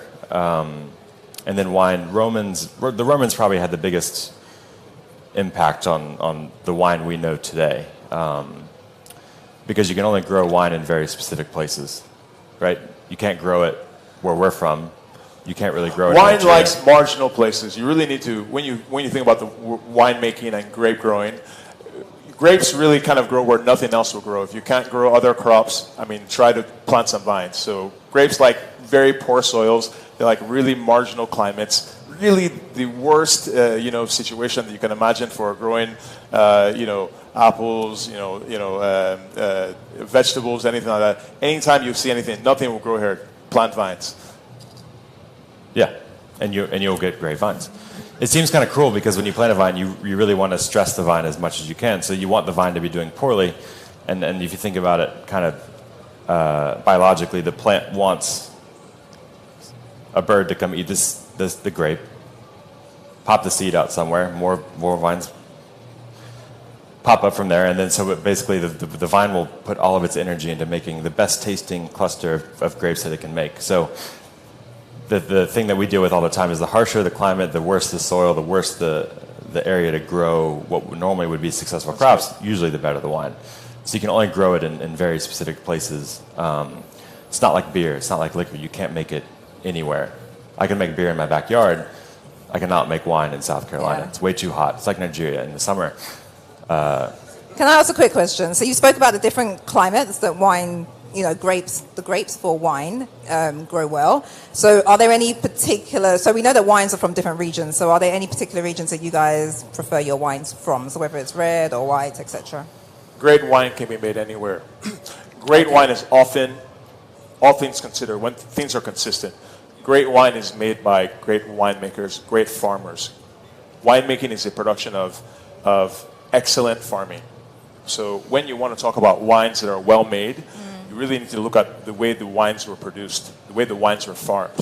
And often when you kind of follow that path in terms of understanding the way the farming happened, the way that the wines are made at the winery, you can often predict who's going to make great wine. So the question often is, who makes the greatest wine? And there's really, honestly, no great answer because I've spent my entire career trying to solve that riddle.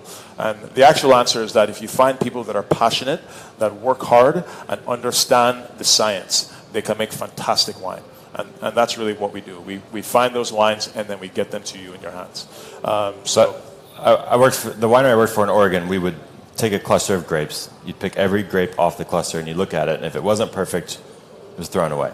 If it was perfect, it went in the batch, made the wine. The wine was wildly expensive. I could never afford it. It was fun to make. And then I worked at a winery in Australia. The tanks were as tall as this room, 100,000 liter tanks of wine. Machines would go through the harvest, destroying the vineyards, getting all the grapes. 110 fermenters would come in, and you'd pull the thing off, and there would be the first time I got there, I was so surprised because there were birds and mice, and these things had been ripped from the vineyard. And my winemaker at the time was like, "We don't have time. Put it in the crusher. We're getting wine."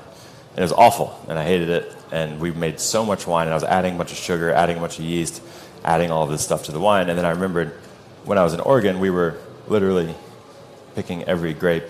So again, kind of circling back to wine being a food product, you have a lot of producers that genuinely make an effort to make a clean, thoughtful product, and then you have a lot of people that just want to move wine, which is fine, but I won't drink it. Fair enough. Because I care. I care about what I put in my body, and I care about what I drink, and I care about the people that make the wines. And it's not fun seeing like a field mouse go into the crusher to see it's disgusting, but it's true. Like, it just happens. So next time, in the States, when you go to the gas station, you get a $5 bottle of wine. I don't know what's in it. But if you come to our shop, every wine is made very thoughtfully, which is kind of cool. And the farmers and the whole production of it is such a big deal, and it's so important. And it takes a lot more work, because you can easily make clean wine that will do the exact same thing that these will do. But what do you know what's in it? It's kind of like food. The simpler, the better. The more people care about the food, the more people care about the produce, the more people care about what's actually going on in the farm, the better the wine. Great. Can I ask another question? Sorry, before you go on. So you touched about your shop, which is called Graft, which is in Charleston. So I understand that Graft is all about community, it's all about wine, it's all about music as well, right? Yes, absolutely. So you guys, you love music, you love wine, and you've combined the two into Graft. Yes. Can you explain and Absolutely. talk on that more so? So, when Miles and I met, we both were working at a restaurant in Charleston, South Carolina. And fantastic restaurant, but also, when we both started working there, we were the youngest by years. And so, we actually were very kind of we were kind of considered the oddballs at the restaurant, because everyone was much older than us, so they didn't really want to spend time with us, because we were about 20 years old. Everyone else was around 30 or older. Okay. And so him and I would just hang out together, and we found out that we actually really enjoyed a lot of the same things. We enjoyed really collecting music, talking about music, and I don't think we even really got into wine by that point, right? No, so whatever was cheapest. we made a habit of going to concerts together, and so that was really fun for us. So when we actually eventually got into wine, I think he was living in Oregon, I was still in Charleston. I started studying wine and tasting wine, and then we met up for maybe dinner when he was visiting one time, and then we both realized that we were both doing this thing together. So then whenever he would visit, we would just meet up, we'd open up bottles of wine together, and we would play music. And it was such a fun way for us to hang out. And so, other people would eventually join, and it just was a thing. If you hung out at my house or his house, you knew we were going to open up a lot of wine, and the wine was going to be delicious. And you were going to play a lot of amazing music. So when we opened up our place, we said what we need to do is we need to focus on what we do best. And what people have really enjoyed from us is this atmosphere where we play music we love, we share music we love, and then we also share wine that we love too. And the combination to me is unparalleled. Yeah, none of our friends liked wine. They would rather go drink a beer, have a shot, whatever. Nobody was into wine. Nobody cared. And Femi and I were like, well, if we're going to open this place, I still want to hang out with my friends, even though we're working every day of the week. So we were like, how can we get our friends to hang out here and also drink wine? And that was the hard part. Absolutely. And then we realized that oftentimes people take wine way too seriously. Again, like going back to what we said, it should taste good, it should make you feel good. Don't think about it too much. How can we build a living room that our friends want to hang out at, where we can listen to good music, drink wine, eat good food? And then it kind of took off from there. Yeah. And we've been very lucky. But yeah, I love that. Just to say, I love the fact how you've combined both your passions into what it is that you do today. Yes. I feel like that's something that many people would love to do with their lives as well. Just going back to the music part, so is it a case of there's certain types of wines that you would drink while listening to certain types of music, or is it not that deep? My personal philosophy is that the wine you like to drink is the right wine to drink anytime. So you can talk about pairings with music. I've never really understood that, because for me it doesn't. The two don't really collide. Like, you can pair wine with food, and that makes sense, because you can talk about acid, you can talk about the structure of the wine, the fruit of the wine, how it plays well with flavors. But for me, I just like to play whatever I like, and then I like to drink whatever I like. So I never try to think too much about that. But if anyone has a better answer, I'd love to hear it. But the truth is, really, just drink what you want, drink what you like, enjoy it. There's no rule to it. Don't let anyone try to tell you what is great or what is good. Ultimately, you decide. We are just here to help. So Femi, who's basically part of because a lot of his family's not in Charleston, and they're spread across the U.S. and here, and he's been kind of adopted by my family, and my dad is a huge audiophile and loves music more than anything else he does in his life. And I remember the first time that we all sat down and listened to Fela Kuti together, and I remember that night being as like one of the most like transformative. We listened to that probably once a week, all night. It would be, but the music, whether it's from the States, from Africa, from Europe, from wherever, like His dad loves West African music, for sure. and he's from Spartanburg, South Carolina, And it's obviously a lot about a big influence for our music program. So that's always great too. But okay, so we've got a few wines today also that I'd love to kind of talk about. So we're going to start. I'm sure the guys can't wait to get we've got started 2 on whites, the we've got wine. 2 reds. Okay, so I think a lot of times people often, when we talk about wine, I think, people often ask what makes a great wine. And so what we're going to try to do is we're going to try to break down what makes a good wine, what makes a bad wine, what makes, how do you describe the wines that you kind of taste? And so we'll get into that. Sorry, can I ask at this point if anyone has any questions? Yeah, please. It might be a good point. We want this to be open, so if anyone has any questions. There's a hand right up at the Yes, back. please. Oh, a few I love hands it. already. Okay, Yeah, who has the microphone, absolutely. please? Is somebody going round? Okay, cool. Could you go to the lady just there in the grey? Oh, sorry, I didn't see. I'll come to you next. I wish we could open the window and Sorry, listen to it's the difficult music to outside. see. What was that? I just want to drink wine and listen to the music outside. We'll get there. We'll get there. Okay, question? Can you stand up so we can see you, please? Thank you. Hey. So that, I don't know if it's true or if it's a myth that you're not supposed to put red wine in the fridge. That's a great question. So, and that's something we're going to talk about is how you serve wine. Actually, Miles and I love to drink all wine slightly refrigerated. And I know that's kind of a lot of time for a lot of people, it's not something they expect to hear. But I think every wine you drink really kind of should have some degree of chill. So most red wines I put in the fridge for about 30 minutes to an hour, depending on what it is. But all white wines I chill, all champagne, sparkling wines I chill. Wines just often taste better when there's a little bit of refrigeration. So even if you just need to put something on ice for a little bit of ice in a cold bath. So oftentimes what we'll do is we'll get a bucket of water. We'll just put in some ice, and then we'll put the bottle in the cold bath. And that's really one of the best ways to kind of get a wine to temperature. But yeah, drinking wines at room temperature is not really conducive to really enjoying the wine. You don't really get the great fruit quality that you're But it's well deserving of. So. It's also hot out, right?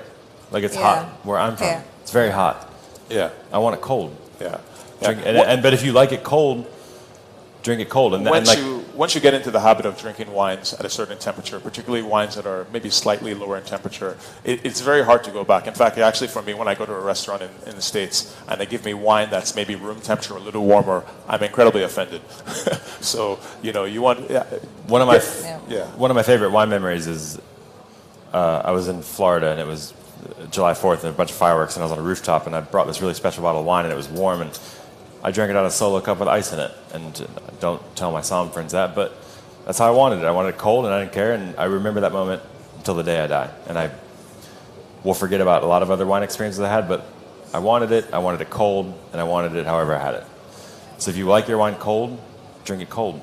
If you like it room temp, drink it room temp. So, I like my wine cold. Here's a question. Who here likes really dry wines? And when I say dry, when we're talking about with dry wines, we're saying they're not sweet. And so less sugar. Sweet, dry. Oftentimes people get really confused about the way we describe wines. What is a full-bodied wine? What is a light wine? What is a dry wine? What is a sweet wine, right? So when we talk about a sweet wine, we're talking about something that has a lot of sugar still in the wine, or maybe it might even be added later, right? So a sweet wine is something that maybe when you think about like Fanta, that's very sweet. So when we talk about sweet wines, we're talking about things that have that sweetness. When we talk about dry wines, we're saying wines that are very dry. And for us, that's often where we go, because dry wines are very good when you're pairing with food, and we're sommeliers. So oftentimes our job is to pair wine with food. But I was thinking about last night when we had the suya, and I said, yes. he said, "How spicy do you want?" And I said, "I want you to ruin my day." I said, So oftentimes with very spicy food, especially like when you have, really spicy suya. Miles wanted to have some suya last night, and then he said he wants a Yoruba spicy. So, and in my head, I wanted some sweet wine, and I can't think of a better pairing.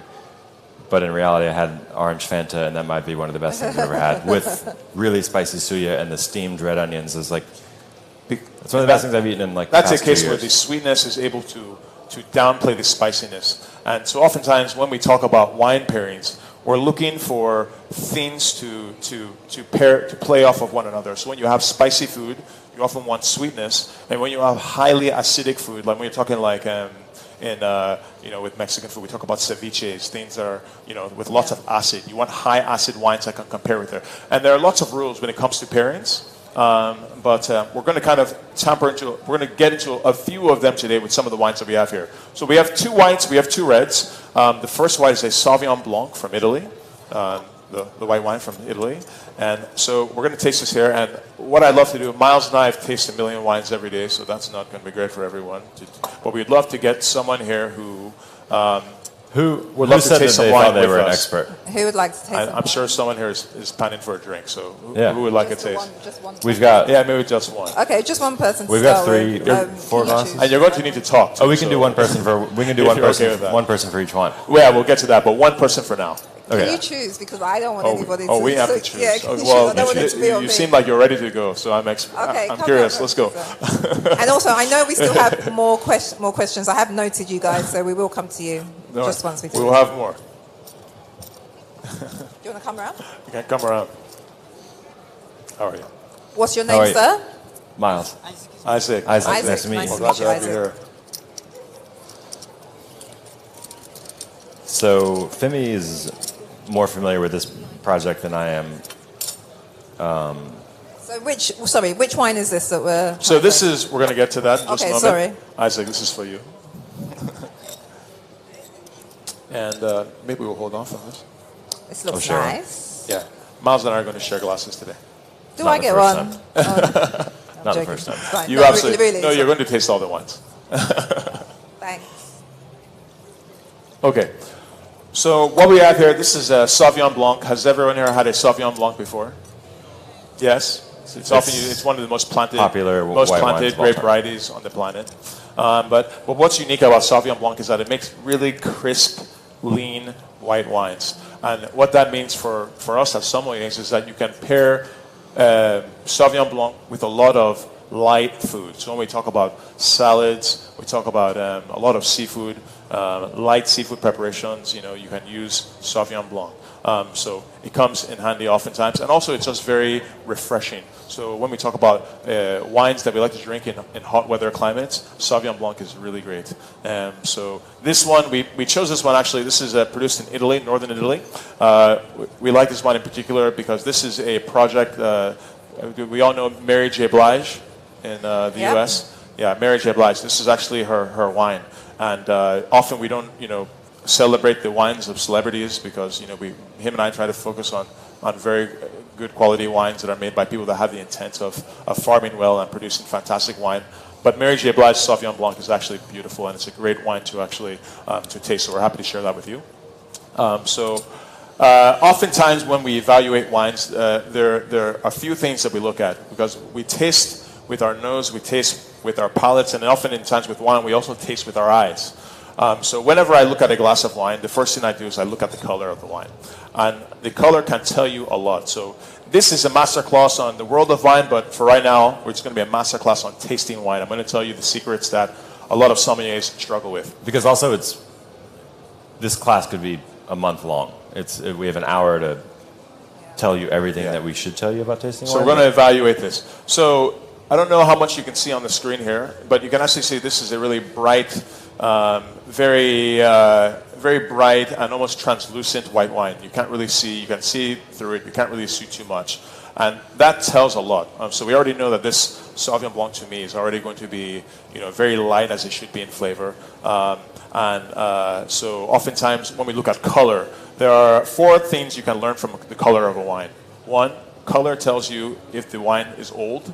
because as the wines get older, white wines get older, they turn brown in color. It can tell you if the wine has been aged in wood, because when wines are aged in wood, they develop color also. You can think about maybe like a clear spirit. When you talk about bourbon or cognac, they're brown, and they get that color from oak or wood. So when wines have been aged in wood, like when you think about like very rich Chardonnay, they develop color also. And then also sugar will impart color on wine. And lastly, skin contact. So when they let the grapes, the juice sit in contact with the skins for a long period of time, you get color. And that's actually how you produce red wine. It's like taking a bag of tea and sipping it in water, and you get the color from that. So when we talk about red wines, the red wines get their color and oftentimes their flavor from the skins. In the case of white wines, they don't. So this wine is pretty translucent, so I already kind of know there's not going to be too much wood here, just from what I can see. Probably not at all. And then also, we know for a fact that wine is probably fresh and young, and there's probably no skin contact. Anyways, these are the ways that a sommelier evaluates a wine when they're looking at it. The other thing we can do is smell, and this is where Isaac is going to come in handy.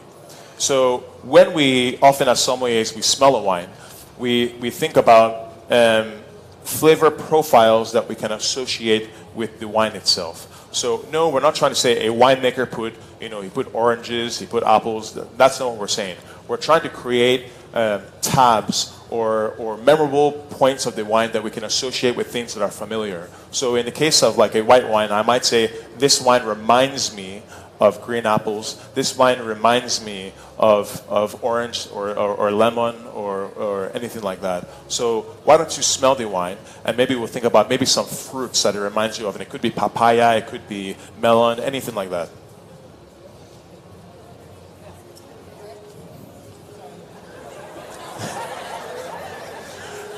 Yeah, it's not This harsh. is the Yeah, it's not harsh.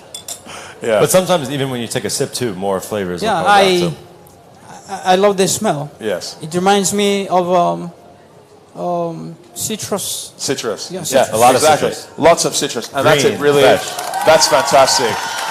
Isaac is already a master sommelier. I can already see it. He's already passed his class. So yeah, that's fantastic that he said that, because Sauvignon Blanc is actually a very citrus-driven wine. And that's why oftentimes when we talk about pairings, we use Sauvignon Blanc in place of citrus. So when we talk about a salad or anything like that, you can kind of think of a wine as an added ingredient when you want to do a pairing. So when you have, for instance, fresh tuna, fresh cooked white fish, anything like that, before it's been smoked, you can really just think of, you want to just add lemon. You can say, okay, I want to pair a Sauvignon Blanc with this because it's going to add that citrus lemon character to it. So that's really great. That's one of the great. If you can get there, you've already really started to understand the way we use wine as a pairing system. So congratulations. That's really fantastic. Thank you, Absolutely. Isaac. You can enjoy that glass. Enjoy the wine. For sure. Terrific. So Sauvignon Blanc is often, a lot of citrus quality, and you'll get other things. We'll talk about melon. We'll talk about apples. Throw it back. That's the way to go. Isaac, take it with you. Oh, Trust me, if we had more glasses, we would get you all, get you all drunk. 300 glasses, and they wouldn't know it. Okay. Isaac will share. Isaac's a winner. Nice one. Okay. And sorry, you mentioned that Sauvignon Blanc is good for hot environments, right? I like it because it's refreshing, right? Yeah. It's So ice it's cold. good to drink here. Get it cold. It just, it's light, so it mirrors kind of water in a way when you want something that's refreshing. Yeah. But it's not going to be too. Oftentimes, it won't be too loud in flavor, so it's not too busy. Because when you're very hot, you don't always just want something that's too busy. You want something you can drink easily. Yeah. And often Sauvignon Blanc, especially when it kind of comes from a place in Italy where you get this cool climate, when you get ripeness also. This comes from northeastern Italy in Friuli. Which is kind of border Slovenia, and but it's in the mountains. It's like the Alps, which are these crazy Dolomites, which are the crazy granite, huge mountains, and it's cold. And you think about these refreshing, like acidic qualities. And exactly. Where we live, we eat a lot of oysters and crab and seafood, and when we don't know exactly what to pick, Sauvignon Blanc always is like, I can't think about it. I know this will work. Let's do it. Okay. But you can grow Sauvignon Blanc all over the world. You see it from America, you see it from France, you see it from New Zealand, you see it from South Africa. It's grown everywhere. And that's kind of the cool thing about it, because everywhere it comes from, it tastes a little bit different. Yeah. It's a good drink to drink here when you guys are out. It's good for absolutely. So that's Sauvignon Blanc, and there's a million more things we could say about Sauvignon Blanc, but for the sake of time, we're just going to focus on that. Do you like it? Do you know what? I haven't even tried it yet. Oh, you should try it first. I was focused on my work. You need to try the product, yeah. I want to get another question though. 'Cause I feel like the guys really want to ask more questions. So. Please, yeah. Whenever a question. Okay, that lady at the back, yeah, with her hands Please. up. Who has a microphone, please? Microphone. Hello. Guys, please. Oh, he's got it. We need time. He's Okay. working on it, yeah. Thank you. This lady yeah. Please. Hi. Hi. My name is Lucia. Lucia, yeah. My question is, how do you hold a wine glass properly? Very good question, because I was just doing it completely wrong. Yeah, so, absolutely. Yeah. Thank so, you. yeah, that's a great question also. So often, if you're holding a wine glass, you want to do is you want to hold it by the stem. Okay, so that's very important. So people always, I see often people will hold the wine glass here, Yeah, and I'm going to tell you why you don't do that. Okay, so you don't want to actually, when you actually hold the wine, you're actually changing the temperature of the wine with your body temperature. So the idea is that number one, when you hold the glass, you can already see I've fogged this glass up. You know, I've got in my handprints all over it. You don't want that. It doesn't look good. So you want to keep your fingers on the stem. It won't affect the temperature. You won't touch the bowl of the glass, and that really is the best way to enjoy. So oftentimes we see people holding like this. It's not the greatest way. I don't want to say it's the wrong way, because the wine world has done so much to make people feel uncomfortable already. Yeah. So our goal is to make people feel comfortable. So however you want to hold it is the way you hold it. But if you want to kind of do it the correct way, please hold it by the stem. As long as the wine gets in your mouth, you're doing a good job. Yes. And then once you hold it by the stem, you can swirl it around, get the air in there, open the wine but up. also, you know, my my white wine's cold. I want it to stay cold. If I hold it like this, it won't be cold after 5 minutes, you know? Yeah. So, stemless glasses are very popular too. And again, like even when I'm holding a stemless glass, because I want to keep it cold. I mean, that's mainly it. It's doing this doesn't really do much other than this, other than you can swirl it. But I mainly don't. I want it to stay cold. You know, again, like asking that type of question, which is a really good question. You'll never have that question if it's like, how should I hold my beer glass, right? Because beer isn't taken as seriously, even though it's, in the grand scheme of things, almost the exact same thing. It's a fermented beverage. It's supposed to taste good. It's supposed to make you feel good. Again, as long as it gets in your mouth, you're doing a good job. So good. If you want to hold it like we hold it, this is great. You can swirl it around. You're not changing the temperature of it. So hopefully that answers the question. Yeah. Should we crack open another bottle? Oh, we should definitely crack open another bottle. So next up, we have another white wine. This is from what they kind of call one of the greatest terroirs on the planet for growing white grapes. And Miles, I just said the word terroir. What does that mean? Terroir is impossible to explain in even an hour. It's everything that goes into the wine. It's the climate, it's the soil, it's the person who makes the wine, it's whatever is living in the air that affects the wine. You know, because there's hundreds of thousands of things floating around that will affect the way a wine tastes if you let it. And there's ways to stop it, but terroir is everything that will change how a wine tastes. So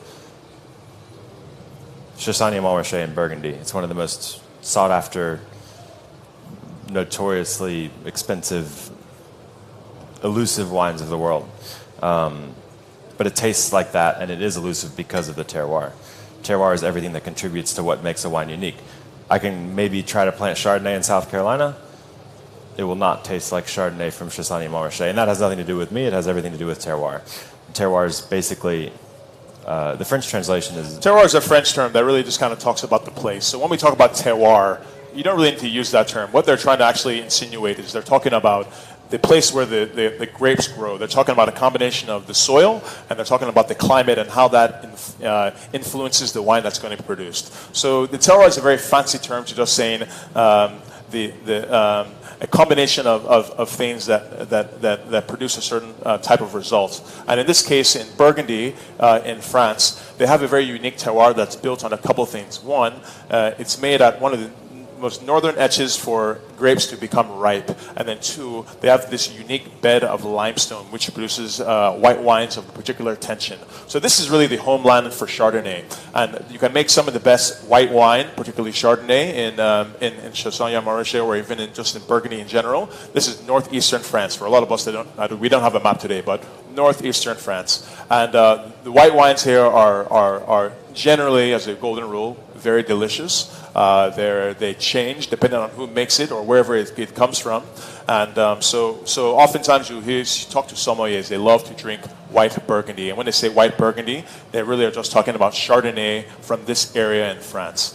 So we just wanted to bring one in here because, one, we like to drink it, and two, because it's a fun wine to kind of dissect. So enough talk about that. We need to get someone to drink some Burgundy with us, because Burgundy is nothing if you can't share it. So that was wants first. To drink some that Burgundy? was very fast. Yeah, that's good. with the fan. Yeah. Okay, come on. I mean, I just saw it immediately. Sorry. Next time we'll get one of the girls Burgundy. down. It's fine. Yeah. Yeah.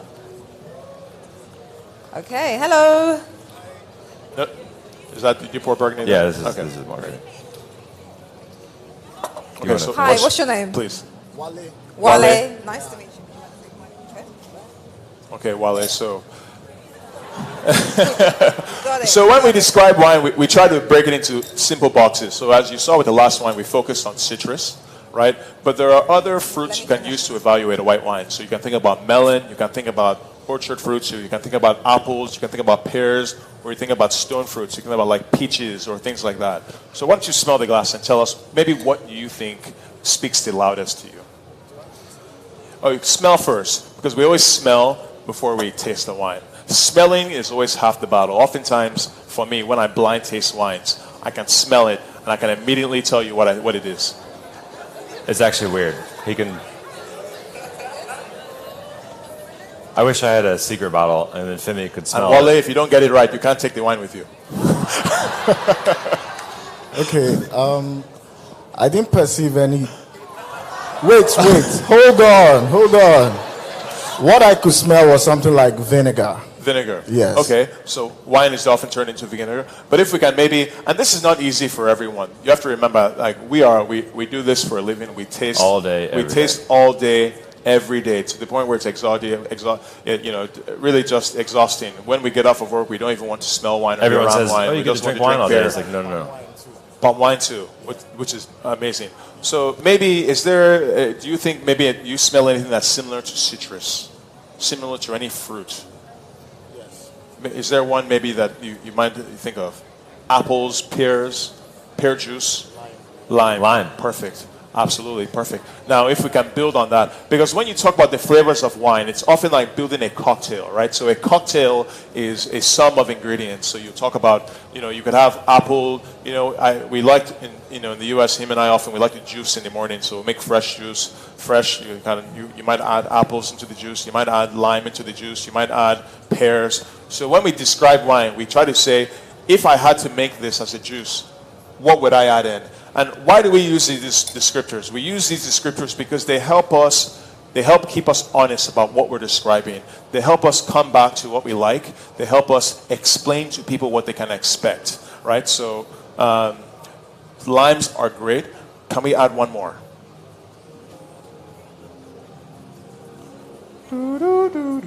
Was that? Tangerine. Tangerine is fantastic. Great. Yeah, absolutely. So we're building a world of citrus here. You can take that with you. Wale, you win. You can take that with you. Thank you. So what is unique about Chardonnay? Wale talked about tangerine, and a good lesson here is that wine is often subjective. There's no rule to it, and that's the difficult thing about evaluating a wine is that what a wine tastes like to me is not necessarily going to taste the same way to Miles. But also, if you were to ask Femi this question, you'd say, What do you taste? And if he were thinking lime, he would say, oh, lime that's been candied or dehydrated. When you think of apple, right? How many different apples are there? You have green apple and you have red apple. And you can get as detailed as you want, but it's funny to watch Femi taste. He's way better than I am. But it's like his eyes shut and then it's just descriptors that I would have never even thought of. But the more specific you can get, the more specific of a map you can build to getting back to the wine. And that's the whole point. And that's my job. My job is to help you get there and to just really describe the wines to you. So I use blind tasting as a way for me to really understand the wine and remember it. Because we taste so many wines, and oftentimes they'll tell you, I can remember most of them, the wines I taste. And so whenever I see them again, I know it because I've broken down the wine into a way that I can map it in my head. Okay, so we want to kind of move on from the Chardonnay, but I do want to kind of highlight a few things with why Chardonnay is going to be different with Sauvignon from Sauvignon Blanc. Wines are very interesting, particularly white wines, because they have such unique character. And what's so interesting about these wines, these are two wines that have basically the same color. You're not on stage, so you can't really see it. So you can't see the fact that a Chardonnay and the Sauvignon Blanc are both going to be light in color, yet one is going to have a little bit more of a golden color. And the golden color that we see with the Chardonnay actually comes from the influence of wood. So the difference between the two white wines, and one of the biggest things that we'll see is the difference, is that the Chardonnay actually has been aged in wood. And if you remember what I said about wood and cognac, wood and bourbon, wood and whiskey, is that whiskey develops a brown color, and that comes directly from wood. And in this case with the Chardonnay, when it's been aged in wood for a few months, you see a little bit of that golden color here. So that's not coming from sugar, it's not coming from skins, it's coming specifically from wood. Apart from that, Chardonnay also has a very unique flavor profile. With Chardonnay, we talk about one thing we didn't really get to with Wale is that you get a lot of orchard fruits. And you don't need to get very specific. We talk about apples, we talk about pears. That's really important to the flavor of Chardonnay. Melon, pears, and apple on top of citrus and tangerine. And those things really kind of weave together to making such a beautiful wine. And another thing we didn't really talk about is often the minerality we feel. And minerality is also a very funny subject because when we talk about minerality, it's hard for a lot of people to understand. It's very vague. But once you've really tasted a lot of wine, it becomes very apparent to you. And it's something that I love to taste in a wine. When we talk about the poor soils that make really great wine, limestone, granite, gravel. When you go visit the world, different regions of the world of wine, you really begin to hone in on the way that these conditions can completely transform what you expect from a wine. And that is part of me. That to me is maybe one of the most exceptional things that I find to make wine so exciting and interesting. And it makes the pursuit just endless for me because there's always a great wine to find. Okay, so we've tasted Chardonnay, we've tasted some Sauvignon Blanc from Italy, and now we want to get into some red wines. So who loves to drink red? Please. Oh yeah, absolutely. Everyone loves to drink red wine. Okay, who loves red wine? Okay. Okay, let's choose somebody. We need to get some ladies on this. Ladies, the lady in the green at the front. Sorry, I need your hands up because this is really great wine. We're not going to pour you any okay, she's coming up? Yeah, Let's she's do it. coming up. That's great. I was asking this. Hello, how are you? What's your name? Naomi. Very nice to meet you. Nice to meet you as well. Okay, Naomi, this is a very serious wine we're giving you here. So what Miles poured here is this is a Italian red wine. So we're going back to Italy. Italy is one of my favorite places to visit for tasting wine, for learning about wine, but also makes some of the greatest wines on the planet. But even apart from that, the region that we're focusing on here, this is Piedmont. This is northwest Italy. This is south of the Western Alps. This is bordering Switzerland. This is a very age-old area for producing grapes. And oftentimes they call this the wine of kings, the king of wines. This is maybe one of the most famous areas for wine production in Italy. This is Barolo. Okay, so a lot of you maybe don't know about Barolo, but Barolo is often one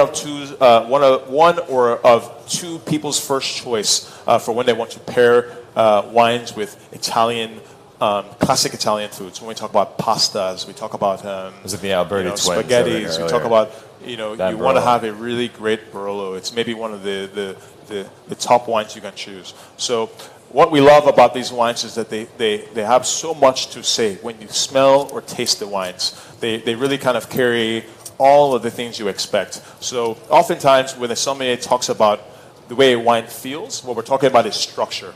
And structure can be explained by a combination of things. Acid, which you feel acid when you bite into a citrus, or tannin. And what tannin is is the mouthfeel of the wine. So when you have a tea bag that you've sat in the water for too long, you feel that bitterness on the palate. You feel that tension. We call that tannin, and that is a feeling. And tannin is very important to red wines, right? Because you either don't have tannins and the wine just goes down like water, or you have tannins. And tannins, oftentimes when we pair wines, you can use tannins to counter proteins. When you talk about steak, you want tannins to help break down the proteins in the steak, and so on and so forth. You can talk about so much. So I want you to taste. We've been smelling wines a lot, but for this one, I actually want you to taste it because I want you to feel the acid on the sides. Excuse me, the acid on the sides of your tongue, and then also. Okay, well, once you get into it further, I'll figure it out. You good? Yeah. But yeah, tannin. It's you'll know it when you taste it, especially whoever tastes the next red wine. Nebbiolo is notorious for having some of the highest tannins you can taste in wine. To me, it feels like somebody put a paper towel in my mouth, which sounds weird, I know, but taste it and see what you think. So while Naomi is tasting, we're actually going to call another person up just so we can get more people involved to taste this wine. So let's have a lady from this side. The lady at the back, please. Sorry, because she's been... Okay, do you want to come up quickly so we can... They're going to bring more glasses, so we'll have enough glasses. You can come up as well. I don't know. Yeah, you're good. Do you need help with Okay, the mic? great. Yeah, we're good back. We're back. Okay. So, hello. Thank you. Okay, sorry. And just one more. They're going to bring more glasses. Oh, yeah. Okay, perfect. Oh, terrific. Okay, Naomi, what are you getting? So what we really want to talk about is when you first tasted the wine. What did it feel like? Did you feel anything, any strange sensation around your tongue? It wasn't sweet, because this is a very dry wine. Very dry. Very dry. Right. So now you feel the opposite of sweetness because you feel how dry it is. The wine's almost astringent. Does it pull at your tongue? Do you feel the tension of the dryness? Take another sip. Right? Yes. Yeah, you can. You're salivating. There was a lot of acid. I really don't know. So take another sip quickly. Does it go down smooth like a cocktail, or is it difficult? Grippy. It's not your favorite. No, it's not something I want to take. No. Right? Because oftentimes, and this is what's so exceptional about pairing wine with food, is that oftentimes we say this is not necessarily a wine that you can just drink on its own. What you really want is a plate of food. And what's unique is that Nebbiolo, which is the grape variety we're seeing here, Nebbiolo from the region of Barolo in Piedmont, Italy. Nebbiolo is also very much like Chardonnay, where we say it's a vehicle of terroir. Nebbiolo carries the character of the place where it's grown. So oftentimes with these wines, they taste often like the place they come from. So in Piedmont, you often smell truffles, roses, just like this wine. You really kind of get a lot of that red fruit, cherry, or what are some other kind of descriptors we can maybe kind of use here? But red fruits, pomegranate, cherry, along with this kind of like wet leaves, and then also roses and yeah, absolutely. No. Yeah, no. Yeah, please ask a question. Yeah. Sorry. Dry wines. This very dry wine. It's very dry. The color is different from the sweet wine. Yes. The opposite of sweet. This is a very dry wine. Okay. But the color doesn't necessarily indicate sweetness or dry. Sometimes you'll have a sweet wine that looks like that, and sometimes you'll have a sweet wine that looks like this. It's just that's more of a what we always say, like if you go out and buy wine, you don't say I like Sauvignon Blanc, right? People come to our shop and they say, hey, I like this wine that I had last time. What should I drink? So I think it's kind of more about foregoing some of what you think you might know and just trusting us that have spent our entire lives doing it. So it's like you want something sweeter than that, right? Exactly. Yeah. And we were actually talking before we came. There was one wine that we should have had in our lineup. But there's a lot of really brilliant sweet wine that's made really close to this area. The most important thing about about what we're tasting now is that you understand the idea that you want something else with this wine, because you're saying that it's not sweet, it makes you want something else. And that's the fabulous thing about a pairing, is that it needs to be paired with something else for you to understand how the wine can be used. And that is what's really unique about this wine. That's why we're using it. So, it's interesting. This style of wine is one of my favorite pairings for a dish a lot of you have had. Efo and Nebbiolo is one of my favorite things. So if you ever get the opportunity to pair these two together, you get some richness of Efo, whether you're using like smoked turkey or whatever you're using. Efo reroll. Oh, nice. Yeah, so you can just pair it with Nebbiolo. It's one of the most beautiful things to me, the two of them together. Just the earthiness and the flavor, and then the tannins, the way it reacts with the protein is just fantastic. So it's his mother makes Efo in Charleston, and it's very good. Absolutely. This together. Awesome. Okay, because of time, we're going to quickly rush on. Naomi, thank you very much. Okay. We're going to very quickly ask these two ladies what they're getting, just very, very quickly. Absolutely. So what we're going to focus on with the last wine here is we're going to focus on fruit again, because the last wine we focused on the mouthfeel. This wine here, we're going to focus on fruit. And this one actually is probably going to be a little bit more loud in terms of the flavor profile that you might seek.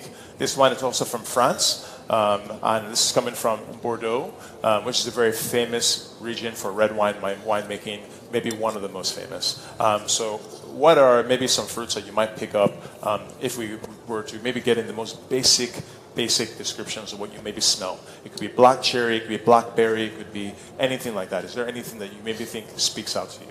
Okay, for me, some citrus, some blackberry. Yes. And it's very dry. Yes, so, it's very dry. A bit of wood. Yes. Yeah, that's what I feel. And you feel the wood.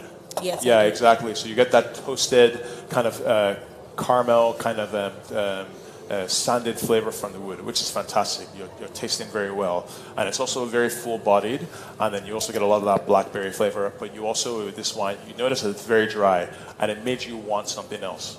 You want food, right? So your mouth begins to salivate. You want a plate. So that's really great. So this is a Bordeaux. So it's a blend that they kind of classically do in this region, where they'll mix Merlot, Cabernet Sauvignon, Carmenere, a few other grape varieties to make what they kind of call a Bordeaux-style blend. And these are very unique and very useful for me in particular. I love to have Bordeaux along with steak.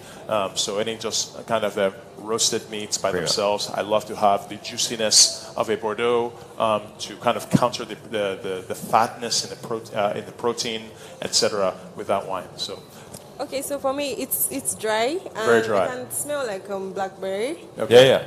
If I was supposed to have this, I'll actually dilute it with something because it's very dry. Yeah, It's very exactly. dry. So Yeah. I like very to dry. mix mine with maybe Sprite. The thing or with dry whatever wines it is, like, again, it's food is when you have a pairing that works. Like when we were thinking about the really spicy suya last night, if I had something sweet, when you taste it, you get it, and it's Right. the most amazing. It's when something gets better, they both get better, kind of thing. But that's kind of the fun of it, exploring and tasting and finding out what you like and finding out what you don't like. There's a lot of wines I don't like. There's a lot of wines I love.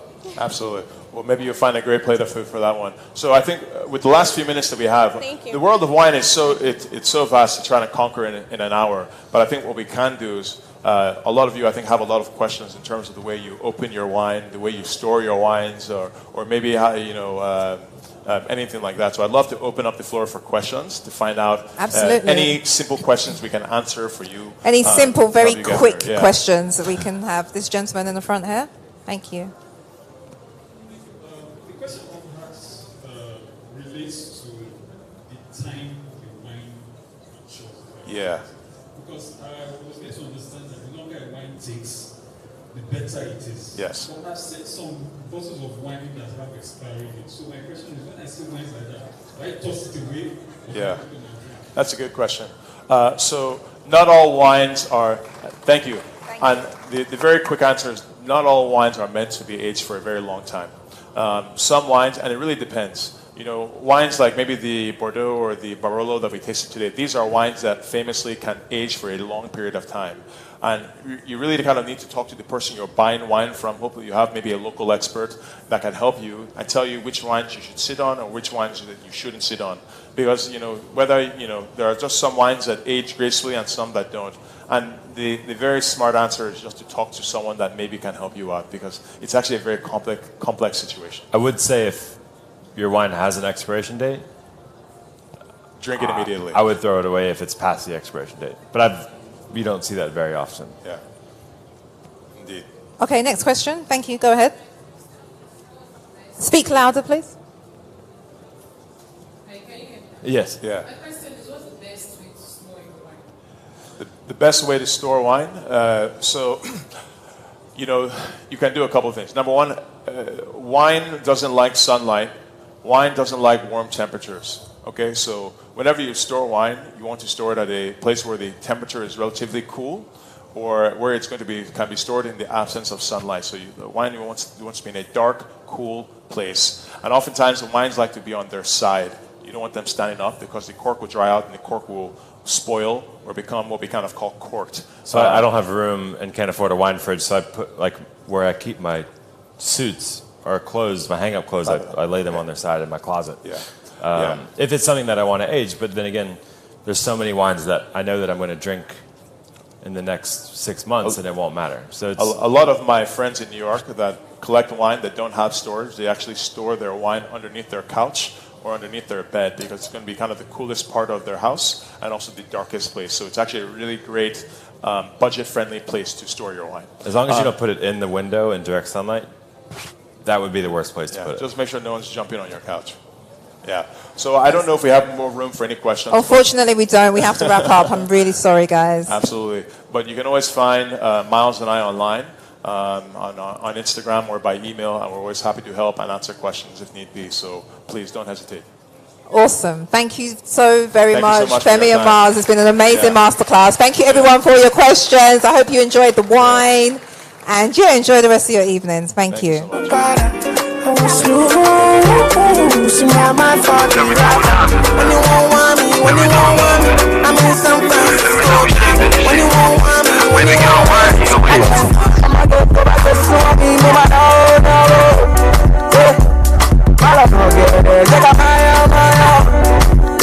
I'ma get my love, my bestie, move it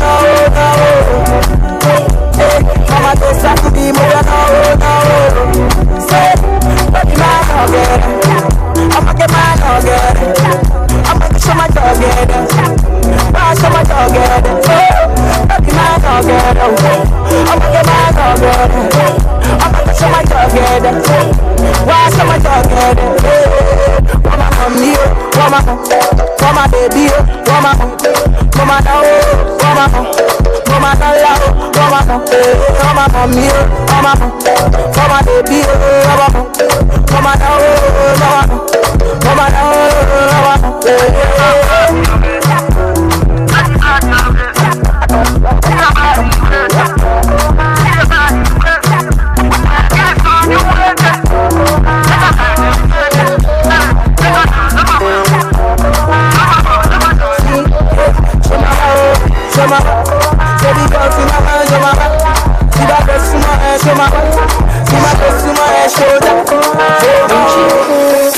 When I should go.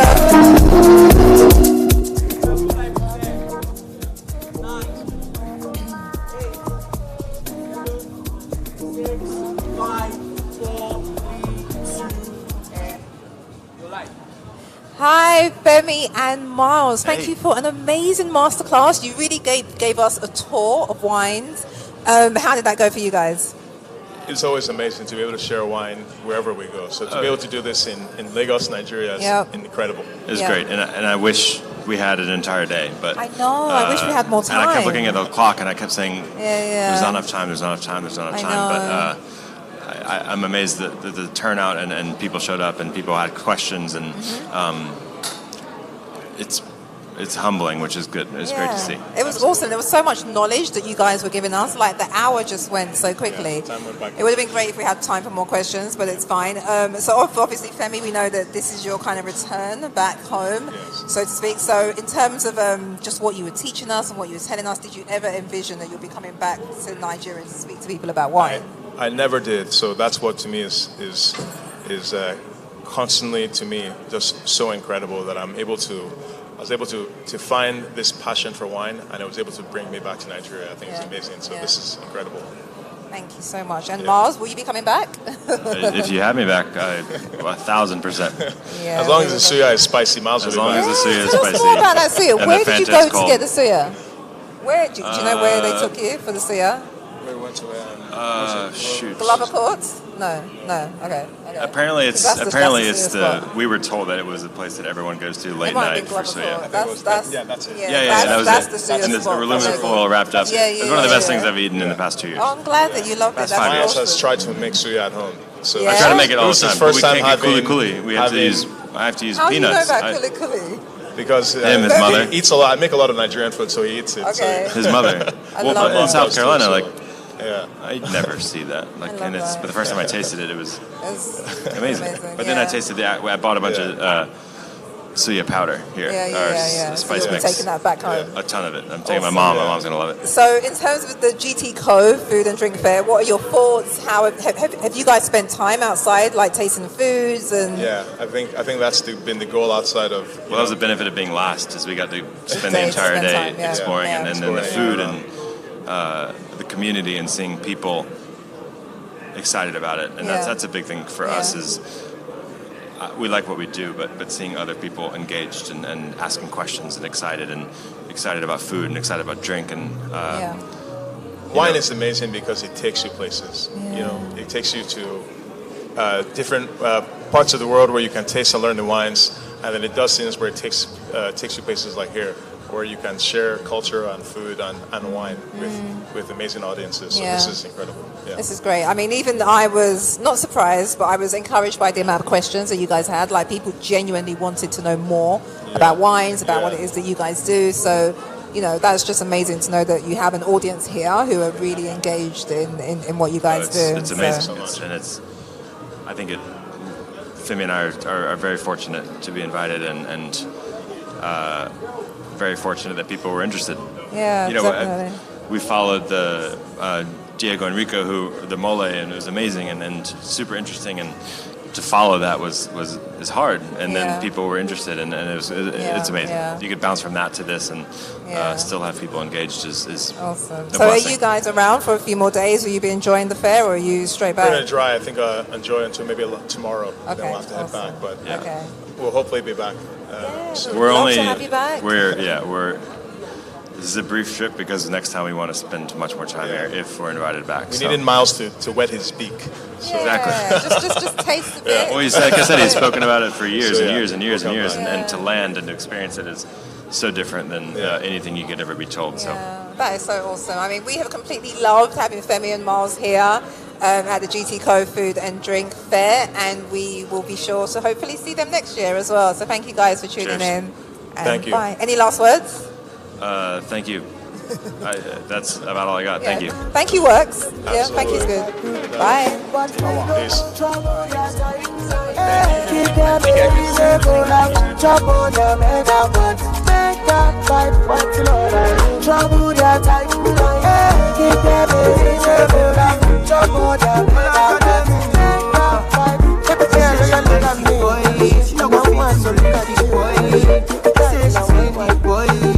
Say I'm the man, say I'm the man. She says she want the man, but she wants to live the boys. I'ma get to know one be. Check if you ain't, but she want me. She tell me bad guns, bad phone. I'ma share good major. Gentility, go share humility. Gentility, or share stupidity. Gentility, or share humility. Just feel me like go call me, jacking down, go call me. Gentility, or share stupidity. Gentility, or share stupidity. Gentility, or share stupidity. Oh, don't show me back home. Conquered. Ladies and gentlemen, boys and girls, I'm here with Nike and Oreolua. The first attraction to them is, of course, Ajia. She's fasting. And I asked her, Ajia, you drink alcohol? Yes, I do. It is not haram. I don't know. I don't think so. So how was your experience at the wine class, masterclass? It was amazing. It was insightful. And you? Yeah, it was very insightful. I learned new things about wine and how to keep wine and the temperature and how to hold the glass especially. So did you learn how to taste or smell wine? Yes, I actually did that. I thought it was maybe like when you smell things. People in Nigeria say, oh no, you're not meant to do that. But I realized that when you smell the wine, you get to know the ingredients some of the ingredients that they put in it. So you can smell wine too? Yeah, I think I can. So was coming here today worth your while? Yes. What? Coming here today, was it worth your while? Oh, it was, absolutely. So you're coming tomorrow? Yeah, definitely. Okay, so come again tomorrow. They are coming tomorrow. You should be here tomorrow to be with us at the GTCO Food and Drink Festival 2022. Once again, my name is Omo, and I've had an amazing time today with guests like this and many others. I know you've gone with me to the vendor stand today.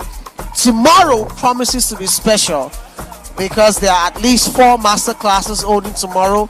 Thai meals and Italian cuisine part of it. And certainly, I will be dwelling more tomorrow at the street food corner. You want to know what the street food corner is? Come tomorrow. For now, catch you tomorrow. Bye. Later. Nike, Ore. Take care. Bye. Woo!